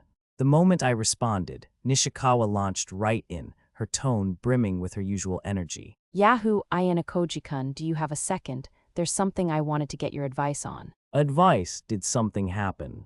What is it? I was just getting a little worried about the token counts for the other groups. Aren't you worried, Ayanokōji-kun? Of course it's on my mind. I'm especially concerned about Shiraishi and the others who ended up in Ryuin's group. Under normal circumstances, I don't think they'd make a mistake that would wipe out their tokens, but in this case, even that isn't a guarantee. The possibility that they could fall into some sort of trap and hit 0, even if only for a fleeting moment, couldn't be completely ruled out. Even if they haven't hit 0, someone might be struggling because they're dangerously close to it. Is there a specific student you're worried about? Her tone practically gave the answer away, but I deliberately feigned ignorance. I want to know how Asuka is doing. Perhaps sensing I had seen right through her, Nishikawa dropped the pretense and got straight to the point. She must have been harboring the same concerns I had since early on. To find out a specific person's exact token count, the only surefire methods were to make direct physical contact or call them on the radio. The former relied heavily on luck, while the latter cost precious tokens. Neither was a simple matter. Wouldn't calling Shiraishi directly solve your problem? I asked. She's a kind girl. Even if she were in trouble, I feel like she'd hide the truth from me. But since you're the class leader, Ayanokōji-kun, I think she'd answer you honestly. I see. It's true that the only way to confirm her exact tokens without meeting in person is over the radio. Unfortunately, I have no intention of wasting a token just for that. I don't approve of how you're using the radio right now, either. But what if she really is in trouble? I had laced my words with a hint of reprimand, but Nishikawa's voice remained completely unfazed. She might be desperately hoping for help. She added, "You really don't want to see Shiraishi expelled, do you?" Of course I don't. She's a dear friend of mine. That may be true, but plenty of other students share those exact same feelings and relationships. I don't want him to be expelled, or I want to protect her. You aren't the only one who thinks that way, Nishikawa. That's why I came to you for advice. Well, she said. Honestly, I'm perfectly willing to use my own tokens to contact her, but it might end up being a waste, and more importantly, I don't want to disrupt the class's harmony. That's why I'm asking. So if I tell you no right now, will you obediently hold back? I wonder about that. Perhaps Nishikawa also understood what my answer would be, as she muttered evasively, but with a hint of irritation. How you use your personal tokens is up to you. If you absolutely must know how Shiraishi is doing, I have no right to stop you. However, confirming her token count now will only buy you a fleeting moment of peace of mind. In fact, if you find out she really is struggling, it will only fuel your anxiety. If that happened, she would inevitably use the radio to contact Shiraishi again a few hours later, wasting even more tokens. Her focus on the exam would fracture, leading to a drop in efficiency. Factoring that in, even if Shiraishi were to inflate her token count to reassure her, she certainly wouldn't underreport it. Shiraishi is highly capable. Don't you think the odds of her falling to last place are quite low right now? I asked. I won't deny that, but there are no absolute guarantees, right? I suppose it depends on who she's up against. If she only has a few tokens left, I have to do something. Are you prepared to protect her, even if it means sacrificing yourself? No way, that's impossible. It wouldn't mean anything if Asuka gets to stay at this school but I get expelled. Nishikawa answered without hesitation. However, if it means protecting Asuka, I don't care if someone else has to be the sacrifice. Are you saying that, in a worst-case scenario, I should sacrifice someone other than you or Shiraishi? Exactly. That's precisely why we made you the leader, Ayanokōji-kun, because I believe you're capable of making ruthless decisions for us. It seemed Nishikawa's little consultation carried far more weight than I had originally anticipated. Sorry, but I have my own way of doing things. Are you saying you won't help her? My role isn't to decide whether or not to save Shiraishi. It's to ensure we never end up in a situation where we have to make that kind of binary choice in the first place. That's reassuring, Nishikawa said. But doesn't that also mean if push comes to shove, we have no idea what kind of decision you'll actually make? If you can't trust me, then you'll just have to handle it yourself. If you manage to earn more tokens than anyone else, there's a chance you could save Shiraishi entirely on your own. Hey, Ayanokōji-kun, you don't actually think our class doesn't matter, do you? Because if you're secretly a spy for Class A, that really wouldn't be funny. With a cold, accusatory tone, she mercilessly stabbed the words into me. I won't say it's too late to be bringing that up now. I replied, I know it will take time to earn everyone's understanding. I guess so. I just can't place my complete trust in you yet, so if you want me to get to that point, cooperate with me. Contact Asuka. I have no intention of repeating myself. Right? That's a shame, but it looks like we're out of time. I'll hold back for today, but I'll make no promises about tomorrow. Saying that, Nishikawa ended the call. Thank you, I said as I handed the radio back to the supervisor. I turned my eyes toward Morishita at once, who was supposed to be busy setting up the fire. What exactly are you doing? Yuck. No, never mind that. Instead of holding the ignition lighter I had just given her, Morishita was crouching on the ground, drawing a picture in the dirt. I thought I'd leave behind a dying message. She said, It's a sketch of the culprit. I have no idea who that's supposed to be, but more importantly, I'm fairly certain I asked you to start the fire. Oh, details like that hardly matter. Morishita replied, It will be all the same if Ayanokōji Kiyotaka does it now. Please, feel free to burn it to your heart's content. Saying that, she lifted her foot, picked up the lighter she had been stepping on, and held it out to me. The nozzle pointed directly at my face. Much like a pair of scissors, common sense dictated handling these tools over in a way that posed no danger to the recipient, but she clearly didn't care. To make matters worse, her finger was resting right on the lever. Just as I reluctantly reached out to take it, she suddenly squeezed the trigger, attempting to ignite it right in my face. However, nothing happened. A misfire. She gasped. Naturally, it didn't ignite. I had engaged the safety lock before handing it to her. You're a dangerous person, you know that. It was a joke, of course. She replied, I knew the lock was on. I merely wanted to give you a fright. Knowing the lock is on doesn't excuse trying to ignite a lighter while pointing it at someone. More importantly, Morishita said, brushing past that point with no sign of reflection. What were you discussing with Ryoko Nishikawa? She said she was worried about Shiraishi and wanted me to check on her. When I refused, she accused me of being a spy for Class A. Oh, a rather sharp observation coming from her. I must admit, I was just beginning to harbor that very same suspicion once again myself. The Ayanokōji Kiyotaka is a class, a spy theory. Is that so? Watching you up close these past 2 days, I can't help but feel like you've been particularly preoccupied with Kushida Kikayo. It certainly seems to go far beyond simply worrying about a former classmate. I see, so it looks that way, even from an outside perspective. It certainly does. Or rather, that even is practically a confession. You just said, even from the outside.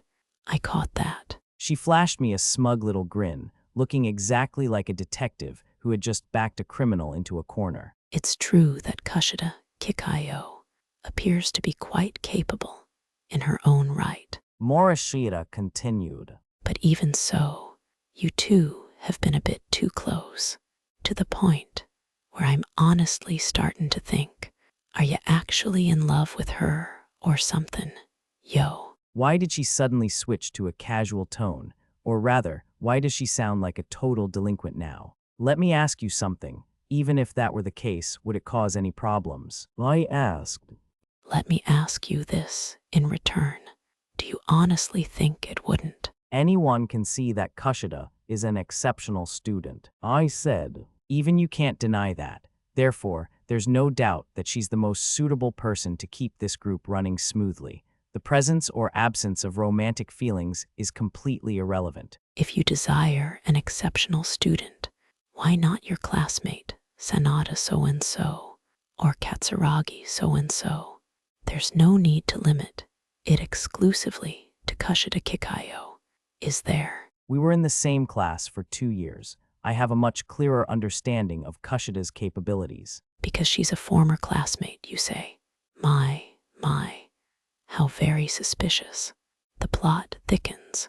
It almost sounds like you'd swoop in and protect her from Shinohara so-and-so and her friends, if push comes to shove. Let me be perfectly clear.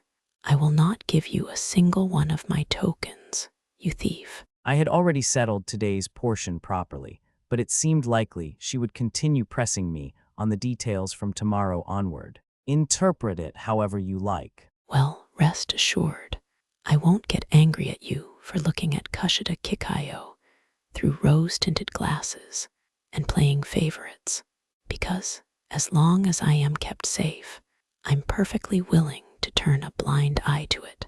Therefore, please make absolutely sure to prioritize me over Sanada so-and-so and Yoshida so-and-so. So in the end, all that mattered to Morishita was that her own safety was guaranteed. Even so, you sure use so-and-so a lot.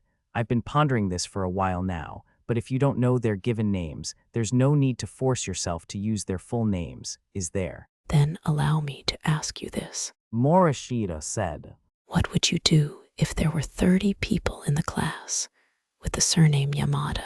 If you called out, "Hey, you there, Yamada," 30 boys and girls would all turn around at once.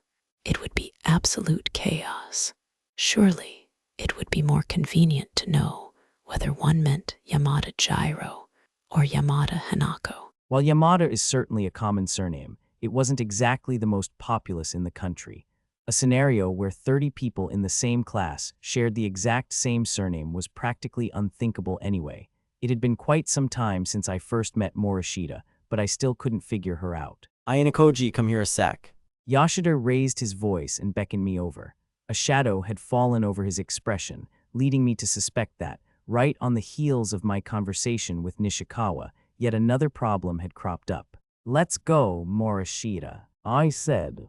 No, thank you. Morishita replied at once. It may be a troublesome matter, and I would prefer to avoid such things.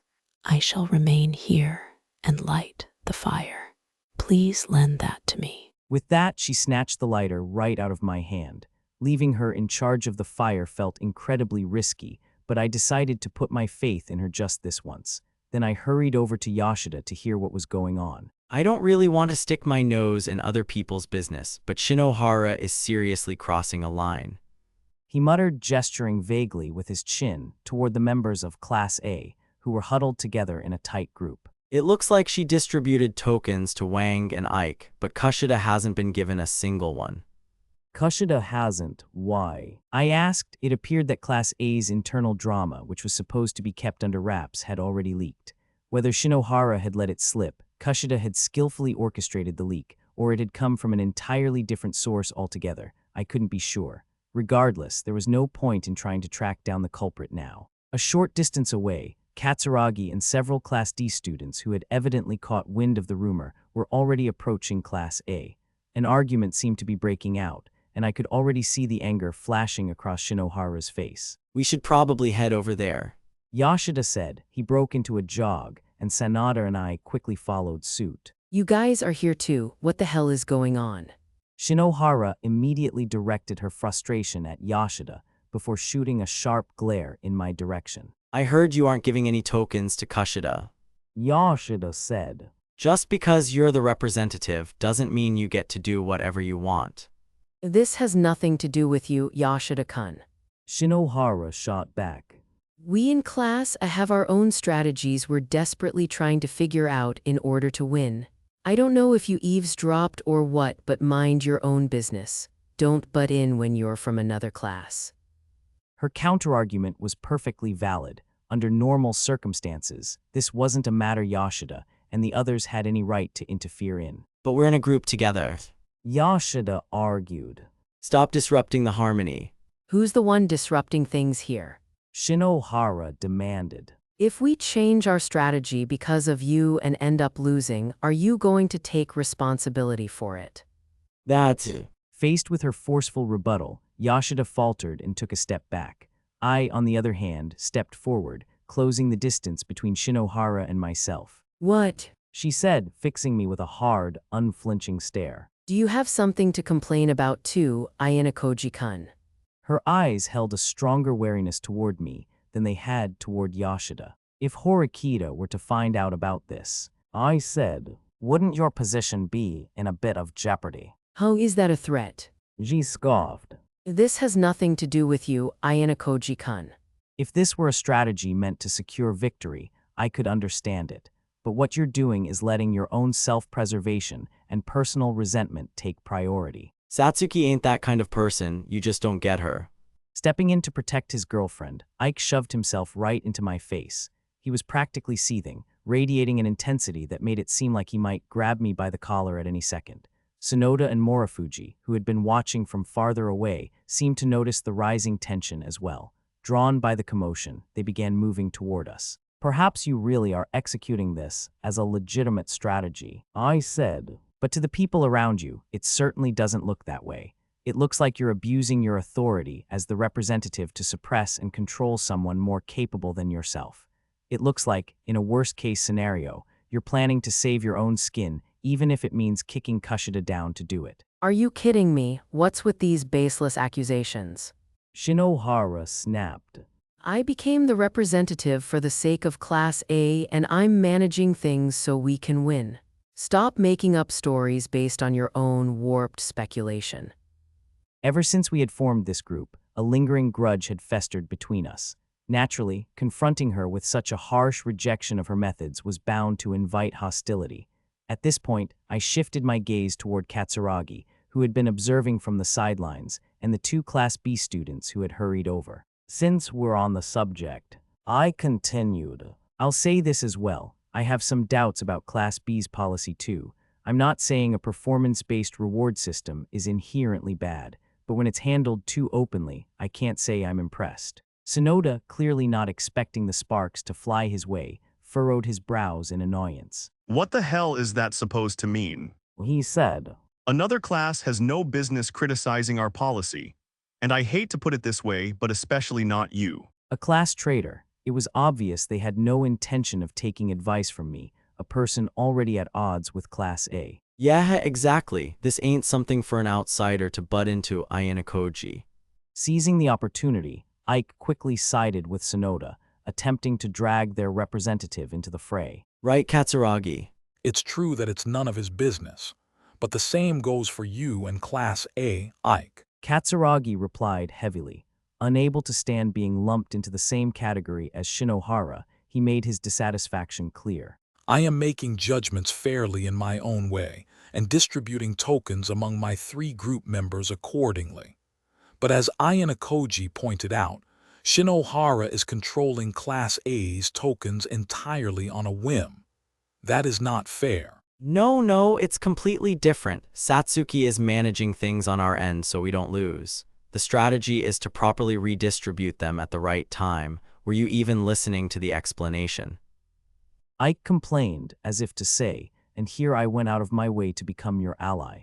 If that is truly the case, then you should conduct yourselves in a way that actually convinces Kushida of that. At Katsuragi's words, Shinohara let out a mocking laugh. Isn't that like the exact same for you, Katsuragi-kun? Can you confidently say Ibuki-san is completely convinced by your methods? As evidenced by the fact that Ibuki was nowhere to be seen, it was safe to assume she was highly dissatisfied with Katsuragi's policies. Perhaps you are right. Receiving Shinohara's unexpected counterattack, Katsuragi averted his gaze, patted Sonoda on the shoulder, and backed away. There, see. Ike said, raising his voice. The rest of you back off, don't get in our way. At his words, the Class D students began to withdraw. Class C quickly followed as well. Within Group 3, irreversible misalignments in the gears had begun to steadily form due to the clashing policies of the representatives. On one side was Kushida, who was performing well enough but hadn't received a single token due to Shinohara's management. On the other was Ibuki, who was unable to perform as she wished and was thus drip-fed a meager amount of tokens. Of course, Kushida simply hadn't received her distribution yet, so her situation wasn't completely identical to Ibuki's.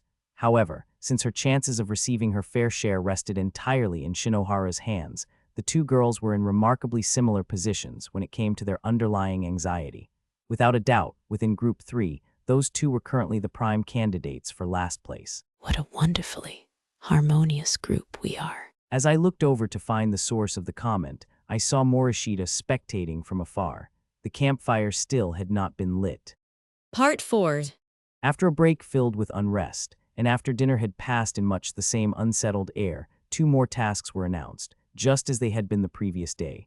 The category was Team. In these tasks, Class A managed a respectable result of taking second place twice, but naturally, Shinohara showed no sign of handing any tokens over to Kushida. Though a faint look of anxiety occasionally surfaced on Kushida's face, she outwardly maintained the stance that she had complete faith in Shinohara. The student known as Kushida Kikayo was the type of person who was kind to everyone, perpetually cheerful and deeply trusting of others. From the perspective of students in other classes, the impression she gave wasn't vastly different from Ichinose. Because of that carefully crafted image, she couldn't simply air her grievances in public and demand, "I can't trust you, Shinohara, so hand over my tokens." That was precisely Shinohara's aim, and it seemed Kushida was being successfully taken advantage of.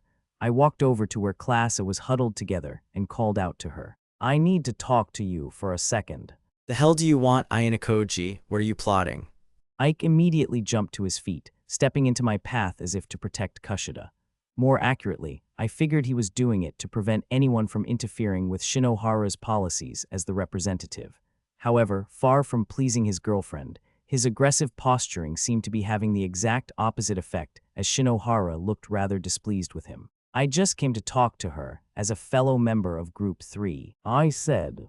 You think that excuse is gonna fly? Ike shot back. "Sorry, but we don't trust you." "I wasn't asking you, Ike," I said before walking past him. "Kushida, there are too many distractions here, so why don't we go somewhere else to talk?" At my invitation, Kushida slowly rose to her feet. You can't go. Shinohara warned her. You know it'll look like an act of betrayal, right? It's fine, Satsuki, I won't let her go. Ike said before turning toward Kushida, his tone softening at once. Kikayo-chan, we're definitely not gonna treat you badly or anything, so you shouldn't get involved with Ayanokōji. We have no idea what he's scheming. It's okay, Ike-kun. Kushida looked away from me, turning to offer him a gentle smile. People have been saying all kinds of things, but I believe in everyone from Class A. I believe in you, Ike-kun. Saying that, she shifted her gaze from Ike to Shinohara, then to Mii-chan, before looking back at Ike once more. You especially have been looking out for me this whole time. I'm really grateful for that. Really? Ike's expression loosened. Well, I mean, it's only natural since we're allies. He chuckled, lightly rubbing a finger under his nose in a bashful display. However, upon noticing Shinohara glaring daggers at him, he immediately snapped back into a serious expression. So I'm sorry, but I can't go with you, Ayanokōji-kun. Kushida said to me, mouthing the words "serves you right" from an angle where Shinohara couldn't see his face. Ike shooed me away. Looks like you got rejected pretty harshly. Yoshida laughed teasingly, having watched the exchange from near the tents. It's only natural for class to be wary of you, Ayanokōji-kun.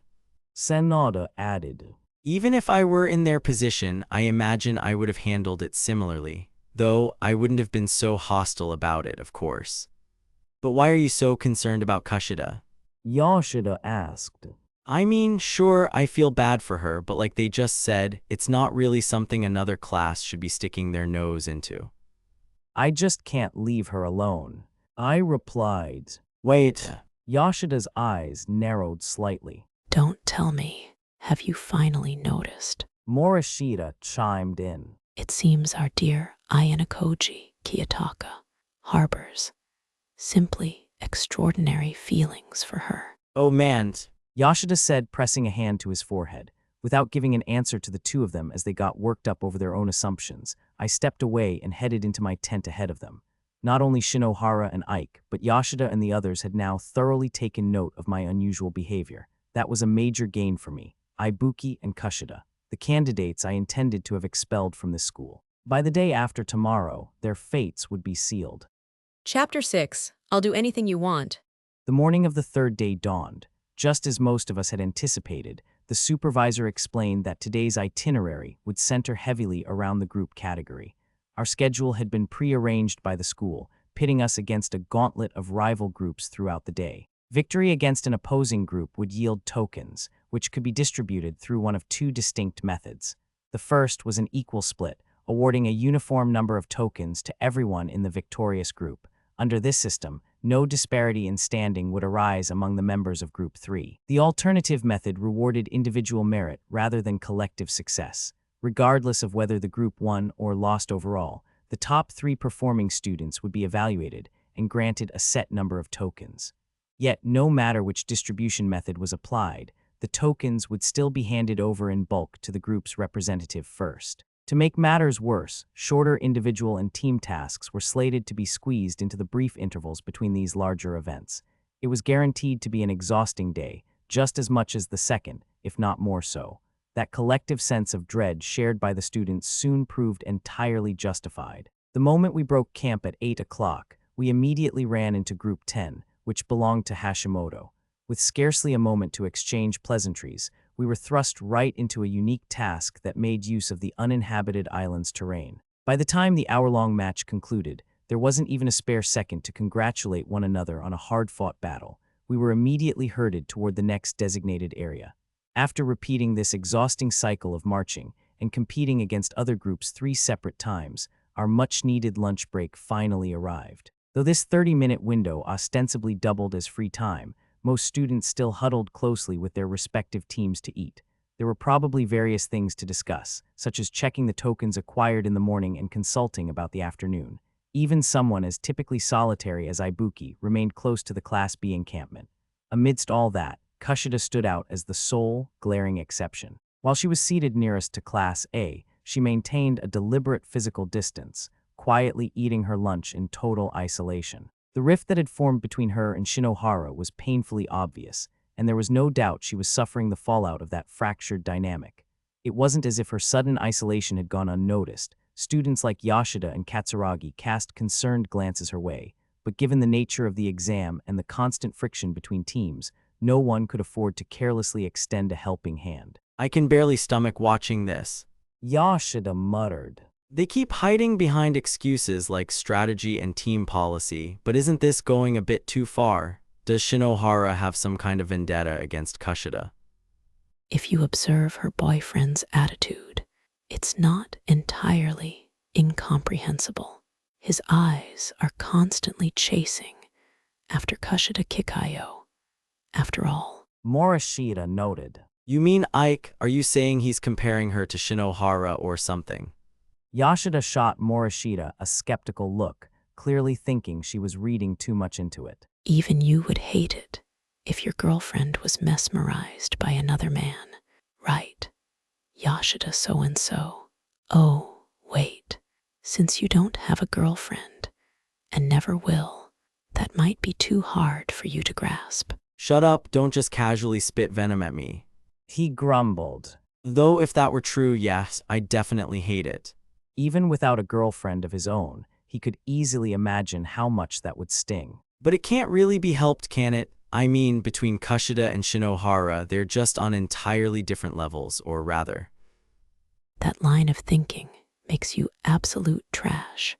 Yoshida so-and-so. Stop with the so-and-so already. At least call me Kenta, if you're going to use my full name, that is. Those two seemed convinced that Shinohara had isolated Kushida, but the reality was likely quite different.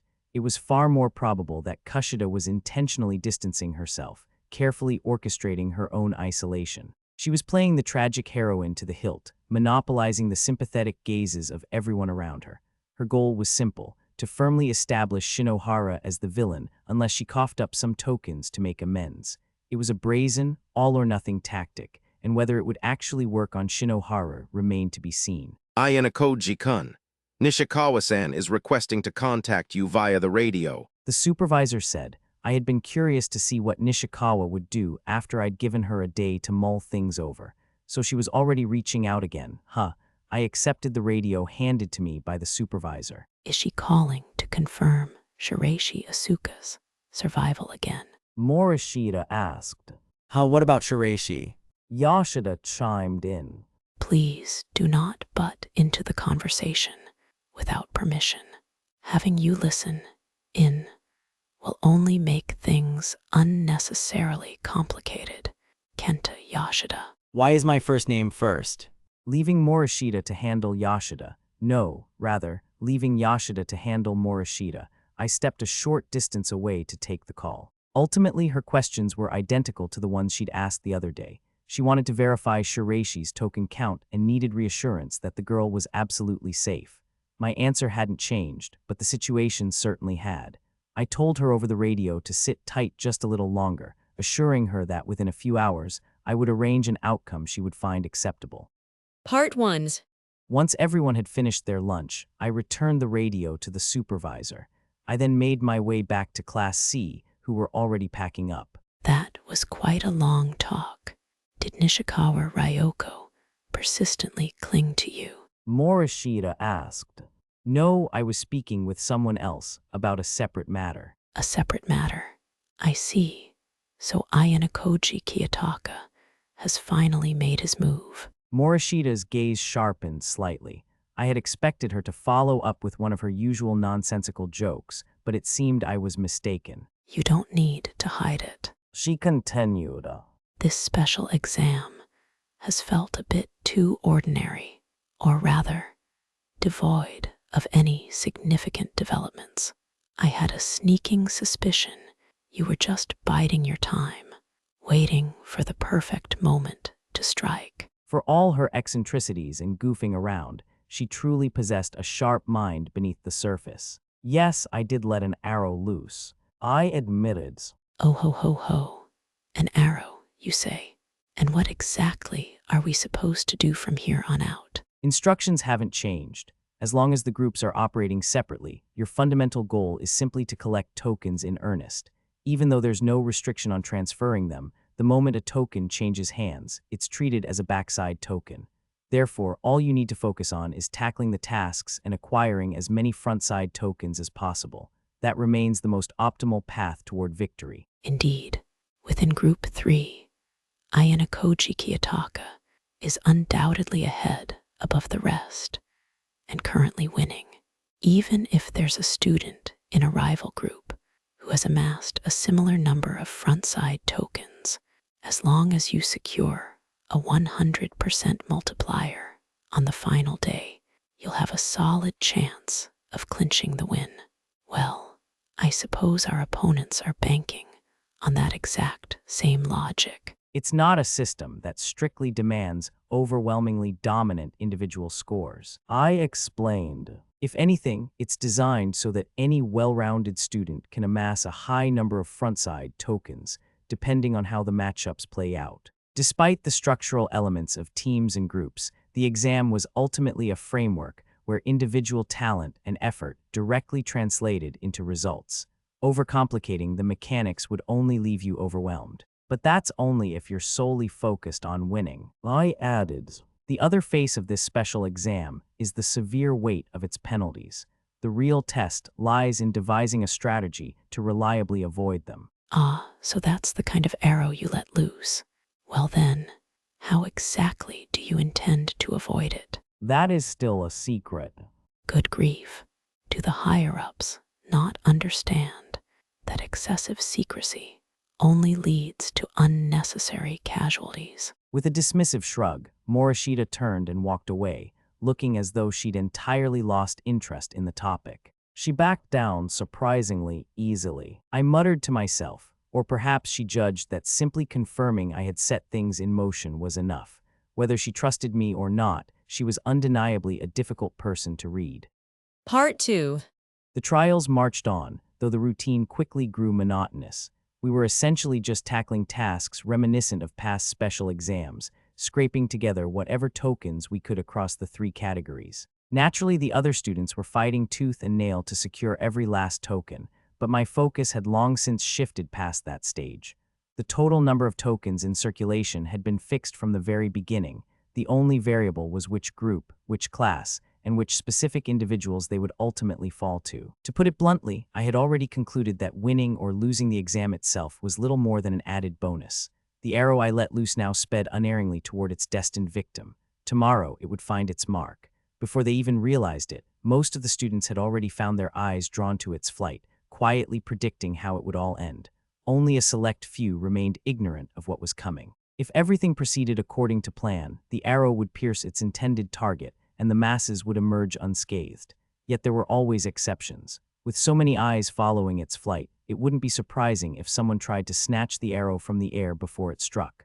By 6 o'clock that evening, we reached our final destination for the day and were finally granted a reprieve. At that moment, Yoshida let out a heavy sigh, exhaling the day's accumulated exhaustion all at once. This is the last time we'll have to pitch these tents, isn't it? Sanada asked. Sure feels like the end is finally in sight, but who knows? Yoshida answered. Even if this specific special exam wraps up tomorrow, there's always a chance the school keeps us out here on the uninhabited island. I'd really prefer to hope that isn't the case. Sanada replied. As I listened to their exchange, movement caught the corner of my eye. Shinohara was marching off with Kushida in tow, with Ike and Mii-chan trailing slightly behind them. They began setting up their camp a considerable distance away from the rest of us. Of the 4 classes in our group, only theirs was isolating itself to such an extreme degree. What's with that? What are those guys doing? Yoshida muttered, following my gaze. Perhaps they're dissatisfied with having outsiders meddle in Class A's policies.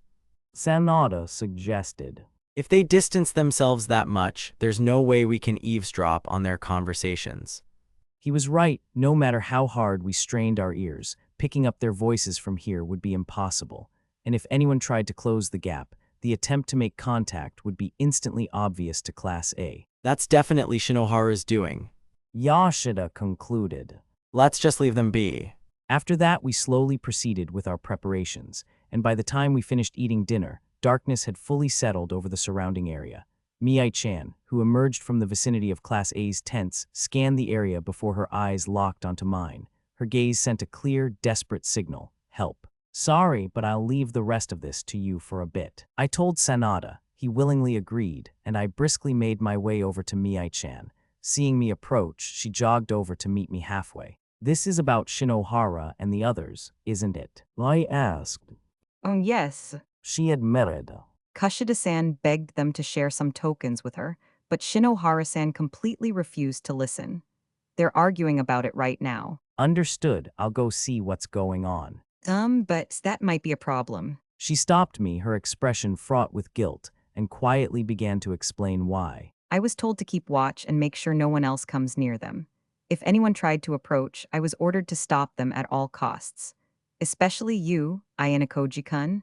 Those were Shinohara-san's orders. Just as I suspected, Shinohara was highly vigilant against Kushida and me making contact. Ever since this special exam began, my stance of consistently evaluating Kushida highly while treating Shinohara and Ike with dismissive indifference had triggered her intense wariness. From her perspective, my motives were an unknown variable, so physically preventing us from interacting was the safest play. Given her limited options, it was probably the best strategy she could muster. Still, if I simply forced my way past here, the chances of Mii-chan becoming their next target weren't zero. I wanted to avoid that outcome. But maybe I should let you go. I just don't know what to do. Although we were technically functioning as a single, unified group, we spent the vast majority of our time segregated by class. It seemed the internal environment within class was considerably worse than it appeared on the surface. Because the entrance to their tent was facing away from us, I couldn't get a read on the 3 of them from here. For now, I'll circle around through the trees and quietly check on the situation. Mii-chan, just stay here and keep playing the lookout. I instructed her to return to her post before slipping away into the forest. Moving swiftly through the cover of the trees, I looped around to the front of Shinohara's campsite. The 2 class tents were pitched side by side. I could see Shinohara and Ike standing just outside the one on the right. Was Kushida, inside the tent. At a quick glance, I couldn't see her anywhere, so I slowly shifted my angle until I had a clear line of sight into the tent's interior. That was when I realized exactly why I hadn't spotted her right away. There at the entrance, Kushida was down on the ground in a full doji, prostrating herself entirely before Shinohara and Ike. Translator's note: doji, Chinese letter, is one of the most extreme gestures of apology, supplication, or deference in Japanese culture. By kneeling and bowing until one's head touches the ground, a person demonstrates profound humility and a willingness to cast aside their pride, often in the face of overwhelming remorse, desperation, or earnest pleading. Looking down at her, Shinohara wore an expression of sheer, unadulterated delight. I could only imagine the violent vortex of anger currently swirling inside Kushida's heart. But even with their campsite pitched an unusually far distance from the rest of the group, they were still in a shared area. If she carelessly raised her voice, or if her foul-mouthed true nature was exposed to a third party, all the effort she had spent endlessly enduring hardships to maintain her good girl facade would come crumbling down in an instant. It seemed she was utterly committed to acting the part of the humble, submissive victim from beginning to end, hoping to somehow smooth things over. Knowing I couldn't carelessly call out to them either, I was trying to figure out my next move when Shinohara's jeers finally reached my ears. Because she was directing her vitriol down toward the tent, the exact words were muffled, but the sheer fury in her tone was unmistakable. As I observed the situation from the shadows for a moment longer, I noticed another presence approaching the area. Having grasped the gist of the conflict, I decided it would be best to slip back to the Class C tents before I was discovered. Part 3. Just shortly before Ayanokōji began circling through the trees, Shinohara's festering suspicions had finally exploded into outright fury. She simply couldn't let go of the incident on the second night, when it became glaringly obvious that their policy of cutting Kushida out of the tokens had been leaked to the other classes. You're the one who blabbed to everyone that I wasn't going to give you any tokens, didn't you, Kushida-san? Shinohara demanded. Just admit it already. I didn't. Kushida pleaded. No matter how much I deny it, you still won't believe me, will you? Then what if there's someone else? Who is it? Are you saying Mii-chan leaked it? I don't know about that, but it wasn't me. It would have to be either Mii-chan or Ike-kun. Despite her desperate denials, nothing could shake Shinohara's absolute conviction that Kushida was the prime suspect. Satsuki. Ike interjected hesitantly. It doesn't feel like Kikayo-chan is lying, though. Hey. Shinohara turned on him at once. Then who are you saying leaked it? It wasn't you, Kanji, was it? Of course it wasn't. There's no way I'd do that. Ike shook his head quickly, then searched for somewhere else to place the blame. Look, maybe that Ayanokōji guy spread it around or something. You know he's capable of anything. Listen to me. Shinohara said sharply. Even if that were true, Class A was the one who decided on this policy in the first place, right? Even if Ayanokōji-kun is involved, it still means one of our classmates had to leak the information to him first. Seriously, Kanji, you're such an idiot.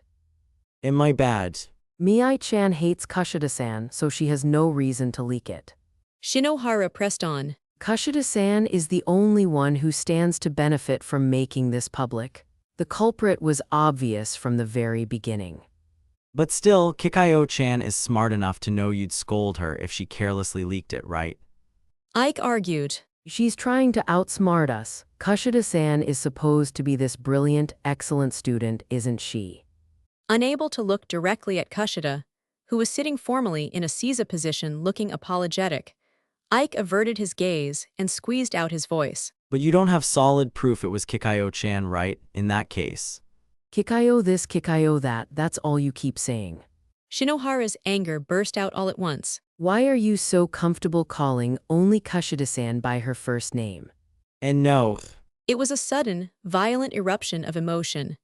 Ike panicked, choking on his words as he scrambled to formulate a defense. Before Shinohara could lay into him again, he forcefully talked over her. Even if you say that, I've called her that since way before you and I started dating. Then you should just change it back to her last name starting right now.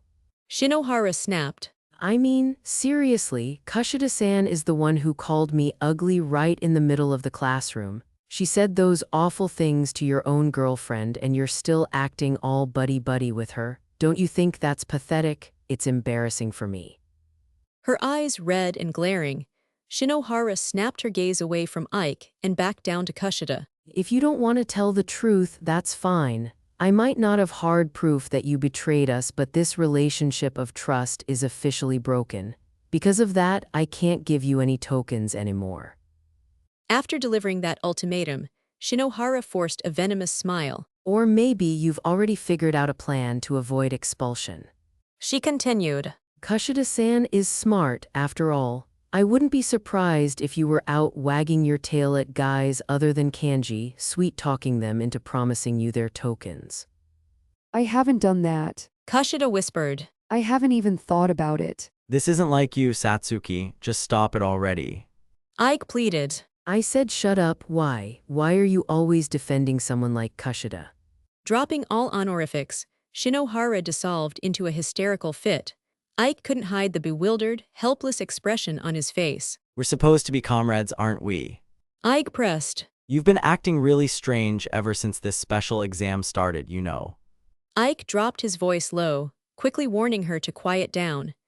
Even with this kind of distance, someone from another class was bound to hear her if she kept yelling. I can't help it. Kanji, Yoshida, Ayanokōji, all of you guys always just take Kushida's side. Rather than calming down at Ike's warning, Shinohara's emotions flared even higher. Your voice, you're being too loud. Ike hissed. Shinohara's chest heaved with ragged breaths. For several seconds she said nothing, only stood there trying to steady herself, until at last she dragged in a breath and violently brushed her disheveled bangs out of her face. Nobody is listening out here, she said, her voice lower now but no less sharp. So why don't you just show us your true colors, Kushida-san? You might feel a lot better if you do. Even if you tell me to show my true nature, it troubles me. I don't really have any intention of fighting with you, Shinohara-san. Oh, really? Then why are you parading around like some tragic heroine, making me out to be the villain? Why are you putting on this big show, whining I can't get any tokens tilde to everyone? That's just... Kushida faltered, then corrected herself. I just want you to keep your promise. No, I just want you to properly transfer my share of the tokens up until today. When I think about the fact that I might get expelled, I can't help but feel anxious. Anxious? Shinohara repeated. Even though I told you I'd give them to you later, see, you really don't trust me after all. It's not that I don't trust you, but... I've told you over and over and over again, haven't I? Shinohara immediately cut her off. I will definitely give you your tokens before we reach the goal. Until then, I'm just holding onto them for the sake of adjustments. Get that through your head already. Adjustments. It was a highly convenient excuse. She hadn't revealed a single detail about what this supposed strategy was or how it benefited anyone. Naturally, Kushida understood what was actually happening. Her tokens were being confiscated purely out of spite. They were being held hostage as insurance to guarantee that Shinohara and Ike wouldn't be the ones expelled in a worst-case scenario. Forced to endure this one-sided oppression, Kushida's own frustration had to be boiling over. Yet, she didn't simply explode in a fit of rage like Shinohara. Even though their camp was isolated, they were still relatively close to the others. There was no telling when someone might wander by and see her. In the first place, Shinohara continued, this is all your fault for insulting me in front of everyone. You're at least aware of that much, aren't you?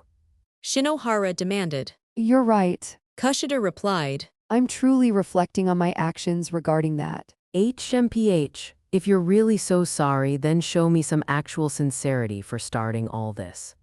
Sincerity? Kushida asked quietly. Is it enough if I quietly leave the tokens in your care until just before the goal? At Kushida's questioning words, Shinohara let out a derisive snort, rejecting the idea entirely before thrusting her true demand forward. People might make fun of me for this and maybe it is a bit unreasonable, but everyone has a line they absolutely will not let someone cross, right?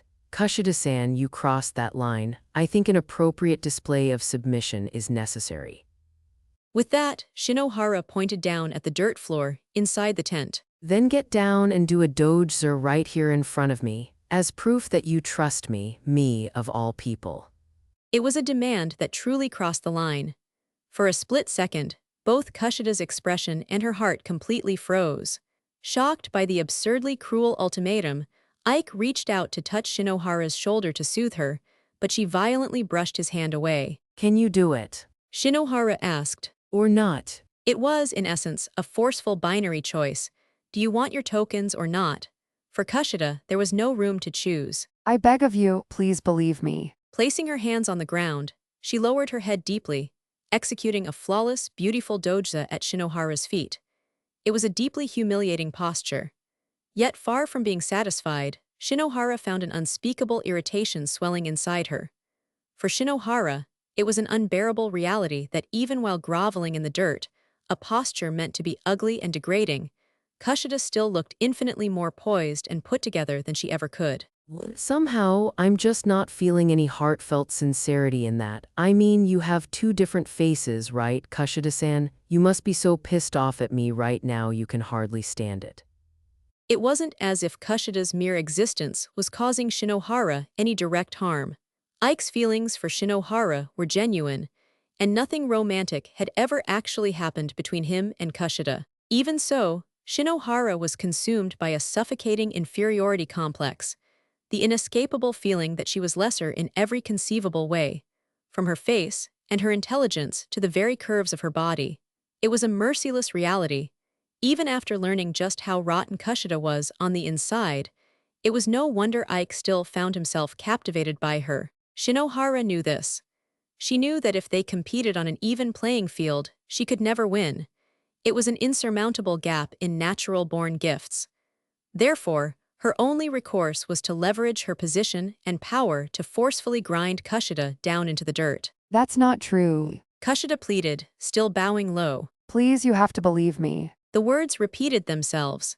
Shinohara knew full well those words were completely hollow.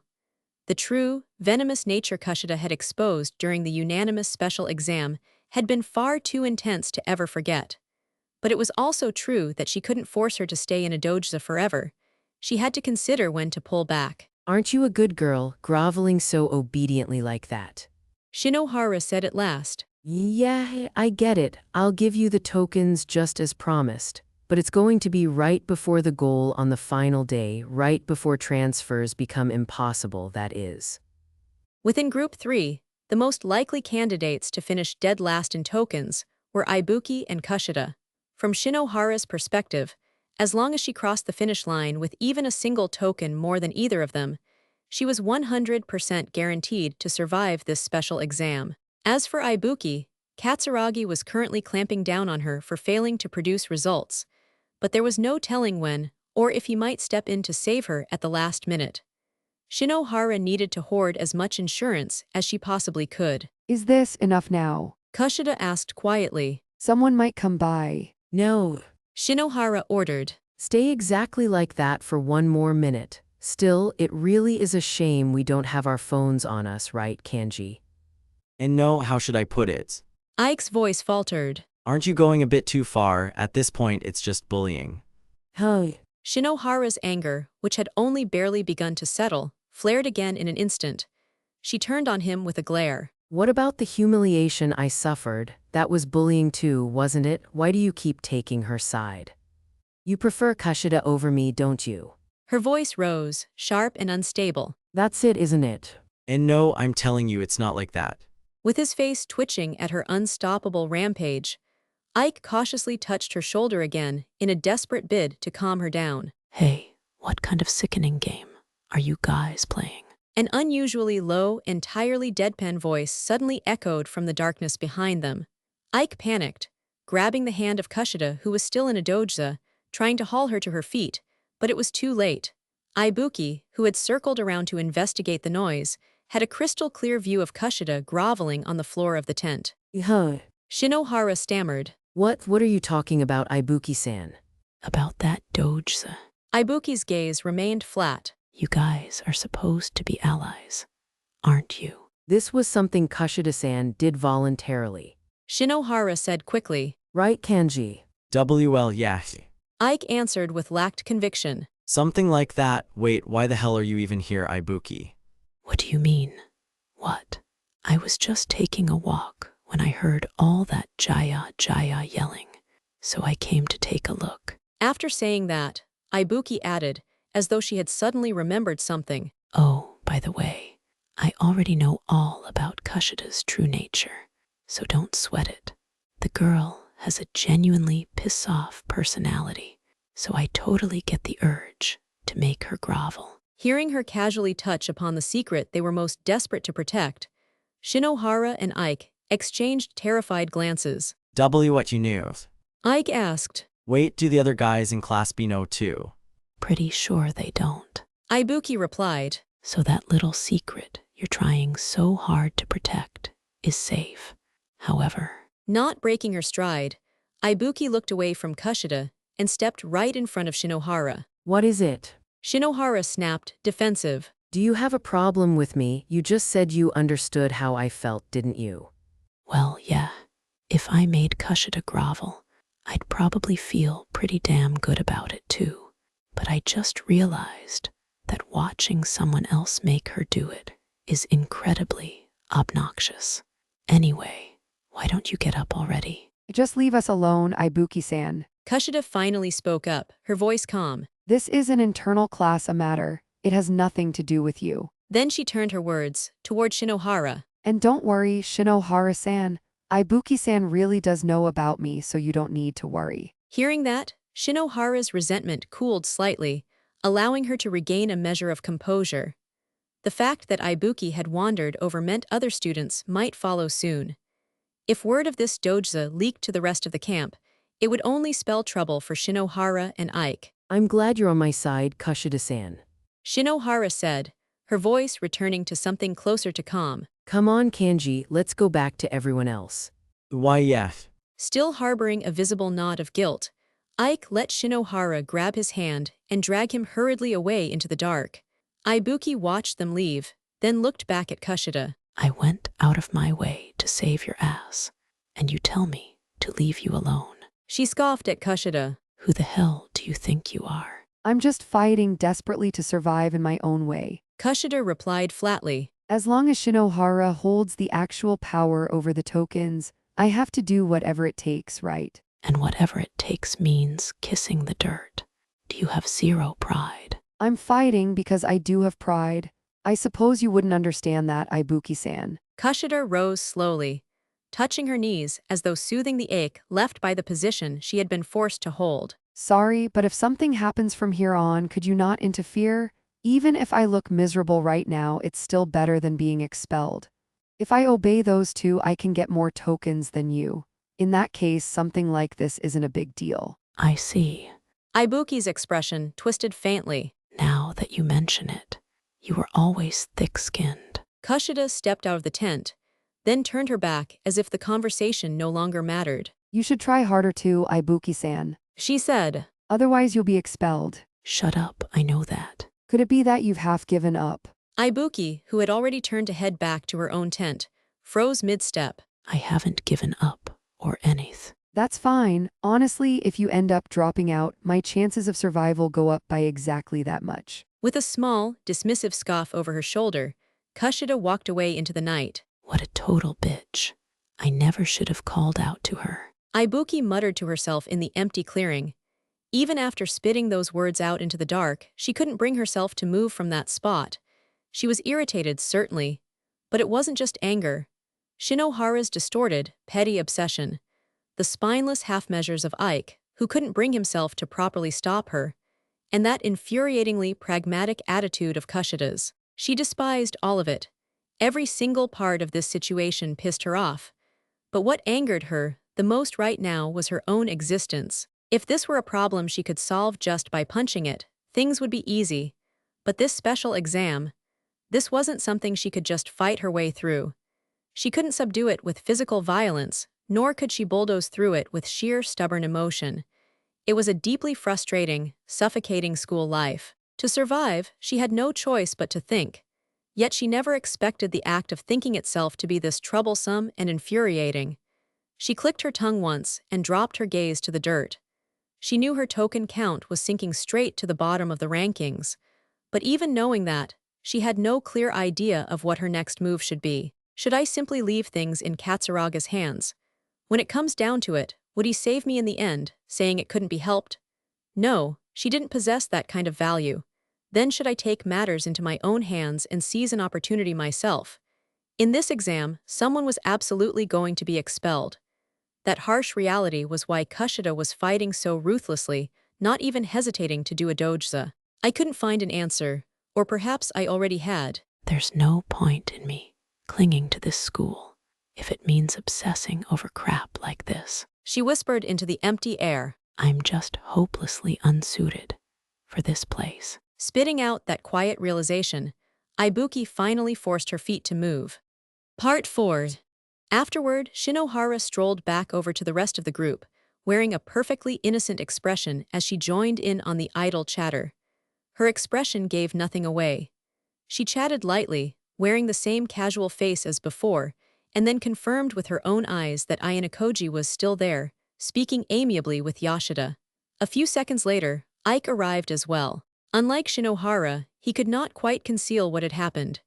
His steps were restless, his movements faintly unsettled, as if some part of him were still caught back at the tent. Thanks, Mii-chan, it looks like Ayanokōji-kun didn't make a move after all. Shinohara whispered. Why, yes. Mii-chan replied hesitantly. A few minutes later, Kushida emerged from the tent. Having properly dusted herself off and fixed her appearance, she wore her usual, impeccably bright expression. Are you okay?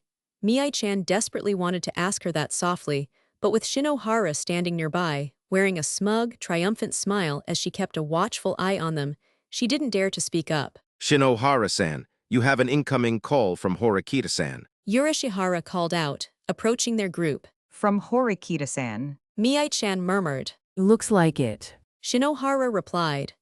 During the first radio check-in, Shinohara had been deeply irritated that Horikita had contacted Kushida instead of her.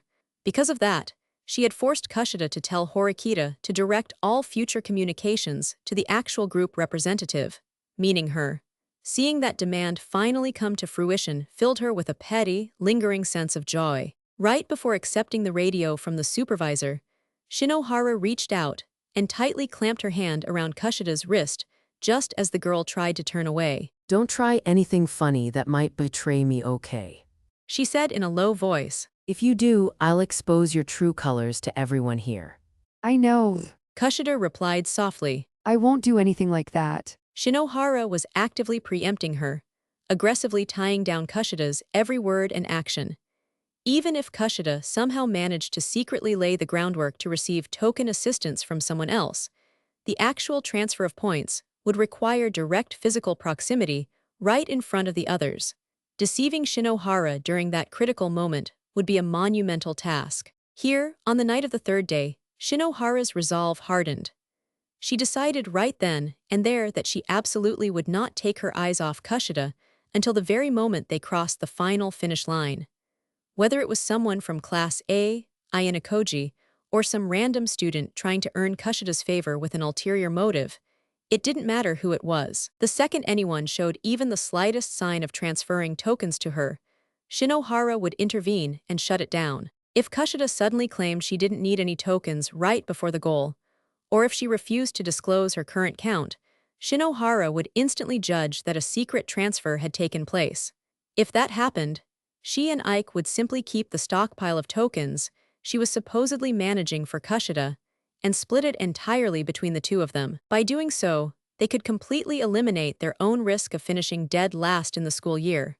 Without even realizing it, Shinohara's twisted obsession with Kushida had continued to swell, completely eclipsing her concern over Ibuki, the person who was actually heavily favored to finish in last place. Sorry, Kanji, but keep a close eye on Kushida-san for a second. You understood. A moment later, she lifted the radio. Hello, Horikita-san, do you need something?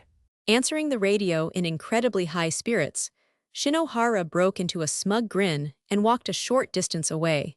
It was a deliberate, exclusionary display, a physical declaration that she was the one holding the reins of power in their group, and that mere underlings weren't allowed to eavesdrop on her conversation. Ike-kun, do you have a minute? Kushida whispered.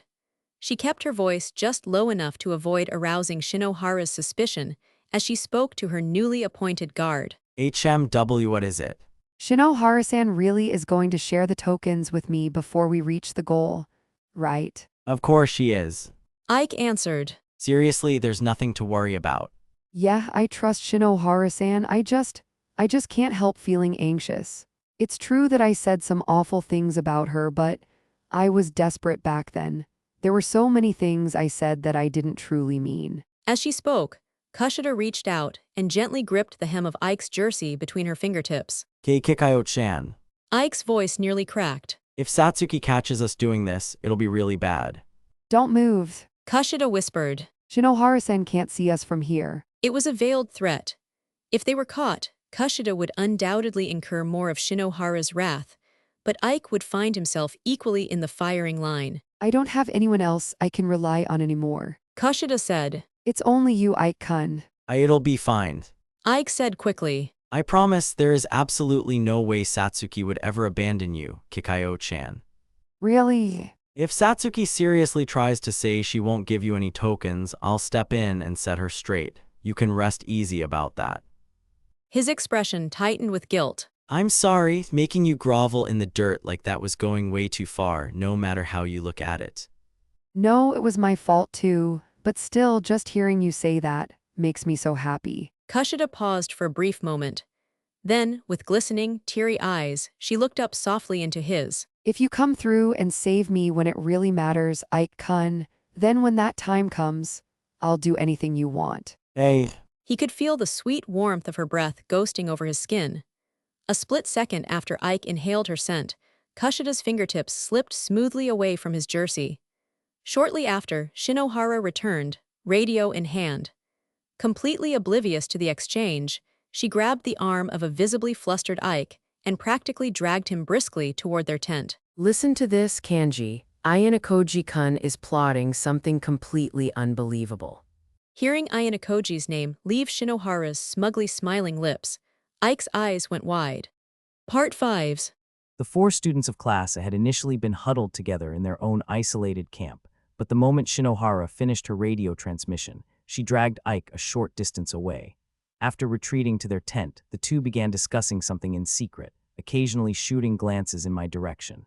The fact that the fact that Horikita had directly contacted Shinohara meant she had finally begun making moves as well. Considering the timing, it was safe to assume Horikita had set this up fully expecting me to catch wind of it. She has definitely grown, slowly but surely. I murmured to myself. So in the end, she did reach out for the arrow. I was genuinely surprised. I had calculated that there was a greater than 50% chance she wouldn't attempt to stop the arrow mid-flight. No, it was still too early to tell. I didn't know yet if Horikita's hand was actually meant to stop the arrow's flight, or if she was merely feigning the attempt. Either way, by making this very visible move, she was probing to see how I would react. Right now, with Shinohara thoroughly distracted by whatever she'd heard over the radio, making contact with Kushida would be incredibly simple. Yoshida, come here for a second. I called out. HMO, sure. Without even asking why I'd called him over, Yoshida pushed himself up and stepped out of our tent. With him in tow, I walked directly over to Kushida. Could you give me just 5 minutes? There's something I want to ask you. I said. Kushida turned to face us. She immediately flashed her perfectly crafted smile and answered without a second's hesitation. Sure. Sorry, Yoshida, but could you head back to the tent? I said, turning to Yoshida. I want to talk to Kushida alone. Wait, then why did you even bring me?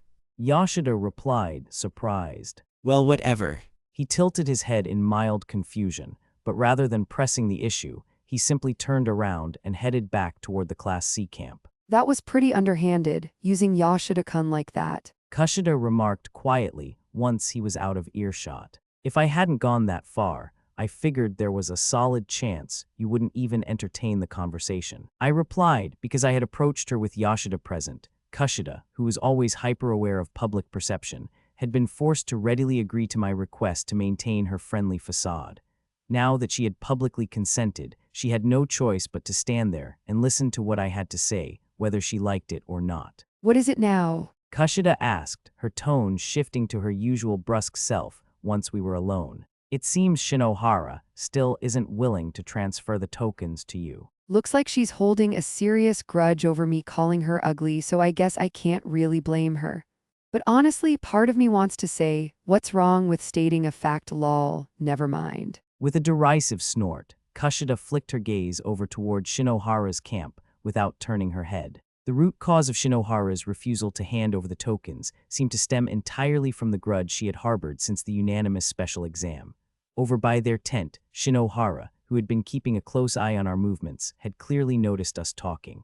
Ike tried to head over in our direction, but Shinohara grabbed his arm and stopped him with a laugh. The way Ike looks at me, completely unable to hide his gross ulterior motives, makes me sick. Kushida muttered. They really are a match made in heaven. Perhaps because I was the only one listening, she freely spat out her venom right here in the middle of the campsite. If you distance yourself from Ike, won't Shinohara calm down a bit? I asked.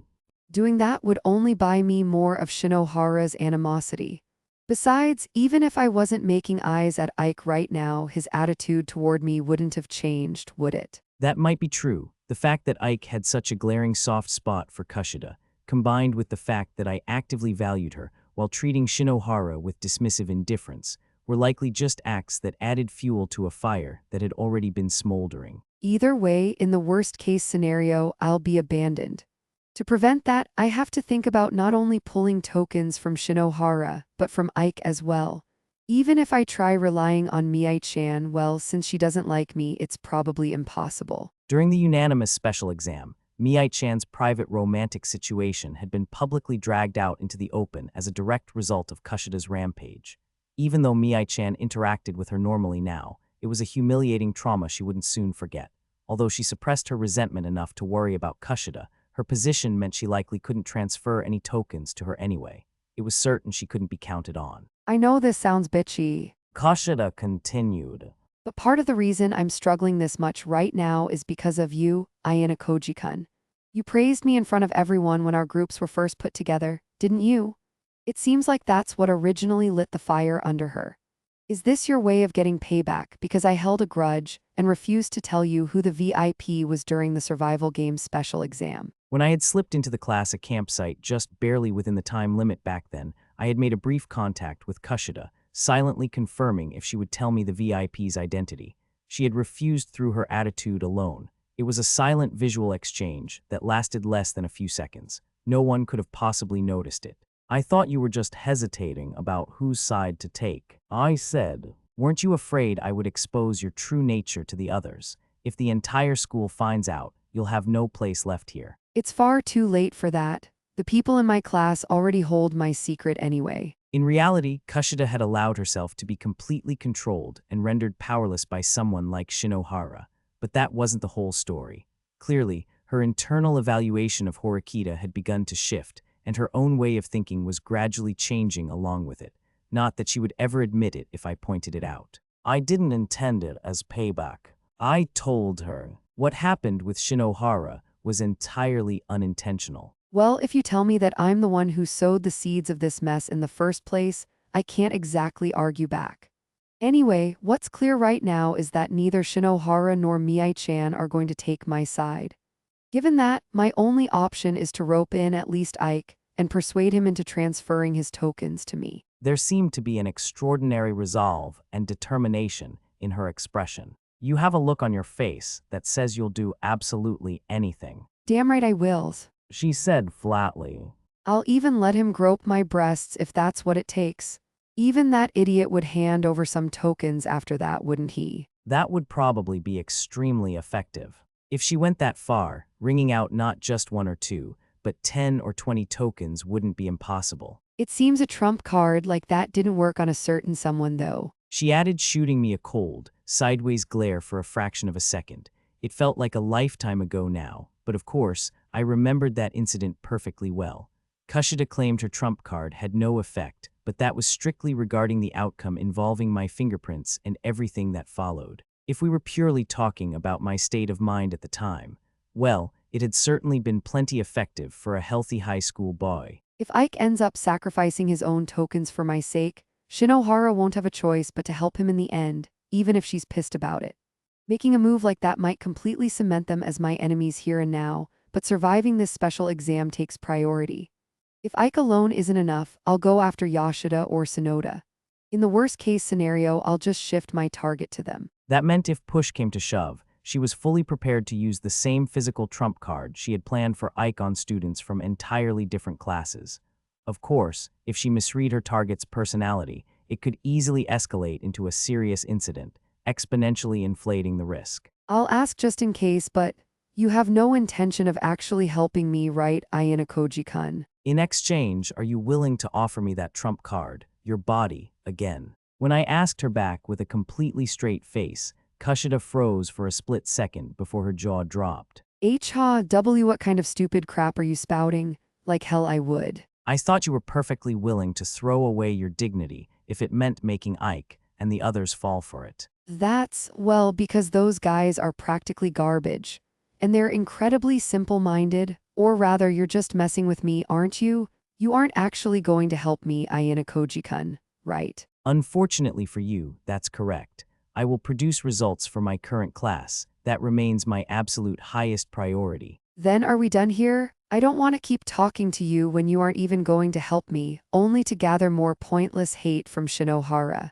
Just leave me alone. Saying that, Kushida instantly flipped her expression back into a perfectly crafted, bright smile. She offered a cheerful little wave, putting on a friendly show for anyone watching as she naturally distanced herself from me. Whether things would actually play out as smoothly as she intended remained to be seen. After all, the other party's vault was considerably tough to crack. Chapter 7. Intertwining Strategies. The second and third days of the exam continued with a flurry of tasks. Individually, these trials had yielded small, almost negligible shifts in the overall tokens, hardly enough to warrant concern. But minor gains had a way of compounding. Like drops of water wearing away at a stone, the steady accumulation had subtly reshaped the landscape of the exam. Before long, a handful of students had quietly amassed three-digit fortunes. It was against this tense, shifting backdrop that the final morning broke. Faint rustling outside her tent pulled Ibuki from her sleep. For a moment, she lay still inside the tent, listening. The air was quiet in that thin, early morning way before the camp had fully begun to stir. She blinked against the gloom, shifting her arm to glance at her smartwatch. The luminous hands pointed just past 6 o'clock. Straining her ears, it did not take long for the sound to reveal itself as footsteps. They passed along the side of the tent, then continued on, gradually fading into the distance.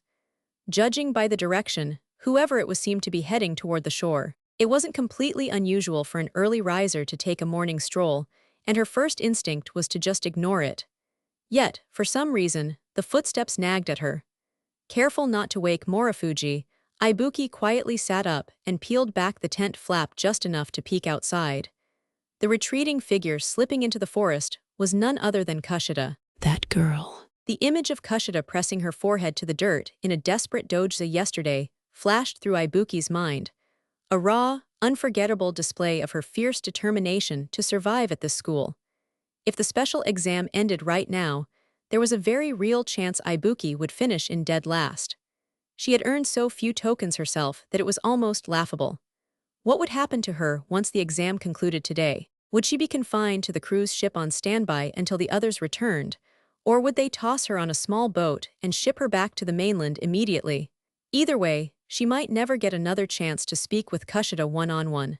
Unable to suppress her curiosity, Ibuki slipped out of the tent and followed the path she had taken. Before long, Kushida's back came into view.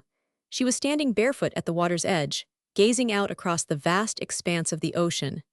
Kushida was fighting a war inside her own head. A massive, suffocating wave of frustration had been building within her since the very start of the special exam.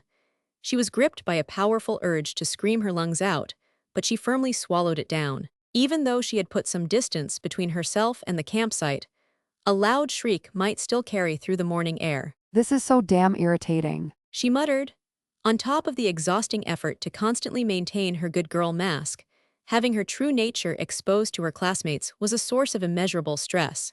Shinohara confiscating her tokens, Ike's vulgar, lingering stares, and worst of all, being coerced into a humiliating doujutsu, her pride torn to absolute shreds under the threat of exposure to the other classes. Kushida was harboring a darker, more intense rage than she had ever felt in her entire life. Even so, the only reason she managed to keep herself from screaming was the bitter lesson she had learned in the past. Ever since she had foolishly let her guard down and allowed Ayanokōji to discover her true self, the gears of her meticulously crafted life had started to slip out of sync. She wouldn't, or rather, couldn't make that same mistake again. Standing there, she entrusted the sea with the dark emotions swirling inside her, desperate for the tide to wash them away. She had come here seeking a small, solitary world of her own, a fleeting respite born of sheer desperation, like a drowning girl grasping for air. Kushida took another step forward. The returning tide washed over her feet, soaking her to the ankles. Narrowing her eyes at the faint, cooling comfort of the water, she steadied her breathing. I'll figure something out, she whispered to the wind. Even if the absolute worst comes to pass and I have to go crying to Horikita, I will definitely stay here. Right then, a sudden, heavy impact slammed into her back. Before her brain could even process what was happening, she was sent pitching forward. She instinctively threw her hands out to catch herself, but with nothing to break her fall but the ocean, she plunged face first into the seawater, getting completely drenched. Sputtering and completely bewildered, Kushida pushed her upper body off the wet sand and whipped her head around. Standing right behind her, legs planted wide and glaring down sharply, was Ibuki. Kushida stared in sheer disbelief. Her mind couldn't make sense of the situation, but the moment the low sound escaped her lips, her irritation surged forward like a tidal wave. Ibuki-san. She said, her voice darkening. Just what do you think you're doing? What does it look like? A tackle, I guess. Ibuki replied flatly. You had your back turned to me, looking completely, stupidly defenseless. I just couldn't help myself. I have absolutely no idea what you mean. Why would you do that? Why?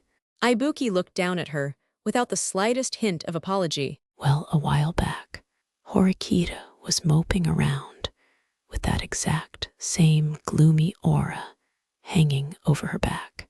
I gave her a good kick from behind when she did it, so I guess I felt a similar urge. No, even with an explanation, I seriously do not get it. Kushida looked down at herself, drenched by the seawater. Look at me, what are you going to do about this? Seawater had already seeped all the way through to her underwear. It was a lost cause. Serves you right, Ibuki said. I don't see why I have to take that from, oh. Kushida tried to rise, only for pain to twist across her face. Her strength gave out, and she dropped back into the shallow water with a muted splash. A small, muffled groan escaped her lips. She placed one hand near her waist and made no further attempt to stand. What? Ibuki frowned. Did you actually hurt yourself just from that? Thinking she might have gone a bit too far against an amateur, Ibuki tossed her shoes aside and waded into the water. I can't really stand, pull me up. Kushida said, reaching out a trembling hand. Reluctantly, Ibuki took it, only to be violently yanked forward. Why? Because she had genuinely believed Kushida might actually be hurt. Ibuki's guard had been completely down. With a massive splash, she pitched face first into the sea, salt water instantly rushing into her parted lips. Too. God, that's salty. Right on cue, as if to add insult to injury, Kushida scooped up a double handful of seawater and splashed it directly into Ibuki's face. Yuwa, what the hell are you doing? I think that's my line, isn't it? Kushida shot back, her tone suddenly bright and venomous. Faking an injury. You dirty sneak. Scrambling to her feet, Ibuki put some distance between them and violently kicked the surface of the water, sending a retaliatory wave crashing back at Kushida. From there, it devolved into a petty, childish brawl, a relentless battle of splashing seawater back and forth. Whether it lasted 1 minute or two, in the end, there was no victor. The battle ended in a complete draw, leaving both of them soaked, breathless, and sitting in the water. Ha. Why do I have to deal with this first thing in the morning? Ibuki panted. You idiot, Kushida. Like I said, that's my line. Kushida replied, also short of breath. Fufu, you really are an idiot, Ibuki-san. The two of them sat chest deep in the ocean, glaring at one another. But then, in a sudden, shared moment of clarity, they both burst out laughing at the sheer absurdity of what they were doing. Do you know? Ibuki muttered, once their laughter finally subsided. Maybe you don't need to be that pessimistic about getting expelled. Kushida looked toward her. The initial tokens. Ibuki continued. They were distributed based on how long students lasted in the survival game special exam. Right. You lasted pretty close to the end too, didn't you? Even if Shinohara's managing your tokens, you should still have a bigger safety net than me. I don't think you need to panic over missing out on a few tokens now. That's just a margin of error. Kushida dismissed. More importantly, I don't think Katsuragi-kun would just abandon you like this. If Katsuragi were to provide her with 20 or 30 tokens, the individual gap between her and the others would easily close. So you're saying I'm the prime candidate for last place? Ibuki sighed. That guy, Katsuragi, he genuinely intends to distribute our tokens equally. He was dead serious about it. giving preferential treatment to someone like me who can't produce individual results and potentially sacrificing another hard-working classmate in the process. He'd never forgive himself for that. Besides, he was talking with Ryuen on the radio last night. He might have even gotten direct orders to just cut me loose. It was a strangely un-Ibuki-like thing to say. There was no anger in it, only a kind of detached resignation. Hearing this, Kushida was completely convinced that the suspicion she had harbored yesterday was spot on. I see. It's true that you don't have a single redeeming quality, Ibuki-san, so that's probably the right call. Kushida replied bluntly. Even though there had been tasks where Ibuki could have shined, she had been forced to compete directly against Ayanokōji at crucial moments. Thanks to a cascading series of bad luck, all her efforts had merely spun their wheels in vain. Despite her fretting over the tasks being systematically checked off by the others, time marched on, refusing to wait for her. So, I guess I've just given up. Ibuki murmured. I don't know. It's a weird feeling. For some reason, Manabe's face flashed inside her mind, her former classmate who had been expelled. In Manabe's case, it had been an instant death. A surprise attack, something like being struck down before she even understood the blade had fallen. This was different. How should I put it? She said. It feels like I'm slowly dying from poison. Back when she and Ryuen had challenged Ayanokōji during the survival game and suffered a crushing defeat, she never could have imagined it would come to this.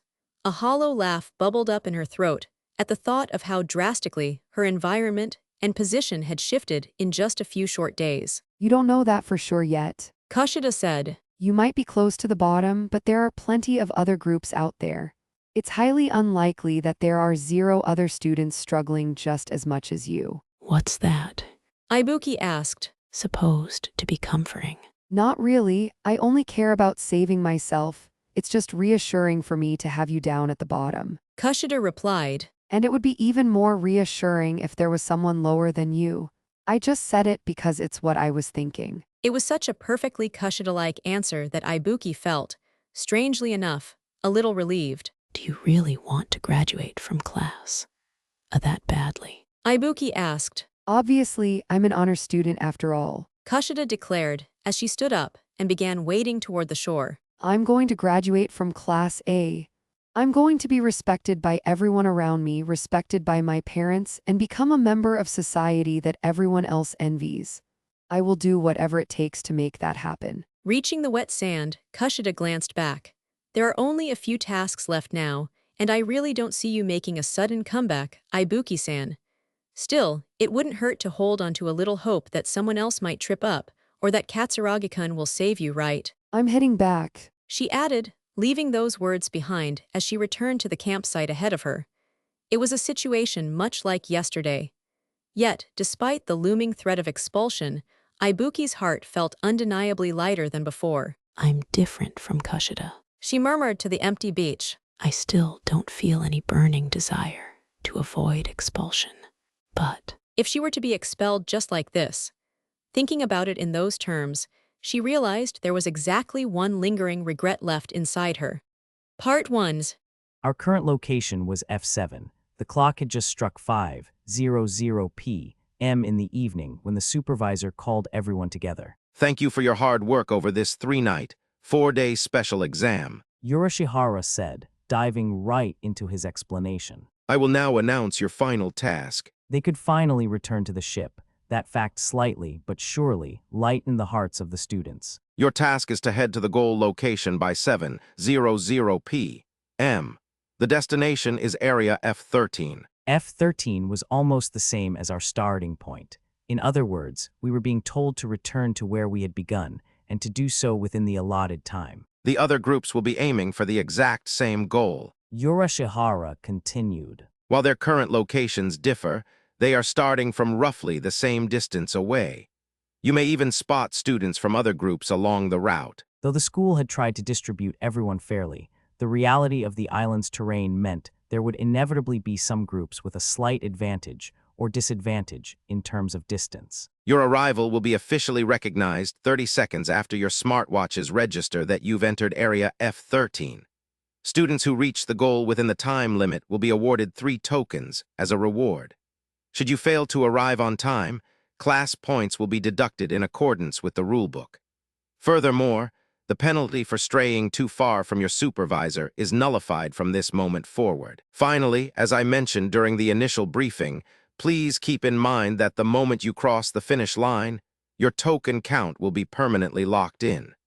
You will absolutely not be able to transfer tokens after that point, so please plan accordingly. With that, Yurishihara pulled out 4 cell phones. I will now distribute one of these specialized phones to each class representative. Checking the GPS will help you navigate to the goal. Furthermore, these devices function as walkie-talkies. By linking them to your smartwatch and paying a 1-token fee, you can contact the phones of other groups or reveal their locations. Feel free to use these features as needed. It seemed the communication and tracking functions we'd had access to since the start of the exam were fully integrated into these phones. From here on, I will not be able to accompany you. Therefore, any penalties related to my presence will be invalidated. Yurishihara concluded. Please proceed toward the goal at your own pace. I wish you all the best of luck. Basically, it was up to each group to decide whether to run or walk. The phones were not merely there to keep us from losing sight of the goal or to prevent members from becoming separated. They were probably also meant to grant us a grace period to transfer tokens as needed before reaching the goal, thereby expanding the range of our strategies. For the most part, events were unfolding exactly as I'd anticipated. There was no need to alter my plan. What's our move, Ayanokōji? Yoshida asked. We could head for the goal separately, but having a majority of the group arrive is the absolute minimum requirement. If we fall out of step and get separated, it could create a massive headache later on. We should definitely move together as one. I agreed. I replied, does anyone have any objections? Figuring that none of the Class D students would raise an issue, I turned my attention to the remaining Class A. I'm on board too. Their representative, Shinohara, answered without hesitation. It was the brightest smile she had shown in days. In the end, we all need to cross the finish line together. Part 2. It was just past 5:30 p.m. Group 2 had already set out, determined to be the first to reach the goal. Given that all the groups had started at roughly the same distance, it was highly unlikely that anyone had crossed the finish line yet. Harada marched at a brisk, unrelenting pace, his expression growing grimmer by the minute. The exact same could be said for Ryuen. However, their minds were occupied by vastly different concerns. Harada was solely focused on the physical safety of the group and the stability of his class. Ryuen, on the other hand, was entirely consumed by the exam's impending results and the massive shift in class rankings it would trigger. So far, Ryuen had amassed a total of 110 frontside tokens. He was undoubtedly the top earner in his group, securing what could easily be called a solid result. Reaching the goal would add another 3 tokens to his count, and if their group finished in first place, they would retain 100% of their tokens through the final multiplier. It was by no means a bad position. Even so, by his own rough calculations, he had missed out on at least 20 tokens along the way.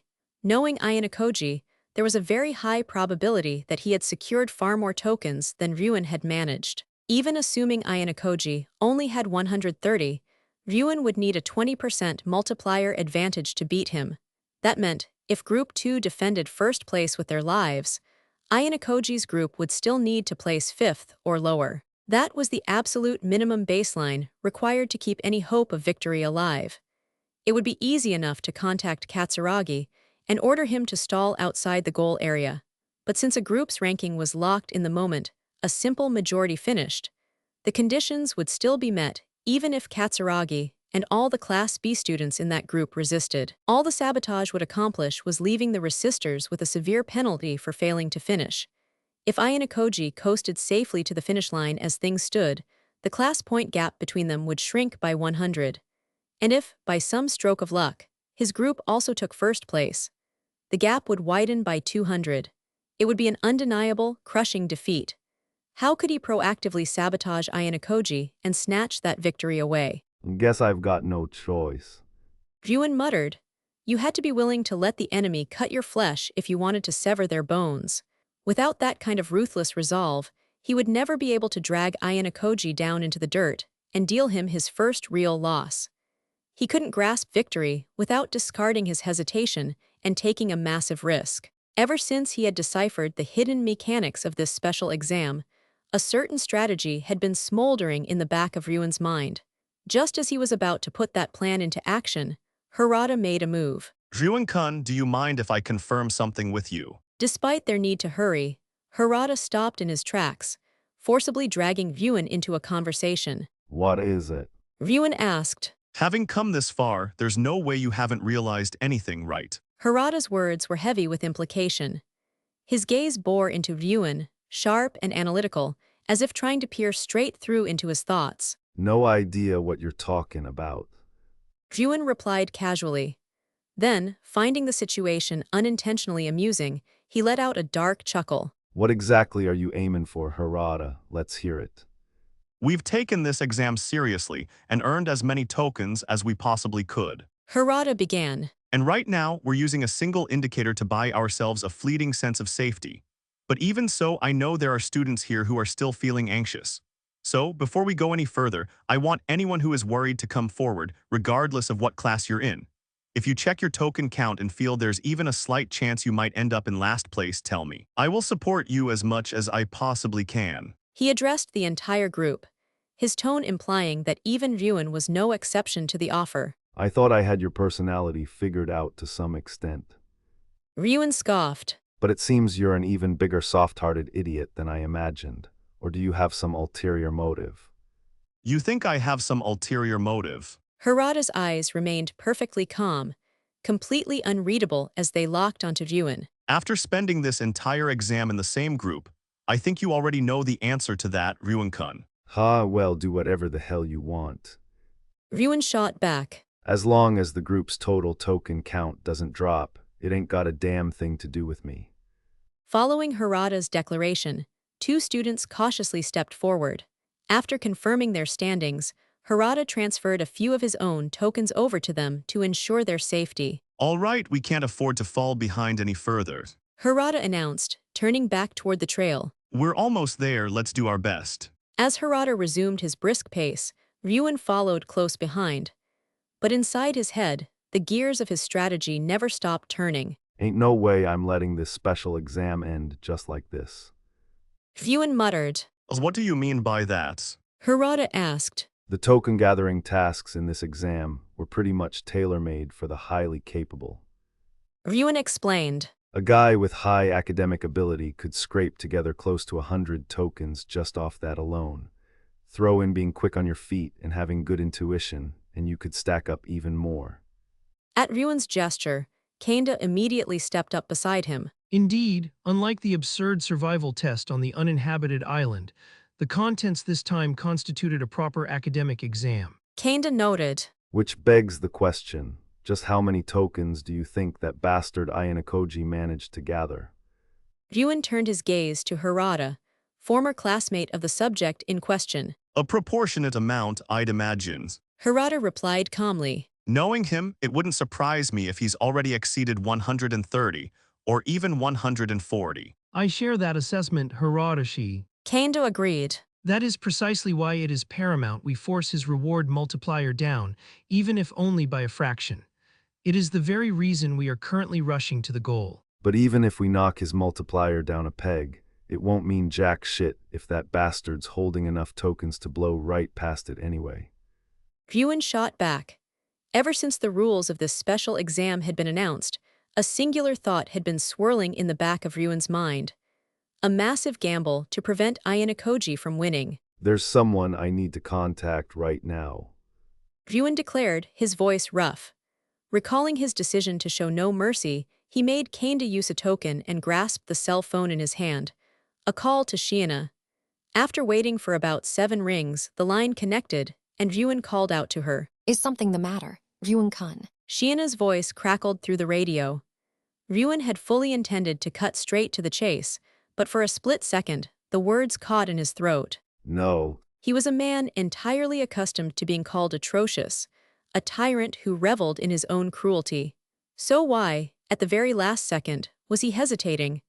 But that tiny gap of silence was more than enough for Shiina to understand exactly why he was calling. You're thinking that if things stay as they are, we will lose, at least in terms of individual token counts. Am I right? According to Katsuraga's report, Ayanokōji's done pretty damn well for himself. Ryuan admitted. I see. She murmured softly. What should I do? Please give me your orders. Right, I'll relay the instructions now. As Ryuan coldly outlined the plan, Kanda, who had been quietly eavesdropping beside him, rapidly turned pale. And finally, when he was finished, Shiina voiced a single wish. Even if I end up being expelled over this, please do not use your private points to save me. Ryuan had been hoarding private points for a long time, desperately saving them up to bring his plan closer to reality. If he coughed them up now, he could invalidate her expulsion. But doing so would cause his entire overarching strategy to collapse. If the opponent knew that saving her using private points was the premise, even if he employed similar methods in the future, a reliable effect could not be obtained. It was precisely because he would truly cut her off that it became a meaningful strategy. Obviously. Ryuan replied. I'm relieved to hear that. Well then. With those soft words, the call abruptly cut off. Ryuan lowered the phone and cast a sideways glance at Kanda, whose lips were trembling. Part 3. It was 5:40 p.m. Our group had made good time, advancing just far enough to slip out of Area G11. Up to this point, our march had gone smoothly, with no one sustaining any major injuries. However, it was also around this time that the creeping anxiety began to take a visible toll on the students. Damn it, I wonder how we're holding up right now. Sonoda muttered restlessly from the middle of the pack. I can't help but worry about where all the other groups are. We could use our tokens to verify the positions of the other groups, but spending a token only revealed the location of a single person. To pinpoint the whereabouts of all 9 groups currently racing toward the goal, we would need to burn through a minimum of 9 tokens. We had the authority and the means to check, but we simply couldn't afford to pull the trigger. It was like having a terrible itch. Scratching it to suppress the urge was easy, but if you wanted the wound to truly heal, you had to endure the agonizing urge to touch it. As the students continued their march through this frustrating stretch of time, the Class C cell phone in my pocket began to vibrate. I pulled it out. The screen simply displayed the name Ayanokōji Kiyotaka, meaning this call was directed specifically at me. Because it didn't show a caller ID, I wouldn't know exactly who was on the other end until I picked it up, but I already had an idea who it could be. Telling Yoshida and the others to go on ahead, I let myself fall to the very back of the group. Ike and Shinohara were bringing up the rear, walking side by side. I gave them a brief gesture with the phone to signal I was taking a call, prompting them to pass me by. Looks like you raked it in on those tasks. Ryuan's voice crackled through the earpiece the instant the line connected. I already got Katsuraga's report on you. Just decently well, I replied. Did you go out of your way to confirm something like that right before the goal? How many tokens did you gather? Ryuan asked. That's quite a straightforward question, but unfortunately, I can't tell you. 130, 140. I might not know the exact number, but I can easily guess you earned more than me. He knew I had no intention of answering, yet he pressed on anyway. If I had to list my one real advantage here, it's just that the goal is right before our eyes. Whether he was telling the truth or bluffing, there was only one logical response I could give him. Then I recommend you hurry up and reach the goal. Yeah, well, I figured I wouldn't be breaking a sweat if I could win just on the multiplier alone. Ryuan said. You've probably got all the rules memorized anyway, so I'll put it simply. Group 4 is currently in Area H10, and I just ordered one of my classmates in that group to march straight toward K14, completely in the opposite direction of the goal. You understand what that means, right? Group 4, one of the groups I hadn't encountered even once during this special exam, and it was the group that Shiina Hiyori from Ryuan's class belonged to. Lando, I asked. Ha, and you say. Ryuan scoffed. If things go south, Shiina's gonna get expelled. I quickly ran the numbers in my head. Assuming it took Hiyori an hour to hike out to Area K14, it would take her at least an hour and a half to double back to the goal at F13. Given her walking speed, it was a mathematical certainty. She absolutely would not make it back in time. That doesn't sound like a bad thing to me. I replied, but what's the purpose of sending Hiyori off on a solo countermarch? The issue concerning Class B is your problem, not mine. I wonder if you actually mean that, or if you're just putting on a tough front. Ryuen, dropping his voice to a low tone, continued further. I had her leave just one token on hand and entrust all the rest to her teammates.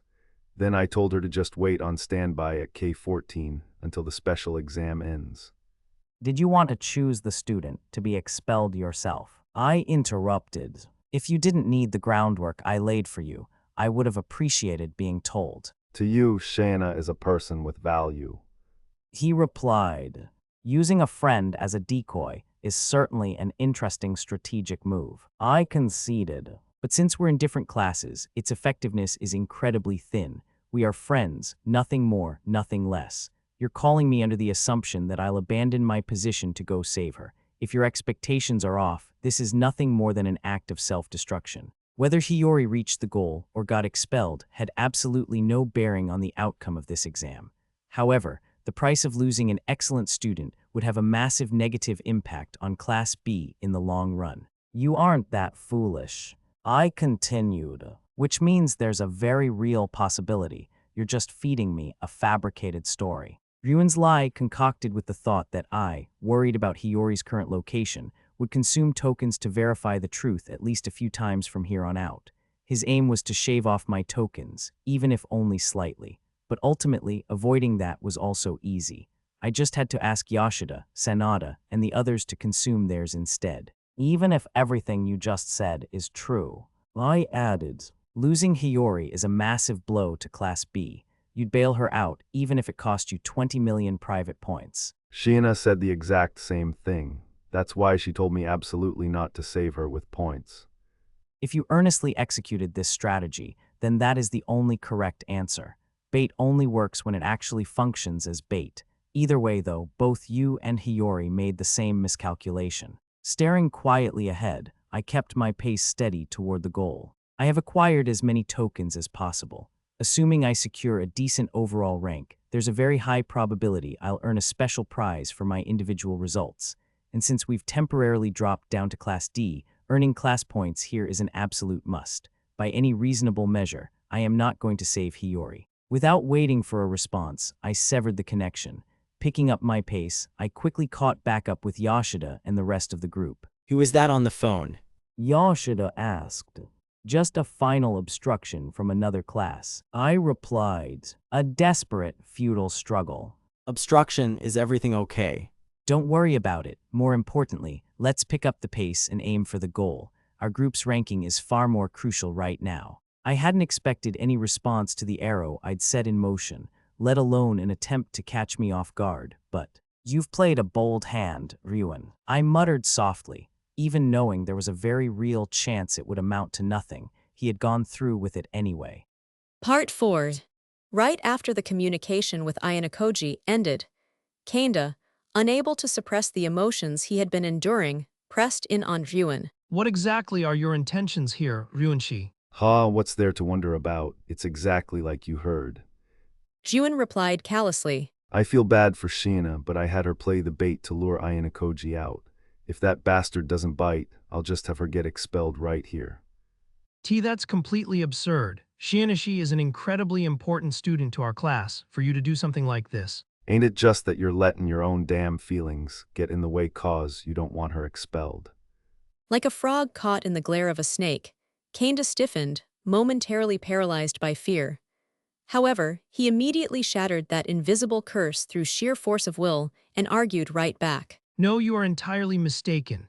Even you should understand that much, Ryuenshi. It's clearly a foolish plan.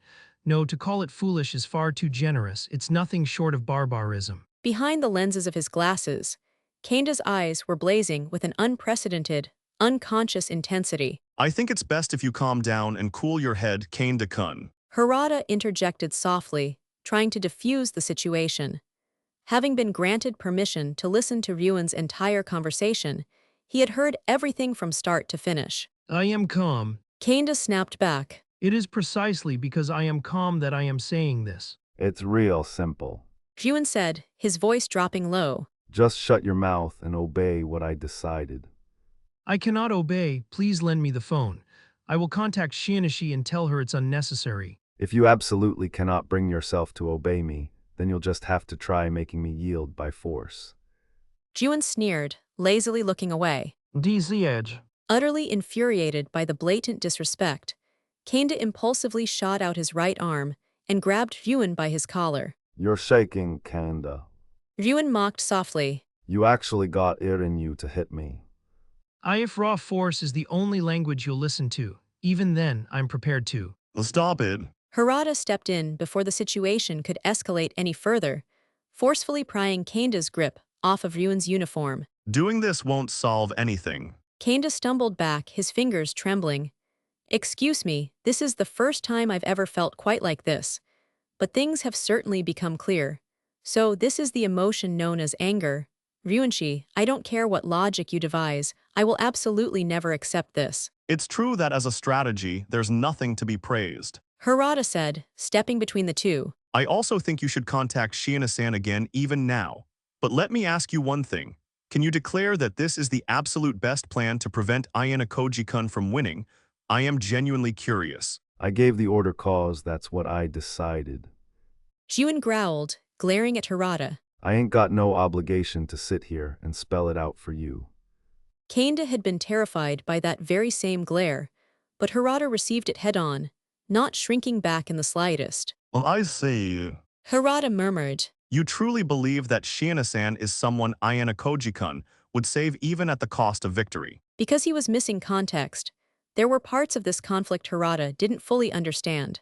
At the same time, there were parts he found easy enough to accept. It was certainly true that Ayanokōji treated Shiana differently from everyone else.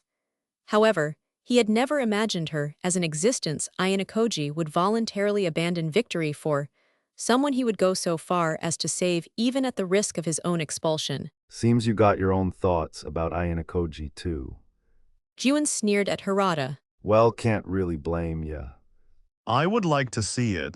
Harada murmured, his eyes narrowed slightly. I'd like to see how Ayanokōji-kun actually answers your question. Haradashi, you are ultimately just a bystander. Kanda snapped, turning to Harada. You can say it so lightly because you aren't a student in our class, and the exact same goes for Ayanokōji. He is in a position where he must continue to produce results in order to carry his class to victory. I absolutely refuse to believe he would willingly throw himself into massive risk just to go save Shianashi. You can't believe it.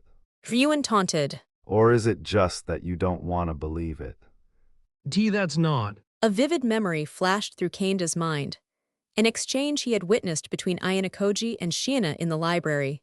The way her expression softened when she spoke to him, a look that seemed identical to her usual smile, yet felt entirely, undeniably special, reserved for Ayanokōji alone. The realization hit Kanda like a physical blow. Delight at the sheer purity of her unmasked face clashed instantly with searing, defensive rage. A fierce cocktail of conflicting emotions coursed violently through Kanda's veins. If you want to stop it that badly, then go pick her up yourself right now. Ryuen provoked him. But with those slow legs of yours, you'll never make it in time. Then I will stop it even if I have to consume my protection point. Right now, I will drop my tokens to 0. That's useless, Kanda-kun. Harada interrupted gently. Even if you transfer all your tokens and drop to 0, the penalty you incur for deliberate insolvency is entirely different from finishing in last place. The fact that you didn't even think of that is proof you aren't thinking clearly. If Kanda dropped his tokens to 0 right now, he would simply be disqualified and forced to wait out the rest of the exam on the ship. It wouldn't offer Shiana any salvation whatsoever. Furthermore, even if you ended the exam with exactly 1 token to tie with Shiana-san, your overall OAA rating is higher. Harada continued. The tiebreaker would still dictate that Shiana-san is the one who gets expelled. In truth, Harada didn't actually remember Shiana and Kanda's exact OAA scores. However, he had deduced that if Kanda could become a substitute using that method, Ryuen would have never let him listen in on the phone call to begin with. Go. Kanda gritted his teeth. Desperately formulating a counterplan, he briefly considered lowering Group 2 overall rank to decrease the final token multiplier. However, He immediately realized that if Hiyori only possessed a single token, she wouldn't be affected by the multiplier math anyway. There was nothing the current Kanda could do to shield her from expulsion. The only reliable way to save her is to physically reach Shiina-san before the exam ends and transfer your tokens directly to her. Harada explained. Ryuan-kun waited until this exact moment to bring it up because he knew that. If Ayanokōji goes to save Shiina, he ain't macking it back to the goal in time, putting his final multiplier at 70%. Ryuan explained. And if he transfers his own tokens to her to save her, it'll also drain Group 3 total stash. That's 2 birds with 1 stone. The only variable Ryuan couldn't control was whether he could force Ayanokōji to spend his visible frontside tokens. There was always a chance Ayanokōji's groupmates had entrusted him with hidden, unrecorded tokens to act as a secret safety net. Since when? Kanda's voice trembled. Since when did you decide to use Shinichi like this? I ain't answering that. This was undeniably a major gamble for Ryuan as well. He may have set it all in motion, but the power to decide the outcome now rested with Ayanokōji. Either Shiina would be expelled or Ayanokōji would be defeated. There was no third possibility. If by any chance Shinichi actually ends up getting expelled. Kanda spat, his voice laced with venom. I will never forgive you. Before you start barking about forgiveness, first fulfill your own damn responsibility as a member of this group. Ryuan ordered coldly. Use those legs to reach the goal as fast as possible to make the class win. Ryuan was telling him the hard truth. The only thing Kanda could do right now was reach the goal. That was it. And one more thing, if you want to punch me, next time grab my collar with your left hand. Punching with the dominant arm is what's important, Ryuan declared with a faint smirk playing across his lips. Chapter 8, A Glimpse of Thought. At 6:07 p.m., with the special exam nearing its end, the dense trees finally began to thin. Little by little, the world ahead opened up between the trunks and leaves. The oppressive green that had surrounded us for days loosened, allowing faint traces of space and evening light to seep through. Everyone was exhausted. It had reached the point where the simple act of walking almost felt like something that stole strength from the body. Breaths came shallow. Sweat had long since dried. In its place, only the rough sensation of salt remained, clinging to skin and clothes alike. Even so, no one stopped. After coming this far, the choice to stand still had disappeared from everyone's mind. We needed to reach the goal as a group as quickly as possible and preserve our high multiplier. That would lead to a larger reward, and just as importantly, it would help us avoid the penalties waiting for anyone who failed. One step at a time, the distance continued to shrink, and then the moment finally arrived. Whoa, hold up everyone. Yoshida, who had been walking at the front, halted abruptly as his smartwatch caught the signal. Looks like this is the goal area. He stepped back almost immediately, retreating several paces until he was outside the boundary again. We're doing a final check of everyone's tokens, right? He asked. Yeah, I said. We should confirm everything one last time, just to be safe. Once 30 seconds passed inside the goal area, arrival would be confirmed. At that moment, everyone's tokens would be finalized, and transfers would no longer be possible. However badly we wanted to finish, this was the one part that had to be handled with care. Our final scores would decide more than the outcome of the exam. They were an essential step toward preventing expulsion and ensuring that everyone could move on to what came next. A final check is great and all, but we don't even know how many we need to be safe. Sonoda grumbled. That was where he was mistaken. Even within this group, more than half the students already had enough information to feel a certain degree of confidence. To make sure everyone was on the same page, I turned around, swept my gaze over the group, and spoke up. The absolute minimum number of tokens we need to secure before crossing is 51. As long as you have that many, you will absolutely not be expelled. None of the students from classes C and D showed a hint of surprise at my assertion. On the other hand, several students, Sonoda included, looked completely bewildered. How can you be so sure? Don't just make stuff up, Ayanokōji. Ike snapped, the first to bite. Yeah, where did 51 even come from? Shinohara chimed in immediately, yet beneath their protests there was a distinct ring of theatricality. Their confusion was an act, rather than genuine bewilderment. Kushida and Mii-chan, however, were a different story.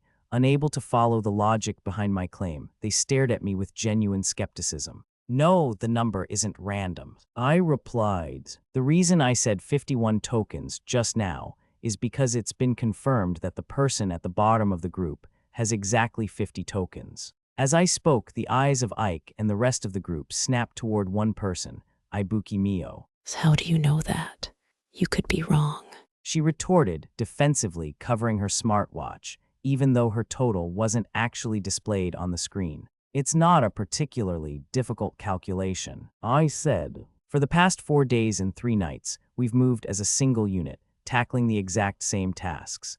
Our initial token counts were also directly linked to our survival time in the previous exam. If you just do some basic addition and subtraction, even an elementary schooler could figure out the total. But Ibuki began, her voice catching on the obvious objection. What about the tokens Katsuragi gave me? There's no way you'd know exactly how many. Halfway through her rebuttal, it finally clicked. Even someone as dense as Ibuki realized why I could state her total with such absolute certainty. The entire thing had been orchestrated from early on. You.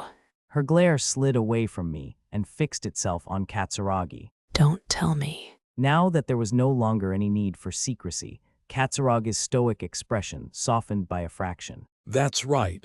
He said, I shared the exact number of tokens I transferred to you with Ayanokōji. As Katsuragi laid bare his betrayal, I picked up where he left off, keeping my attention on Ibuki.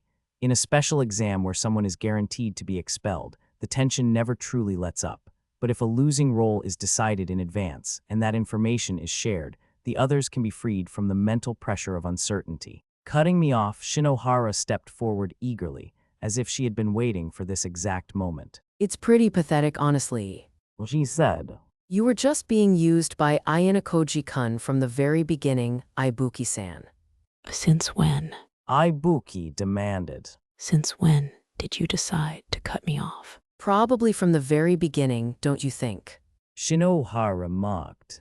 Or maybe right when Katsuragi-kun became the representative. The only reason you didn't get an equal share of tokens is because Ayanokōji-kun already had him in his pocket.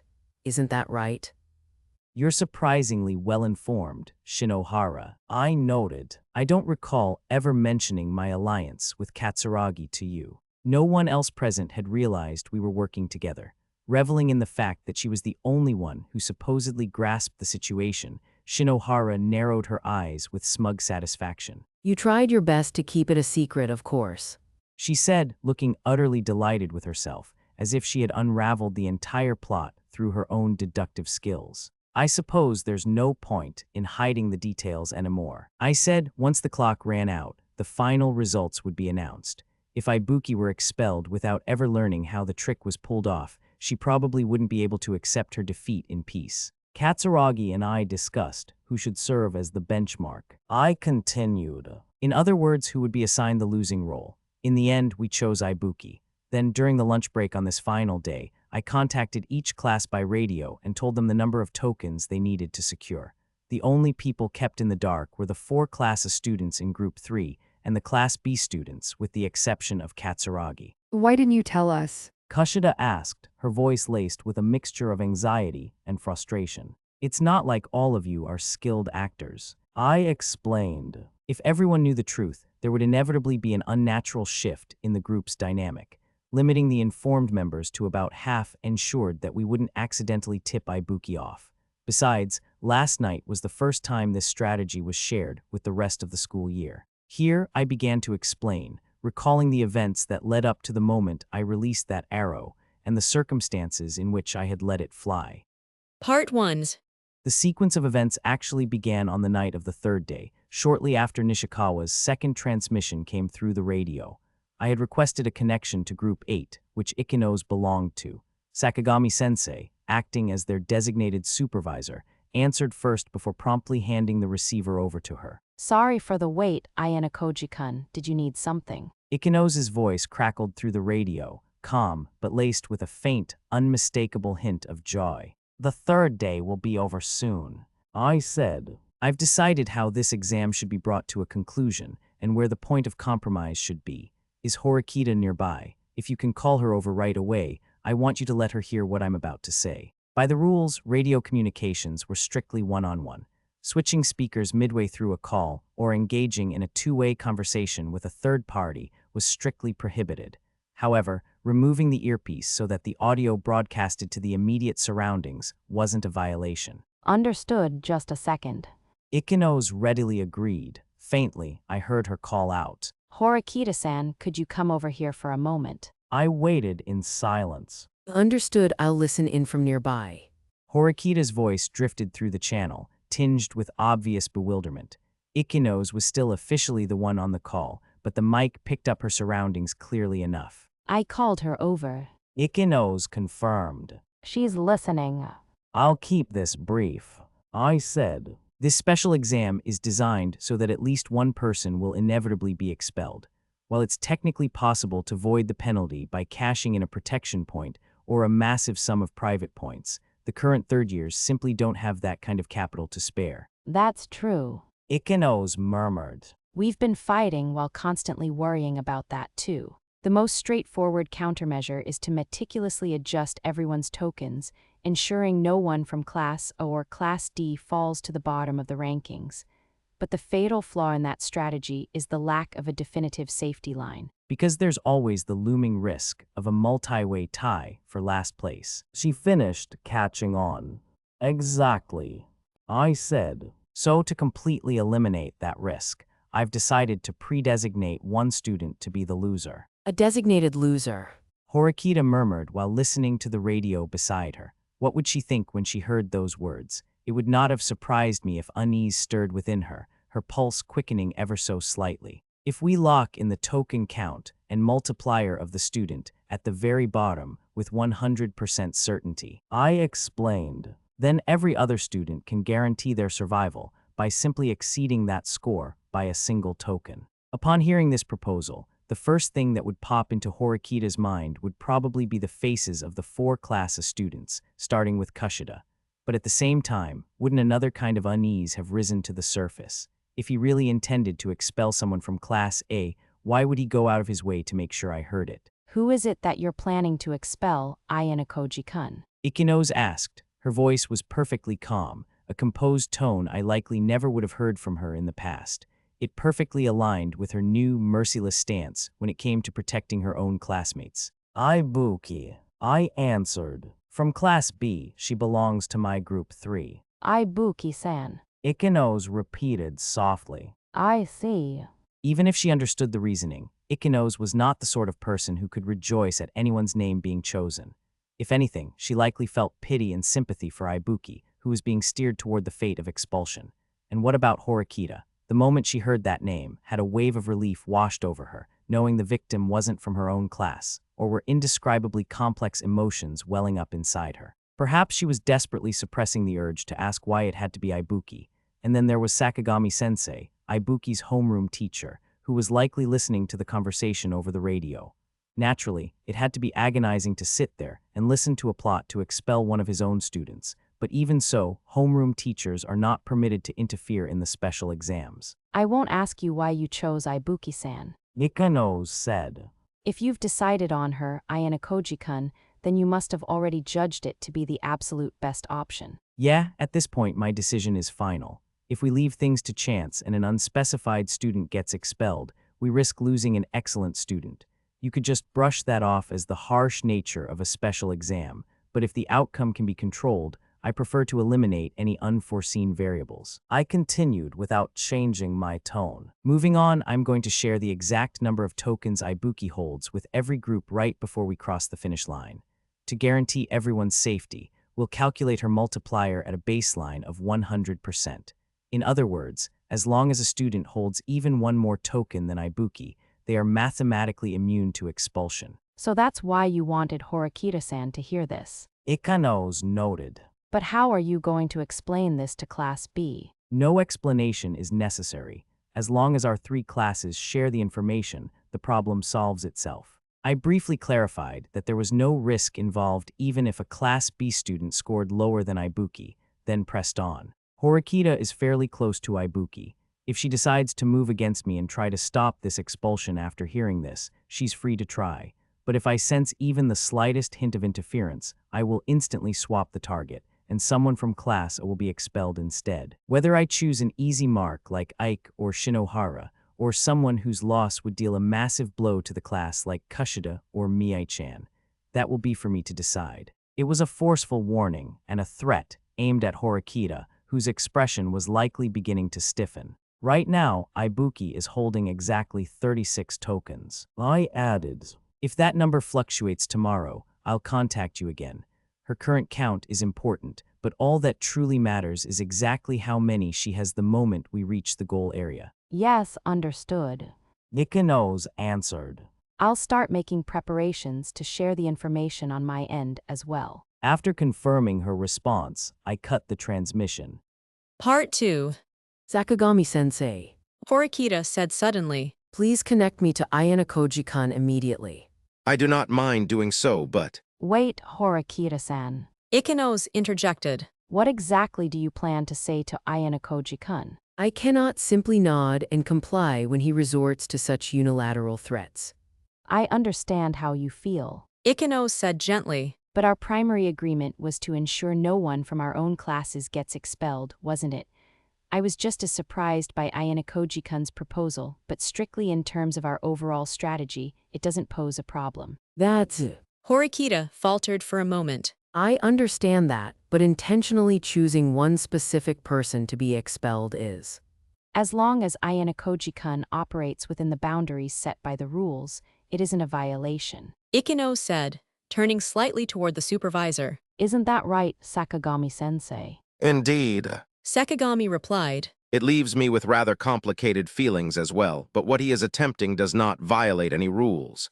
He will likely continue to maneuver quite cleverly from here on out. If you reject his proposal, he will simply pivot and select his victim from Class A. If you find that unacceptable, what then? Will you choose a different student in his stead and strike back? Doing so would invite a rather glaring contradiction. After all, if you intentionally manipulate the scores so that someone else falls below Ibuki-san, you would be employing the exact same methods as Ayanokōji-kun. If Horikita refused to intentionally target someone, her only option was to leave the outcome to chance. Yet, if she clung to randomness, Ayanokōji would still hold the reins, leaving the probability of Ibuki's expulsion incredibly high. If you do not wish to dirty your own hands, will you inform Ryuen-kun of this? Sakagami pressed. If he learns that one of his classmates is being targeted, he might take action in your stead. Though, speaking frankly as the homeroom teacher of Class B, that would be the most preferable outcome for me. Hearing Sakagami speak with such blunt honesty, bordering on a breach of his strict neutrality as an examiner, Horikita bit her lip and swallowed her protests. Wanting to protect your friend isn't a bad thing. Ichinose said softly. But I think you need to take a step back and carefully assess the situation first. Figure out what you can do and what Ibuki-san can do for herself. If you need it, I'll help you too. Thank you. Horikita replied, before walking away from the spot alone. I anticipated he would do something. She murmured. But Ayanokōji-kun has finally made his move. Must I simply chalk this up to the misfortune of them being placed in the same group? No. Fundamentally, Ibuki-san belongs to a rival class that we are meant to defeat. If I just stand back and let his strategy play out, our class will reap all the benefits without suffering a single drawback. Ibuki was not, by any generous standard, an honor student, but her physical ability made her a troublesome existence. She was also on relatively close terms with Ryuen, Ishizaki, and Albert. If a student like her was expelled, it would do more than remove one troublesome opponent. It would slow the momentum of Class B, a class now pressing closer and closer behind them. On top of that, no one from Class A would be harmed. From a purely strategic standpoint, there was no disadvantage in letting the matter pass. But Horikita knew she had to cast aside her personal feelings and critically examine the dice Ayanokōji had just rolled. Were the statements she had been made to hear over the radio entirely true? What if the entire premise of expelling Ibuki was a lie? What if he was merely using her name as camouflage to conceal his true target? Through a simple process of elimination, it was highly unlikely he would eliminate a student from Ichinose's class. There was currently no strategic merit in drawing a bow against them. Of course, if Ayanokōji deemed it necessary, he wouldn't hesitate to show them zero mercy, But even so, this was not the moment, which meant his target had to be someone else. Someone other than Ibuki from Ryun's class. How exactly is Ayanokōji planning to fight this? For a fleeting moment, Horikita felt as though she had caught a glimpse of his true endgame. Part 3. We stood just before the goal. No one spoke. Everyone listened in silence as I finished recounting what I had told Ichinose and Horikita. When the explanation came to an end, I turned my eyes toward Ibuki. If you had found out earlier that you were 100% guaranteed to be expelled, there's no telling what kind of sabotage you might have pulled to drag this group down. I continued. That's why I decided to wait until the bitter end, the final checkpoint right before we crossed the goal line, to tell you. Hi. Ibuki gave a short, dry laugh. So that's how it is, huh? Her gaze moved past me. Behind me, Katsuragi stood with his arms folded, his expression firm. Ibuki glared at him. I never thought we were buddy-buddy, or anything. She said. But I didn't expect to be thrown to the wolves by my own ally. This is a necessary sacrifice. Katsuragi replied stoically. We cannot afford to make a tactical error and lose someone valuable. Yeah, maybe you're right. Ibuki's voice was cold, but strangely calm, as if some part of her had already accepted it. Even I know. I'm just dead weight. Then her eyes returned to me. But why reveal it here? You could have just said it after reaching the goal, couldn't you? It's no wonder you think that. I said, shall I tell you the reason? No, whatever. It's not like hearing it is going to magically cancel my expulsion anyway. Ibuki shifted her gaze toward Sonoda and Morofuji. Though both looked visibly distressed, neither could meet her eyes. They quickly averted their gazes. The heavy atmosphere hanging over the group spoke volumes. If anyone helped Ibuki now, the target could change at any moment. By dragging everything into the light, I had effectively paralyzed the entire group. The only option left to you, I said, is to refuse to enter the goal area until the very end and hold on to the hope that someone might transfer tokens to you. But you shouldn't expect too much. Even if some unusually generous person wanted to save you, they would have to consider the distortion that would create. In other words, they would risk causing some unexpected ally to be expelled in your place. No one wants to take responsibility for that. The major advantage of this setup was that all the responsibility rested squarely on me, the architect of the plan. Because of that, the rest of the group was spared from the crushing weight of guilt. Yeah, Ibuki said. I know that much. Glaring daggers at me, Ibuki stomped her foot against the dirt and marched straight up to me. Fine, I'll accept the expulsion. So let me hit you once before I go. I had considered various patterns, but at the very end, a very Ibuki-like demand came out. Acts of violence carry a severe penalty. I don't know what will happen if you do it. Don't make me laugh.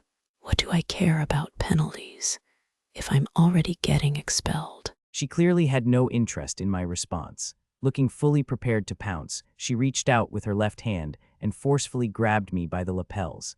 This was the raw resolve of someone who had completely accepted their expulsion. I'm the one who decided to have you expelled, after all. Ayanokōji said evenly. I suppose I can grant you at least that much. Perhaps not expecting me to agree, Ibuki was slightly taken aback. You've got some nerve.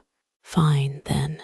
Don't expect me to hold back. Releasing my tracksuit, Ibuki turned her back and slowly walked away to put some distance between us. It seems she is serious. An entirely unscripted development had just arrived. Is she really going to punch him? Everyone's skeptical gazes were glued to the two of us. Enraptured by the spectacle, the rest of the group subtly shuffled their standing positions, a minor detail no one would notice amidst the mounting tension. All right, here I go. Wait a minute, are you seriously going to punch me? I asked. Did you think I was joking? I am dead serious. You already agreed to it, so prepare yourself. I see, then let's see. I dragged out the time by pretending to hesitate just a little. Finally, I let out a slow breath and gave her a clear, definitive nod. I won't counterattack. It will just be you hitting me one-sidedly, Ibuki. Ibuki, who had been bottling up her pent-up frustration for a long time, broke into a savage grin. For all the crap you've put me through, die, Ayanokōji. She kicked off the dirt and charged toward me, and then she unleashed a clenched right straight punch aimed squarely at my cheek without hesitation. A dull smack echoed through the trees as the impact flared across my left cheek. Whoa, she actually hit him. Ike yelped in shock. Beside him, Shinohara squeezed her eyes shut with a wince. Around us, surprise spread in a wave. Then came silence. Normally, an act of violence like this would clearly be subject to penalties. I stated calmly, breaking the silence. But fortunately, there's no supervisor around to see it, and I have no intention of reporting it. As far as the school is concerned, nothing happened. If Ibuki were expelled for a rule violation, the entire plan of dropping her to last place would be rendered meaningless.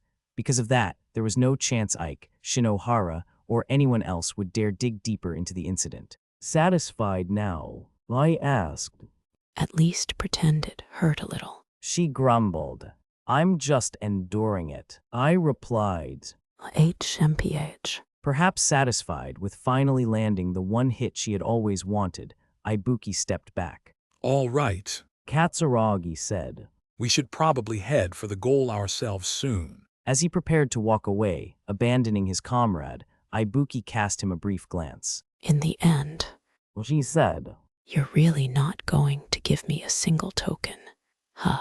That is the policy I decided on. Katsuragi replied coldly. You will exit the stage here. TCH. Stripped of any backup from her allies and throwing away her last shred of hope, Ibuki finally forced herself to start walking toward the goal. Seeing Ibuki like that, Shinohara made her move before Kushida could. Of course she did. From Shinohara's point of view, there was no way she could let Ibuki reach the goal as things stood. Say, is it just my imagination, or does this whole thing feel totally staged? Shinohara asked, her gaze sweeping coldly over Ibuki, Katsuragi, and finally me. Telling Ibuki-san about the plan right before the goal, letting her punch you. Aren't you guys just putting on a show to make it look like she's the one getting expelled? What do you mean, Satsuki? Ike stammered. Look, I didn't even tell Kanji this, but Horikita-san warned me. Shinohara explained. She told me absolutely not to take this story about expelling Ibuki-san at face value, and if you think about it, she's right. We haven't actually confirmed how many tokens Ibuki-san has. There's no concrete proof anywhere that her count is exactly 50, is there? As Ibuki tried to head for the goal, Shinohara approached her, stepping ahead as if to cut her off and block her path. If I were really in a pinch, Shinohara continued, I would fight tooth and nail to be saved. Nobody just gives up and crosses the goal line like that, which means there's only one logical answer. You're actually holding more tokens, aren't you? 50 tokens was by no means a large amount. Ibuki had performed poorly in the individual tasks, and during the team and group stages, Katsuragi had only transferred her the bare minimum. To any outside observer, she was clearly dead last in the group, but there remained the suspicion that what they could see was not necessarily the whole picture. Talk about completely missing the point. Ibuki scoffed. Getting that one hit in was all I needed to give up entirely. Maybe. Shinohara replied. But we don't know the truth, right? Everything Ayanokōji-kun just said and this whole narrative about Katsuragi-kun abandoning you, it could all be fabricated. Saying that, Shinohara shot a sharp, fleeting glare at Katsuragi. As long as token transfers were possible until the very moment before reaching the goal, the possibility that Katsuragi had given Ibuki enough to survive was not zero, nor was Katsuragi the only candidate. Ichinose's overly kind class might have helped, or perhaps Ayanokōji himself might have orchestrated something behind the scenes. Class D, too, had had the opportunity. I haven't gotten anything from anyone. Ibuki stated flatly. Shinohara said. But hey, even so, you don't have to throw in the towel so quickly, do you? If we said we were going to save you, Ibuki-san. Shinohara continued. The situation might change a little. Save me? Ibuki asked, perplexed. I don't get what you mean. Show me your tokens right here, right now. Shinohara demanded. If you let me confirm your count with my own eyes, I'll transfer enough to you so you surpass Kushida-san. That way you won't be in last place anymore, right? What are you saying, Shinohara-san? Mii-chan cried out, the first to react. Shocked by a proposal that would seemingly throw a classmate under the bus, she unintentionally raised her voice. However, Kushida remained perfectly calm, soothing the panicked girl with a hushed voice. It's okay. Well, she said.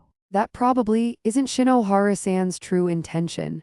It's definitely a bluff just to confirm how many tokens Ibuki-san actually has. But Mii-chan trailed off. Although Ibuki had received an unexpected proposal, she immediately arrived at one answer in her head. Look, I'm not stupid. Ibuki said. You think I'm gonna fall for something that basic? Even if I show you, there's zero guarantee you'll actually hand over any tokens. But it keeps the possibility alive. Shinohara countered. Doesn't it? If Ibuki refused to show the number, she would receive nothing. If she showed it, there was a chance, however small, that she might receive some tokens. Shinohara was dangling that harsh yet tantalizing bait. You think I received tokens from someone before coming here? Ibuki asked. No way. Of course, as long as I was keeping an eye on you, I didn't see you bumping smartwatches with anyone. Shinohara explained. But maybe you got them last night or this morning. It's not like we could monitor you 24 hours a day, Ibuki-san. A transfer takes barely a second after all. Tell you what, if you show me your screen, I'll even give you 5 tokens right away. She had begun negotiating, trying by any means necessary to draw out Ibuki's true count. So in the end, this is for your own safety. Ibuki said. Even if I get 5 tokens, my result won't change. Regardless of what my motives are, isn't it better for you to get your hands on some extra tokens? Shinohara countered. I don't think you should throw away even a 1% chance of survival. Who knows, maybe someone in another group only has 54 tokens, you know. Sorry, but I have no intention of lifting a finger to buy you the safety you're so desperate for. Ibuki said, moving again, trying to head for the goal. Shinohara's voice followed her, sharper now. That's suspicious. So you did receive tokens from someone after all. Was it Katsuragi-kun or someone else, or maybe Ayanokōji-kun? She said dismissively. Well, whoever it is doesn't really matter, but at this rate, I suppose I can't afford to give Kushida-san the extra tokens. I'd be worried, you see. For Shinohara, visually confirming Ibuki's tokens was the best way to purchase peace of mind. But even if she couldn't verify the number, she still held a powerful trump card, the tokens she had been pooling and withholding from Kushida over the past 2.5 days. Do whatever you want. Ibuki said. Kushida has more tokens than me anyway, but... Shooting Shinohara a fierce glare, Ibuki abruptly raised her wrist. She punched in her passcode, bringing her total token count up on the display. The only thing I can't stand is being thought of as having been helped by Ayanokōji, even for a millimeter. Then she forcefully thrust her wrist right in front of Shinohara's face, presenting undeniable proof that no tokens had been secretly transferred to her. Looking annoyed, Shinohara pushed that arm away and stared at the display once more. It really is 50. Faced with the simple-minded Ibuki's direct action, Shinohara found herself completely bewildered, unable to hide her confusion. You can't swap smartwatches or, how should I put it, display an old token count, right? Like some sort of loophole. Shinohara fell deep into thought, desperately grasping at methods that bordered on the impossible. In reality, the smartwatches could not be removed, and even if someone managed to take one off, doing so would obviously trigger a penalty for violating the rules. Furthermore, there was absolutely no function to falsify the display. If Ibuki entered the goal area just like this, her tokens would be finalized. Thank you, Ibuki-san. Shinohara said brightly. Well then, a promise is a promise. I'll send you 5 right away. I don't need them. Ibuki spat, immediately turning her back to walk away. But Shinohara quickly darted around her, blocking her path and flashing her smartwatch. She then had Ibuki, who offered no resistance, switch her watch to receive mode. While forcibly stealing tokens was undeniably a penalty, there were likely no rules against forcefully giving someone tokens. I'm the type to keep my promises after all. Shinohara declared. Just as she forcefully moved to tap their watches together, Kushida suddenly intervened. Wait, Shinohara-san, aren't those part of the tokens you're supposed to return to me? Kushida asked. You promised to properly hand them over before we cross the goal line, didn't you? But Kushida-san, Shinohara replied. your score is already higher than Ibuki-san's, so there's really no need to worry. Seeing Shinohara trying to be stingy, Kushida raised her voice, the carefully crafted facade of the perfect classmate beginning to slip. You promised to properly hand them over later, didn't you? Kushida said, her voice rising slightly. Mii-chan also wants you to hand over all 34 of my tokens you received. If you're going to give 5 to Ibuki-san, take them out of your own share. It was a fierce assertion. Kushida's tone practically demanded to know if Shinohara intended to renege on their agreement. Given that it was a completely legitimate demand for the return of her own tokens, there was absolutely no logical reason for Shinohara to refuse. I said I'll give them from my own share. Shinohara replied, irritation creeping into her face. I just want to give Ibuki-san 5 first. That should be fine, shouldn't it? She looks like she's about to enter the goal anyway. No. Kushida said, her eyes sharpened. I absolutely can't accept that, because right now I only have 54 tokens. I showed you my screen earlier during the final check, so you're well aware of that, aren't you, Shinohara-san? Anger openly bleeding into her voice, Kushida firmly rejected the excuse. Faced with such fierce pushback, Shinohara averted her eyes in irritation. The one most surprised by the exchange was Ibuki, who stood nearest to them. You have 54. She asked. Yes. Kushida answered. Now you understand what the situation is too, right, Ibuki-san? Shinohara. Ibuki said, shifting her gaze towards Shinohara. Were you actually planning to save me, just to get Kushida expelled? If Shinohara had successfully transferred those 5 tokens to Ibuki, Ibuki's total would have hit 55, dropping Kushida squarely into last place. Was it merely a coincidence of numbers, or something Shinohara had calculated in advance? Oh, please. Shinohara said. I'm not that mean. Really? Kushida said. Then I want you to hand over my tokens right now. Geez, I said I understand, Kushida-san. Shinohara replied with a hint of irritation. I didn't realize you had such a suspicious personality. Fine, hold out your smartwatch. Likely judging that she couldn't argue back any more aggressively with the entire group watching, Shinohara began tapping her smartwatch. A moment later, a sharp chime rang out from both of their watches, signaling a successful transfer. Right after the transfer went through, Shinohara smiled fearlessly at Kushida, whose expression flickered with momentary confusion. All right, I'm heading to the goal now. Ibuki announced. Oh, and by the way, I don't need those 5 tokens you said you were going to give me. Had Ibuki deliberately stood there, delaying her own walk to the goal, just to provide the final push Kushida needed to receive tokens from Shinohara. Regardless, having seen the transfer through, Ibuki turned and tried to head toward the goal once again. Seeing that, Katsuragi tried to step forward, but I stopped him with a look. Immediately after that, Kushida shoved Shinohara out of the way, reached out, and grabbed Ibuki's arm to stop her. Stumbling and nearly falling over from the unexpected shove, Shinohara glared furiously at Kushida. Wait, Ibuki-san. Kushida called out. Show me the number of tokens you have right now, too. Huh, I literally just showed Shinohara. Ibuki protested. Did anyone even come near me since then? Not a single soul had approached Ibuki. It was a situation where it was 100% impossible for her to receive a token transfer. Just show me. Fine. Bowing to the inexplicable, heavy pressure radiating from Kushida, Ibuki typed in her passcode once again. She turned her wrist, proving to Kushida that her total was indeed exactly 50. Thank you. Kushida said.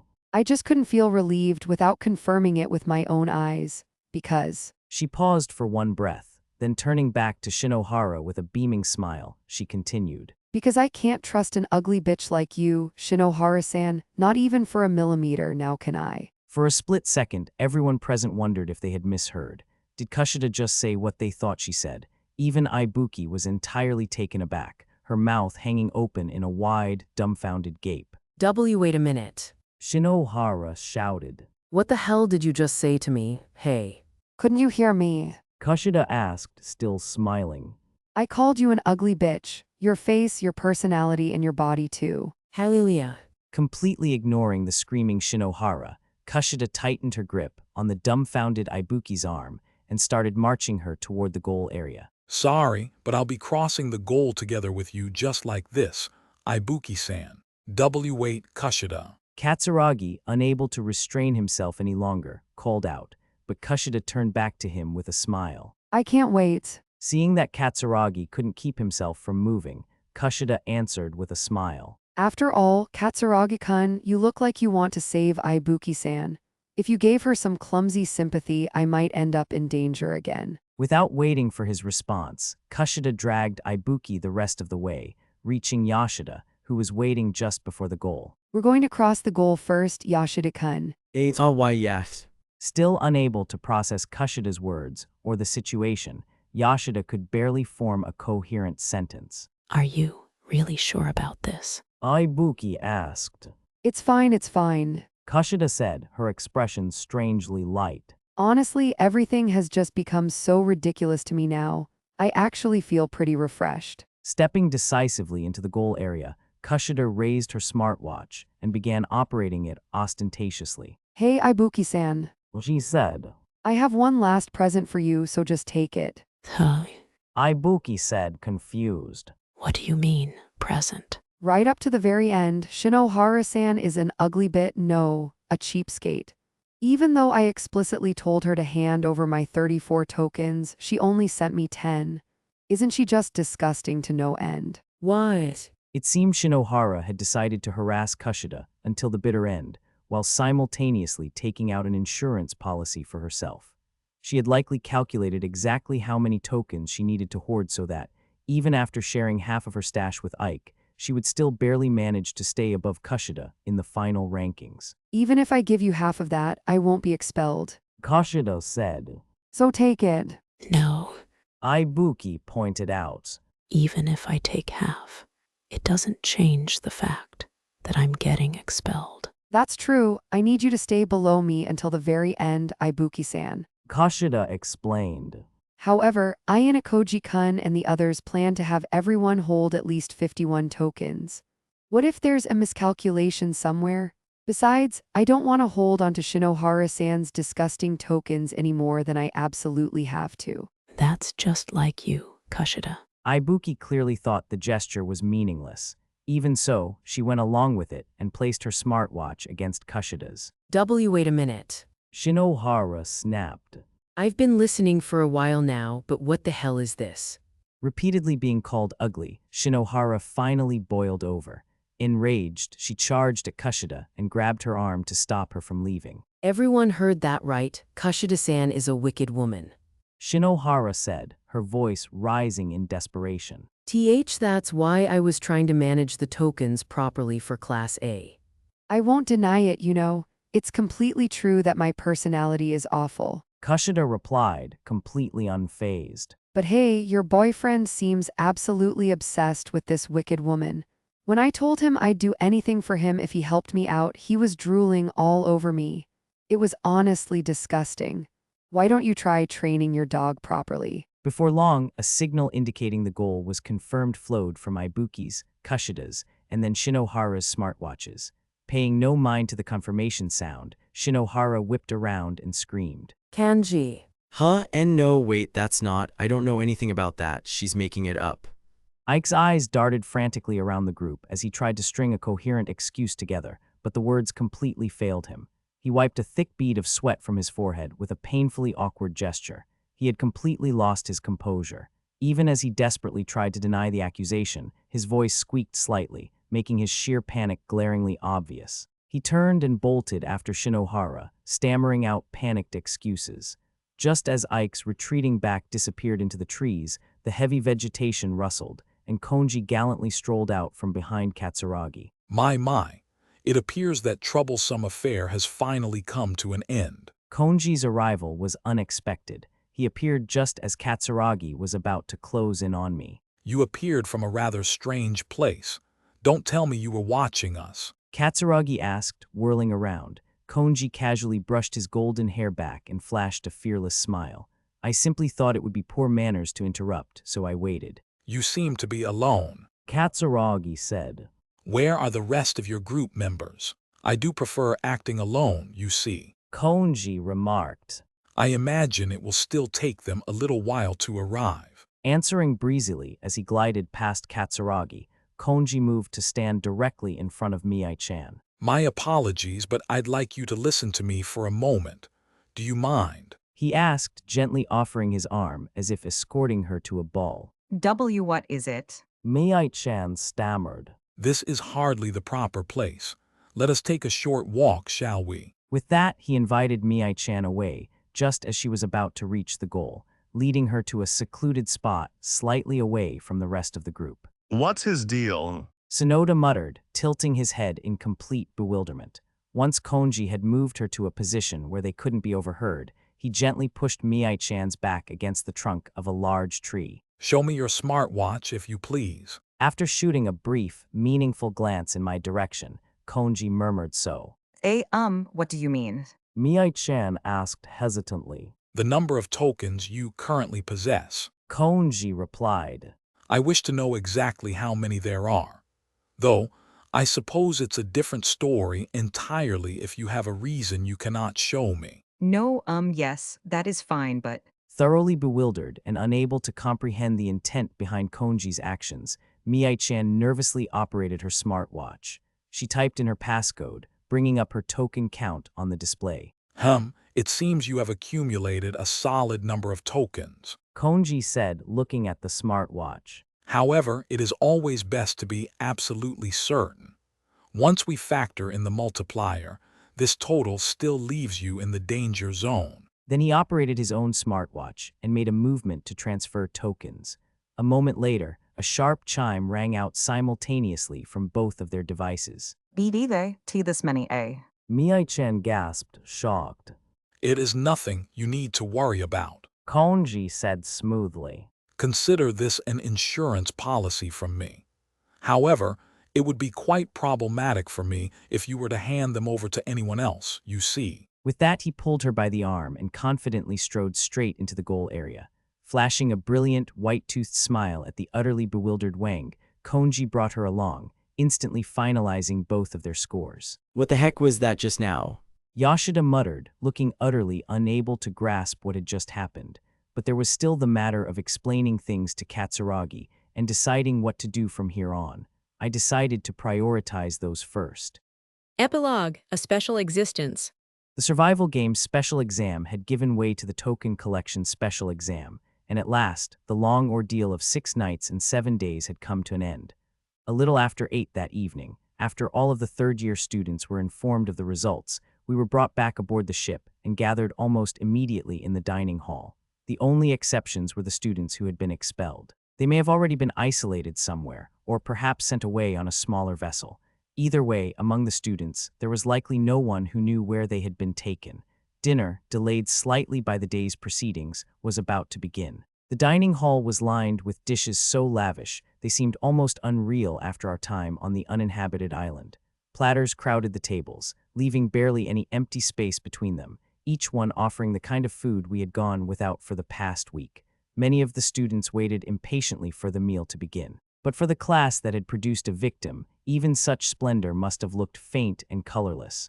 Around them, there was no bright atmosphere. "Sorry about that, Yoshida," I said. "I put a burden on you right at the very end, but you helped me out." During this special exam, I had asked Yoshida to take on several important roles. Before anything else, I wanted to express my gratitude for that. "No, it's fine," Yoshida replied. "That one thing you said to me was too effective, so I couldn't exactly argue back."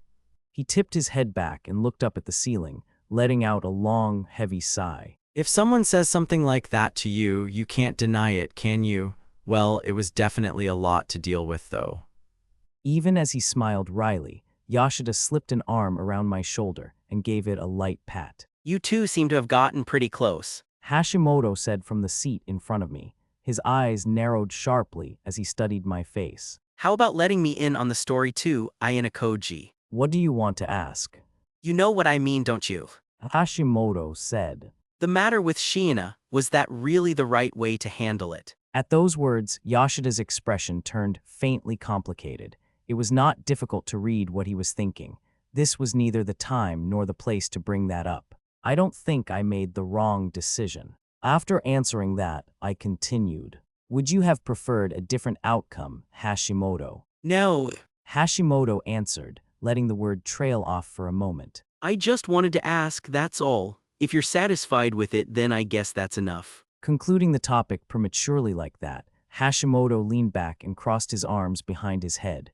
His gaze drifted away from me and toward Class A. Still, Yoshida said, following Hashimoto's line of sight. Don't you think it's hard to tell whether Class A won or lost? His expression turned serious as he gave his honest impression. A win is a win. I replied. They secured class points, after all. Group 8, the group Horikita and Ichinose had belonged to, had finished first at the goal. By making full use of their 100% multiplier, they had also taken first place in the group rankings, earning both Class A and Class D 100 class points each. On top of that, Horikita's class had claimed the individual special reward as well, bringing their total gain to 200 class points. It was enough to solidify their position as Class A, one which had been in jeopardy. In the announced individual token rankings, Ryuan had placed second. The gap between him and first place had been only 2 tokens. If the order had shifted by even a single rank, the special reward would have gone to Class B instead. For them, that had to be a frustrating result. Their only consolation was that they had also placed second in the group rankings, which allowed them to acquire 50 class points. But we can't ignore the part where Shinohara was expelled, right? Ike's mental state looked pretty messed up. Shinohara getting expelled, huh? Hashimoto said with a sly grin. Just what the heck did you do, Ayanokōji? At those words, I looked around the hall. Ike was nowhere to be seen. By now, he was probably lying down in the infirmary, trying to rest. Before long, the buffet-style meal began. At the same time, the third years were finally permitted to move freely. Most students naturally gathered with their own classes, forming familiar clusters around the tables. But here and there, students who were close despite belonging to different classes crossed those boundaries, took nearby seats, and began talking animatedly, releasing all the conversations that had gone unspoken over the past several days. Ayanokōji-kun, could you spare a moment? The one who approached me empty-handed was Horikita. During our time on the uninhabited island, we had not spoken directly. Judging from the fact that she had come without taking any food, she probably wanted to organize what had happened during the special exam before beginning her meal. Since we were allowed to go out onto the deck, we changed locations, and then, including the matter with Shinohara, I said to Horikita as she stood beside me, let's align our understanding of the whole sequence of events this time. With that, I began to explain. Part 1. Every mechanism behind the plan had been set into motion before the night of the third day, long before I contacted Ichinose. More specifically, it began on the morning of the second day, during a conversation with Katsuragi that lasted less than 5 minutes. Sorry for bothering you so early in the morning. Unable to reach an agreement with me, Katsuragi had given up and started to leave. I had judged him to be one of the most suitable people to hear this plan. As I watched his back recede, I decided to throw one idea at him. I think Ibuki should be expelled. I said, of course, I don't expect you to agree. Katsuragi stopped only slightly. Then why say it? I phrased that poorly. I corrected myself. I'm going to get Ibuki expelled in this special exam. I see. His voice lowered slightly. So this is a declaration of war then? He probably had not intended to turn around, but once I had stated my intention that plainly, he could no longer ignore it. Katsuragi turned his gaze back toward me. Considering the way this school is structured, it may be the natural order of things for students who lack ability to be expelled. Perhaps even deliberately culling such students is not, in itself, evil. His expression did not change, but the weight in his voice deepened. However, I cannot accept that way of thinking. When I was in conflict with Sake Yanagi over the issue of class leadership, Yahiko sided with me, and because of arbitrary selection, he was eliminated. Of course, that happened because I lacked the power to stop it, but precisely because of that, I understand how it feels to be the one who is cut away. I have no intention of saying something naive like I will protect everyone, but I will never act from the beginning on the premise that I should sacrifice one of my comrades. He had watched a friend who admired him be expelled, and he himself had been driven out of his class. At the very least, Katsuraga's words carried a definite weight. Then can I take that to mean you're capable of fighting without mercy, as long as it's for the sake of protecting your comrades? Of course. Katsuragi replied. That is my intention. In that case, you and I may be able to cooperate. What? A representative can be entrusted with a large number of tokens, I said. In other words, that representative holds considerable discretion over how those tokens are handled. I want you to use that authority to treat Ibuki as unfavorably as possible. Katsuraga's eyes sharpened. I continued. Naturally, the number of tokens Ibuki can obtain will fall sharply. I don't understand what you're saying. I have no intention of getting Ibuki expelled. Think about it objectively. I interrupted. What happens if you act exactly as I told you? Katsuragi fell silent. I continued, Ibuki will visibly fall behind in the token competition. Once that happens, the students in Group 3 will begin to think the same thing. As long as I have more tokens than that student, I'm safe. After that, all you have to do is share Ibuki's token count anonymously and adjust the distribution as needed. If you do that, everyone will be able to remove themselves from the list of expulsion candidates. That is an absurd proposal. Katsuragi said. Do you honestly believe I would take an action so completely disadvantageous to Class B? I'm proposing it because it isn't disadvantageous. The moment I said that, Katsuragi seemed to notice the truth buried beneath the surface of my suggestion. His expression shifted slightly. Don't tell me. He murmured. You mean she's a decoy? Correct, we use Ibuki only as a target. I said. Someone the others can look at and believe that, as long as they stay ahead of her, they can avoid expulsion. The real targets are the students of Class A. Katsuragi stared at me. Are you serious? He asked. The ultimate goal for the students of this school is to graduate from Class A. If that is what matters most, then the first priority should be weakening the class currently standing at the top and knocking them down.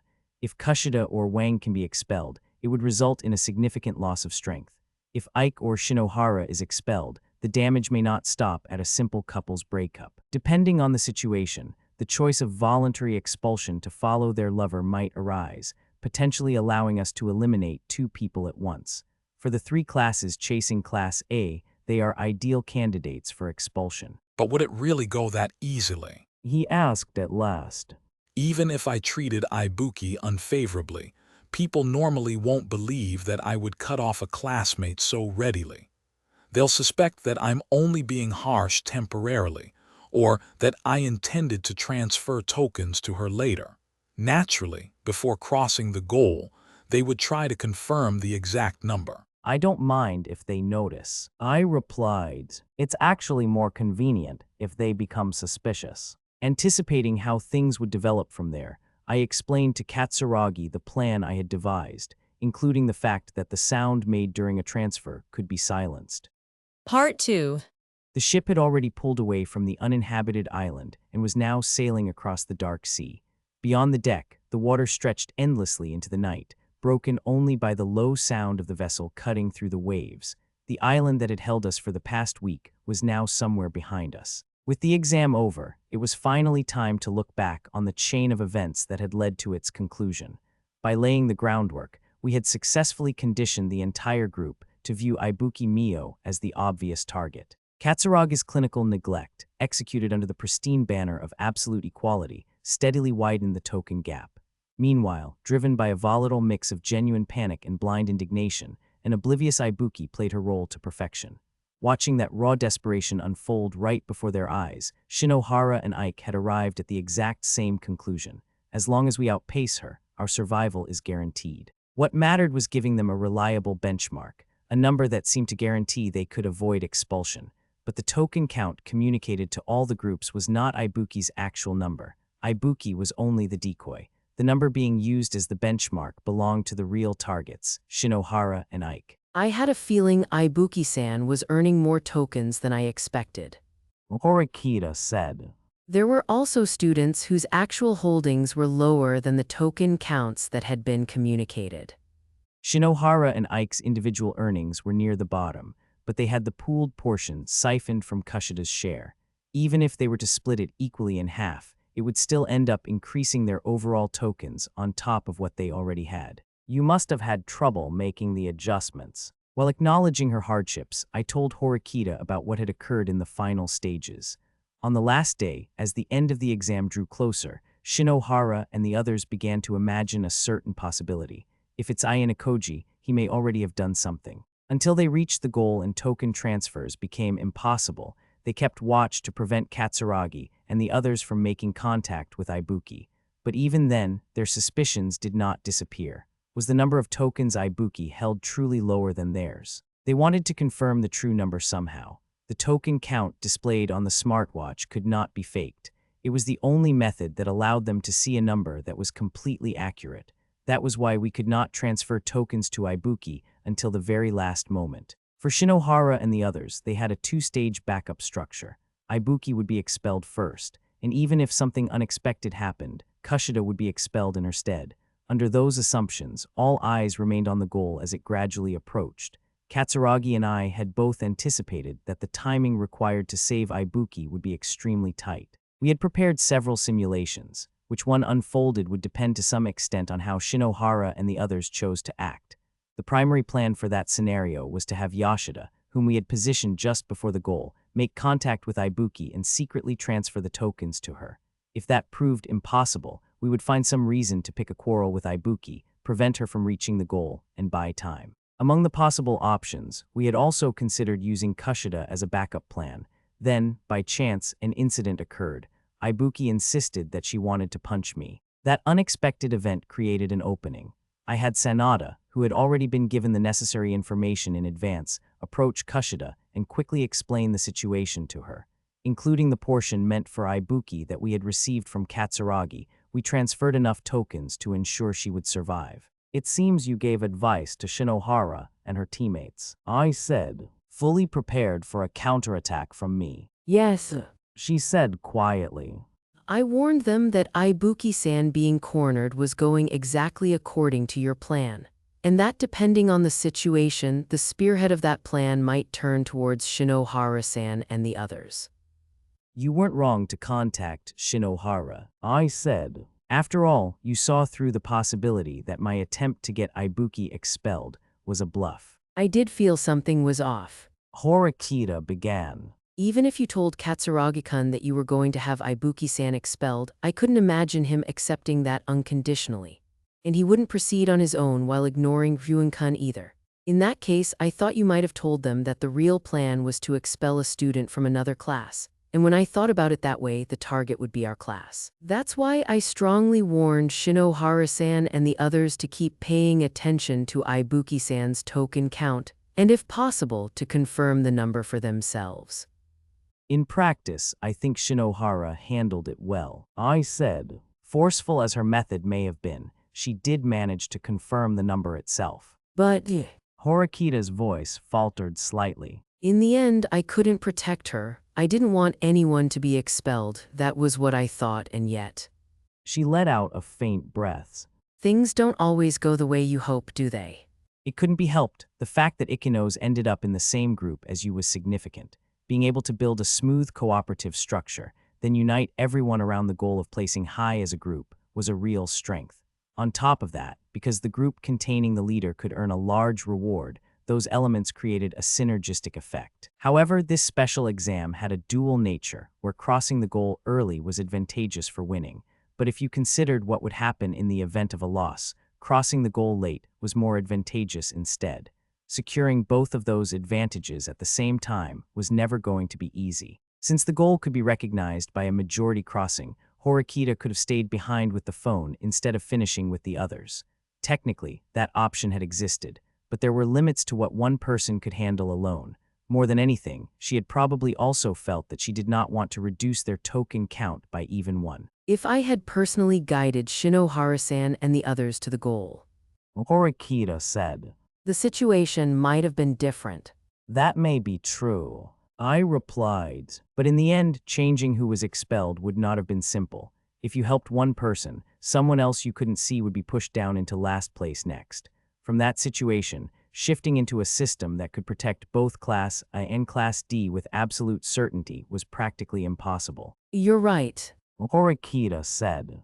Saving Ike-kun and Shinohara-san would inevitably have created a distortion. And once that happened, we wouldn't know which class or which person would become the sacrifice instead. If there was one fatal point to name, it was probably that Horikita had been made to fight on a stage I had prepared.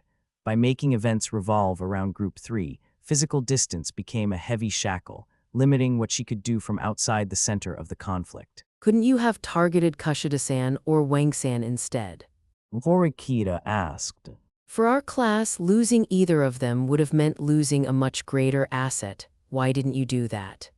I simply chose to bring down the easiest target. That was how I answered, but the truth was different. As far as Kushida was concerned, I had only made her look like an expulsion candidate. From the beginning, I had never intended to eliminate her. At the very least, she was incomparably more capable than Shinohara or Ike. Mii-chan, too, was a sufficient asset. On top of that, a new use for her had begun to emerge. What mattered to me was to nurture class as well. If a plant is allowed to send out too many side shoots, the stalk may spread, but the fruit it bears will become smaller. That was precisely why class needed to choose, one by one, which stems should be allowed to grow. If you're going to blame someone, I said, blame me, not yourself. Immediately after I said that, I sensed someone approaching from behind. I don't think that's quite right. You weren't the one who decided who would be expelled, Ayanokōji-kun. Perhaps she had seen us step out onto the deck. Emerging from a dimly lit corner, Kushida came into view. I had already noticed that she was eavesdropping, so her appearance did not surprise me. I could have taken the tokens Sanada-kun handed me, kept them for myself, and gone straight to the goal. Kushida said. If I had done that, Ibuki-san would have been the one to be expelled after all. Kushida spoke on her own accord about the backstage events, which I hadn't thought necessary to explain. You. Horikita looked at her. Did you decide to expel Shinohara-san? Kushida ignored the question. Instead, she voiced what had apparently been on her mind. Whether or not I handed those tokens to Ibuki-san was a pretty dangerous gamble, wasn't it? When I tried to head for the goal, Katsuragi-kun looked seriously panicked. Maybe so. I answered as though I were going along with Kushida's interpretation, but the actual truth was a little different. I had already judged that it would be safe to entrust her with the crucial core of the plan, the tokens that would decide everything. A judgment of life and death, placed in the hands of Kushida Kikayo. All I had to do was make her want to eliminate Shinohara or Ike more than Ibuki. From the moment this special exam began, I had planted a single seed. The friction caused by the way I treated Shinohara and Ike. I ignored their greetings. I questioned their abilities. Little by little, resentment accumulated inside them. At the same time, I valued Kushida highly and treated her carefully, as though she were an exceptional person worth relying on. My behavior was blatant enough that even my current Class D classmates began to feel distrust. It went beyond the idea that I still had lingering attachment to Horikita's class. They could easily begin to suspect that I trusted the students of Horikita's class more than the classmates beside me now. It was an unpleasant environment. And in that environment, the anger that arose would naturally turn toward Kushida, the person Shinohara already resented. Shinohara's hostility toward her became intense. She wanted somehow to make Kushida suffer. I had guided things so that such feelings would emerge. Once that happened, it would also become easier to disturb the discipline of class and lead Kushida into isolation within the group. Everything went according to plan, an environment of my own making. Did you see Ike-kun's face when the results were announced? Kushida asked, smiling. It was amazing, wasn't it? During the result announcement that took place moments ago, the two of them received a shock as if they had been struck by lightning. Which of them would be expelled was a part that even I didn't know. Personally, I would have preferred Shinohara-san to be the one who stayed. Kushida said. But I suppose that couldn't be helped. Shinohara had apparently never intended to hand over the tokens she had promised Kushida. Early on, she had divided them cleanly and transferred them to Ike instead, but that became a fatal mistake. At the very end, left with no choice, Shinohara handed 10 tokens to Kushida. Because of that, her own total fell below Ike's. Shinohara Satsuki, who fell to last place, was ordered to be expelled and fell into a panic. Ike, in turn, lost himself. When he began to thrash about, Sudo and the others had struggled to restrain him. Kushida smiled happily as she remembered the scene. I don't think I did anything wrong. She said. If things had gone badly, Shinohara-san could have gotten me expelled, so all I did was pay her back. Perhaps that was all she had wanted to say. Kushida looked satisfied as she lightly turned on her heel. And just so you don't misunderstand, I'll say this. She added, The only reason I let Ibuki-san stay was because I didn't think she would become a threat. There's no other reason besides that. She walked away from the spot, as if to show that her reply was unnecessary. Horikita may have felt her distrust of Kushida deepen. My impression, however, was the complete opposite. There was no doubt that Kushida had shed a layer through this incident. No, it would be more accurate to say she had undergone a major transformation. Once Horikita learned that Kushida had exposed her true nature in front of students from other classes, she would likely come to understand that as well. There are still many things I want to ask you. Horikita said, I'm also curious about your own exam results. Let's leave that for another time. I said, if necessary, I can set aside time. You're right. Horikita glanced back toward the dining hall. I'll return to the venue. There are several problems I can't leave unattended. Even if the class had won, the fact that they had lost a classmate as the price of that victory would not disappear. They would have to discuss not only how to care for Ike, but also matters going forward. If I returned with Horikita, I might get dragged into something troublesome. It would be better to go back a little later. And so, left behind, I stood alone on the deck as the ship continued across the dark sea. The special exam had been filled with twists and turns, and yet what returned to me most vividly was neither Shinohara nor any of the others involved. Only one person came to mind, Shiina Hiyori. Right now, my thoughts were occupied by her and her alone. Part 3.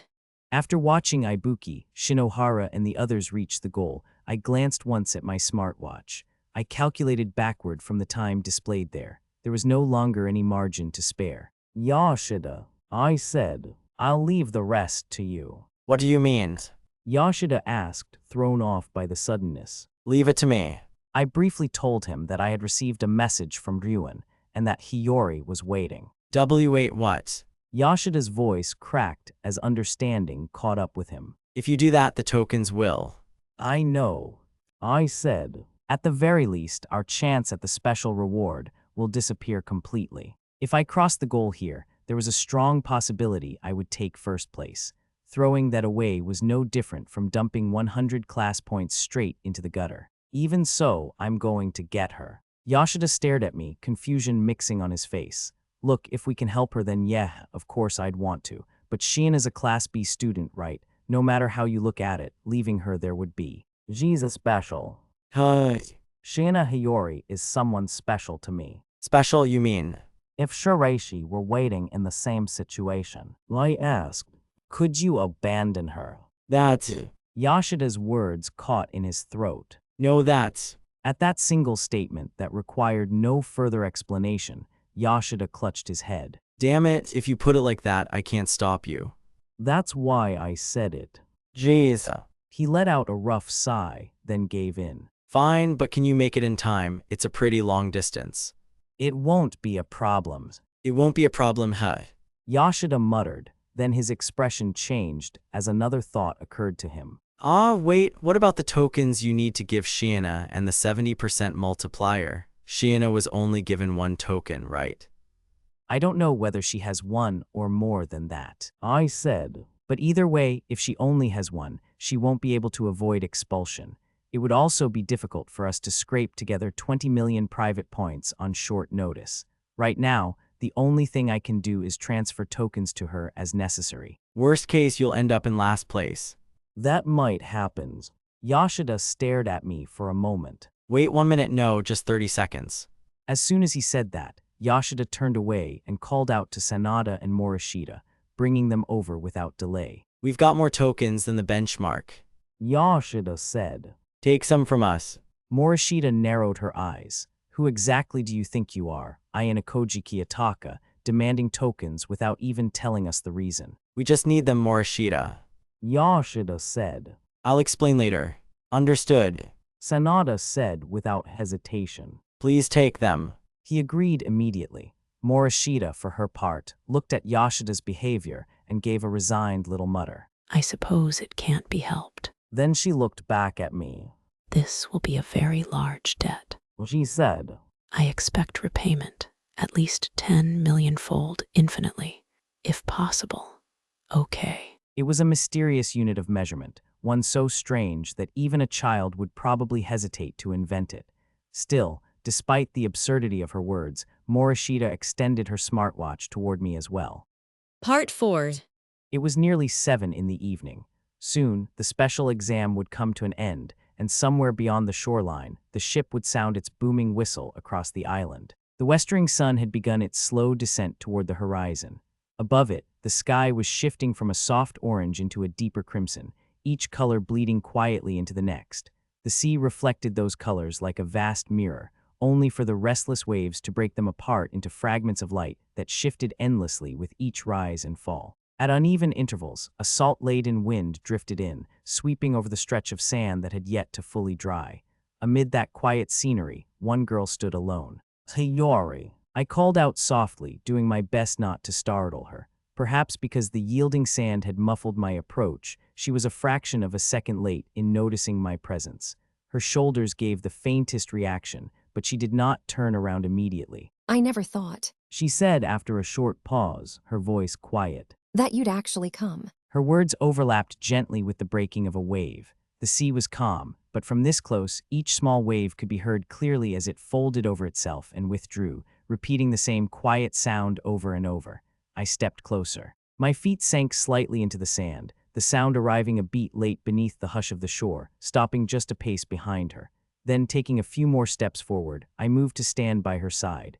Roughly an arm's length remained between us, an ambiguous distance, not close enough to touch each other, but not far apart either. "That's strange, then," I pointed out. "Didn't you agree to go along with Ryuan's strategy because you predicted I'd show up?" I had no confidence at all. Hiyori replied. Her eyes remained on the horizon. She did not look down, nor did she look at me. She simply gazed toward the line where the sea and sky met, as if following it with her thoughts. In the first place, She continued. this cannot really be called a strategy. It was only the hopeless ending reached by Class B, after failing to find any certain way to win this special exam. As she spoke, her delicate fingertips moved, lightly gripping the hem of her jersey. "As long as you're in Class B, naturally, a fraction of the responsibility falls on you, Hiyori," I said. "But that burden is meant to be shared by the class as a whole. Or rather, the greater responsibility lies with Ryuan, who serves as the leader. There was no reason for you to take it all upon yourself, was there?" I turned to look at her profile for the first time. The fading sunlight cast a soft glow along her features, tracing delicate shadows from her eyelashes across her cheeks. As the sea breeze tossed her hair, I caught fleeting glimpses of her expression. She showed no sign of relief or joy that I had come to get her. Instead, she merely stared out at the ocean, a profound sorrow etched into her gaze. I just felt like I had to do something. She whispered. I thought I needed to do the one thing that only I could do. The toe of her shoe shifted against the sand, breaking its surface just slightly. It was a small gesture, almost nothing, but it repeated without rhythm, as if her body had been moving that way for a long time before I arrived. That alone told me how long she had been standing here with those thoughts. The one thing only you could do, huh? In that sense, I suppose you could still call this a viable strategy. If it had been anyone else waiting here, I never would have shown up. A lone seabird cried somewhere in the distance, its voice thin against the evening air. It skimmed low over the water, gliding across the darkening surface before continuing along the crimson light. When Ryuan told me, my first instinct was to stay away. I said, or more accurately, I instinctively knew that coming here was the wrong move. Showing up is an undeniable net negative for my class. If my only goal was securing a victory for us, coming here holds zero merit. If I abandoned you, I could make Class B lose a valuable asset, and I could practically secure the special reward. I did not know exactly how the group totals would settle, but my decision to be here would undoubtedly impact the overall rankings. Then, Hiyori asked softly. why did you come? For the first time, her gaze shifted slightly. She still did not look directly at me. Instead, her eyes lowered to some uncertain point between the sand at her feet and the sea beyond it. Maybe I wanted to surrender myself to something absurd and irrational. I said, I was interested in what kind of emotion I would feel after making a mistake, a choice I would never normally make. It was not a lie. It was the first answer that surfaced in my mind, and I gave it to her as it was. But as soon as I put it into words, another answer rose up in contradiction. I was forced to recognize that what I had just said was only a pretext, it was not the truth. No, that's not it. I corrected softly. The outcome didn't matter to me. I simply didn't want you to be expelled. I didn't want to see a future where Ryuan wouldn't save you, a future where you couldn't be saved. I want to share this school life with you for even a single second longer. That's the real reason I came. Hiyori remained still beside me. I'm not a particularly interesting person. She replied, Is there any value in saying such things to someone like me? You have plenty of other friends, Ayanokōji-kun. After answering like that, Hiyori continued, without turning her eyes from the sea. I thought waiting here was cowardly. And then I felt that even thinking of it as cowardly was unfair. Unfair. Because, Her voice was soft, almost swallowed by the waves. isn't that how it is? To make myself a bait. To actually believe I held enough value to be one. What a terrible conceit. After all, there was no logical reason for you to throw away your chances of winning just to come for me. Slowly, quietly, Hiyori laid her swirling emotions bare. As if mirroring her fragile words, her grip on the hem of her jersey loosened, her delicate fingertips slipping away. Then, as the fabric fluttered in the sea breeze, she reached out and gently grasped it once more. That's not fair. She continued. Even knowing all that, I couldn't help but harbor a faint sliver of hope, wondering if you would come see me, wondering if you would actually come to save me. Two entirely contradictory emotions were violently clashing inside her heart. And because you actually came, it made me so happy, but I couldn't bring myself to say it. Each time her words trailed off, the soft crashing of the waves filled the silence. Only that rhythmic sound quietly marked the passage of time. What She whispered. should I do? I did not know whether I could give her the correct answer, but there was one thing I could say. Right now, I'm fully aware of it. I told her that I am in love with a single person named Shina Hiyori. These were the words that should be spoken, the words that had to be spoken. Yet the moment they left my lips, I felt a sudden, faint dryness in my throat. It wasn't simply a physical thirst from expending the stamina to rush all the way out here. It was the sheer weight of putting those feelings into words. It was the terrifying reality that the answer I'd receive wasn't 100% guaranteed. Right now, for the first time in my life, I was completely at the mercy of an emotion I had never experienced before.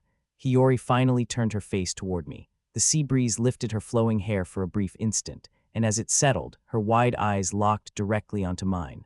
A heartbeat later, we were standing there, completely facing one another. I'm sorry. She apologized. I'm truly sorry. She apologized once more. I love you too, Ayanokōji-kun.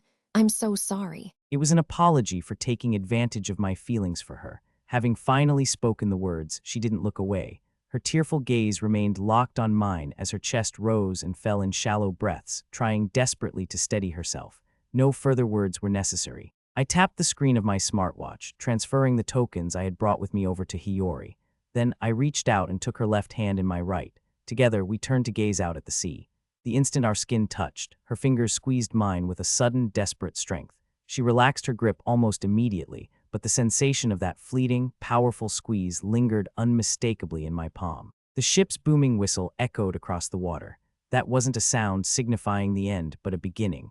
Was I allowed to believe that? Would I come to know love as an ordinary high school student and continue to grow from there? Will I be able to change? From the pitch-black, murky depths of unseen waters, something reared its head. When I had learned everything there was to learn about this new emotion, perhaps I would let go of the hand I now held without hesitation.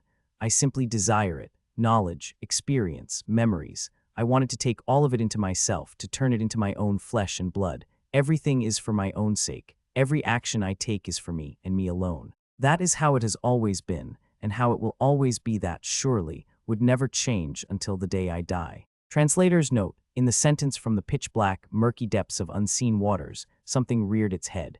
We italicized something because the original uses katakana for Japanese letter, Japanese letter, Japanese letter, rather than the standard Chinese letter, Japanese letter, giving the word an unnatural, ominous emphasis. We've placed this note at the end of the scene so it doesn't interrupt the reading flow. Part 5. It was 7:30 p.m. and the special exam had finally concluded. With the results scheduled to be announced outdoors, we had disembarked from the cruise ship and were waiting on the uninhabited island. We had been given free rein to wait wherever we pleased. Soon, the small boat dispatched to pick up the students who hadn't reached the goal would return to the dock. My chest tight with a restless, gnawing anxiety as I waited for him to step off that boat. Concealing myself within the nearby tree line, I kept a close watch on the pier. I should have just walked up and greeted him openly, but I couldn't, not after overhearing the unbelievable words Yoshida-kun had said to Hashimoto-kun earlier. That guy went to save Shiina, prepared to throw away his own victory. I couldn't stop him. Those words clung to the back of my mind, refusing to disappear. They just kept echoing over and over. Why? For what reason? Just to save Shiina-san? Why would he do something like that? I couldn't understand it, no. Maybe I just didn't want to. I knew, of course, that Ayanokōji-kun and Shiina-san were book buddies. I knew they often met up in the library, but that fact had never weighed too heavily on my mind. They were just friends. I had always assumed they were nothing more and nothing less, but now everything felt different. As the leader of a class that demanded results as early as possible, leaving behind significant results in this special exam too should have been one of Ayanokōji-kun's goals. And yet, he threw all of that away just to save Shiina-san. It was easy to write it off as simply helping a friend. Even I would have rushed to help without hesitation if one of my own classmates had been in trouble. But Ayanokōji-kun isn't like me. The only reason I could think of is because she's an exceptional student. Ayanokōji-kun wants all 4 classes to compete on equal footing. That's why Shiina-san is necessary. I get it, that must be it. No, that wasn't it at all. It meant Shiina-san wasn't just a simple friend to him. I didn't want to believe it, but the sight that suddenly leaped into my vision presented a cruel reality. Ayanokōji-kun was the first to step down from the unsteady footing onto solid ground. Then he turned back and took Shiina-san's hand, gently escorting her off the boat. Her expression held a faint trace of guilt, but beneath it she looked undeniably, radiantly happy. I thought it was Karu Izawa-san. I believed that if I just pushed her out of the picture, I would be the one standing by Ayanokōji-kun's side, but I was wrong. The one I truly had to push aside was you, wasn't it? Shiina Hiyori-san. The name slipped from my lips in a faint mutter. Heavily, darkly, deeply, like a blade gouging a fresh scar into my heart, I etched her name. I knew then, there was no way I would be able to control this emotion. Short story, Ichinose linked thoughts. Once the groups were announced, I made my way toward Group 8, a faint flicker of hope resting in my chest. If I happened to be placed in the same group as Ayanokōji-kun, then in this third uninhabited island exam, I would be able to spend 3 days together with him. But that hope was quickly dashed. Almost immediately, I caught sight of him heading off toward an entirely different group. It can't be helped, I suppose. This wasn't something I could control, no matter how much I wished for it. I had to switch gears immediately. A short while later, I spotted one of the students assigned to my group. Approaching carefully so as not to startle her, I called out, "I look forward to working with you, Horikita-san." She turned to look at me, her lips pressing into a thin line for a brief moment before she met my eyes. I knew there was a decent chance that class leaders might end up in the same group, but to think I'd be paired with you of all people, Ichinose-san. Did she view me as an easy partner to handle, rather than a troublesome opponent? No, honestly, it works in my favor if she thinks of me that way. If this were a purely class-based competition, it might have been a bit troublesome, I said. But looking at the rules, cooperating as a group clearly leads to mutual benefit, so it's a rather good setup. If you and I pool our strengths, Horikita-san, we might just be able to guide our group to a safe and steady victory. From there, we discussed the importance of working hand in hand as allies rather than fighting as enemies, gradually finding common ground. And naturally, during that process, we arrived at a topic we couldn't avoid. It seems reaching a mutual understanding and aiming for first place will go smoother than expected. Horikita-san noted. However, there is one critical issue that both you and I must treat with the utmost importance. How to handle the expulsions, right? As she nodded, I made it absolutely clear that I would not allow a single expulsion from my class. By drawing that line, I knew she would naturally adopt the exact same stance for her own, but that was exactly why my thoughts were already racing a step ahead. Assuming Class and Class D joined hands to solidify our defenses, how would Ayanokōji-kun make his move? Once he fully analyzed the rules of this special exam, what kind of strategy would he employ?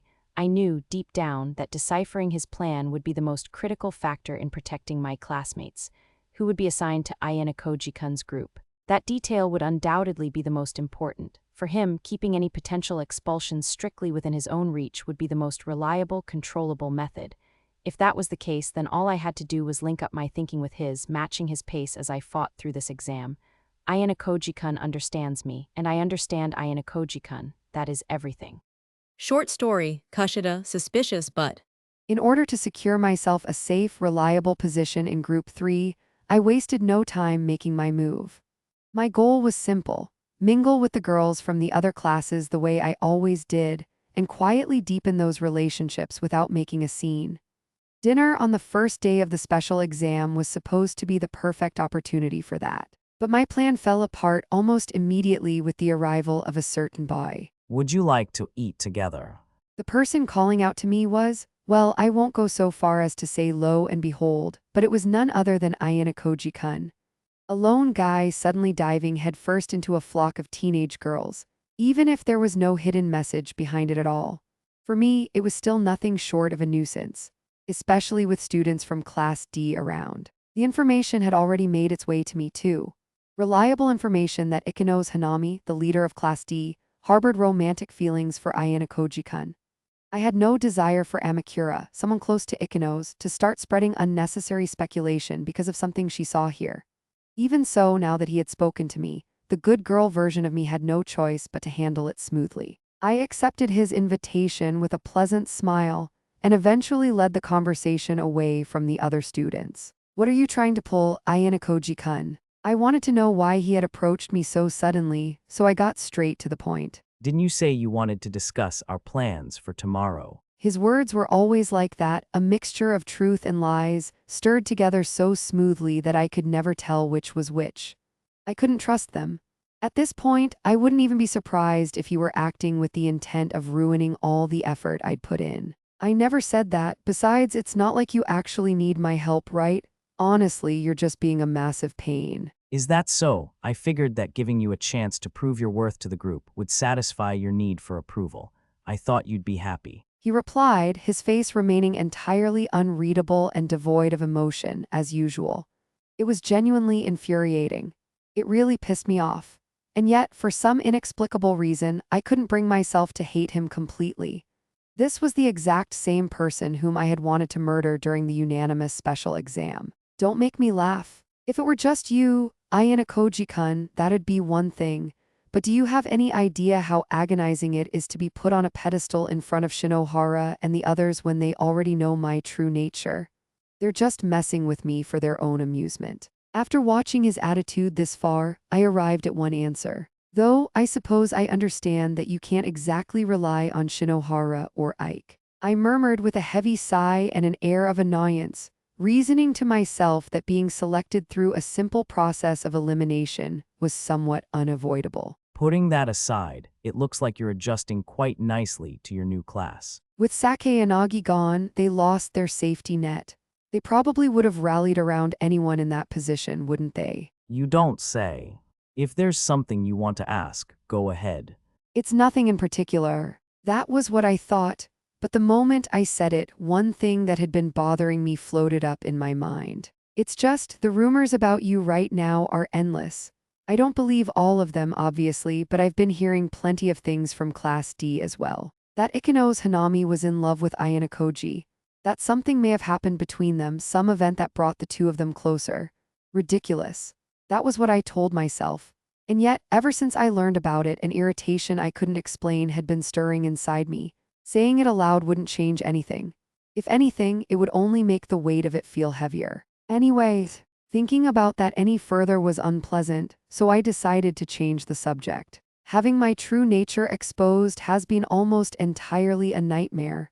But having moments like this where I can just drop the act and speak my mind might be the only salvation. And using that as an excuse to escape, I started walking. Sorry, but I'm heading back. I really don't want to draw any more unnecessary heat from Shinohara and the others. Your double life sounds exhausting. Easy for him to say.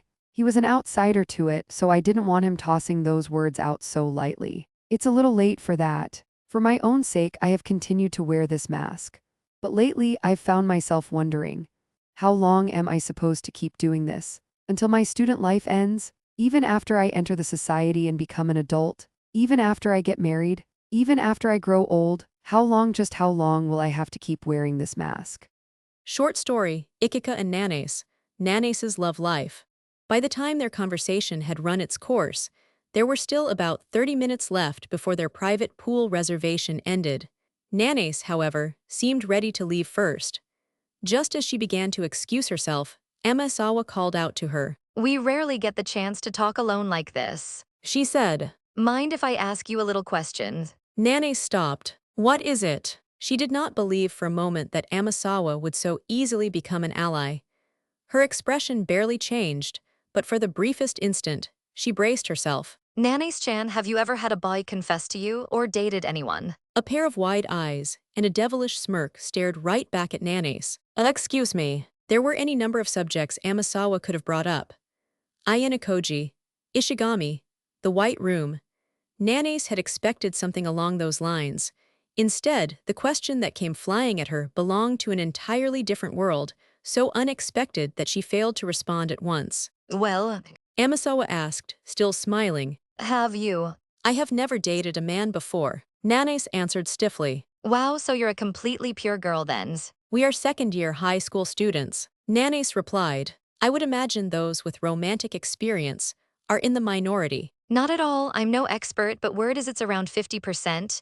That means 1 in 2 people have already experienced it. And if you're cute or pretty, wouldn't the odds be even higher? Around 50%. Nance repeated. Is that true? It was not a subject she had ever seriously considered. And because of that, the number itself felt strangely unreal. I was in the White Room the whole time. Amasawa said lightly. And ever since coming to this school, I've only had eyes for Ayanokōji-senpai, so I don't have any romance stories of my own.